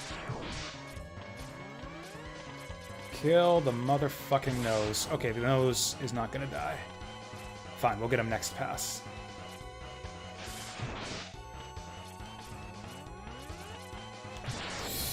Hui. One more. Okay, it literally doesn't get any closer than that. I keep saying doesn't get closer than that when I've got 1 health pellet left. Literally doesn't get closer than that. We killed the boss while he was like inside my hitbox. Whew! I don't know about Sigma 3. Oh, you know what? Sigma 3 is insanely challenging without the dash. I know that much. For that matter, Rangda Bangda is much tougher without the dash. Whatever. I'm just not manly enough to go dashless. Shit. Forgot about this bastard. Well, I've already committed to no asterisks. Whoop.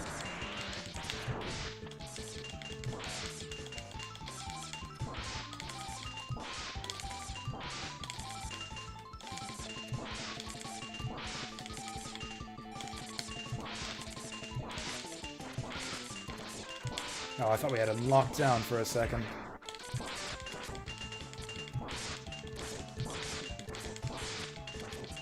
Fuck him up! Oh, we're on a nice little cycle here.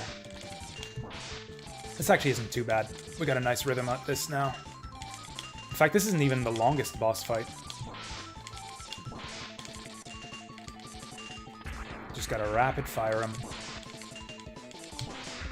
Ooh, that was close.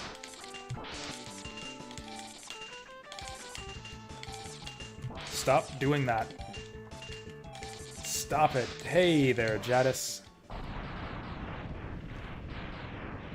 Yeah, how's it going? You could never do the no-dash run. I think I've done it. I'm pretty sure I've done it. Like once, maybe. I've certainly attempted it, and I'm pretty sure I've done it. It's really tough. Really, really tough, though. It really does completely change. Like, it's tough enough going armorless and no health upgrades. Like, a lot of stuff will two-shot you. Or even one-shot you in the case of Wolf Sigma, I'm pretty sure. And then no dash on top of that. It's like, there's some stuff I just don't know how to avoid without the dash. Actually, Sigma bosses, I think, are the worst. Like, the spider without the dash. Rangda Bangda, where you can't dash jump across the spikes. This next boss, what's his name? D-Rex? God, I can't even imagine. Can't even imagine D-Rex without dash. Like, how do you keep him from chomping on you?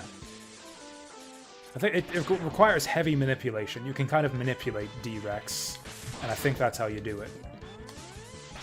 He seems to jump up every time I hit him with the red shot.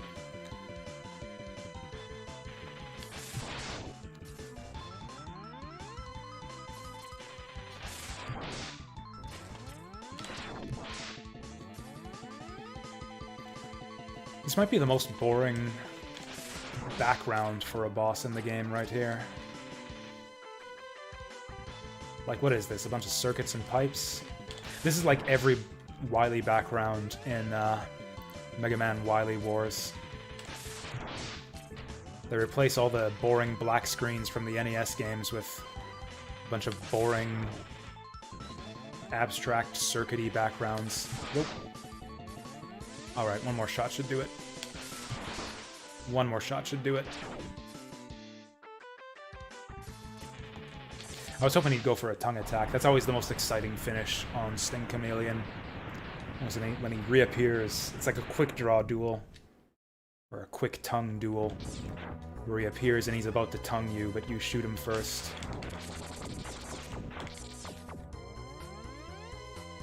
Yeah, by the rules of the challenge, I cannot switch weapons to grab those. How many lives do I have left? I should have probably forced a game over at the start of this stage. Just to ensure that I had the maximum number of lives. Whoa.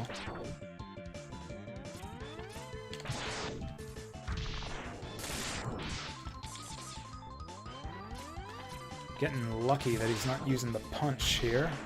There he goes. Shit. Double shit. This is not going great.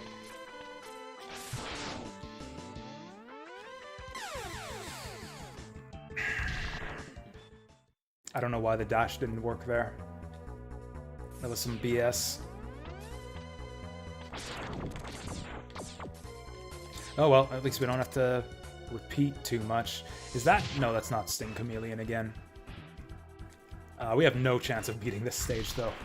I've got to do, what, Flame Mammoth and Launch Octopus and D-Rex on one life? It's not happening. I can't do it. I guess we'll get some practice in. I think I'm hitting the buttons at, like, the wrong angle or something. Like, I'm pressing the wrong part of the button and missing the switch underneath.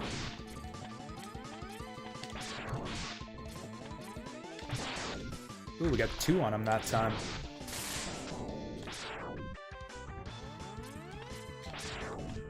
Well, that was great. Whew! Oh, I didn't even realize he was dead.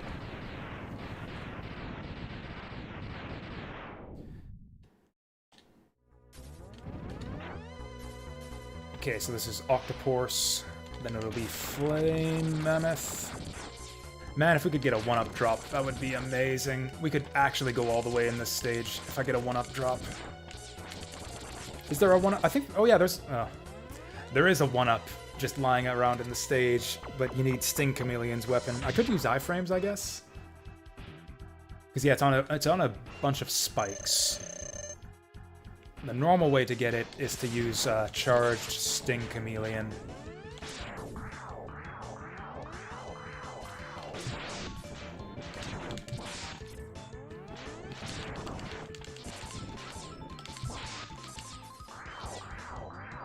But we could just get hit and then go across the spikes that way.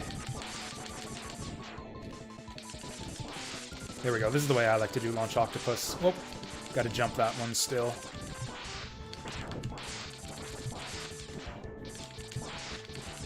You know, The bosses in this game have the perfect amount of iframes. Like using non-charged shots actually does not better DPS by any means, but like, you know, good enough DPS.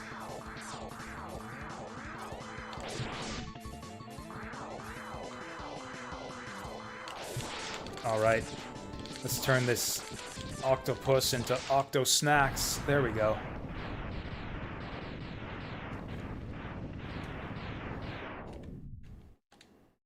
That was a Lord Monarch reference for those of you who missed the conversation in the earlier part of the stream.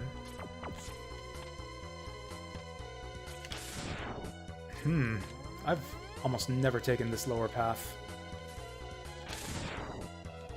Okay, let's get this guy shit out of here. Yeah, I don't think we can use iframes. Maybe? Whatever. We're gonna have to farm for health. Oh shit, I forgot about that guy.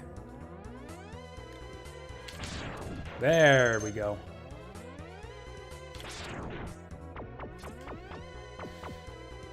Am I fine with this amount of health for Mammoth?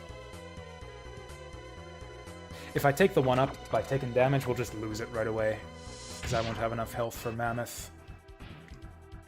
This fight's going to be a lot easier with the dash. Or I should say it's going to be a lot more reliable.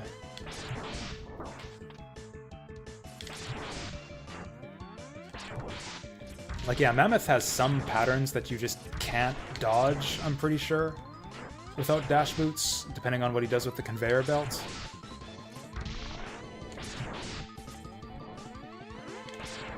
Yeah, but basically, if he reverses it, you're gonna have a tough time getting underneath him if he jumps. And you can't jump over him without dash boots, so yeah, you're kind of hosed. And of course, so he's just gonna have the conveyor belt going towards me the whole time. There we go. We've got no enemies before D-Rex. It's just the hallway, then D-Rex. We are gonna die. If I just killed myself a couple times and gotten to forced myself to get a game over, we would have one extra life right now. Alright, D-Rex. No damage. Let's go.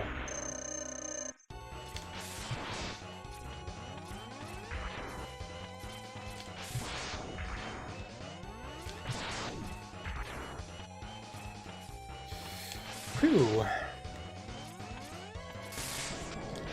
Ooh, I didn't realize that, like, angled off to get you there. Yeah, like, how would you dodge that without dash? It's freaking nuts.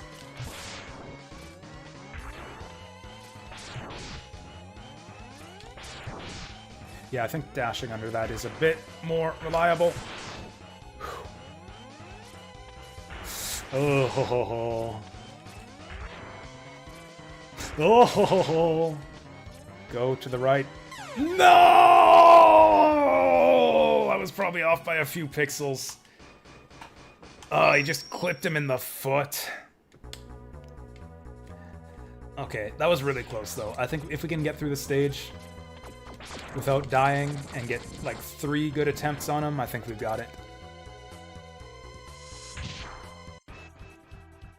I should probably change the stream title to advertise that I'm doing a Mega Man X minimalist run, but whatever.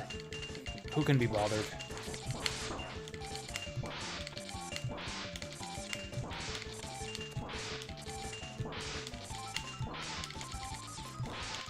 Now's about the time where I would feel totally fine just taking a spark shot to this guy to remove his armor.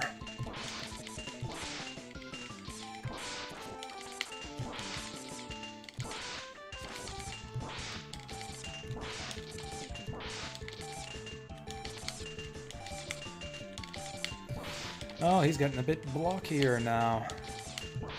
What's with that red light on his one nipple? What is that supposed to be? What's the point of that? I'm sure there's like some design document out there explaining like all of the different parts of the robot masters or mavericks or whatever. Okay, this is where things get hectic, is when he starts. Yeah, if you don't interrupt him and let him shoot as fast as he can. Yeah, character designers seem to love that shit. Like the labeled diagram of like the character's outfit Like, every anime has those documents where it just shows you the character and labels every part of their outfit. And then you get like, the part on their boobs where it, like, points to the boobs and says, huge! Or sugoi, or something like that. There's probably something exactly like that for Armored Armadillo, pointing to that weird red nipple.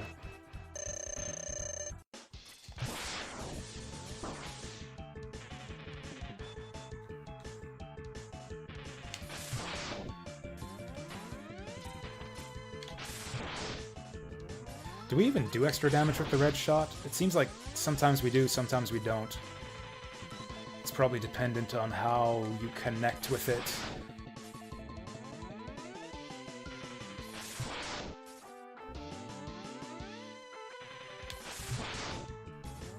And up he goes.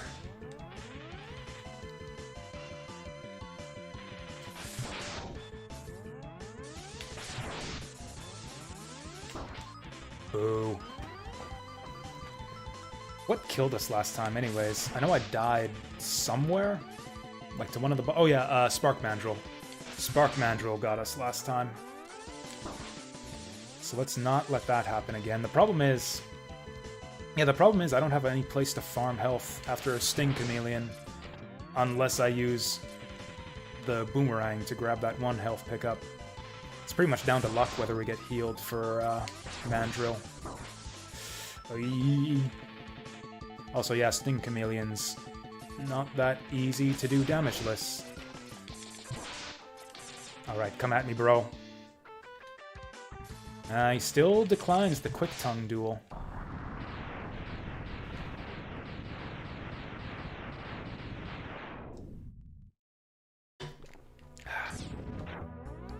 This next fight is going to be very heavily reliant on whether one of these two enemies drops a health for us, and there it is. Alright, we got the blessed RNG. Let's not waste it. I like this guy's goatee. He looks like an Egyptian pharaoh or something. Okay, really bad start to the fight so far. Really, really bad start to the fight.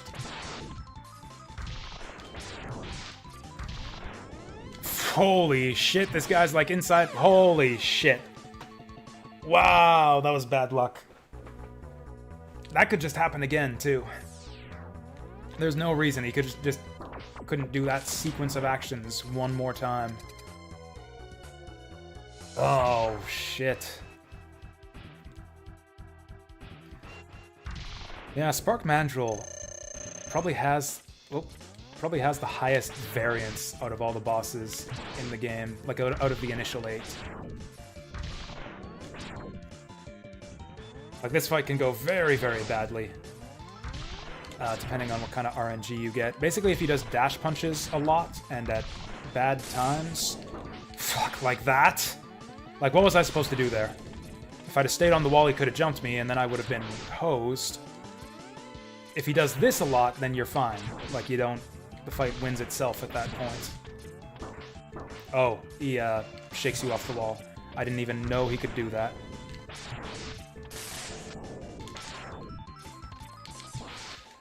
Well, we won it, but if we die right after this, we'll be in the same situation as last time. D-Rex with 1 life remaining. Oh, it's the vampire game! Cool, cool. Out of curiosity, which faction did the guy who won played? That is interesting that, yeah, the same guy won, because that would seem to indicate that, like, skill was the primary determinant of who won, rather than, like, an imbalance of, like, of faction decks. We kind of thought that Bruja was the strongest out of the box, or at least the simplest to play.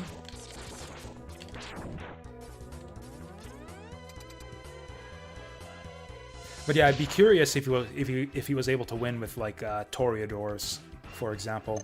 Toreador, I think was not the weakest faction, but the trickiest to play out of the box, especially in a 4-player game. Glad you liked it. It's always like, that's like the most gratifying part of my job. Like when I recommend games to people at work, who are looking for advice on what game should I buy for my family, and then they come back later and say, oh, we love that game you suggested, give us another one. That's like the best part of my job.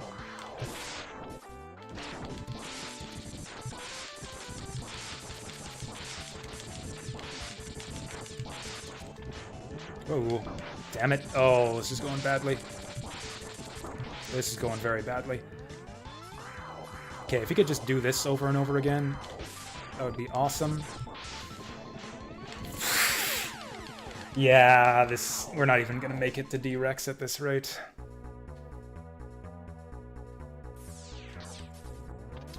Unless we had to get a lucky one-up drop. I don't see it happening.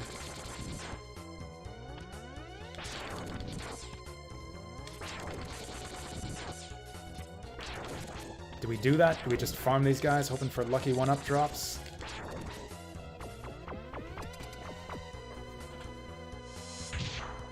Ventru! Okay, Ventru's another interesting one, yeah. I mean, they're all interesting. That's kind of what makes the game good. Is that like all the faction decks play extremely differently?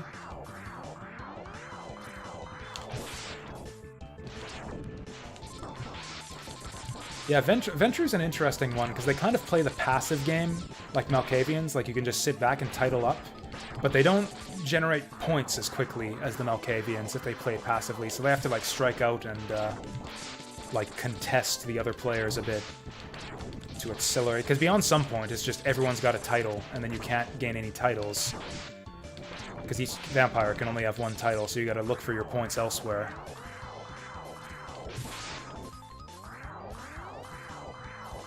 I don't know, it's a really cool game. Me and my friends have been having a lot of fun with it so far, and I'm glad you liked it.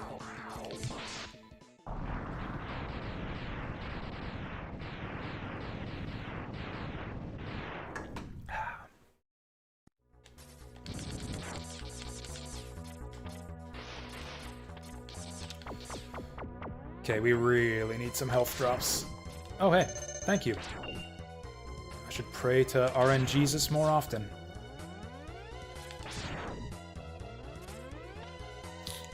Well, this is annoying. This is really annoying. This'll work. Check this out. Check this out. Fuck. Okay, perfect. It still worked. Not exactly what I wanted, but it still worked.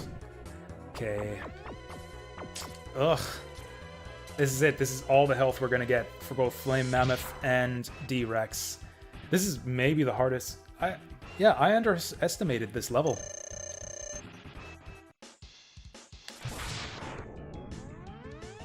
It's not something you think about, because you can tank so much damage in the regular run, but yeah, health drops and where the health pickups are located is a huge thing on a unarmored run. The fact that there's basically no reliable health between Sting Chameleon and D-Rex is a huge thing. It's probably going to take you multiple lives to get through here, and every hit is a big deal.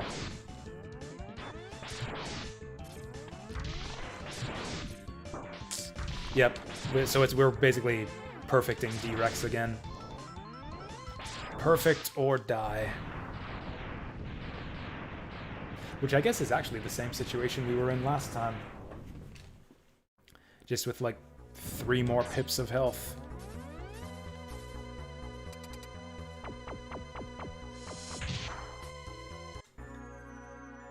This is the kind of thing I'm talking about too, about like getting like more of an appreciation or like a new perspective on the game. Like on a normal run, you don't really think about like how important it is, like where the health drops are located, like that aspect of the stage design. Health drop placement or health pickup location is kind of irrelevant in a standard playthrough.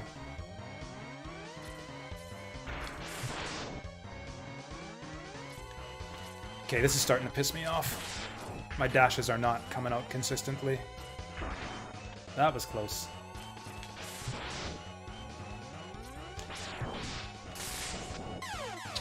Okay, this is a real problem. My dash is just not working. Like some percentage of the time, I just press the dash button and nothing happens.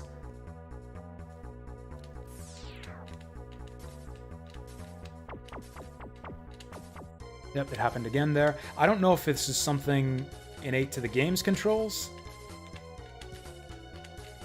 Could be a signal thing. The second and third buttons are lit up on this controller. I wonder if it's like a thing...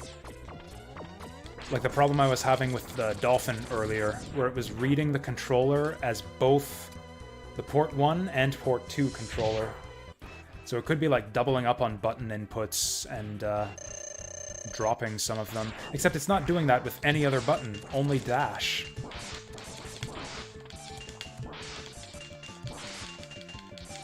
Maybe the R1 button is just bad on this controller, and I never noticed until now, because no other game needed it as badly. God, if I never fight Armored Armadillo ever again in my life without his weakness, it will be too soon.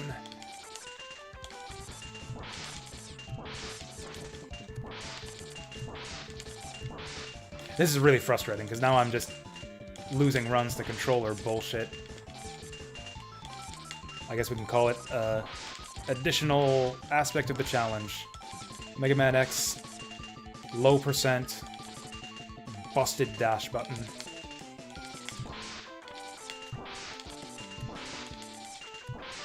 Hell, if my dash button was gonna be, like, unreliable, I might as well have done the no dash, added no dash to the challenge.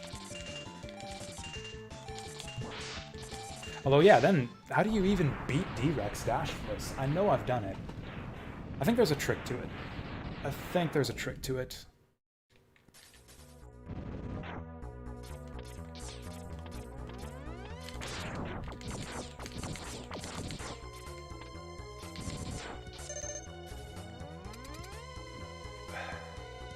And this is it. Every hit from this point forward matters, because we have no reliable health pickups until the end boss.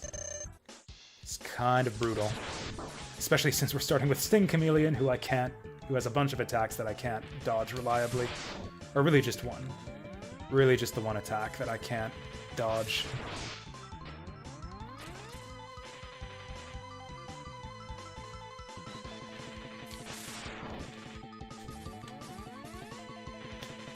Yeah, I think it's a sensor thing. Like, I have to really jam on the button to get it to come out. So I guess I just gotta be decisive with my button presses.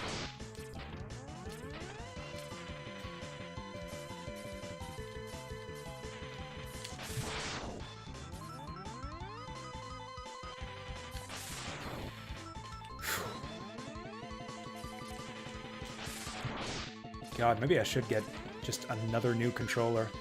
For added authenticity, I should get, yeah, maybe one of those retro-style controllers, like SNES USB gamepad. Yeah, I just can't dodge that. There's no doing that on reaction.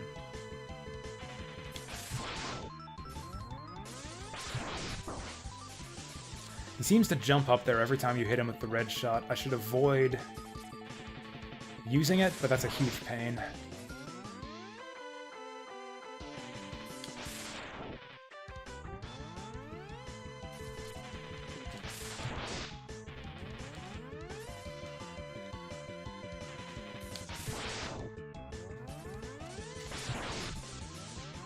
Okay, that was lucky. One more shot, one more shot. Okay, we're missing a lot of health going into Spark Mandrill. If we get a lucky health drop, then we can turn this into a run. What might end up happening here is we just play the stage... Oh, okay, nothing. We play the stage over and over again until I get a 1-up to drop, and then we're fine. We can have a real run at D-Rex. Okay, this is a good start.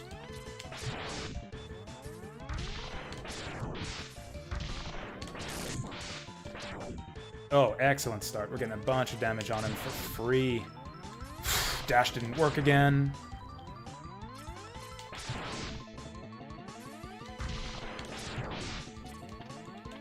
Ugh. That was super close. Okay. Happened again. Okay, we got him, we got him. That was pure luck. He could have easily punched me there when I jumped over him, but we got him.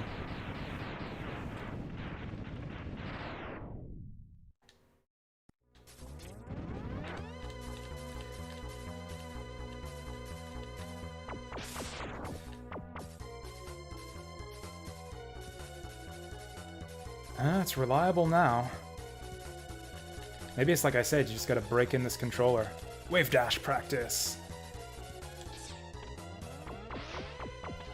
Oh, you know what? We do have one health drop. I forgot about that. We do have one health drop right here. It's not big enough to recover us to full. But yeah, we got this one. And then after this, we've got nothing. Do we do octopus with this much health? Just one health drop would make a huge difference here. I don't think they drop health if you shoot them from inside. Ah, fuck it, this is tedious. We'll be fine. Just gotta play skillfully. I think it is possible to do octopus reliably, no damage. I don't think he has any attacks or situations you can get into that are undodgeable. He's got some stuff that's incredibly tricky to dodge, but yeah, nothing undodgeable. I guess that is kind of borderline when he shoots the homing fish at you from close range. So of course that's all he's gonna do on this fight.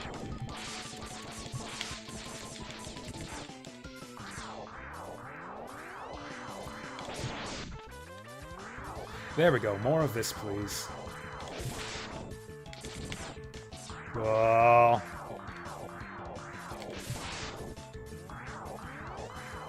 More of this. Oh, yes, perfect. Perfect. Okay, now we've got no health before Mammoth, but it's fine. We'll lose a life, beat Mammoth, and go into D-Rex, missing a bunch of health, and then we die to D-Rex, and then we get a full health attempt on D-Rex.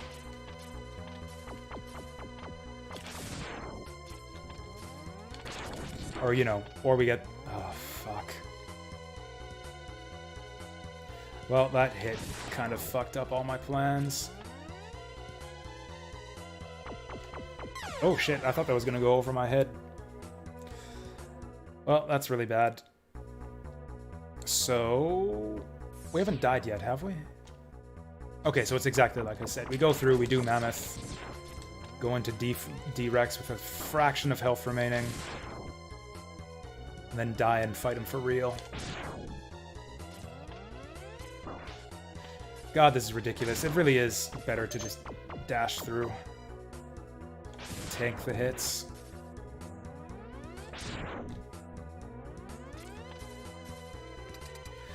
Okay, if we can no damage Flame Mammoth, this might be a real fight coming up.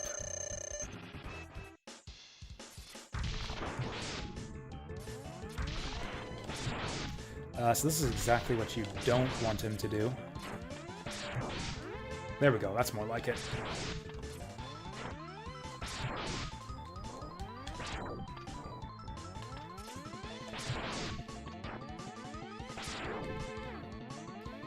Good enough, good enough. Oh boy. Alright, the tables have turned. You know what would be awesome? Is a Power Fighters style, like one-on-one fighting game type thing, starring all the best Mavericks from Mega Man X history. Rockman X, the Power Fighters. Or, you know, just any new Mega Man game at all. Capcom seems to have completely abandoned the franchise after Mega Man 11. Or hell, or Mega Man X has been completely abandoned too. Even harder. When was our last Mega Man X game? Like 15 years ago? Maybe more? That's some bullshit. Maybe it's the screen shaking from D-Rex moving around? Maybe that's causing the dash to fail? It's dropping dash inputs like crazy on this fight. It happened 3 times right there. I took all of the damage I took in that fight was because of failed damage. or failed dashes.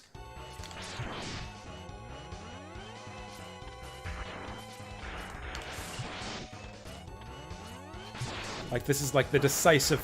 Okay, 2 shots. 2 shots on D-Rex and he kills you.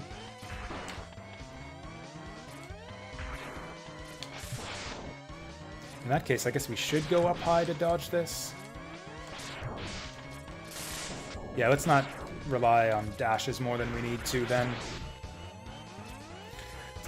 Ate it again there.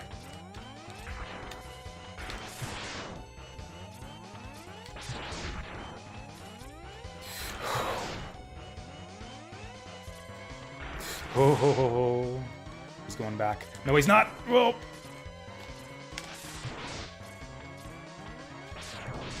Oh, okay. Okay, that didn't kill us.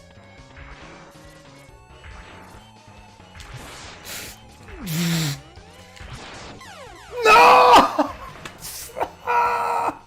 I thought we had him. I thought one shot would do it. Oh, fuck. And the one hit we took was due to the dash not working. This is... I think I might have to abandon the challenge for tonight. I'm not going to be able to do this with a busted dash button. Does anyone know if this was a problem on original hardware? If, like, D-Rex shaking the screen causes your dash to just drop half the time? If this is just part of the game, then I'll roll with it and continue. If my controller is just busted, I might give up here.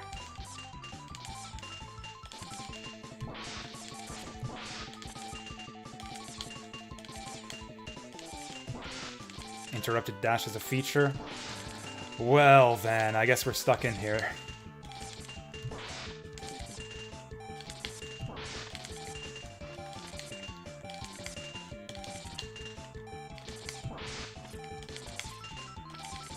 Why am I not? I must be standing at the wrong distance or something.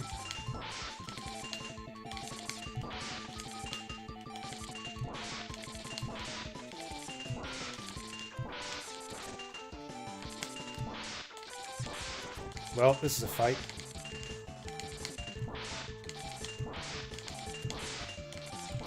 Man, I didn't see us stalling. I thought this would be the easiest of the Sigma stages, to be honest. I really did.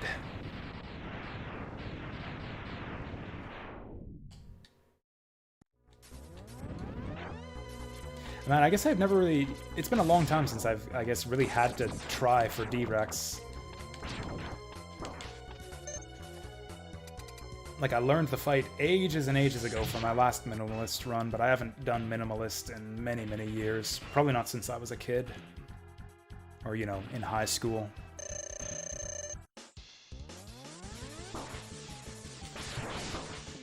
Well, that's an awesome start.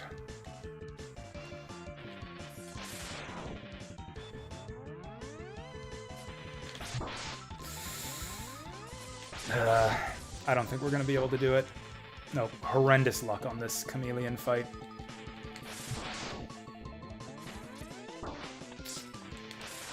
Oh, he only decided to do it twice there. Yeah, he's just going to do spikes all day, and they're going to drop right on top of me.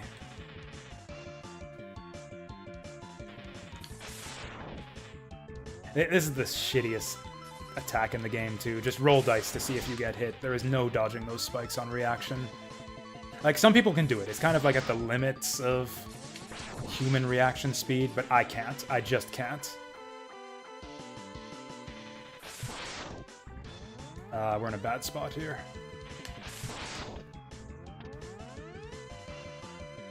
One CC Castlevania? I mean, I've done that on screen, on stream. We 1CC'd Castlevania 1.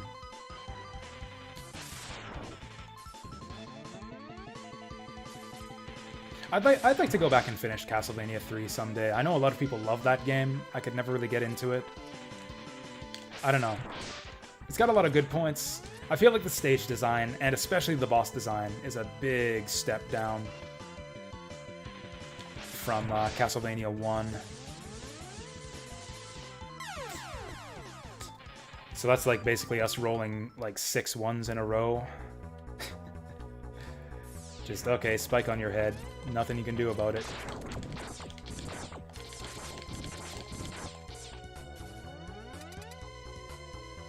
Oh, hey there, Radiaz Killfont. Castlevania 3 is actually NES hard. I'd agree with that.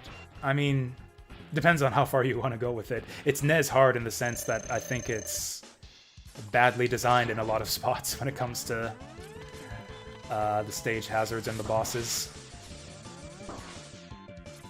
Honestly, I feel like Castlevania 1's difficulty is slightly exaggerated too. I think anyone could learn to 1cc Castlevania 1 if they stuck with it. Like, there's almost no like reaction or improvisation-based challenges in that game. If you were to commit to something like whip only, that's a different story, because then you gotta actually learn the death fight. What is with Sting Chameleon all of a sudden? Getting all the shitty patterns here.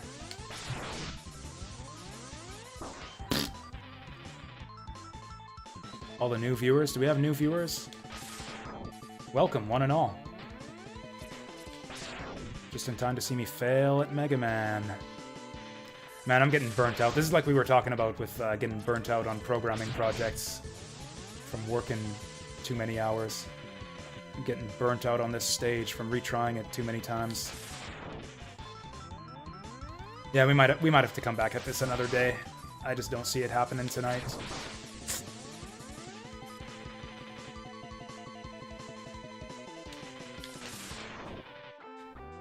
Like, we're already behind the curve. Like, honestly, if I lose a life... What is happening? Like, Sting Chameleon is just not... Okay. Not doing any of his usual patterns. Seeing a bunch of, like, weird movement patterns that we never saw again, and that we never saw on any of, like, the previous 5 attempts.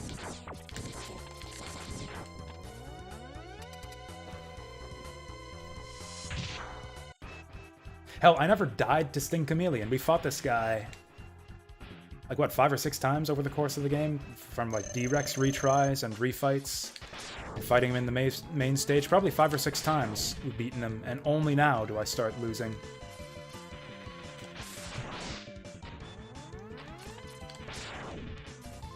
Power Rangers SNES?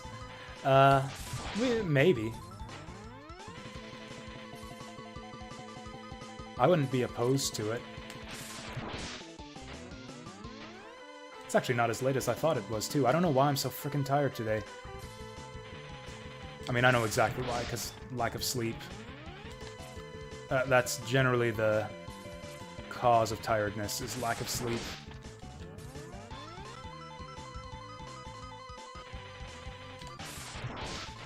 Come on.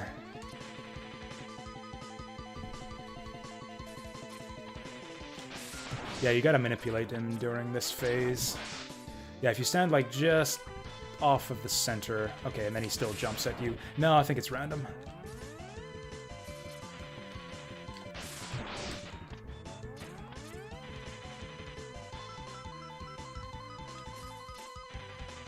Well, boring fight, but we're not taking any damage. This is all pointless. There's no way we're going to beat D-Rex on 0 lives.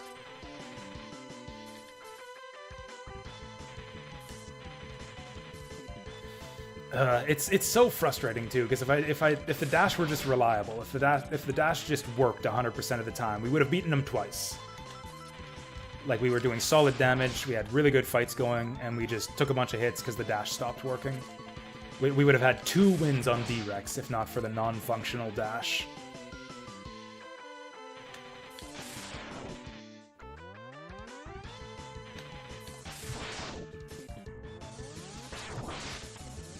Well, there it is. Now our luck starts to turn.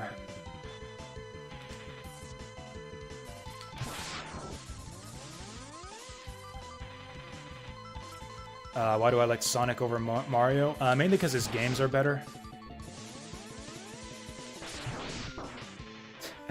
So it's largely aesthetic.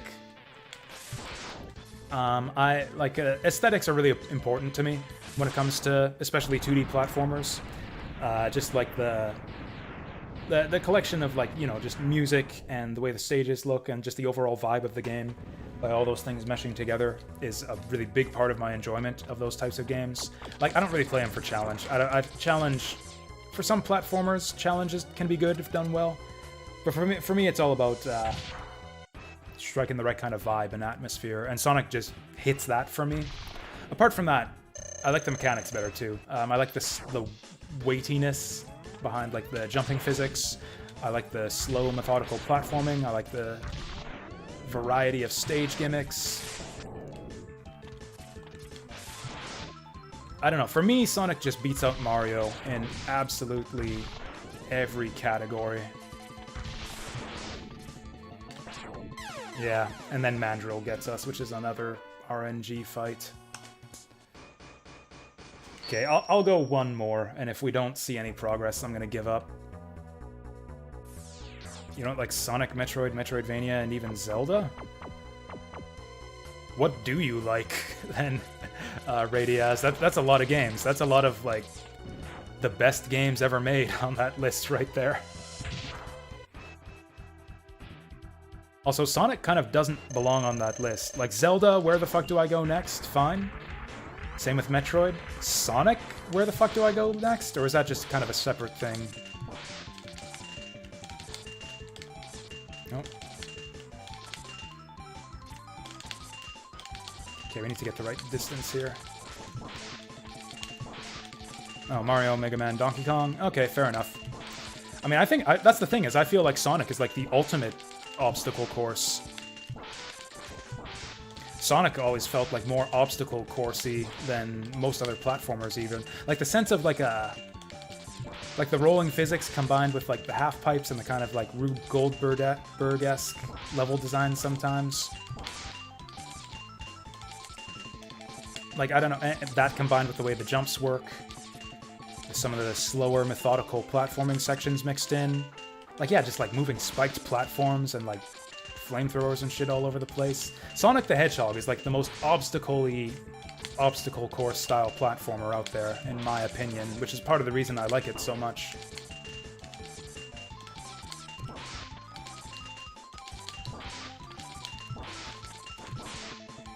Getting a handle on the physics and like the jumping controls is a big hurdle for a lot of people. The momentum can be tricky to get used to. That turns off a lot of people, but once you learn it, like the control just sings once you get used to it. There's no other platformer where I just enjoy controlling the main character more than Sonic. Whenever you find more than 2 different paths in a stage, like, what are you like stopping to go, up or down? Up or down? Doshio kana? Like, every time you come to a fork in the road in a Sonic game, like, just go up or down. That's it. As long as you go forward, it's fine. That's the appeal of Sonic, to me, too, is that, yeah, the non-linear, not non-linear, but yeah, non-linear stages. You can go up, you can go middle, you can go bottom path, and there are so many, like, ways to switch tracks at any given point in the stage. It's like no 2 playthroughs are the same. It's completely different every time because the stages are so wide and vertical. You just don't get that out of many other platform games.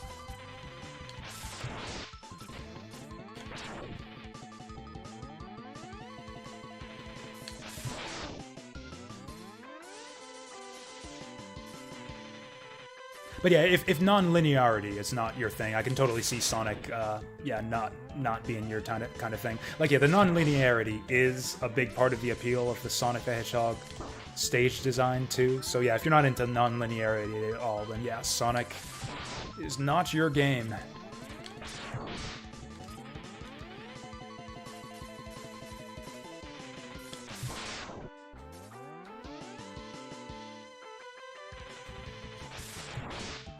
Also, in terms of like the stages being too big and taking too long to go through, that's more of like a latter-day Sonic thing. Like Sonic 3 has huge stages. Sonic 3, the stages take a long time to get through.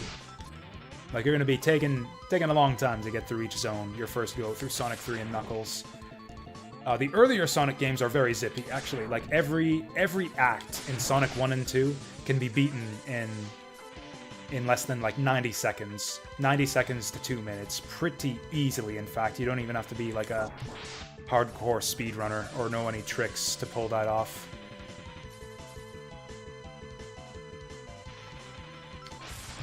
But again, it takes a bit of practice, a bit of familiarity with the way the game plays to get to that point. It's rewarding. Rewarding if you dig into it, which is like the hallmark of a, you know, a brilliant game in my eyes.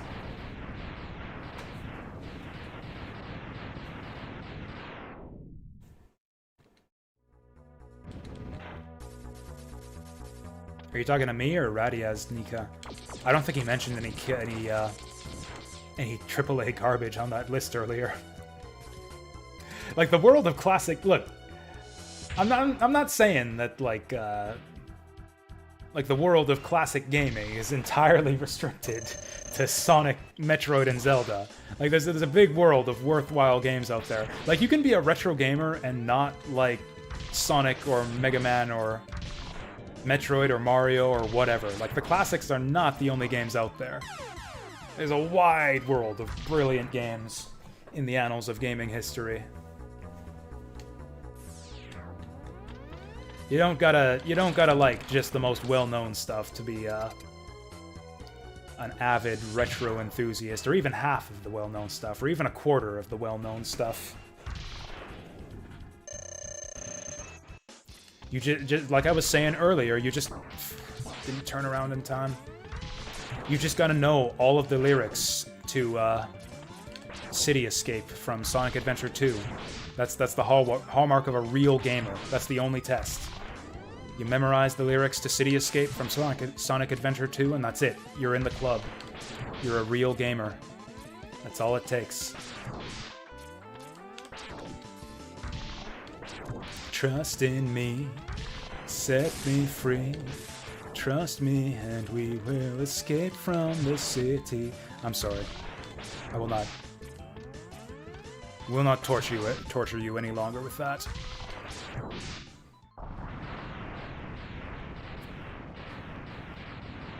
Are we even doing well on this run? Have I died yet? I'm like sleepwalking through the game now. We've died once. If I can get through the rest of the level on 1 life, we'll have a decent shot at D-Rex.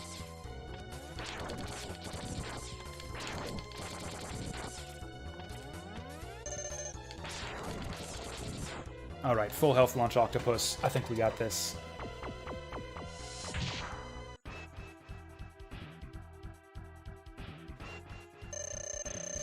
Is that a down arrow on his forehead or a crystal?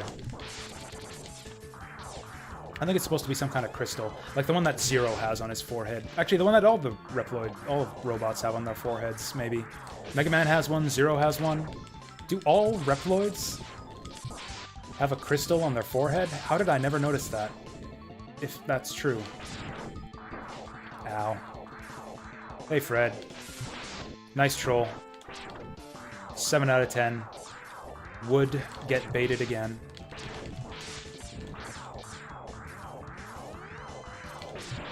Have you played Mega Man X7, I Am Fred? Because, boy, are you in for a rude awakening there if you think any Mega Man game is the worst game ever made, other than X7.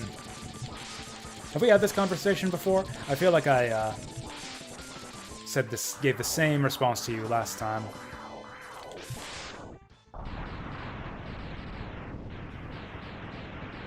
Never played X7? Boy, are you in for a treat. Go play X7. Go beat X7. And then come back and tell me that Mega Man Legends is the worst game ever made.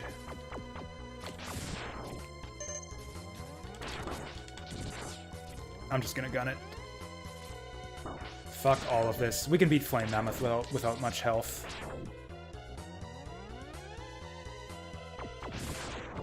Oh, beautiful. If I can perfect Flame Mammoth, or even get through with more than half my health left, because D-Rex kills us in 2 hits anyways. You know, I've never played Sonic 06. I'd like to someday, but actually there's other Sonic games that are higher up on my list of 3D Sonics to try out. I gave up on 3D Sonic pretty early, like earlier than most people. I really disliked Sonic Adventure 2, and then I really disliked Sonic Heroes after that, and then I kind of gave up on 3D Sonic after that. Sonic Heroes was the last 3D Sonic game that I played until, until Generations. And Generations is still the only one I've played since then. Why no love for Mario? I love Mario. I wouldn't say it's the best platformer, but it's in my top... It used to be in my top 5. It's probably not anymore. Mario 3 is probably in, like, my top 10. Probably, like, my number 6 or 7. Oh, Yoshi's Island. Good call. We've definitely had this conversation before. Yeah, Yoshi's Island is my number 2 now. Close to number 1. Well, we get 2 shots at D-Rex. You know what? I think I remember the trick. Since we got some leeway to experiment here, let's see if I remember the trick.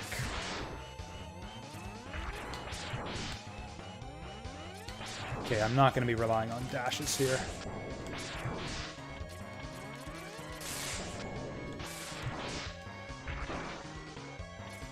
Yeah, that's the trick. Hug the left wall, and he won't bite you. Fuck.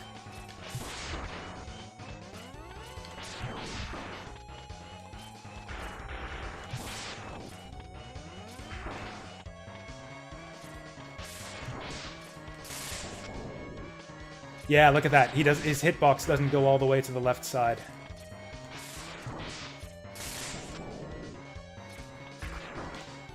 Okay, that was some bad luck. 2 more, 2 more. 1 more, 1 more. Boom! That was just pure memory. I remembered the trick now. Yeah, that's an easy boss fight, even dashless. If you know the trick. There you go. Play Disruptor. We've had this yeah, now that Disruptor is... Mention of Disruptor is triggering my deja vu. We had this exact same conversation.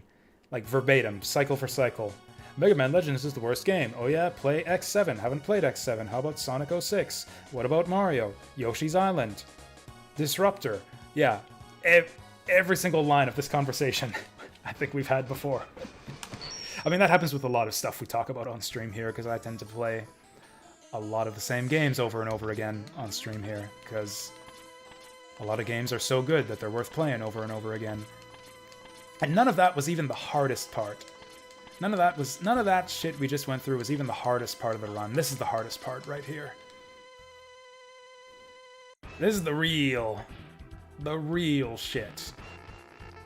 Oh, I don't care. Like I said, we talk about the same shit. Maybe we have an audience, though. There are other people here watching the stream right now, presumably. Maybe they all left. I don't watch my viewer count. Maybe not all of them have seen me have this conversation with you before. We could be introducing, like, a whole new generation of Jasu Bakuhatsu viewers to our respective positions on Mega Man and Mario and Sonic and all that good shit.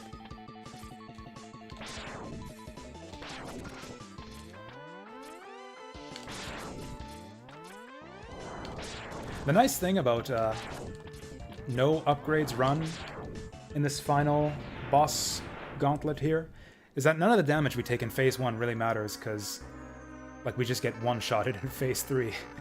Like, none of the damage I take here matters at all. If I get hit in Phase 2, that'll be bad. Play Mass Effect? I've played Mass Effect. I played, yeah, Mass Effect 2 and 3. Or no, so I played Mass Effect 1 and 2. I liked them a lot. At the time. Yeah, we're kind of hosed now. I didn't play 3, because that was like when EA did their... Or not EA, was it EA? I don't remember. Yeah, EA. Only released Mass Effect 3 through their shitty, like, online store, which I didn't have, so I didn't play Mass Effect 3. Psychonauts? I never played the original Psychonauts. Everyone's raving about the new one, though. I'll probably have to play that someday. But, I don't know, it's not on my radar. It's expensive, because, you know, it's a newfangled modern game, and all modern video games cost like $1 million. Honestly, the biggest expensive new release that I have my eye on right now...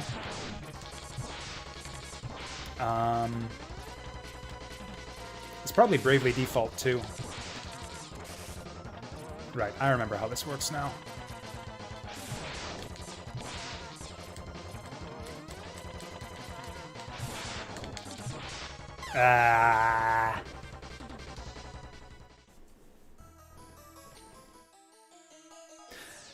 Like, I talked earlier about how aesthetics are a big part of what I enjoy about video games. Like, some people say, oh, forget graphics, it's all about the gameplay. For me, it's both in kind of equal amounts, with maybe a slight edge to, like, graphics and aesthetics.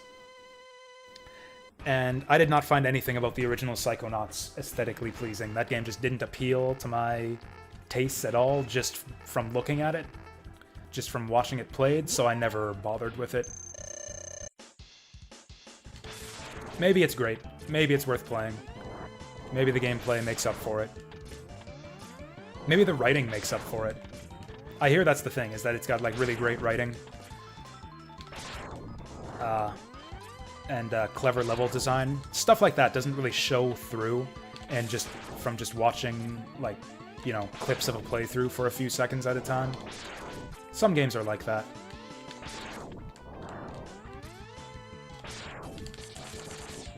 That's a perfect doggo fight. What is Disruptor and why is it better than Legends? It's a FPS for the PS1. I'd never heard of it before until the last time Fred told me about it.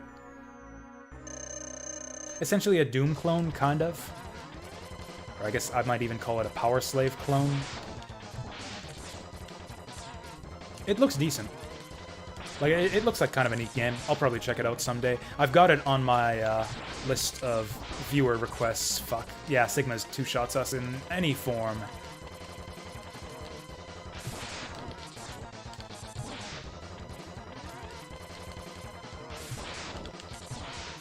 How is it the same as Legends? Not really. Actually, the controls are probably similar. Like, actually, the controls of a lot of early... fuck.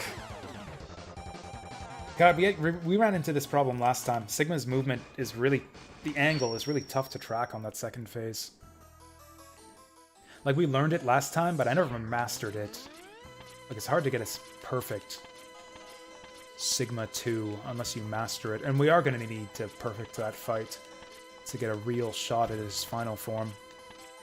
But, like, the control scheme where it's like a turn using left and right, L1 and L1, R1 to strafe, L2, R2 to look up and down. Like, that's actually the same control scheme as a lot of third-person games on PS1.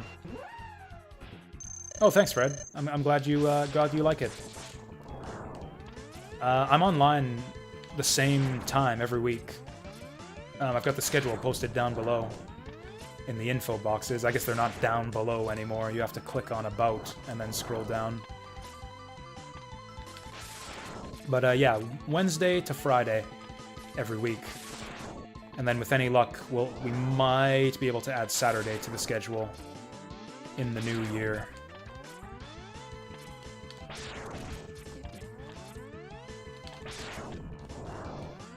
Tomb Raider? Tomb Raider's fucking rad. I streamed my blind run of Tomb Raider several years ago, like not that long ago. Actually, yeah, that long ago. Probably close to 6 years by now, since I discovered Tomb Raider for the first time. I played Tomb Raider 3 back in the day, and I really loved it. It's actually one of my all-time favorites. I love Tomb Raider 3, and it's still my favorite, but 1 is pretty great, too. Like, some people say the first Tomb Raider is the best, and I totally get that. It's got more puzzle focus, a little bit heavier on atmosphere, a little bit lower on challenge, a little bit less oppressive and trap-filled than Tomb Raider 3. Totally get the appeal of Tomb Raider 1. I loved that game when I played it, too.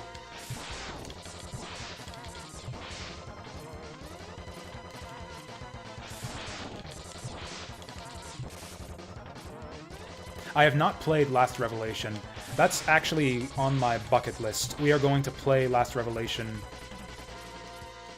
relatively soon.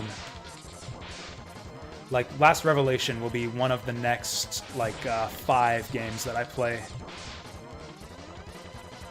I've kind of got 2 tracks right now of games that I'm working through. We're working through the Fire Emblem games, and then we're working through my bucket list with the odd rando retro stream thrown in there for variety. And yeah, Last Revelation is like 5th on the bucket list track right now. Okay, you can set this up perfectly consistently. You just got to drop down at the right time. Alright, here we go. First try. Let's do it.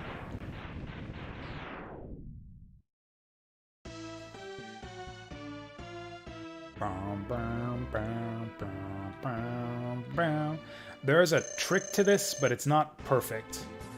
It'll keep you safe for a long time, but there's enough random shit going on in this fight that it doesn't last forever. Basically, you want to set it up like this. You want this kind of setup.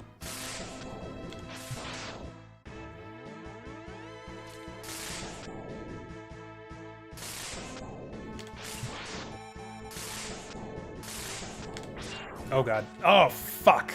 That did not need to happen. That was me trying to edge forward a bit and getting a dash by mistake. Missed input.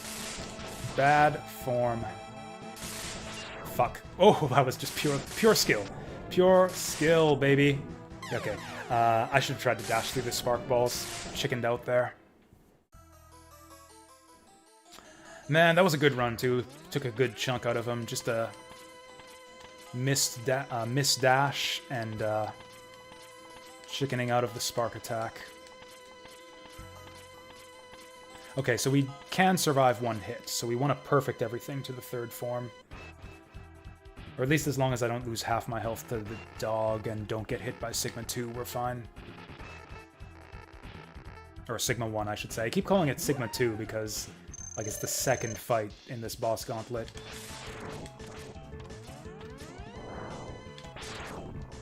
Have I played Just Cause? Never. That's like a Ubisoft open world game, right? Like the quintessential Ubisoft open world game. I like that style of game, but I've just never gotten around to Just Cause. That one actually totally missed me. Like, I'd never heard of Just Cause until a couple years ago. I watched Brick Road stream, I think it was Just Cause 3. It looks pretty cool.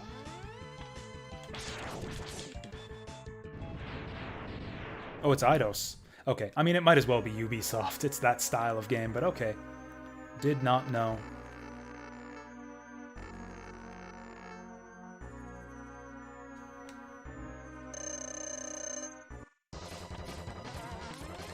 Man, we're covering the gamut here. Talking about a lot of different games tonight. Half expecting Chaz to show up again and be like, none of these games are Lord Monarch, what are you doing?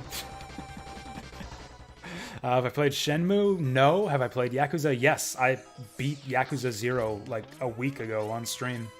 We just finished it.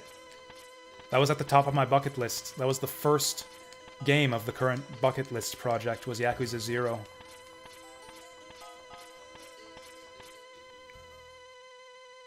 Oh yeah, the second one on the list was Baba Is You, which we didn't play at all this week. I kind of forgot about that game. I wasn't planning on playing it this week. I was planning to do Fire Emblem Radiant Dawn all week. But that game takes a lot out of you. It's a bit of a brain melter. I mean, you know, as if Baba Is You isn't. That game fatigues me even more than Radiant Dawn. I can handle, like, what, 5-ish hours, 5.5 hours of Radiant Dawn.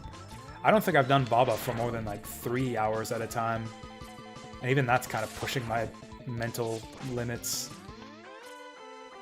Try Fury. Are you doing this on purpose, Fred? I streamed Fury. I streamed Fury back in May. I didn't really like it.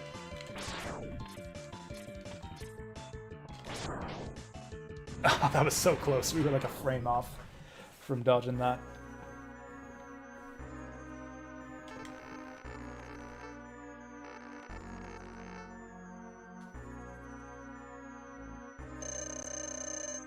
No, I didn't like Fury.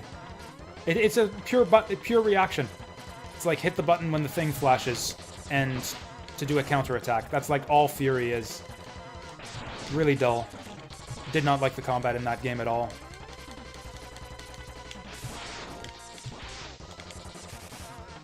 I think we got it set up here. Yeah, okay, we got it set up here. No, we don't.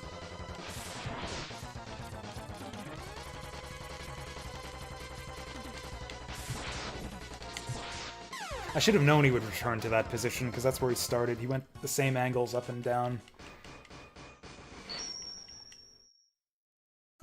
Like, I liked the bullet hell part of Fury, but the melee combat just ruined it for me. It's just pure reaction speed. Like, can you press the button after the thing flashes? And if you can't, you just can't really play that game.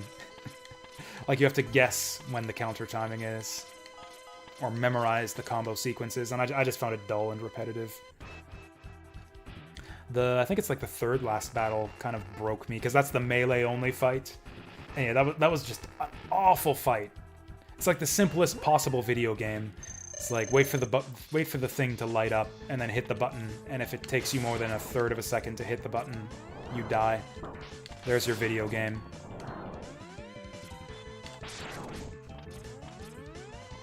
There's like no strategy, no positioning. Positioning is irrelevant in that game, other than dodging the red shit on the ground. Like, it's not combat, it's purely hit the button in time to the rhythm of the combo.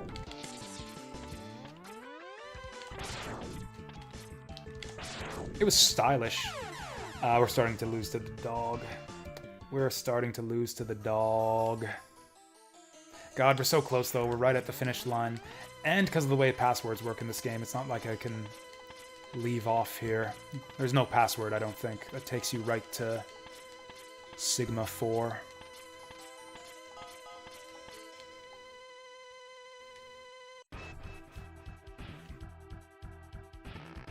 When am I going to finish Neo? Neo...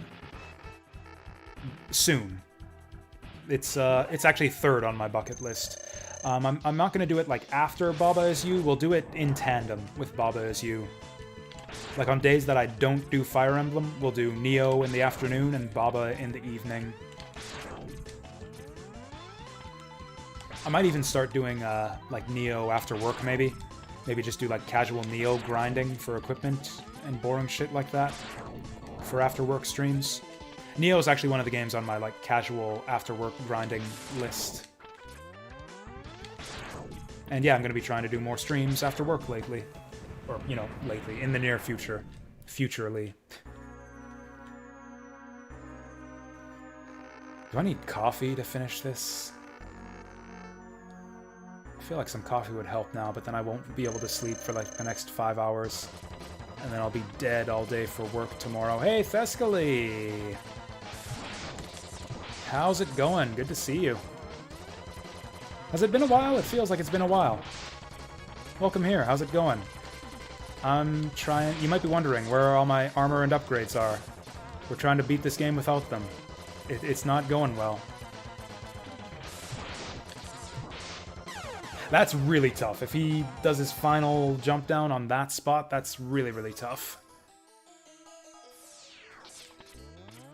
I need to set him up in the right position on the ground. If I can get him on the right spot, I can just get him in a nice consistent cycle. But I haven't been able to do that yet. Man, I've only made it to the third phase once. This is going really bad. Sigma 2 should not be difficult. He's perfectly consistent, perfectly predictable. There's no reason I shouldn't be able to perfect Sigma 2 or Sigma 1 every time.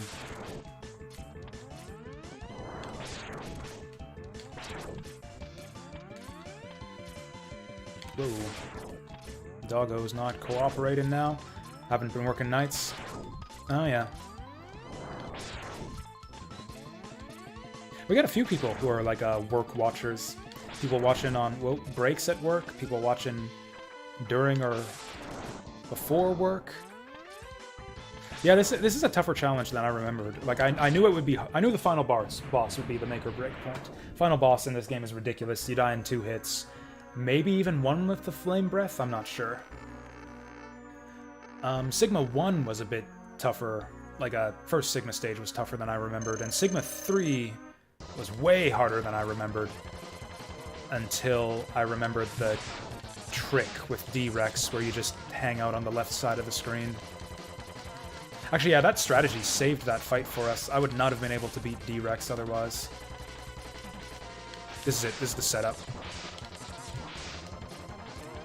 He's in exactly the right spot here. Have I played Plock? Yes, Fred. I streamed Plock. I beat Plock on stream too. Twice, I think. I also Let's Played it on my YouTube channel. It's very good. It's got some problems. I hate the flea pit. Like, the end game just ruins me. Or, like, it doesn't just ruin me, it ruins itself. It ruins the game. The whole flea pit final world. But before that, it's brilliant. Everything before the flea pit, I love. A++. But, yeah, Plock is like this weird thing where it's like a 5-star game up until the final world, and then it suddenly becomes like a 1-star game. Woo! I mean, I love it. Keep them coming. I love getting suggestions and hearing what kind of games you guys are interested in.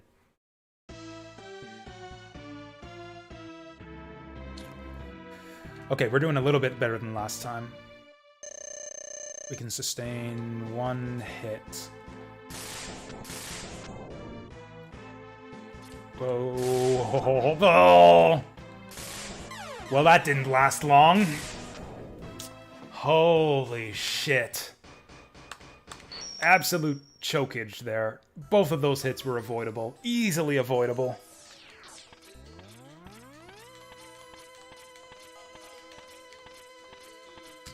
Guess we're doing all this again. My thumb's actually starting to hurt.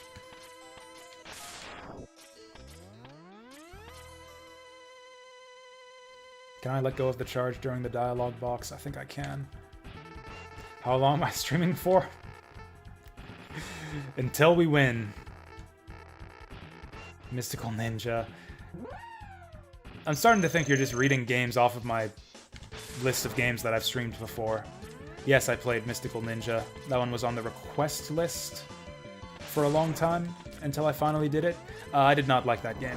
Not one bit. Very mediocre platforming, with a bunch of crappy grinding in town between levels.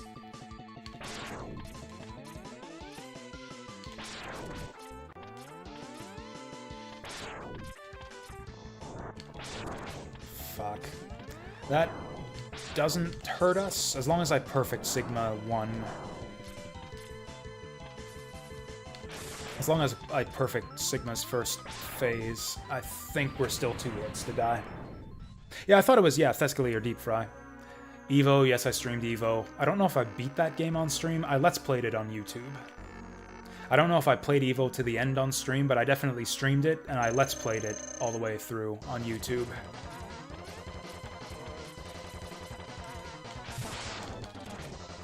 I feel like you're gonna ask me about Zardion next.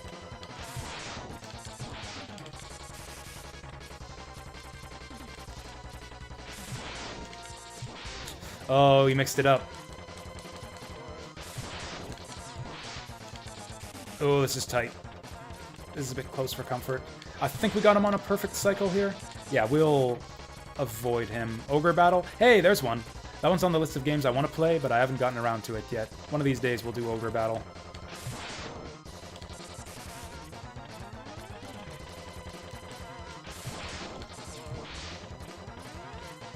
I'd like to do the whole, like, Tactics Ogre series. Tactics Ogre, Ogre Battle 64, Tactics Ogre Knight of Lotus, Tactics Ogre Remake. That whole thing. Once we're done with Fire Emblem, that'll free up our SRPG schedule.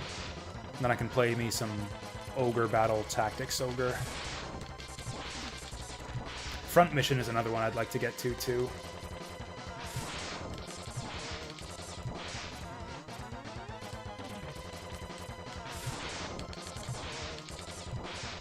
There we go. We got the rhythm down.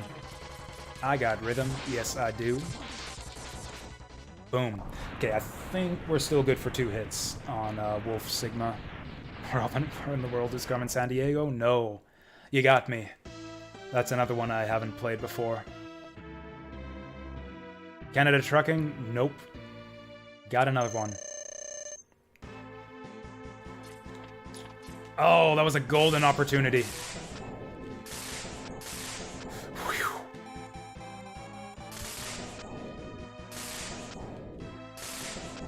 Well, apparently we don't have 2 hits. Motherfuck, we got a perfect to the dog, too. Oh yeah, I got a bunch of stuff on the JRPG list, too. Putt-Putt goes to the zoo. Nope. I mean, I'm not going to play any of these games. I'm not even going to add them to the suggestion list. Can you request that? Nope. Sell me on it. What is Putt-Putt goes to the zoo? Why should I play that?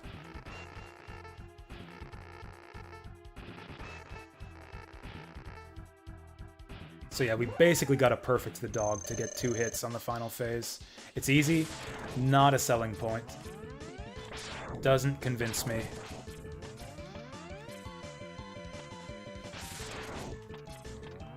It's a great stream game. Man. Okay, so that kills us in phase 2 in 1 hit. 1 fire breath plus 1 hit in Sigma's final form. Okay, well now we just die in 1 hit to anything. Yeah, I can't be reading frickin' stream chat while I'm doing this dog fight. Dog is the easiest part of this battle gauntlet. But you still gotta, you know, look at the screen.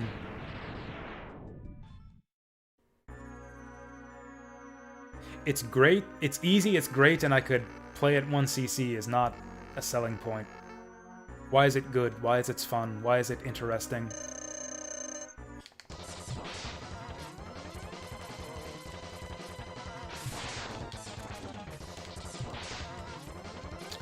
That is exactly where I don't want him to stand.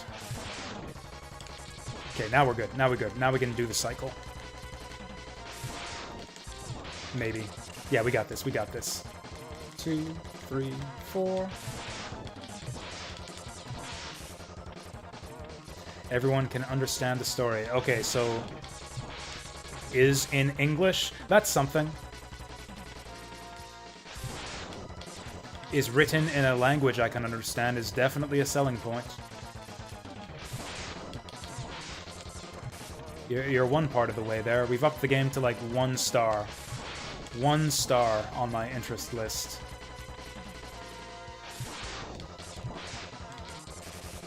Okay, we got him back in the spot. We got him back on the magic spot.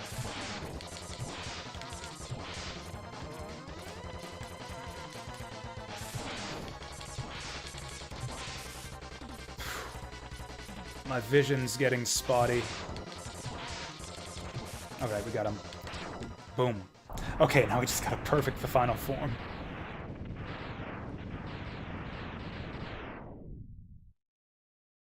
Will Putt-Putt go to the zoo? Oh, that's another good strong selling point. I will actually have to play the game to find out, will Putt-Putt go to the zoo? I mean, you know, I could also just watch the game on YouTube.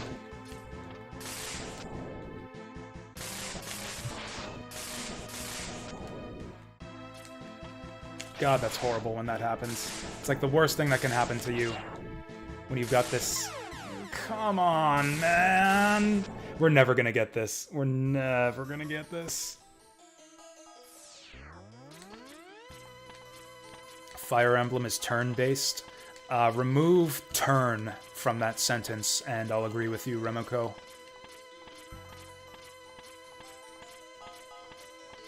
Oh, you're talking to Thescally. Gotta be a true turn-based RPG next. Like the last traditional JRPG, Saga Frontier, probably, which I've been meaning to get back to also. The problem is we've hit a hard stopping point on Ricky's quest in Saga Frontier, where there's nothing for me to do but grind a bunch to farm LP. Oh, Putt-Putt saves the zoo? Fuck. Man, every time I say the word Putt-Putt, I get hit. It sounds like this game is cursed. I don't think I want to play it. I mean, even if I give up on this challenge, we got close. Like, we can get all the way to Wolf Sigma. I'd like to at least get him to half health. If we can get him to half health on one run, I'll be happy.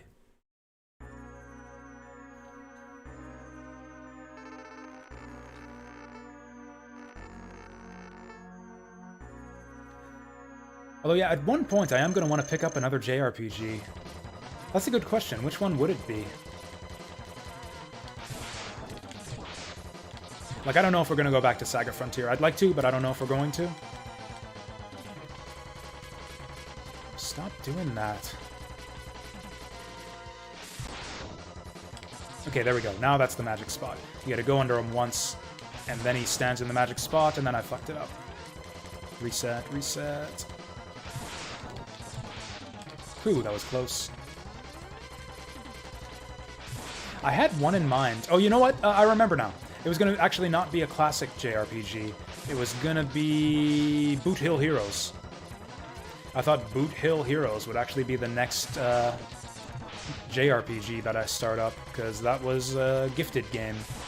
And if I really want to give it a proper try...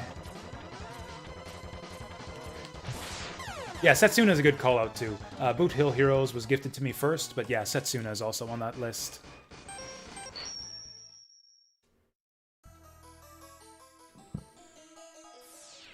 Boot Hill Heroes.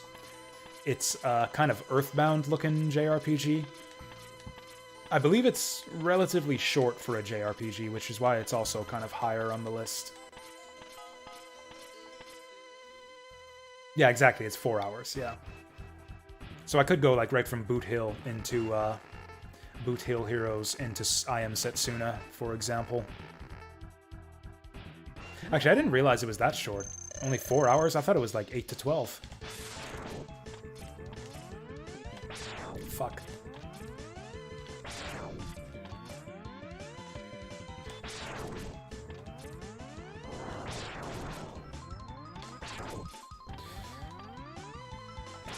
Man, I love this doggo's animation so much. The way he, like, somersaults off the walls and shit. It's so cool. I think, Blizzard Wolffang's animations on, in Mega Man X6 are, like, traced from this thing, which I think is just adorable. Dev jumps into chat as well. I don't know how I feel about that. It makes me feel self-conscious.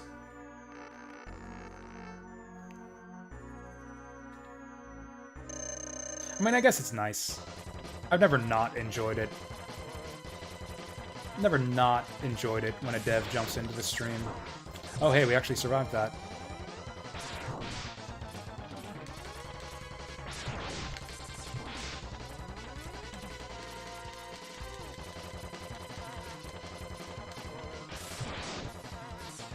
I can't believe we survived that.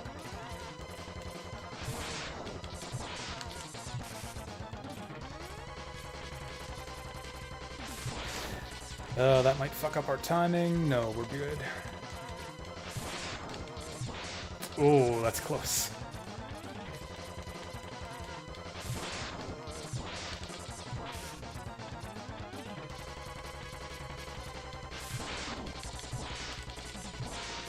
Honestly, beating this guy Buster only, with no beating this guy armorless with rolling shield is barely any harder than beating him.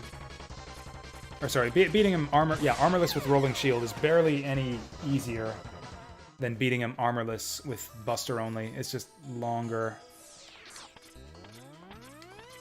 I guess that makes it harder too, because there's so much RNG in the Sigma fight. Yeah.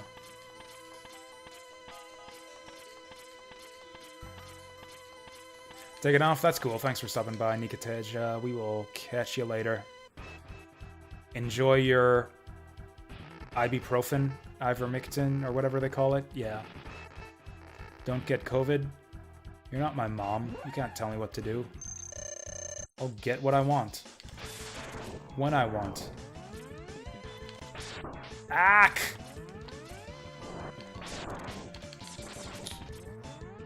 I think we're losing steam. The dog's kicking my ass now. Whoa, is that the first time that's happened? Out of like a dozen attempts at this fight, I think that's the first time the dog actually killed us. Horse medicine? God, it's a thing in the news right now, Deep Fry. I'm ashamed to even know about it. Don't read the news.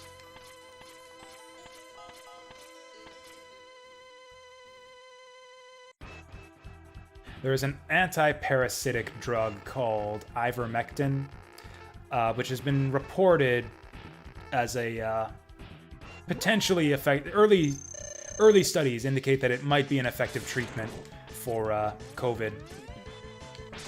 Ivermectin is used for a lot of things. Like I said, it's an anti-parasitic. It's used to treat malaria in parts of Africa, and is also used as to treat worms in horses, which is the thing that the media is jumping all over. It's like people taking worm remover to fight COVID. Those conservative idiots. Where it's like, ivermectin does other things, guys.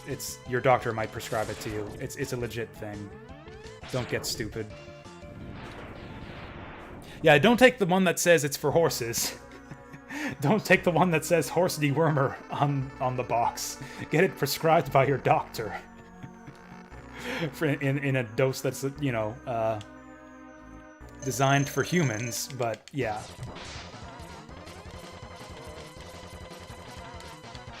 Fuck. The first part of this fight is the hardest. You gotta set it up. Set them up in the right spot so that you can get the cycle going. Once you do that, you're golden.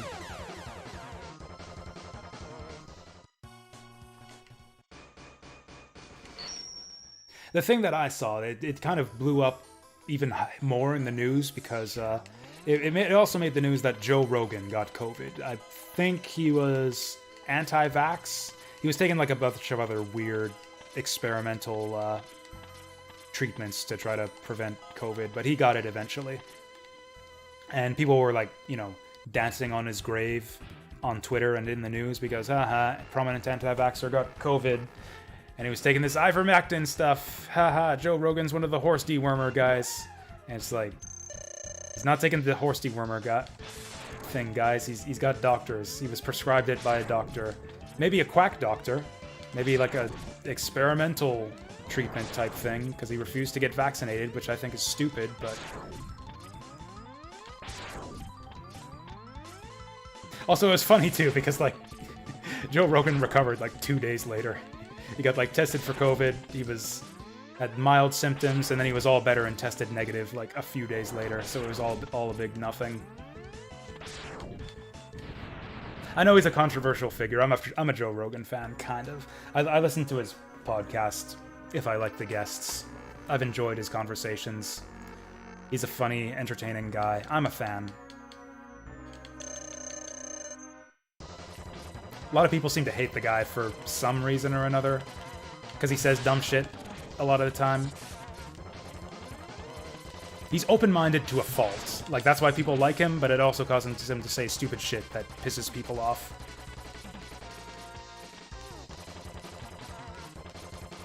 The thing is, he's super open-minded, though, so he's, like, easy to influence. Like, he changes his mind. Like, he has a stupid opinion, someone comes and talks to him, and then he goes the other way on it. Like, it's like I said, open-minded to a fault. That didn't look right. I don't think he's been good on COVID. Like, I think he's been rightly criticized for some of the dumb shit he said on COVID. Like, it's kind of... COVID thing is kind of serious enough that you can't just throw dumb ideas out there unchecked.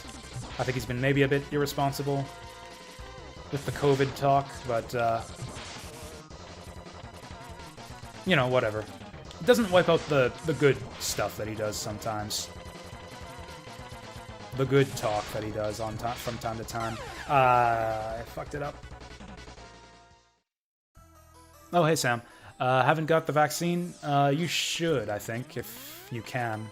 I mean, there are reasons why some people can't get vaccinated, in which case, be extra careful. But, yeah, I'd recommend it if you can.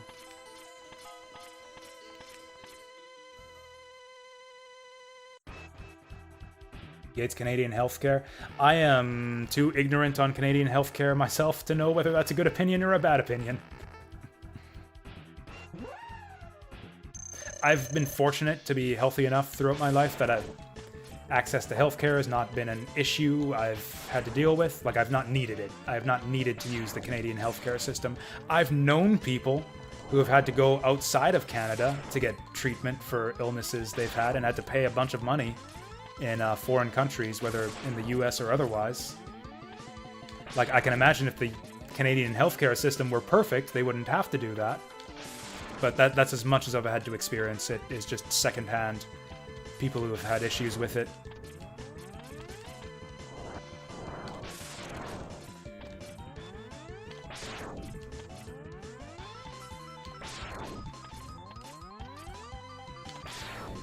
Okay, it seems like we got like a bunch of perfect runs in a row, and things were going great for a while, and now I'm just fucking everything up.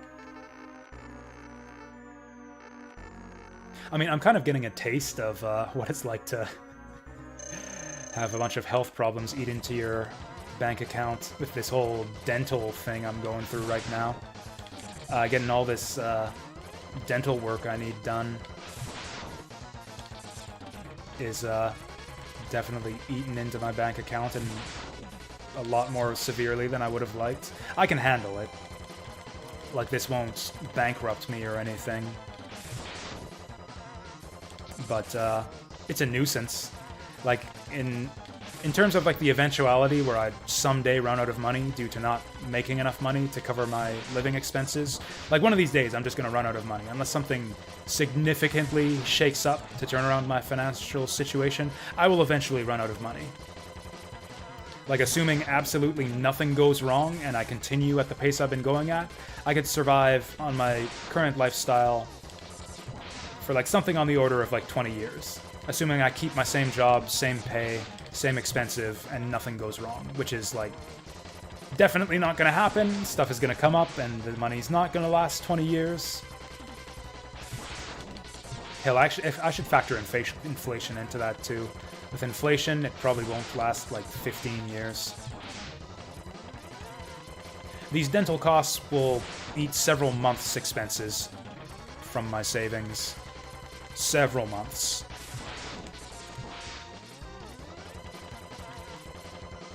And the big thing is, if I end up out of work and things take a turn for the worse, like, I can afford to be out of work completely for about a year. And for that eventuality, if my income just dries up entirely, yeah, these dental expenses are gonna accelerate that schedule by a few months. Fuck. And the problem is... Fuck. The problem is I get so few attempts at this fight that I just haven't had a chance to practice it. Zoe. Man, this is pure skill, too. Like, it's not routine. You gotta react to shit. It's RNG. Fuck. I thought I could make it in time. That's the best run we've had yet. What was that, like 6 or 7 hits?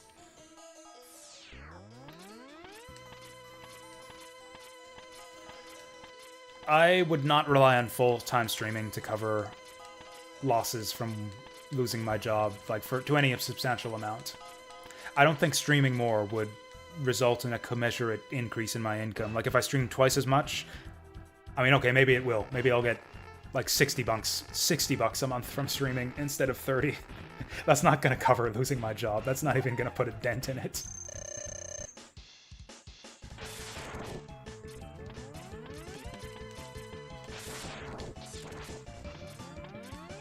It is something I thought about. I'd like to do it, but it's just not feasible. And it's largely out of my control. Like, even if I did become like the world's best streamer and like give 110% and do all the stuff I've said I want to do with the stream, prepared conversation topics, be more engaging, take fucking crack cocaine to keep my energy levels up for as long as that lasts. Like, I could do all that shit, and it's just you're at the mercy of whether the traffic comes your way and whether the traffic comes your way, what Twitch does to help out smaller channels, and whether like Twitch as a business model even lasts in the first place. There's so many variables, even outside, like can you put on a high quality stream? It's just not worth the risk. It's like I say, the chances of success going full time, even just based on stuff that's outside of my control, is like 0.00001. It's a tough racket unless you've been at it for like 8 to 10 years already. Or, you know, tits. That helps too. That's a different business. I don't really consider that to be part of Twitch culture. Not like real Twitch game streaming culture. It's its own separate thing that just happens to coexist on the same platform.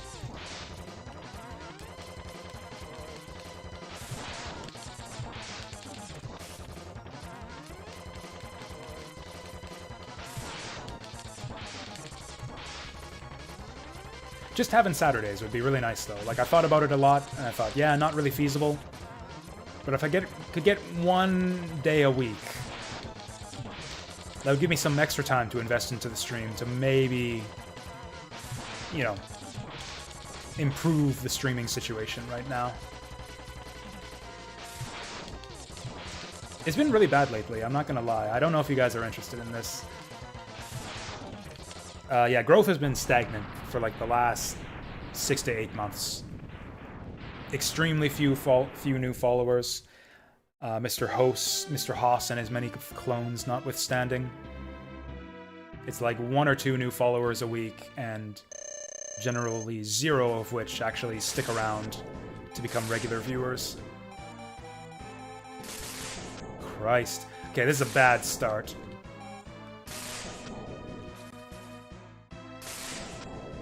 I gotta fucking climb up there. Oh, no I don't. Okay, there's our chance.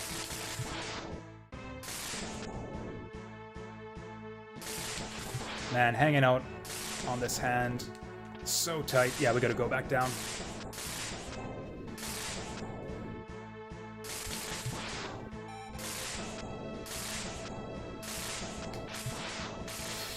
Okay. Lightning bolt there. What if... Oh, I'm not happy about that. I mean, it's not your fault, Deep Fry. You're the guys who were following and watching and helping me out in the first place. You're the last guys who need to be sorry. It's the world that needs to be sorry. It's all the rest of Twitch that needs to be sorry.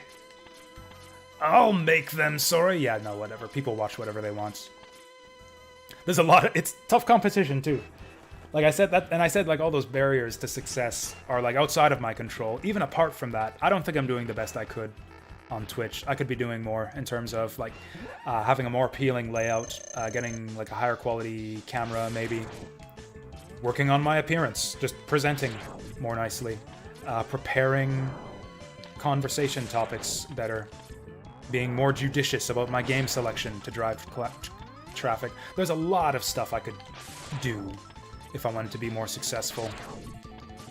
Which I guess I do, but I don't know. It's a lot of effort, like a lot of effort, and I am really skeptical, like I said, that it would even pay off.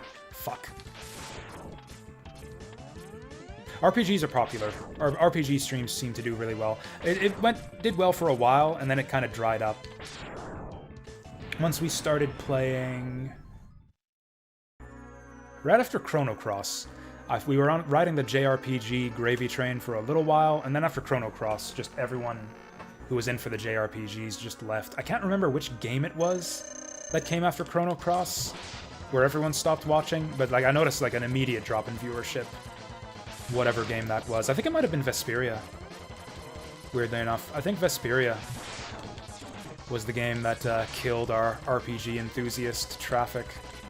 Which, you know, fair enough. That game dominated the channel for like 2.5 months. Tails? Yeah, that's what I thought.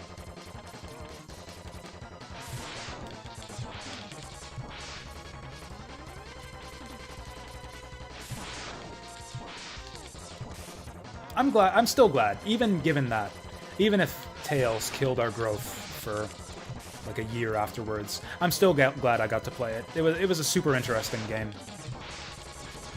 Really, really glad for the opportunity. That was a gift. Who do I need to thank for that one? I think it was Vasil. I don't remember. I'm sorry. I'm terrible at this.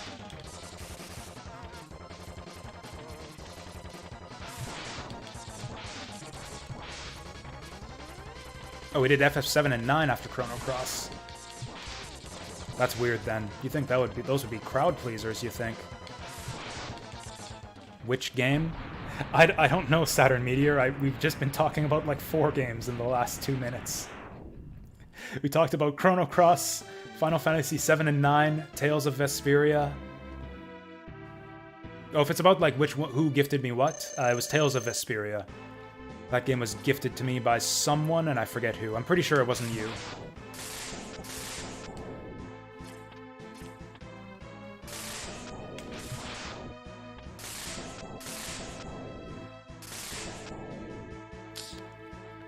You can end up just unavoidably crushed there, depending on how the flame goes and where the lightning bolts show up.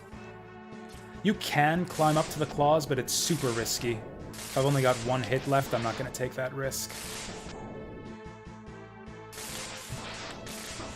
Oh shit, we actually survived that.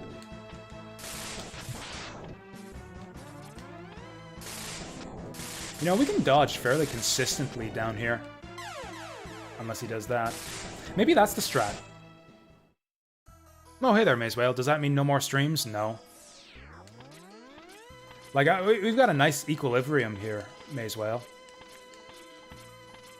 Like, I've got, like, what, 6 to 7 concurrents, about maybe a dozen to 15 regulars in chat, and, yeah, you guys. Like, we get people hanging out on every stream. It's a good time, and that's what I started this for, you know? I never intended to make this a career at the outset. I've been thinking about it more, just because I enjoy streaming so much, and I enjoy video games so much. I would love to free up more time in my schedule somehow, to just, like, not have to spend 7 hours a day, 4 or 7.5 hours a day, 4 days a week, just stand on the store floor doing nothing. I would love to not have to do that anymore, but I just don't see the path to make it happen. Money's hard. I don't know. Money's easy for some people, hard for others. It's been hard for me, finding ways to make money.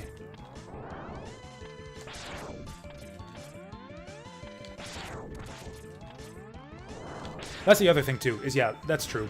The lifting of the COVID lockdown and everything could have been... Actually, I've noticed numbers have been down across the board for a lot of people the last few months, so it could be just, like, things have opened up, people aren't locked down anymore. They're going outside instead of watching Twitch. Some people have been doing really well, though. Toya's doing great these days.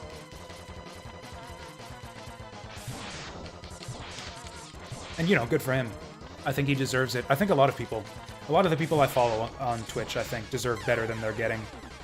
It's astounding to me that Matt, to the future, isn't doing better than he is. He's still at around the same spot I am, maybe a bit lower, like 6 to 7 people watching usually when I go to check out his streams. I think he's a great retro streamer. I think he has the, like, in terms of just quality and entertainment level of the stream. I think Matt could be up there in, like, the hundreds with, like, Mike Matei and all them. I like his streams that much. Toya, I think, could be doing a lot better too. Just purely based on the quality of the stream. And again, quality of the stream and entertainment value is not the only thing that matters. Not even close. A lot of it's just luck. And luck and persistence, which, you know, keeps you around long enough to get lucky. Toya's persistent. I think he'll end up in a good place if he sticks at it, keeps going the way he's been going.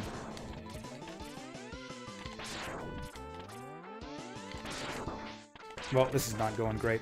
Let's try to at least make it to, if I can perfect Sigma's first phase.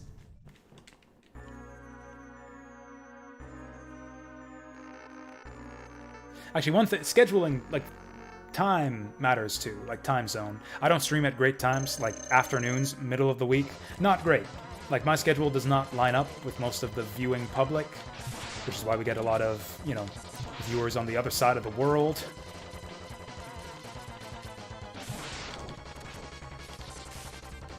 Which is another reason why I'd love to open up Saturdays for streaming.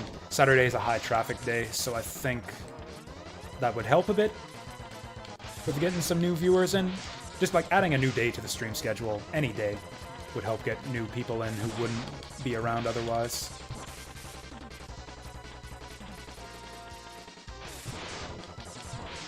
RNG gods with an S. Hey, a fellow polytheist. Good on you. I like the idea of polytheism.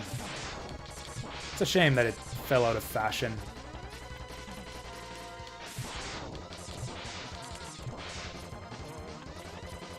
Although I do like saying Jesus. I do say Jesus and Jesus Christ a lot, so we have, you know, Christianity to thank for that.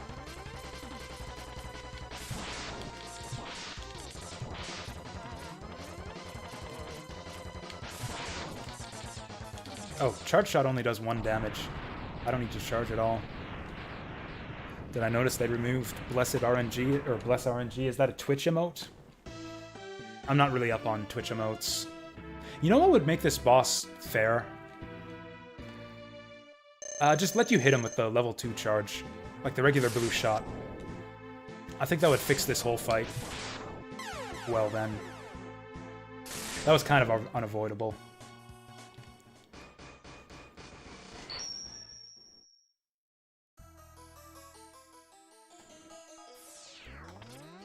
But yeah, if I could just hit him more, like this fight is so long. It's just, in addition to just like all the RNG and the fact that you get 1 or 2 shotted, and just the extreme precision of the positioning required, it just takes an age to get through this guy. You do 1 point of damage like every 6 or every 5 seconds. It's absurd. Oh, the guy whose face on it said or did some shit, like the PogChamp guy, yeah, because we must unperson everyone and wipe their name from existence the instant they do something skeevy or questionable in the slightest. Maybe he did something really, really bad. Maybe that's it. I still don't agree with, like, trying to scrub their existence from everything. It's just like, come on. PogChamp guy was the PogChamp guy. Let him be PogChamp. Whatever else he is, let him be PogChamp guy.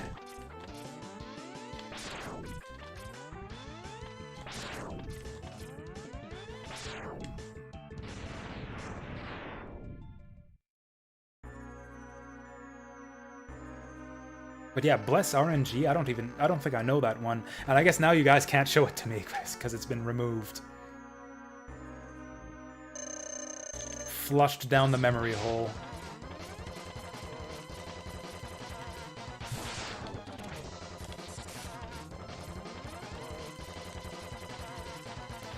I don't know.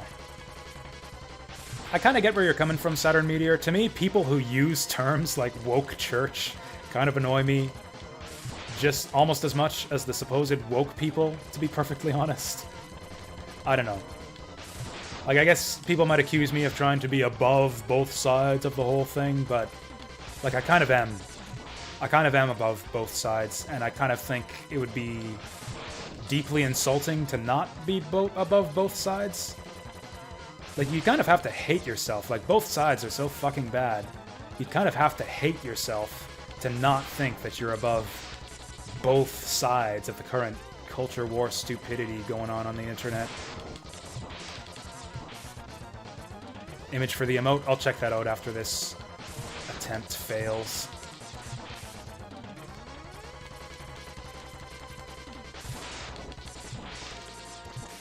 I'm gonna try a new strategy this time. If we win this Sigma attempt, I'm gonna try a new strategy. I'm not going to hang out on the claws. Hanging out above the claws is very dangerous, and I think I might be able to dodge them consistently on the ground. Why don't I do a board game show on YouTube? The board game space is honestly just as crowded as the video game space on YouTube these days. There are so many reviewers. Every new board game. Like, Dice Tower reviews everything, so honestly, and it's the most popular by far. Like, there's not really a demand, I feel, for any board game channel to even exist, other than the Dice Tower. That timing is so tight. This might not be that safe after all. So we just do one of those every minute. Fuck off. That's just me getting tired. That's just me letting go of the button because my thumb is sore. This is insanely slow, but maybe slightly safer. Okay, I wasn't sure. We thought we could squeeze in there. Anyways, he was accused and then admitted to having abused an ex-girlfriend. Twitch permanently removed him from their platform and removed his face. I guess that's fair. Corp's gonna corp. Oh, that one. Okay, I recognize that. Man, he looks like an abuser. How did this guy fly under the radar for so long? Look at that neck beard. Whatever.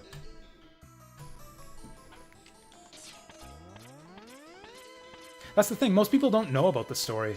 And now everyone's asking. Everyone's asking, why did Bless RNG get removed? And now everyone knows. And now he's forever associated with Twitch. Everyone knows the story. Everyone knows he was the face of their platform for years. But yeah, I guess eventually people will forget.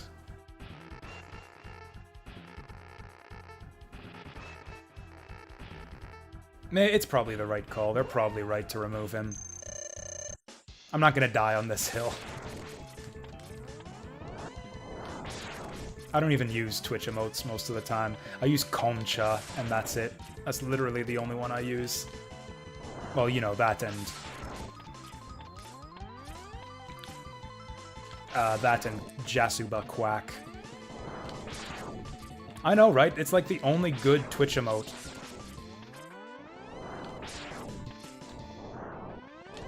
Actually, PogChamp was pretty good, too. PogChamp was a classic. LOL's a pretty good one, too. There's a few good Twitch emotes. Fuck. That's so huge, because now several attacks kill us in one hit in Phase 3. Concha? I actually don't know. I had assumed it was short for Konnichiwa, because it's kind of a hello wave, and it's an anime girl, so Konnichiwa? Maybe?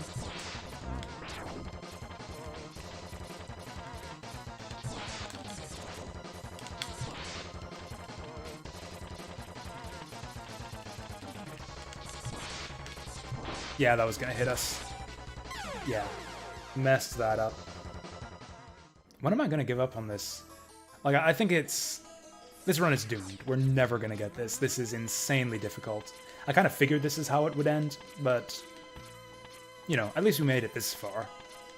We made it, like, right to the end. Right to that brick wall of a difficulty ramp right at the end here. I could relax it and go Rolling Shield. It's like I said, even Rolling Shield with no armor or health upgrades is gonna be really hard. But it'll at least be reasonable. Honestly, frankly, the way things are going here, like, even if I had been using Rolling Shield this whole time, we have not had a run good enough where I would have beaten this guy if I were using Rolling Shield. Not even close.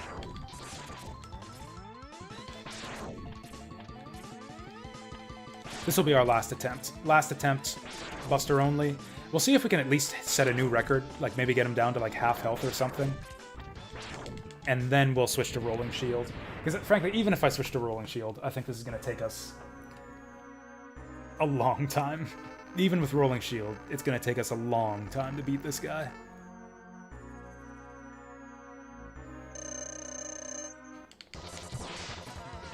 That was tight. Okay, so he's down on the bottom left. Okay, now we got a good cycle, now we don't. So we're gonna need to swap sides again here. There it is. There it is.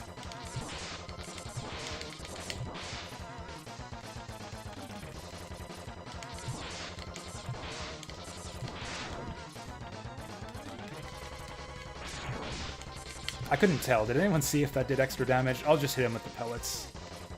Whoa, that was close. Pellets. Oh, this is a bit close for comfort.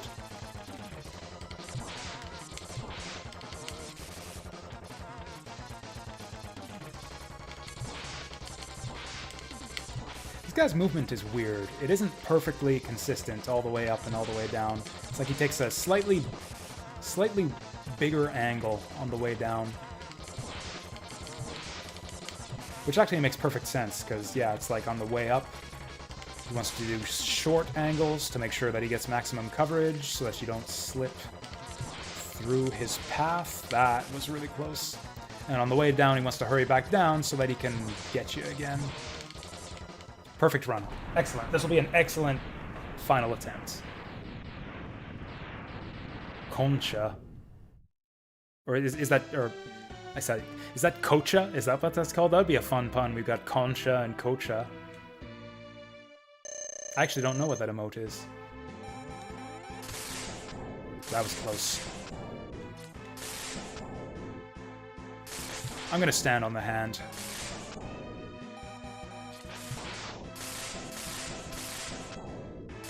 If he does anything funny, if he does anything super yabai like that,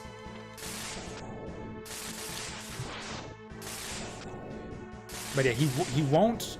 The scariest thing he can do is move the hands while I'm standing on them. There are like some unavoidable hits you can take if he does that. Super nasty. If his eyes glow, then he won't move his hands, so that's a safe time to hit him. I think this is already a new record.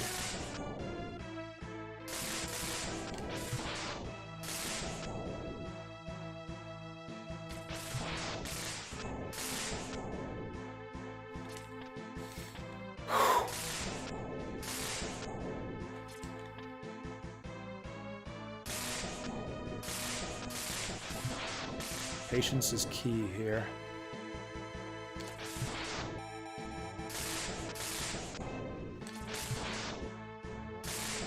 Definitely a new record. Fuck. This could all go south at any moment.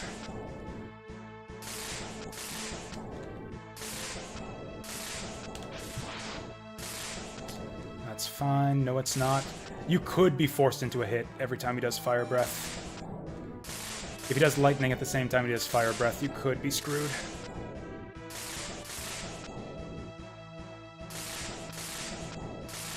And now he wants to do nothing but fire. Yeah, we were screwed there. We were forced into a hit. That was a good final run. And if we had been using Rolling Shield there, that would have been a win. That would have been an easy win with Rolling Shield. TP Fufun? That looks like coffee to me. I think I see like one line of brown inside the cup. I think that's coffee.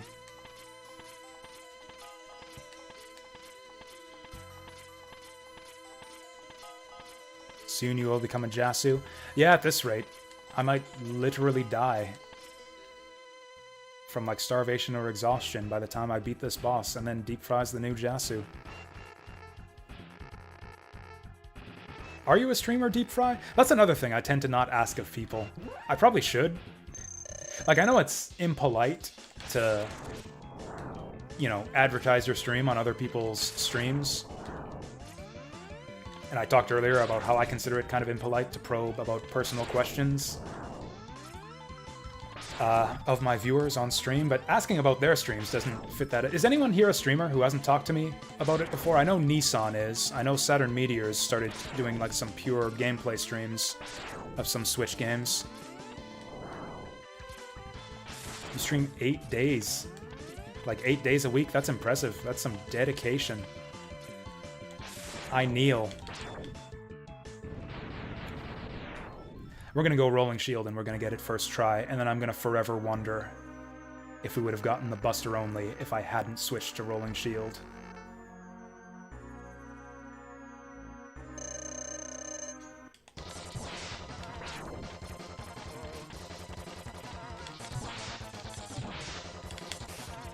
Oh, 8 days total. Oh, so you're like a you just got started then. How's it been going? What kind of stuff do you stream?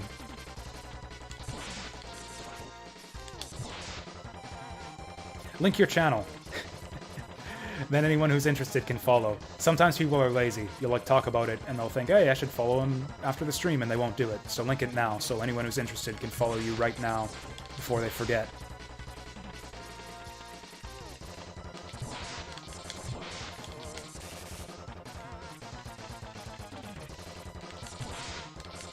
Yeah, we got these first two phases basically perfected. And we're really starting to make progress on the second, it looks like. Did FF7? Yeah, talking to yourself comes with practice. Like, so I had been doing Let's Plays on YouTube for like 6 or 7 years before I started on Twitch, so I had, yeah, a bit of a build-up ramp onto Twitch. And even with that, like, you know, we are where we are right now. So including the Let's Play stuff, I've been doing this, or stuff like this, for probably close to 12 to 14 years. And, you know, this is where we are. I don't know what the viewer count is, but it's probably not that high.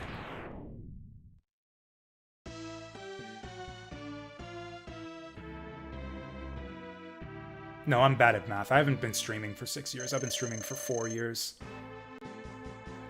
So yeah, probably closer to like 8 to 10 years. 8 to 10 years.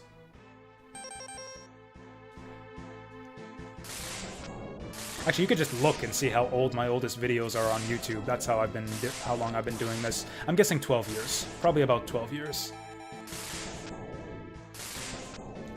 Get no luck here to start. There's the luck.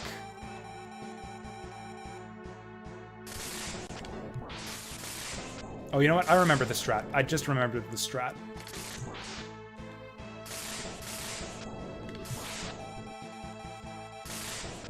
Wait for the hands to throw lightning. Well, that's just bad luck. Not much we could do there.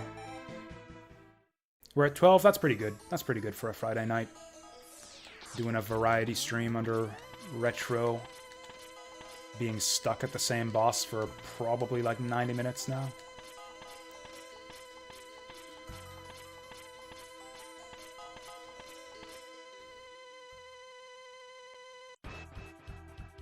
Oh, this video is 7 years. Holy shit. I guess that's the opposite of how time flies. Is that right? God, I'm like in a I must be trapped in a hyperbolic time chamber or some shit. Like, I remember when I did my first Let's Play, it was when I had been out of college for a little under a year and I was having difficulty finding a job. I was terrible at interviews, so I wanted to get like a better at talking. Like, just be a better presenter and conversationalist, and I thought talking to myself about video games, which is something I'm kind of knowledgeable about, would help with that. I could have sworn that was like 12 years ago. Christ. No, 12 years ago I was 22. That was like the middle of college. Yeah. No, but I can't believe it's not at least 10. My goodness. Well, I guess we got room to grow then.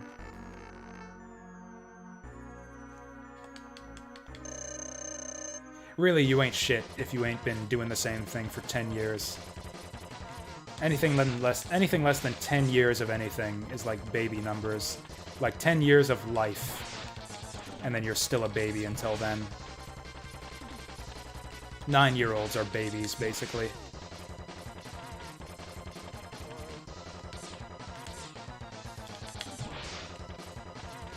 Yeah, that's the question. How many more times will we play Sonic CD by the time it's all done? How many more times will we play Sonic 1? My goodness.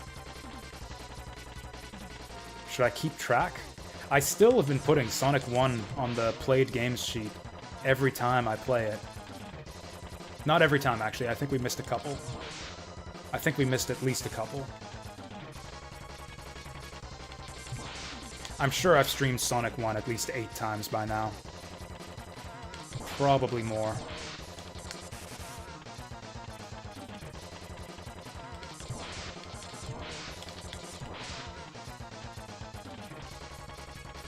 We are getting very consistent perfects on these first two fights. I am pride.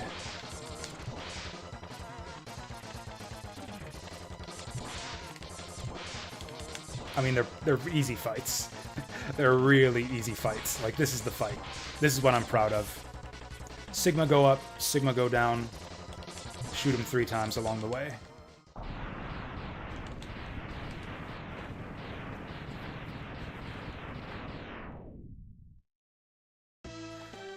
Okay, so the safer...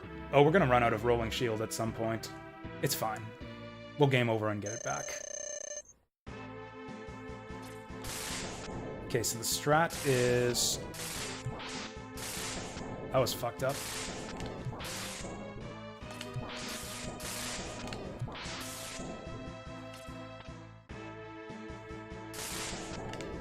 Strat is wait for the same spot on the cycle every time. Ah, that was bad luck. Had to bail there. Nah. It was either sit there and hope he doesn't do lightning, or go up and hope he doesn't do lightning. Either way, he did lightning, so we were fucked. I don't have enough rolling shield to kill him, so I might as well game over, but that'll be faster if we go up to the dog first. Continue Breath of the Wild 2 stream. How's Breath of the Wild coming along anyways for you, Saturn Meteor? How many divine beasts have you slain so far? That's a thing in Breath of the Wild, right? Divine beasts?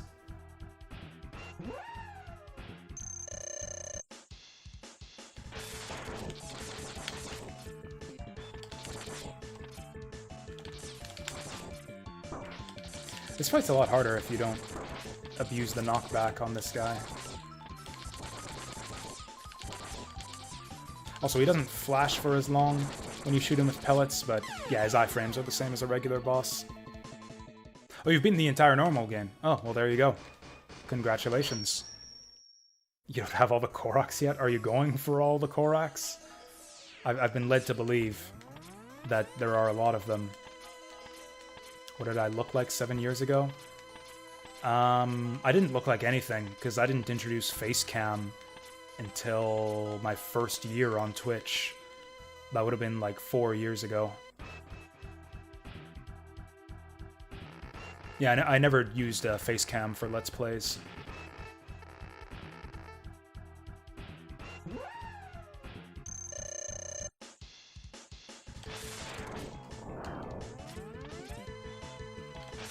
Ooh, that was close.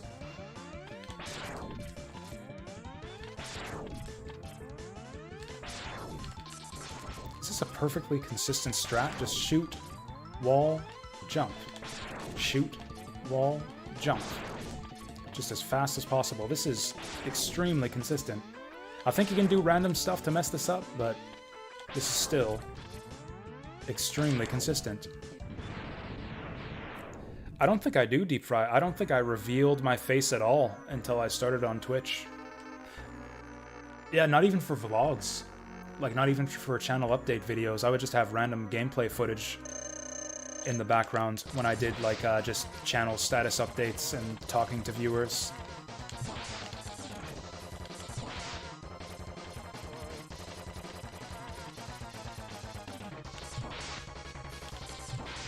There we go, that's the spot. That's the magic spot.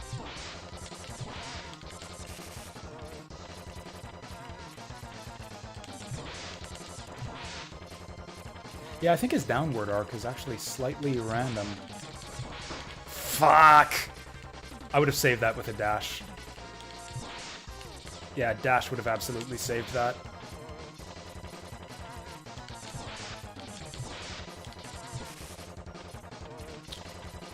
Do I even bring out Rolling Shield for the final phase? Might as well. Oh, actually, I have an older YouTube channel. I don't know if you can see my face very well on it. It's called Orange Love. All one word. That's where I used to record like my high scores and like playthroughs of DDR and In the Groove.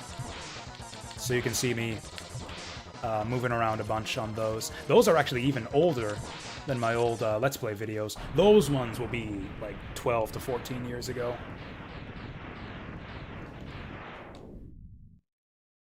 The channel might not be that hard to find because it gets no traffic because it's been dead for years, but if you do a YouTube search for Energizer Double Expert, I think my video is the first one that comes up. It used to be. It probably isn't anymore. There's probably new high scores for Energizer since then. But yeah, that's probably the oldest Jasu footage you could find.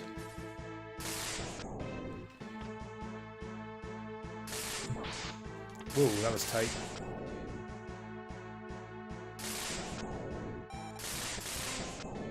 Mistimed it. Yeah, it's like I said, this is going to take a long time. Long time, even with Rolling Shield.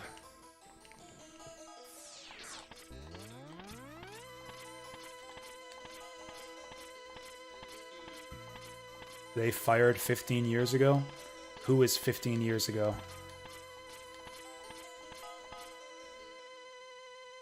And why did they fire him?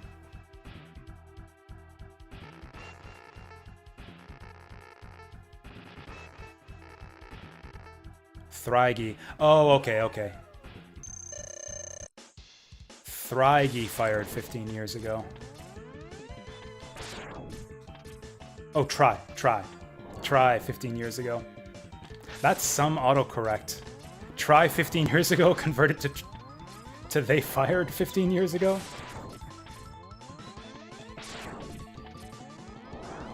Nice. I mean, yeah, I was like in the middle of my college days, so yeah, I guess that's about right.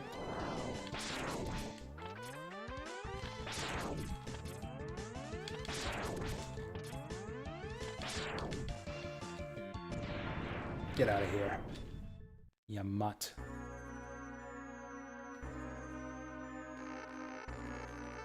How old am I? 34. So I would be a lot thinner in those old Orange Love videos. Like, probably, like, 30 to 40 pounds thinner.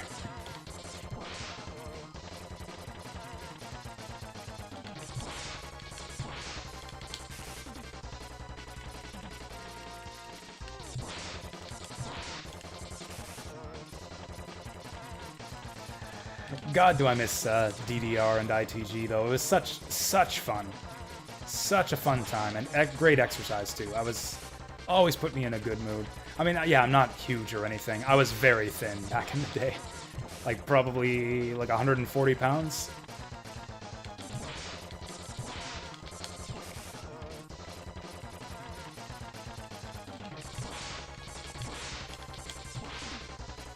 And, you know, I haven't weighed myself in ages, but yeah, last time I checked, I was 30 to 40 pounds heavier than that.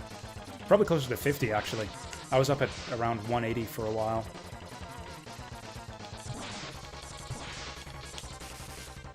Dad bods are a thing now? I don't believe that. I've seen no evidence of that. I've seen people say that, but I've seen no other evidence of that. There's a word for it. Like, they're a thing in the sense that there's a word for it now, but I'm not convinced that it has any appeal to the average woman. The nice thing about dying so quickly to this final phase is I don't have a lot of time to waste a lot of Rolling Shield.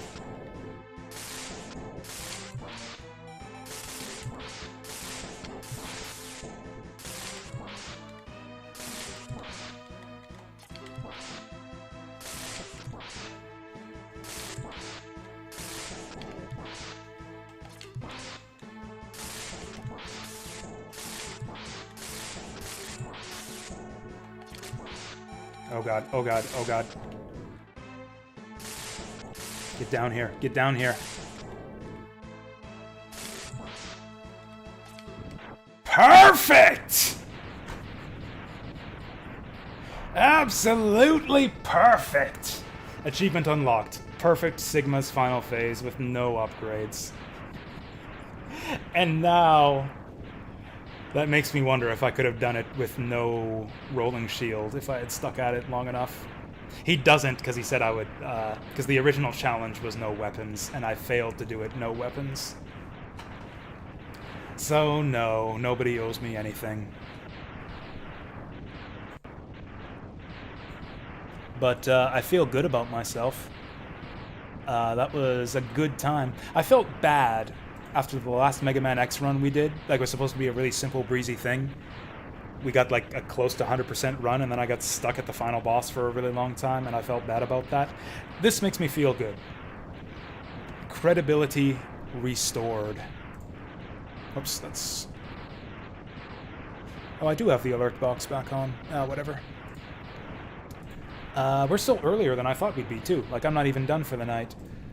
I don't think I have time for anything big. What's a simple little game? What's a simple little feel-good, relaxing game that I can clear in around 30 minutes? What's a nice little, super aesthetic, chill game that I can beat in 30 minutes? We might have time for something like that.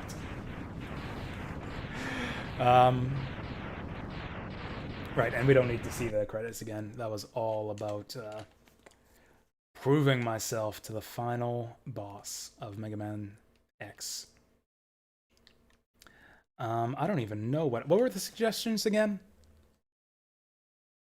A lot of people shouted stuff out, and I can't remember what they were. I remember saying like 3 or 4 times, yeah, we might do that. We might do that. Baldo? I don't even have that installed. Cathedral, don't have it installed, and I don't know what I would do. Like, I'm talking about games to play right now, like right this instant. Probably for about an hour, probably for a little more than an hour.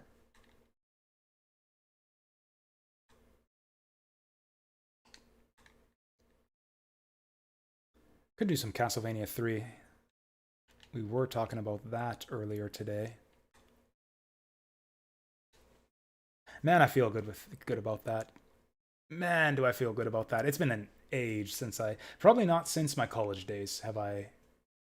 In fact, yeah, probably not since before I started playing DDR have I done a no upgrade clear of Mega Man X.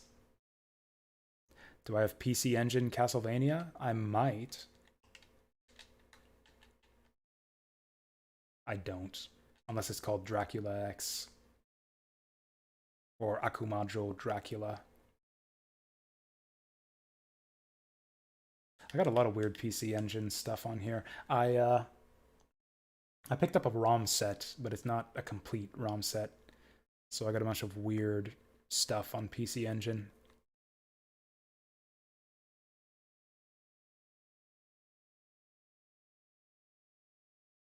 Ooh, Blazing Lasers was cool when I played it before.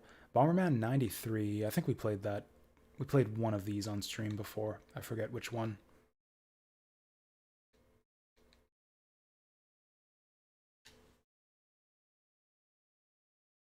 Rondo of Blood, is that a PC Engine game? I thought Rondo of Blood was on... I forget what, but something else.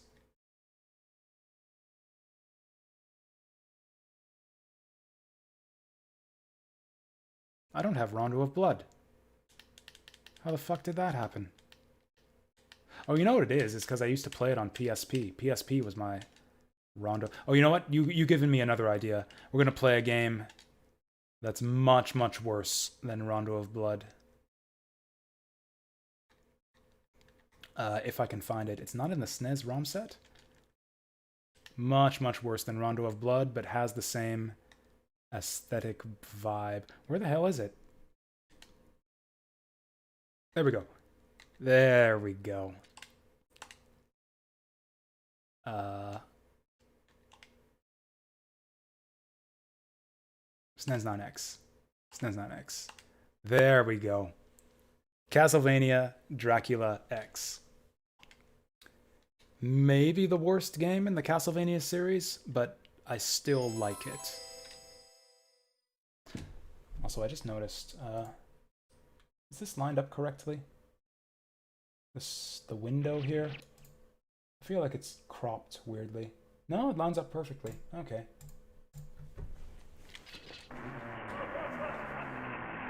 Oh, I know, right? So, like, you know, the console wars never ended for a lot of people. People rage back and forth to this day about whether Super Nintendo or Sega Genesis had the better video games. I think they're both phenomenal consoles. I wouldn't want to be without either. One advantage, I'll say, that the Super Nintendo had over the Genesis is a better Konami jingle. Konami games were generally better on the Genesis, I think, than on the Super Nintendo, but the Super Nintendo had a better jingle.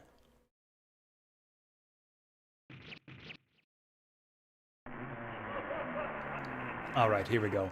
Dracula X. So this game is basically stitched together using assets from Rondo of Blood. Like, it's most of the same graphics, backgrounds, enemies, all of that. Just, yeah, rearranged to make a brand new game. That's really fucking bullshit level hard. Like, astounding levels of bullshit difficulty here. Got the backflip from Rondo of Blood, too. I actually like the arc on that. It's a bit slow and floaty for my liking. Like, I don't like the animation. But it's much more functional, I think, than the backflip from Rondo of Blood. Oh, wait, I've got an axe. Wasting my time here, I got an axe. Look at that axe, though. It's a big-ass axe. Still can't hit anything with it. Okay, this is the kind of bullshit you're in for with this game. The bats can't be hit while they're hanging upside down. They're just invincible. Yeah, look at that. Invincible bats. Good stuff. Okay, that means we just gotta whip them. They float above my whip. Awesome. I mean, other than the level design problems, man, if we're not going to make it to the final boss on this playthrough, but if you guys have never seen the final boss of Castlevania Dracula X, you got to look it up on YouTube after this stream, or whenever you're free. Look up the final boss of Dracula X and just despair at the bullshit. When Dracula says, like, behold my true form and despair in Symphony of the Night, it's like, clearly Dracula in that game. So that guy spawned mid-jump.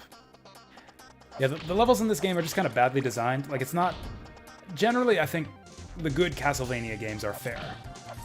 Like, the levels are laid out such that you could probably reasonably get through on your first try if you were like a godly player with a master of the mechanics and whip timing and all that.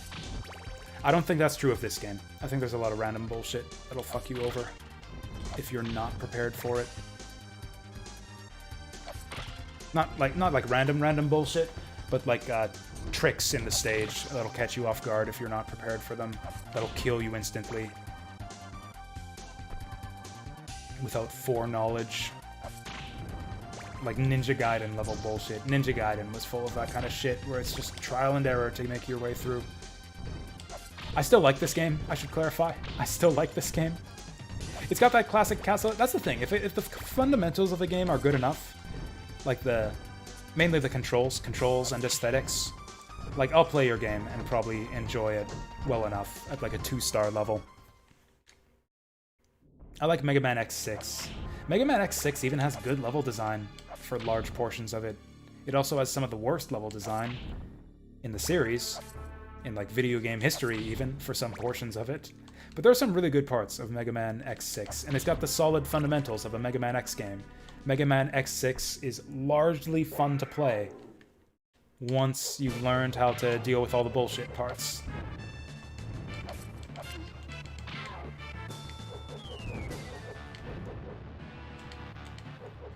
Okay, bad start here. This is an example of the kind of thing I was talking about, where this boss will do bullshit to you from off-screen if you don't know what his pattern is. Thankfully, they don't do too much damage at this stage in the game, so this is kind of tankable.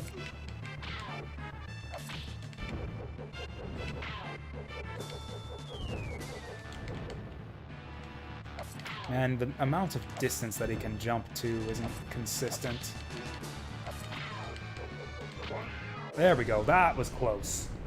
Also, I don't know why that dog roars like a cat. It's another example of the bad game design in this game. No freeze frame after you collect the orb, too. This game is broken. Oh, the Sega Scream. Yeah, that's a classic. BDSM Dracula? I mean, I guess that would explain why Dracula's weak to whips and shit. I'm sure nobody's made that joke before. Pretty neat looking final boss. You saw the right one? The one with the pillars and the bottomless void everywhere and the bullshit? Yeah, pretty neat looking. No damage, no sub-weapons. Yeah, it's doable. Don't get me wrong, it's a consistent fight once you learn it. But you die in one hit until you learn it. Like, honestly, no damage is not that impressive for the final boss of this game. You basically have to do it no damage anyways, because one hit knocks you into the hole.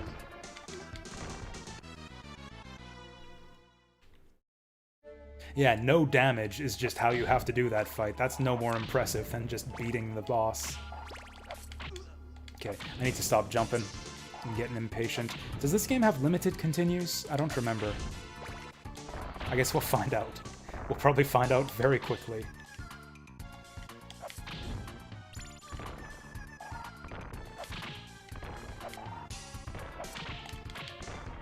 Ah, we missed the money. Ah, we missed more money. Not catching money. Yeah, no sub-weapons is actually really impressive. The axe in particular, I think, like, just lets you get hits on Dracula's final form that you couldn't get otherwise.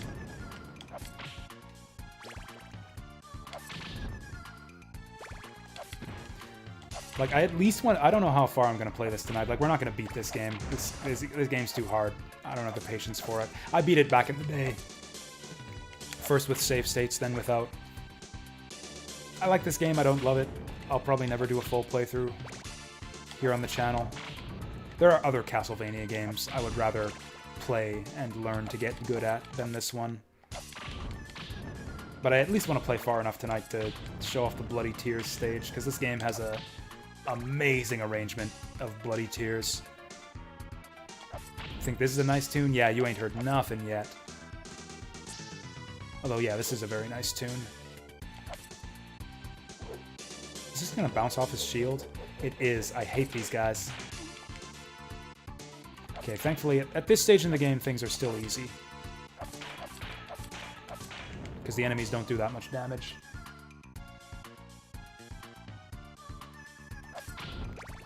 Oh, this part. This is where things start getting annoying.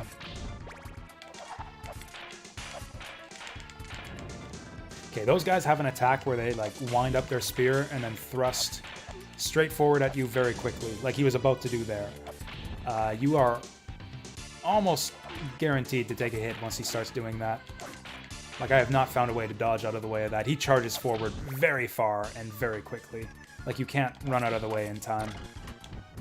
The only solution I've found is to kill him first. I could go for some wall turkey right about now. Is that a thing in this game? Looks like no.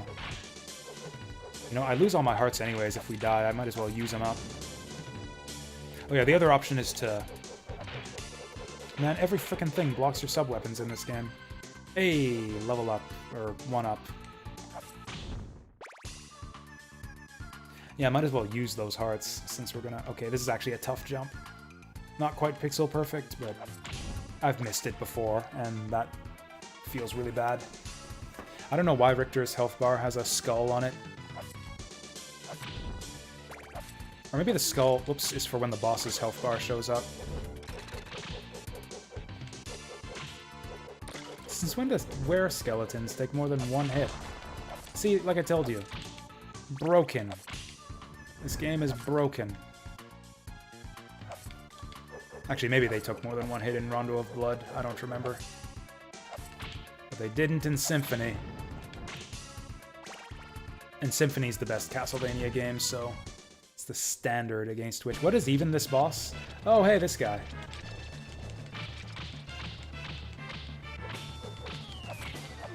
That's fair. Should have jumped there.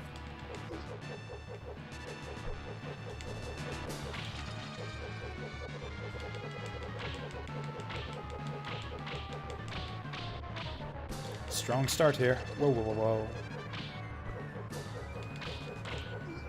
Motherfuck.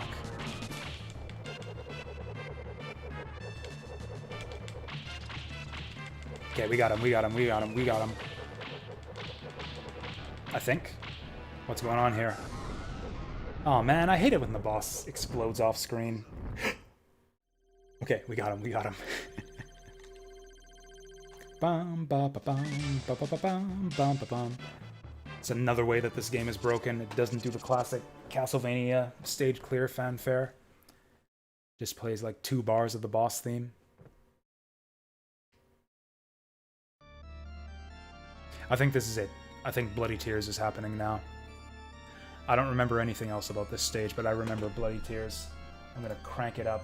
Crank up the volume in anticipation. Yeah!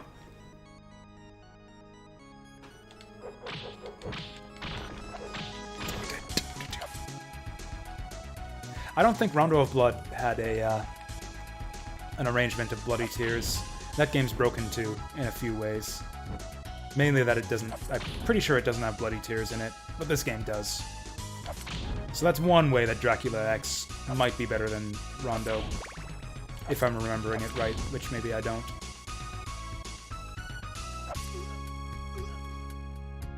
Well, this is fun. I like Richter's boots. Those like knee-high brown leather boots. I want to get a pair like that.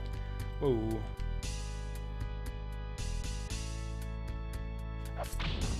Okay, this part's kind of boring, but the rest of this arrangement is fire. This is my life now. This is fine, because that just means we get to hear more Bloody Tears.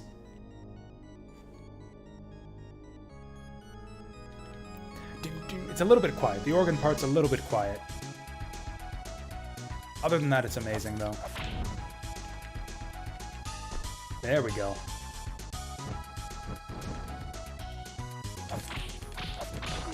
Oof. Oof. Oof. Not going great, huh? How are things? Not great, Bob. Ah! I think the Medusas pop out at regular intervals from the sides. That's how you deal with them. So I lost my cross boomerang, and life sucks. Have I played Chronicles on PS1? Never! But I've always wanted to. I never got around to it. I've been wanting to play that since back in the day. I've got a big list of games. I call it the PS1 Discovery Project. I've got a bunch of Discovery Projects for a bunch of games on consoles that I never got to play back in the day. It really is an amazing time. I don't know about you guys. When I was growing up, I would get game magazines off the rack from time to time. Didn't have subscriptions that often. For a little while, I was subscribed to the US PlayStation magazine. I was subscribed to PC Gamer. I'd get to read about all of these games, experience them like kind of vicariously through guides and previews and reviews and stuff. But there's so many games I wanted but never got to play. And now these days through emulation, like I can just go back. I can go back and try out all those games that looked super cool but I never got my hands on when I was a kid. It's an amazing time we live in. And I've got like just a big list of games on a bunch of old consoles that I always wanted to try but never got to.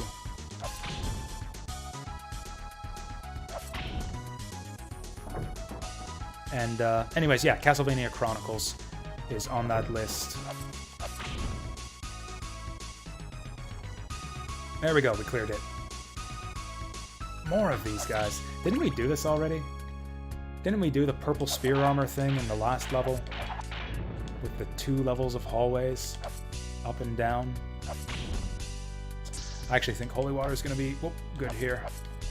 I'll just wait for the axe. Oh shit, Holy Water's 3 hearts in this game. Brutal.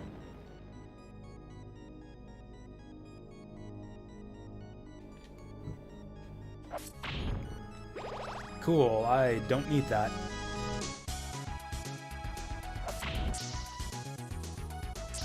You know, maybe I do want the stopwatch. Maybe they're giving us the stopwatch for a reason. I don't know what this is. Oh, I should have waited for the platform to grab that. Never mind. Useless invincibility. That's probably a game over. Looks like we got unlimited continues. Again, that's pretty much the only way I ever would have beaten a game like this, is with unlimited continues. That means I have unlimited room for failure. Man, if only life offered us... If only real life offered us such things.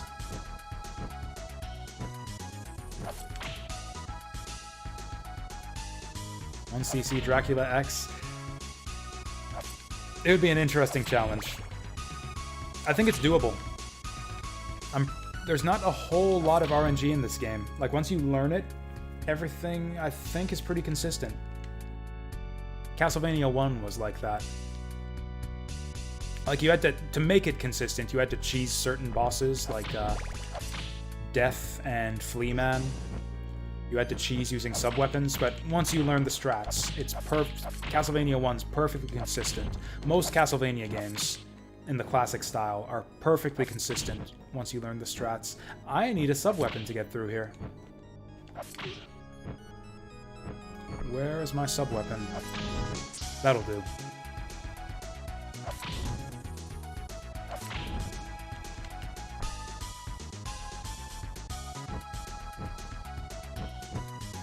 Actually, this is even better than the axe we had last time. Do I not have double weapon or something? Could have sworn we could throw 2 boomerangs before, but now we can't.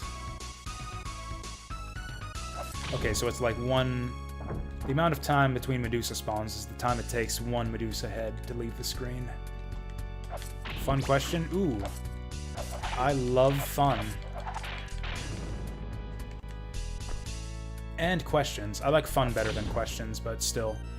Put the two together, and, yeah, go ahead. Do I think Deedlit could make it through a Castlevania game? I think we proved that in Wonder Labyrinth. I think Wonder Labyrinth demonstrated, like, 100% that she can.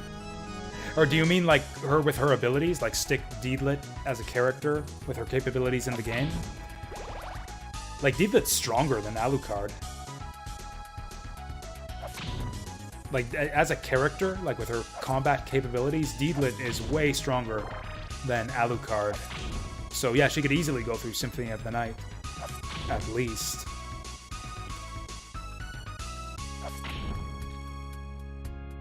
Assuming that she had, like, the same system.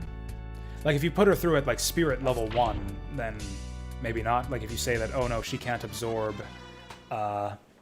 elemental spirits from the enemies to strip out the elemental system and she's stuck at Spirit level 1, then no, maybe not. But, like, yeah, she's got infinite health regeneration, crazy powerful weapons, crazy powerful magic spells. Hell, she's probably better than most of the GBA Castlevania heroes, too. She's got less growth potential. Like, she won't get as strong as like Soma, but to just beat strong enough to beat the game, heck yeah. Oh god.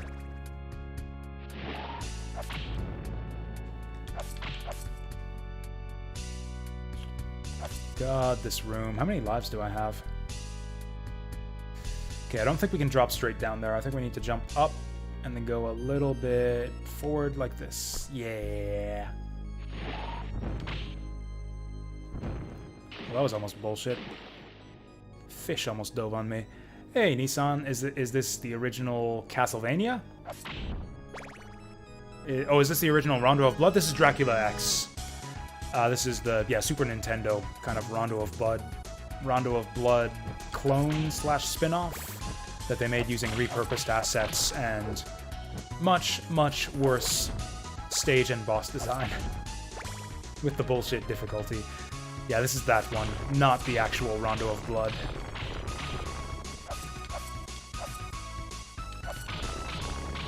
Apparently I don't have Rondo of Blood on this computer. I'm gonna have to fix that soon.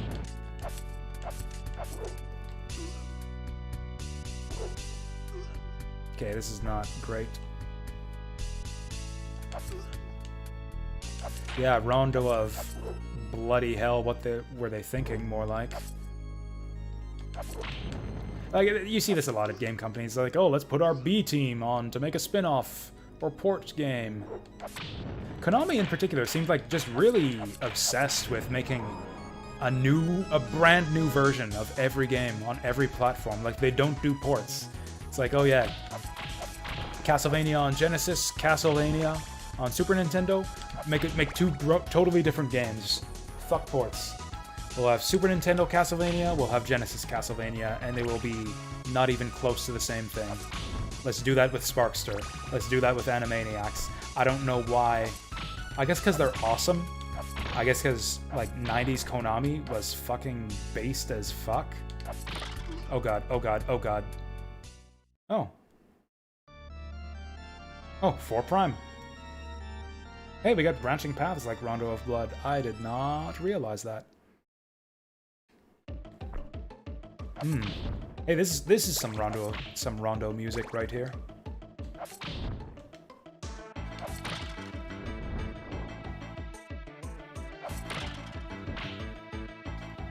I don't want that. Do I take damage here? Nice. Okay, we're fine, we're fine. Man, I feel bad getting bumped down to 4 Prime, especially because I think this stage has a bullshit boss.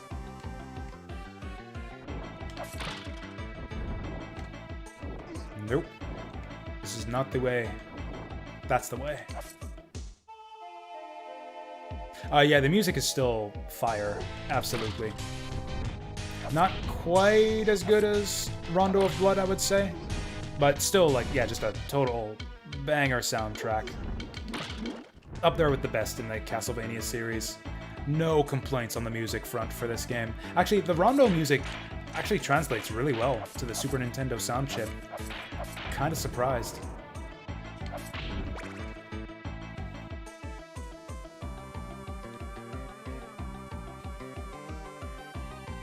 Okay, this might be a controversial opinion. I like this game better than Super Castlevania 4. I like the classic Castlevania gameplay with the classic Castlevania jumps. I like that better than that multi-directional shit. I like the aesthetic of this game. As much as I grew to appreciate Castlevania 4 over our playthrough of that game, like, I don't dislike it as much anymore. I'm pretty sure I still prefer this game. It's a narrow margin. Like, they're pretty close, but yeah, I like this one better. Fucking bat. I can't kill him. He's invincible while he's hanging upside down. Fuck it. Oh, we can just jump him.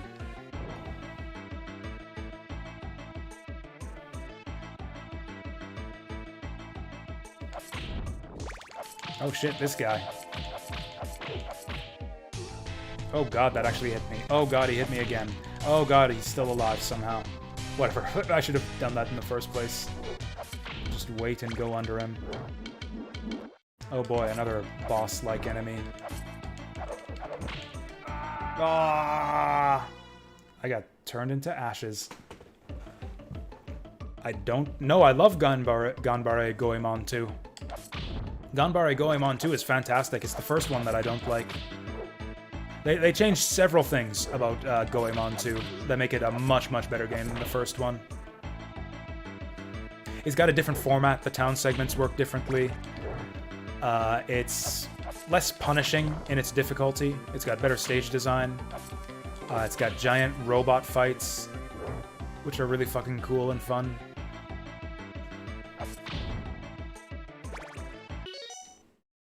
Had the plan to discover its Japanese secret Castlevania level. I don't think I even know about that.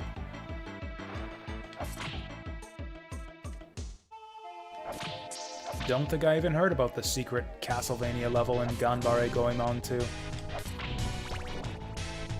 So okay, we gave Goemon 1 an honest shot, but I think that means that, like, I have unlocked the right to play Goemon 2 on stream. Like, no one will say, hey, you skipped 1, gotta go play 1 before 2.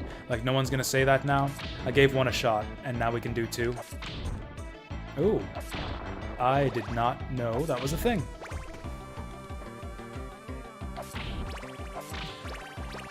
What's this boss? I think that's this is the fire wheel. Oh no, this is like a death magic man thing. Death magic man with multiple forms. He's like a fireball and a chariot, and yeah. Man, I wish I had an axe.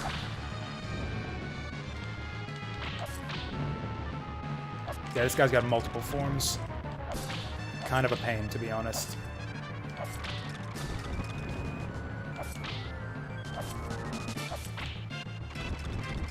Like, this seems easy because he's taking so much damage. And, you know, this... Oh, yeah, that happens. Forgot that that happens. I'm cursed now. Curse in this game reduces your speed by a lot. Is it chariot? Oh no, he's just facing the camera now.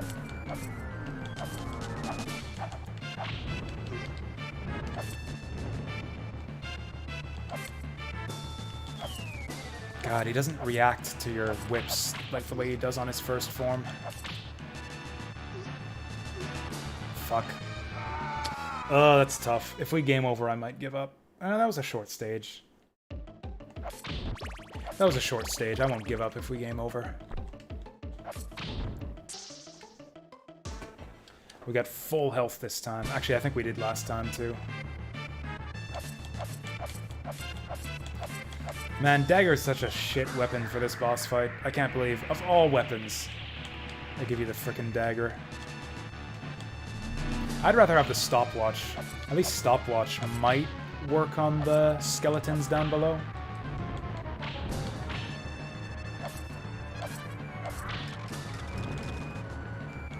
Fuck. Oh, that didn't last too long this time.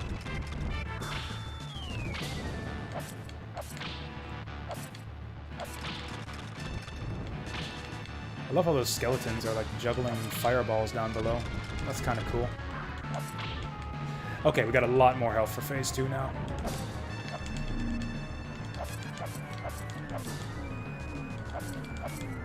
Motherfuck. Okay, he fires them shits straight at you.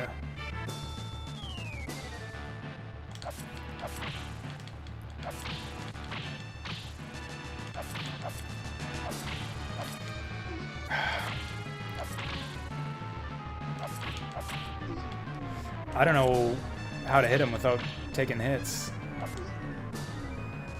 It's pretty close, but I'm pretty sure he has another phase after this. Oh, come on. Chain stun.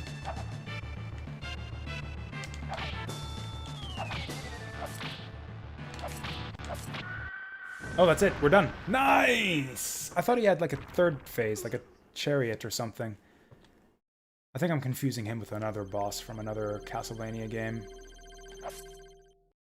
Hey, got the full whip extension. Whip destroys a lot of projectiles in this game. That is generally true in Castlevania games. Anything that looks like a fireball is generally destroyable. That's been true since Castlevania 1.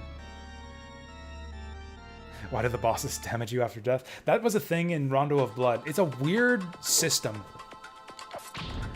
So yeah, in Rondo of Blood, pretty much every boss in the game... Oh, this music, man! It's not as good as the PC Engine version, but it's still fucking banger. Wow. Okay, so every boss has like an after-death attack, which can't actually kill you. It'll take you down to like a sliver of health, but it won't actually kill you. The reason that's significant is because in Rondo of Blood... Am I confusing this with another game? I think it's Rondo of Blood. You get an extra life if you beat a stage with full health. So the after-death hit, the death attack actually doesn't matter unless you're at full health. What he's actually doing is they're trying to ruin your perfect run of the stage to deny you that extra life. It's kind of a dick move. I've never liked the system, but at least the bosses won't kill you with that attack. Like, it's better than them actually just killing you. And, you know, they look cool. There's some really cool... Like, the death attacks in this game are kind of lame-looking. The ones in Rondo of Blood are super cool. Like, the boss, like, explodes into a pillar of flame after trying to uppercut or, like, ground pound you. It's really cool. Some really cool stuff.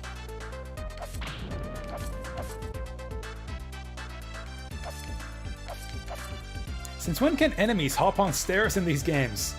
This game is broken! Not my... Hashtag not my Castlevania. Flea men taking the stairs. We're almost dead already. Probably game over in one hit.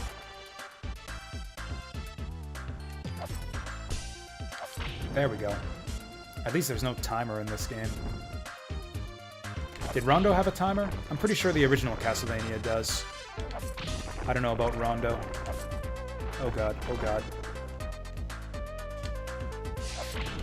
The bottle doesn't hurt enemies. Maybe it never did. I thought it did, but maybe not.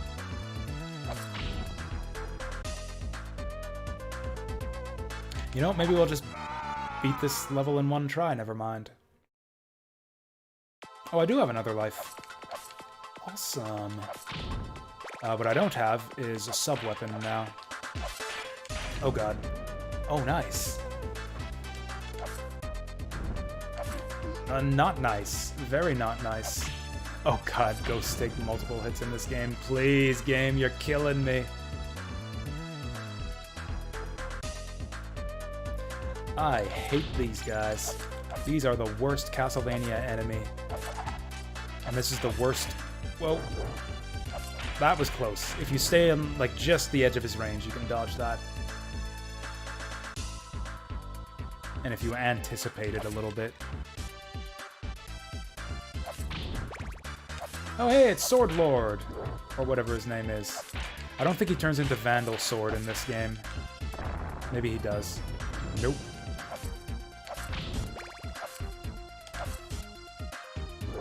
That's such a cool thing from Symphony of the Night. Vandal Sword is such a cool enemy. And of course I love the reference to, whoa, okay. To Vandal Hearts as well.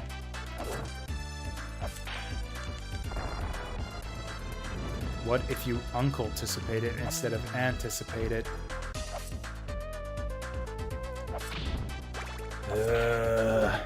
See what you made me do, Remiko? That's what Sword Lord thinks of your terrible joke there. That's a impressive thrust.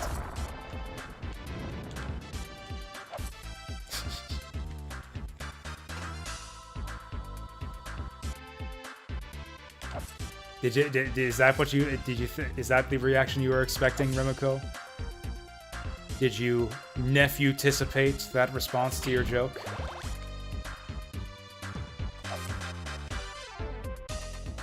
See, I nephew-anticipate things because I actually have a nephew. I guess I have aunts and uncles too. I haven't seen them in a long time, but they do exist.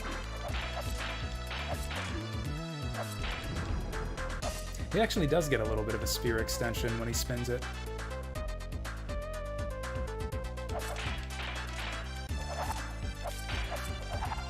I really hope there's a sub-weapon in this candle. Boo. I bet you the meat was downstairs. Oh god. Yep, just like that. Got me mid-whip.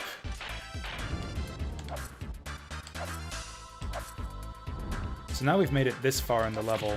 Now I'm probably on 0 lives, and now I'll die, like at the boss or something. This is a horrible position. So we want him to do the spear swing, which should send him right to the edge of the ledge. That's as far as he goes. And I think we have to go like all the way to the start.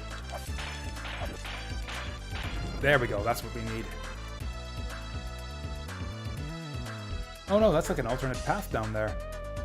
I might be missing out by going topside.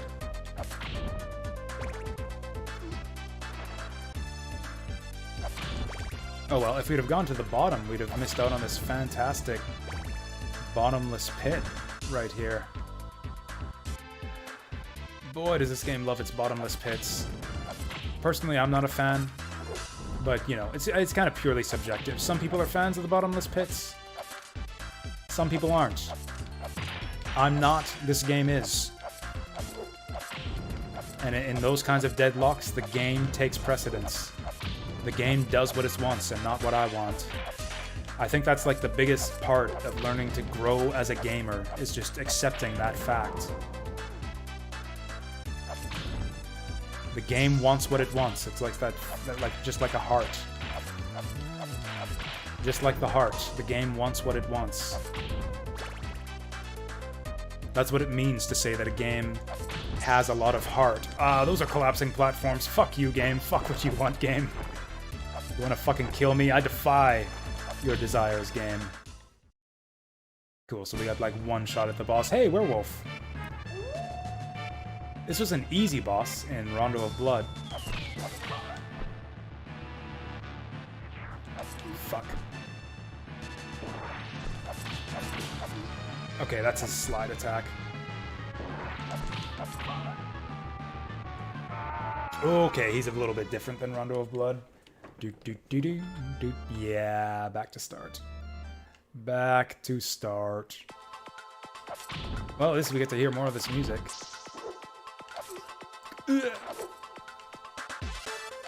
God, what's with me playing all the crazy hard games tonight? Or with, like, crazy hard challenges. Dracula X. Mega Man X. You know what? Was that a subconscious thing?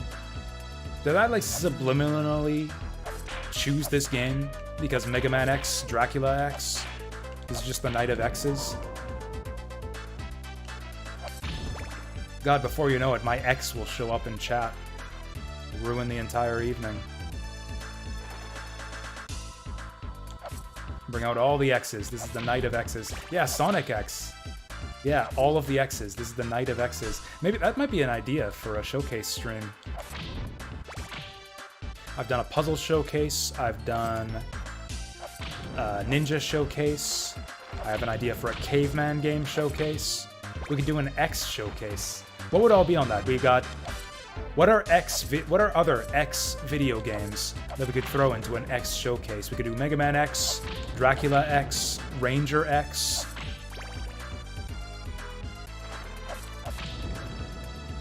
X, the, like, space piloting game. X New Frontier or whatever it's called. One of those X games.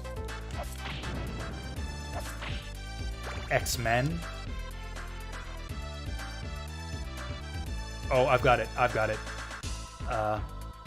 3 Extreme. There's an X game for you. 3 Extreme.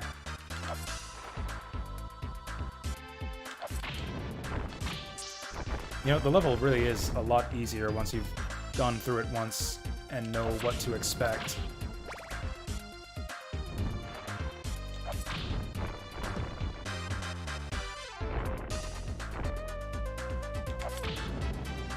Extreme hunting. Hey, going back to my days at the campus arcade.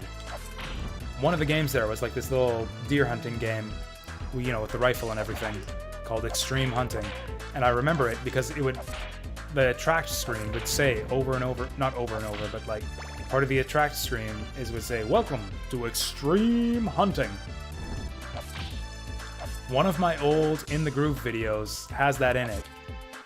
At like the hardest part of Blood Rush Double Expert, all of a sudden, from out of nowhere, this like loud voice comes on from the side. "Welcome to Extreme Hunting."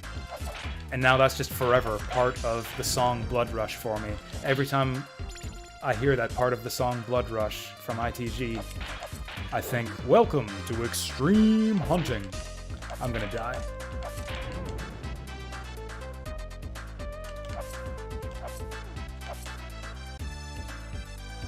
Maybe we'll take the bottom path this time. Maybe that'll lead to like stage 6 prime. Okay, Vandal Sword's coming up.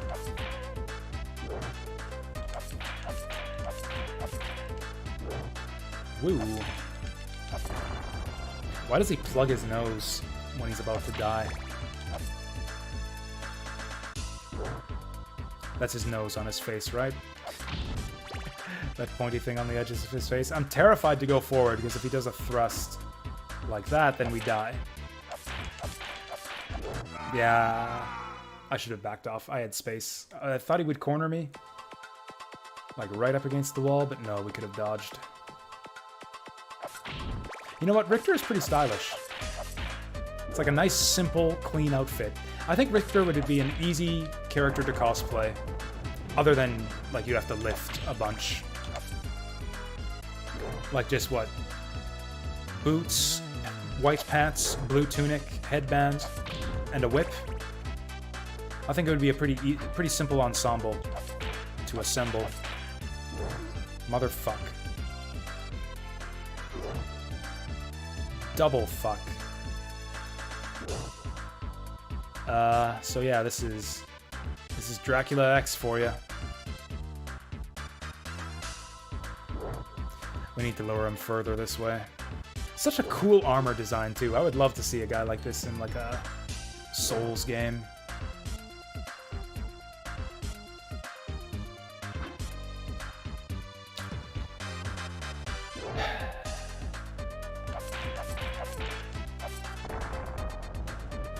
One boss on PlayStation Edition of the Neo Geo game that can insta-kill you after he's KO'd, like in a PlayStation Castlevania game? Whoa. Like that Dracula Chronicles or whatever?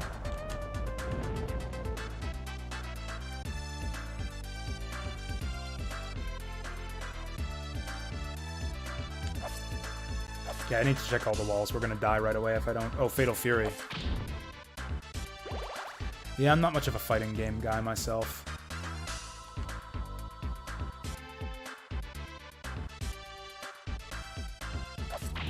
Man, insta-kills in a fighting game, though, that does sound like some extra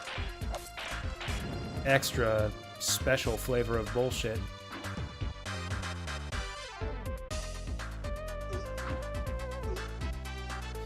I mean, I guess Guilty Gear had insta-kill moves, but they required a ridiculous amount of setup and were really impractical. Come at me, bro.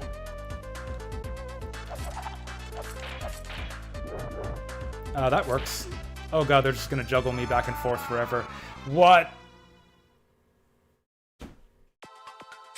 Not happy.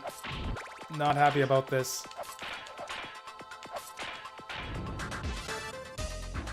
What is this mess? Look at this. You can't do this. You cannot do this. This game is broken. No dodging that.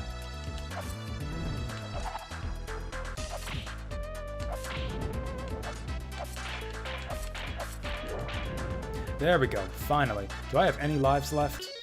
Nope. And probably no chicken. Oh yeah, Bushido Blade. Yeah, you could like decapitate your opponents in Bushido Blade. I'd at least like to see the boss of this stage. I think that would be lovely. If I could show off the boss here. Or, you know, get a sub-weapon.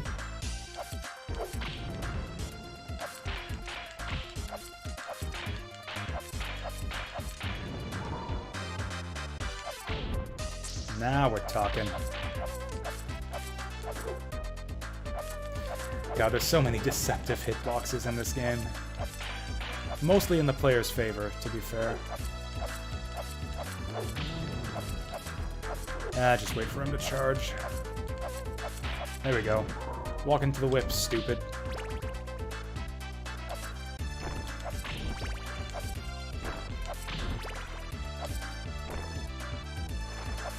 What killed us last time? I don't even remember. Oh yeah, werewolf. We did see the boss. We did see the boss. And now we're in the same place we were last time. Half health, 1 life on the boss.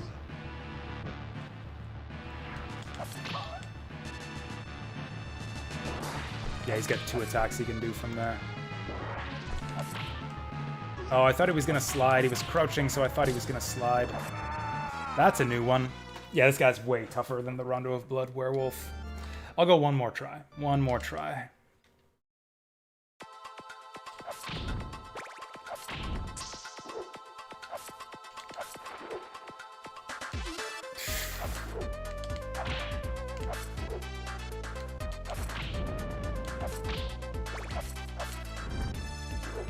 What is the difference between red armor and blue armor in this game?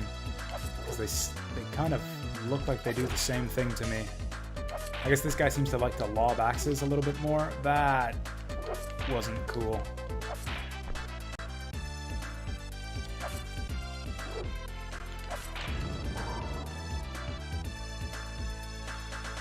Oh yeah, dive kick.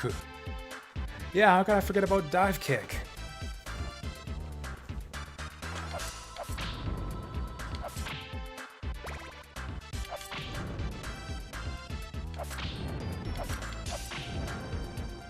There's a gun character in Bushido Blade. Doesn't that, like, defeat the point of Bushido Blade? Like, literally bringing a gun to a sword fight? Wait, that saying goes the other way around. I guess that means everyone else is bringing a sword to a gunfight. Got him. Oh, you know what? I got a strat. I got a strat. Boom.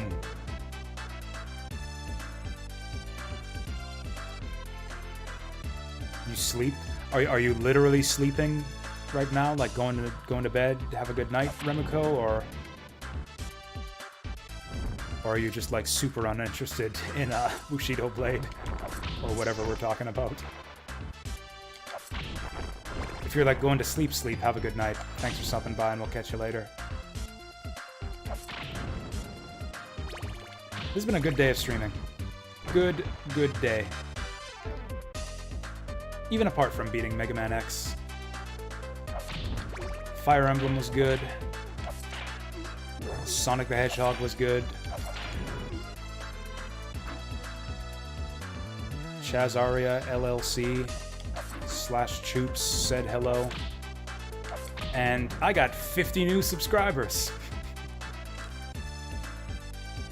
Man, this is annoying too, because I'm gonna have no idea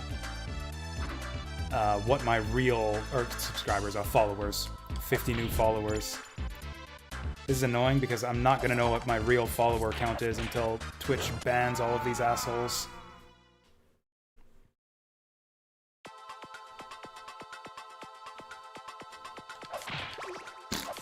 Okay, this is a tight spot. Alright, we have untightened the spot. I want to stack these guys up. Yeah, get over here. There we go. Stack them up nice and tight. Yes, I did. Yes, we got 50 hotspots. That's exactly what happened. Motherfuck. I think you need to jump away from that. I hate these guys so much. Ah, okay, that's a new one. Haven't seen that before.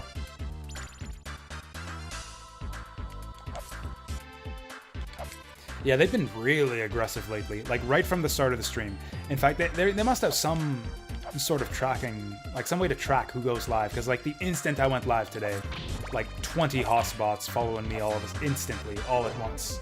I had to turn off notifications to get it to stop. Like to get them to stop showing this thank you message just 50 times in a row.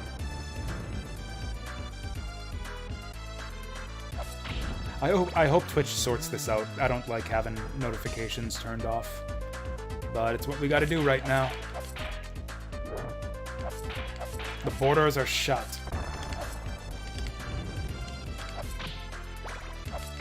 Or, you know, the borders of showing a little animated penguin every time someone follows the channel.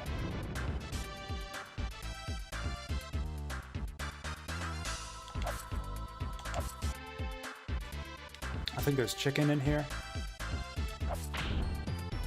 I have odd names watching me right now. You know, I never look at the like current viewer list.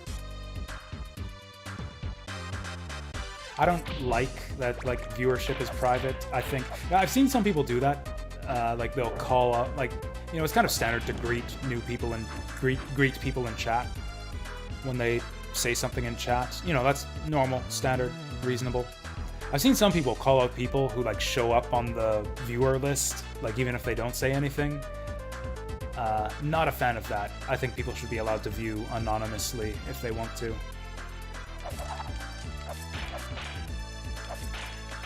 So yeah, I make a point of not looking at that list.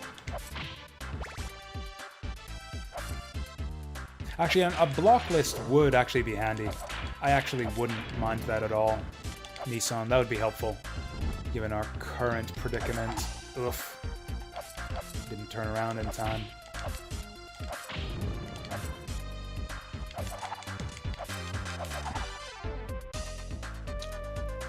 We're just waiting for him then.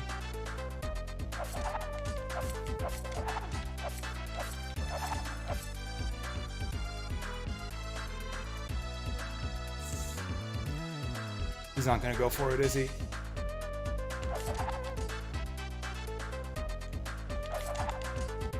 Oh, there. Okay. Hung a little bit too far off the ledge there. Okay, so this will be the boss up here. We get 2 tries at it. Oh, it's not the boss up here. We gotta go across the platforms first. Cool.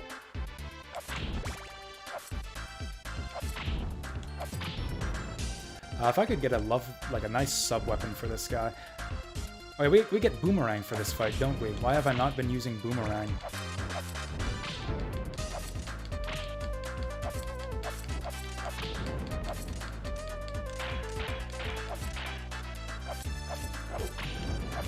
Oh, you get a much faster whip tapping it rhythmically than just mashing.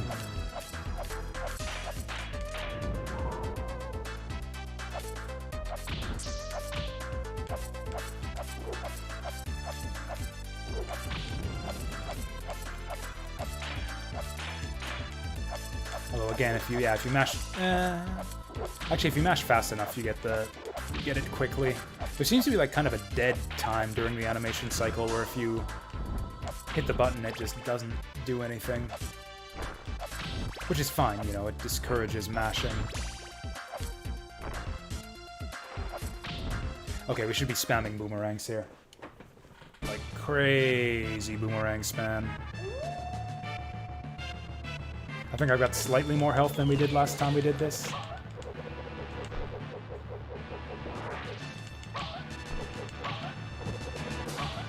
Oh, that's cool. I'll just, like, hit him back into me. It's like a boomerang that comes back on you. What a concept.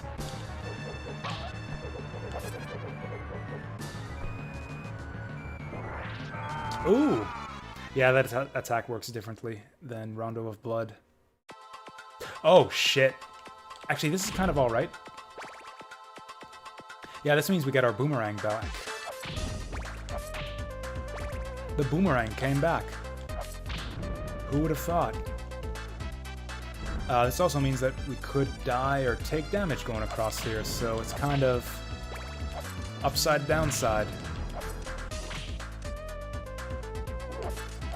Yeah, this will be our last attempt for the night. If I die here, we're going to bed. I got work tomorrow.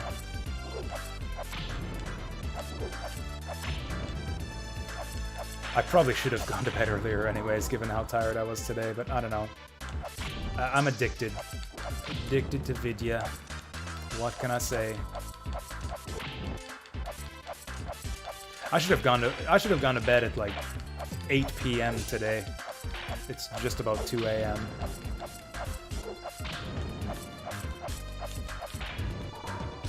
There we go. Relatively smooth sailing towards the end here.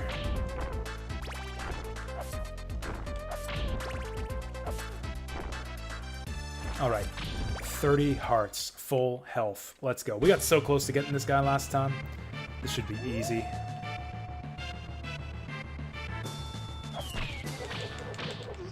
Oh, we can just duck that. Or jump it. Yeah, he's got a couple ways to jump off the wall. Whoa. Yeah, if he does that, you gotta run. What the fuck? Oh, fuck, we're gonna die.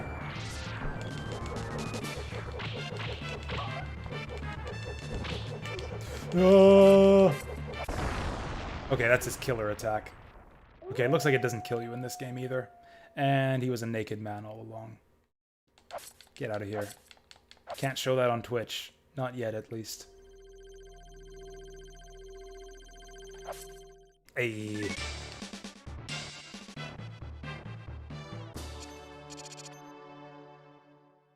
Oh, this is our password. I guess we could come back to this game someday and finish it up. I can always look up the passwords online. How close are we anyways? Okay, stage 6 takes us up there. 7, 8. I think there's like 8 stages in this game. We're not gonna beat this one tonight. We're just not. I'll play out this last life. Check out this creepy stage. Oh hey, this life might last much shorter than I thought. Oh wow, this is an amazing arrangement of, what is this? Beginning? Do, do, do, do, do, do. Yeah, I'm so glad we were able to make it this far. Oh, I love the warbly bit too. That instrument that they're doing on the melody here. Oh, this is an amazing arrangement of, yeah, I think this is beginning.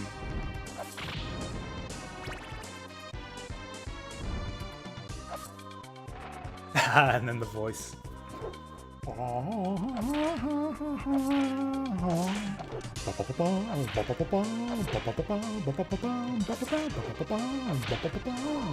Sorry, I'm ruining it, aren't I? Oh, this looks like fun. Then we'll have to go back the other way as well. Well, GG. GG. I'm adding that one to the great music playlist. That was awesome. Actually, here's what we'll do. I'll save state the password, and then we can pretend that we just used the password next time we play this game. Boom. That's the stream. That's the day of streaming. Thank you all for coming out. It's been a hoot. This was a good stream. Fun stream. Good day.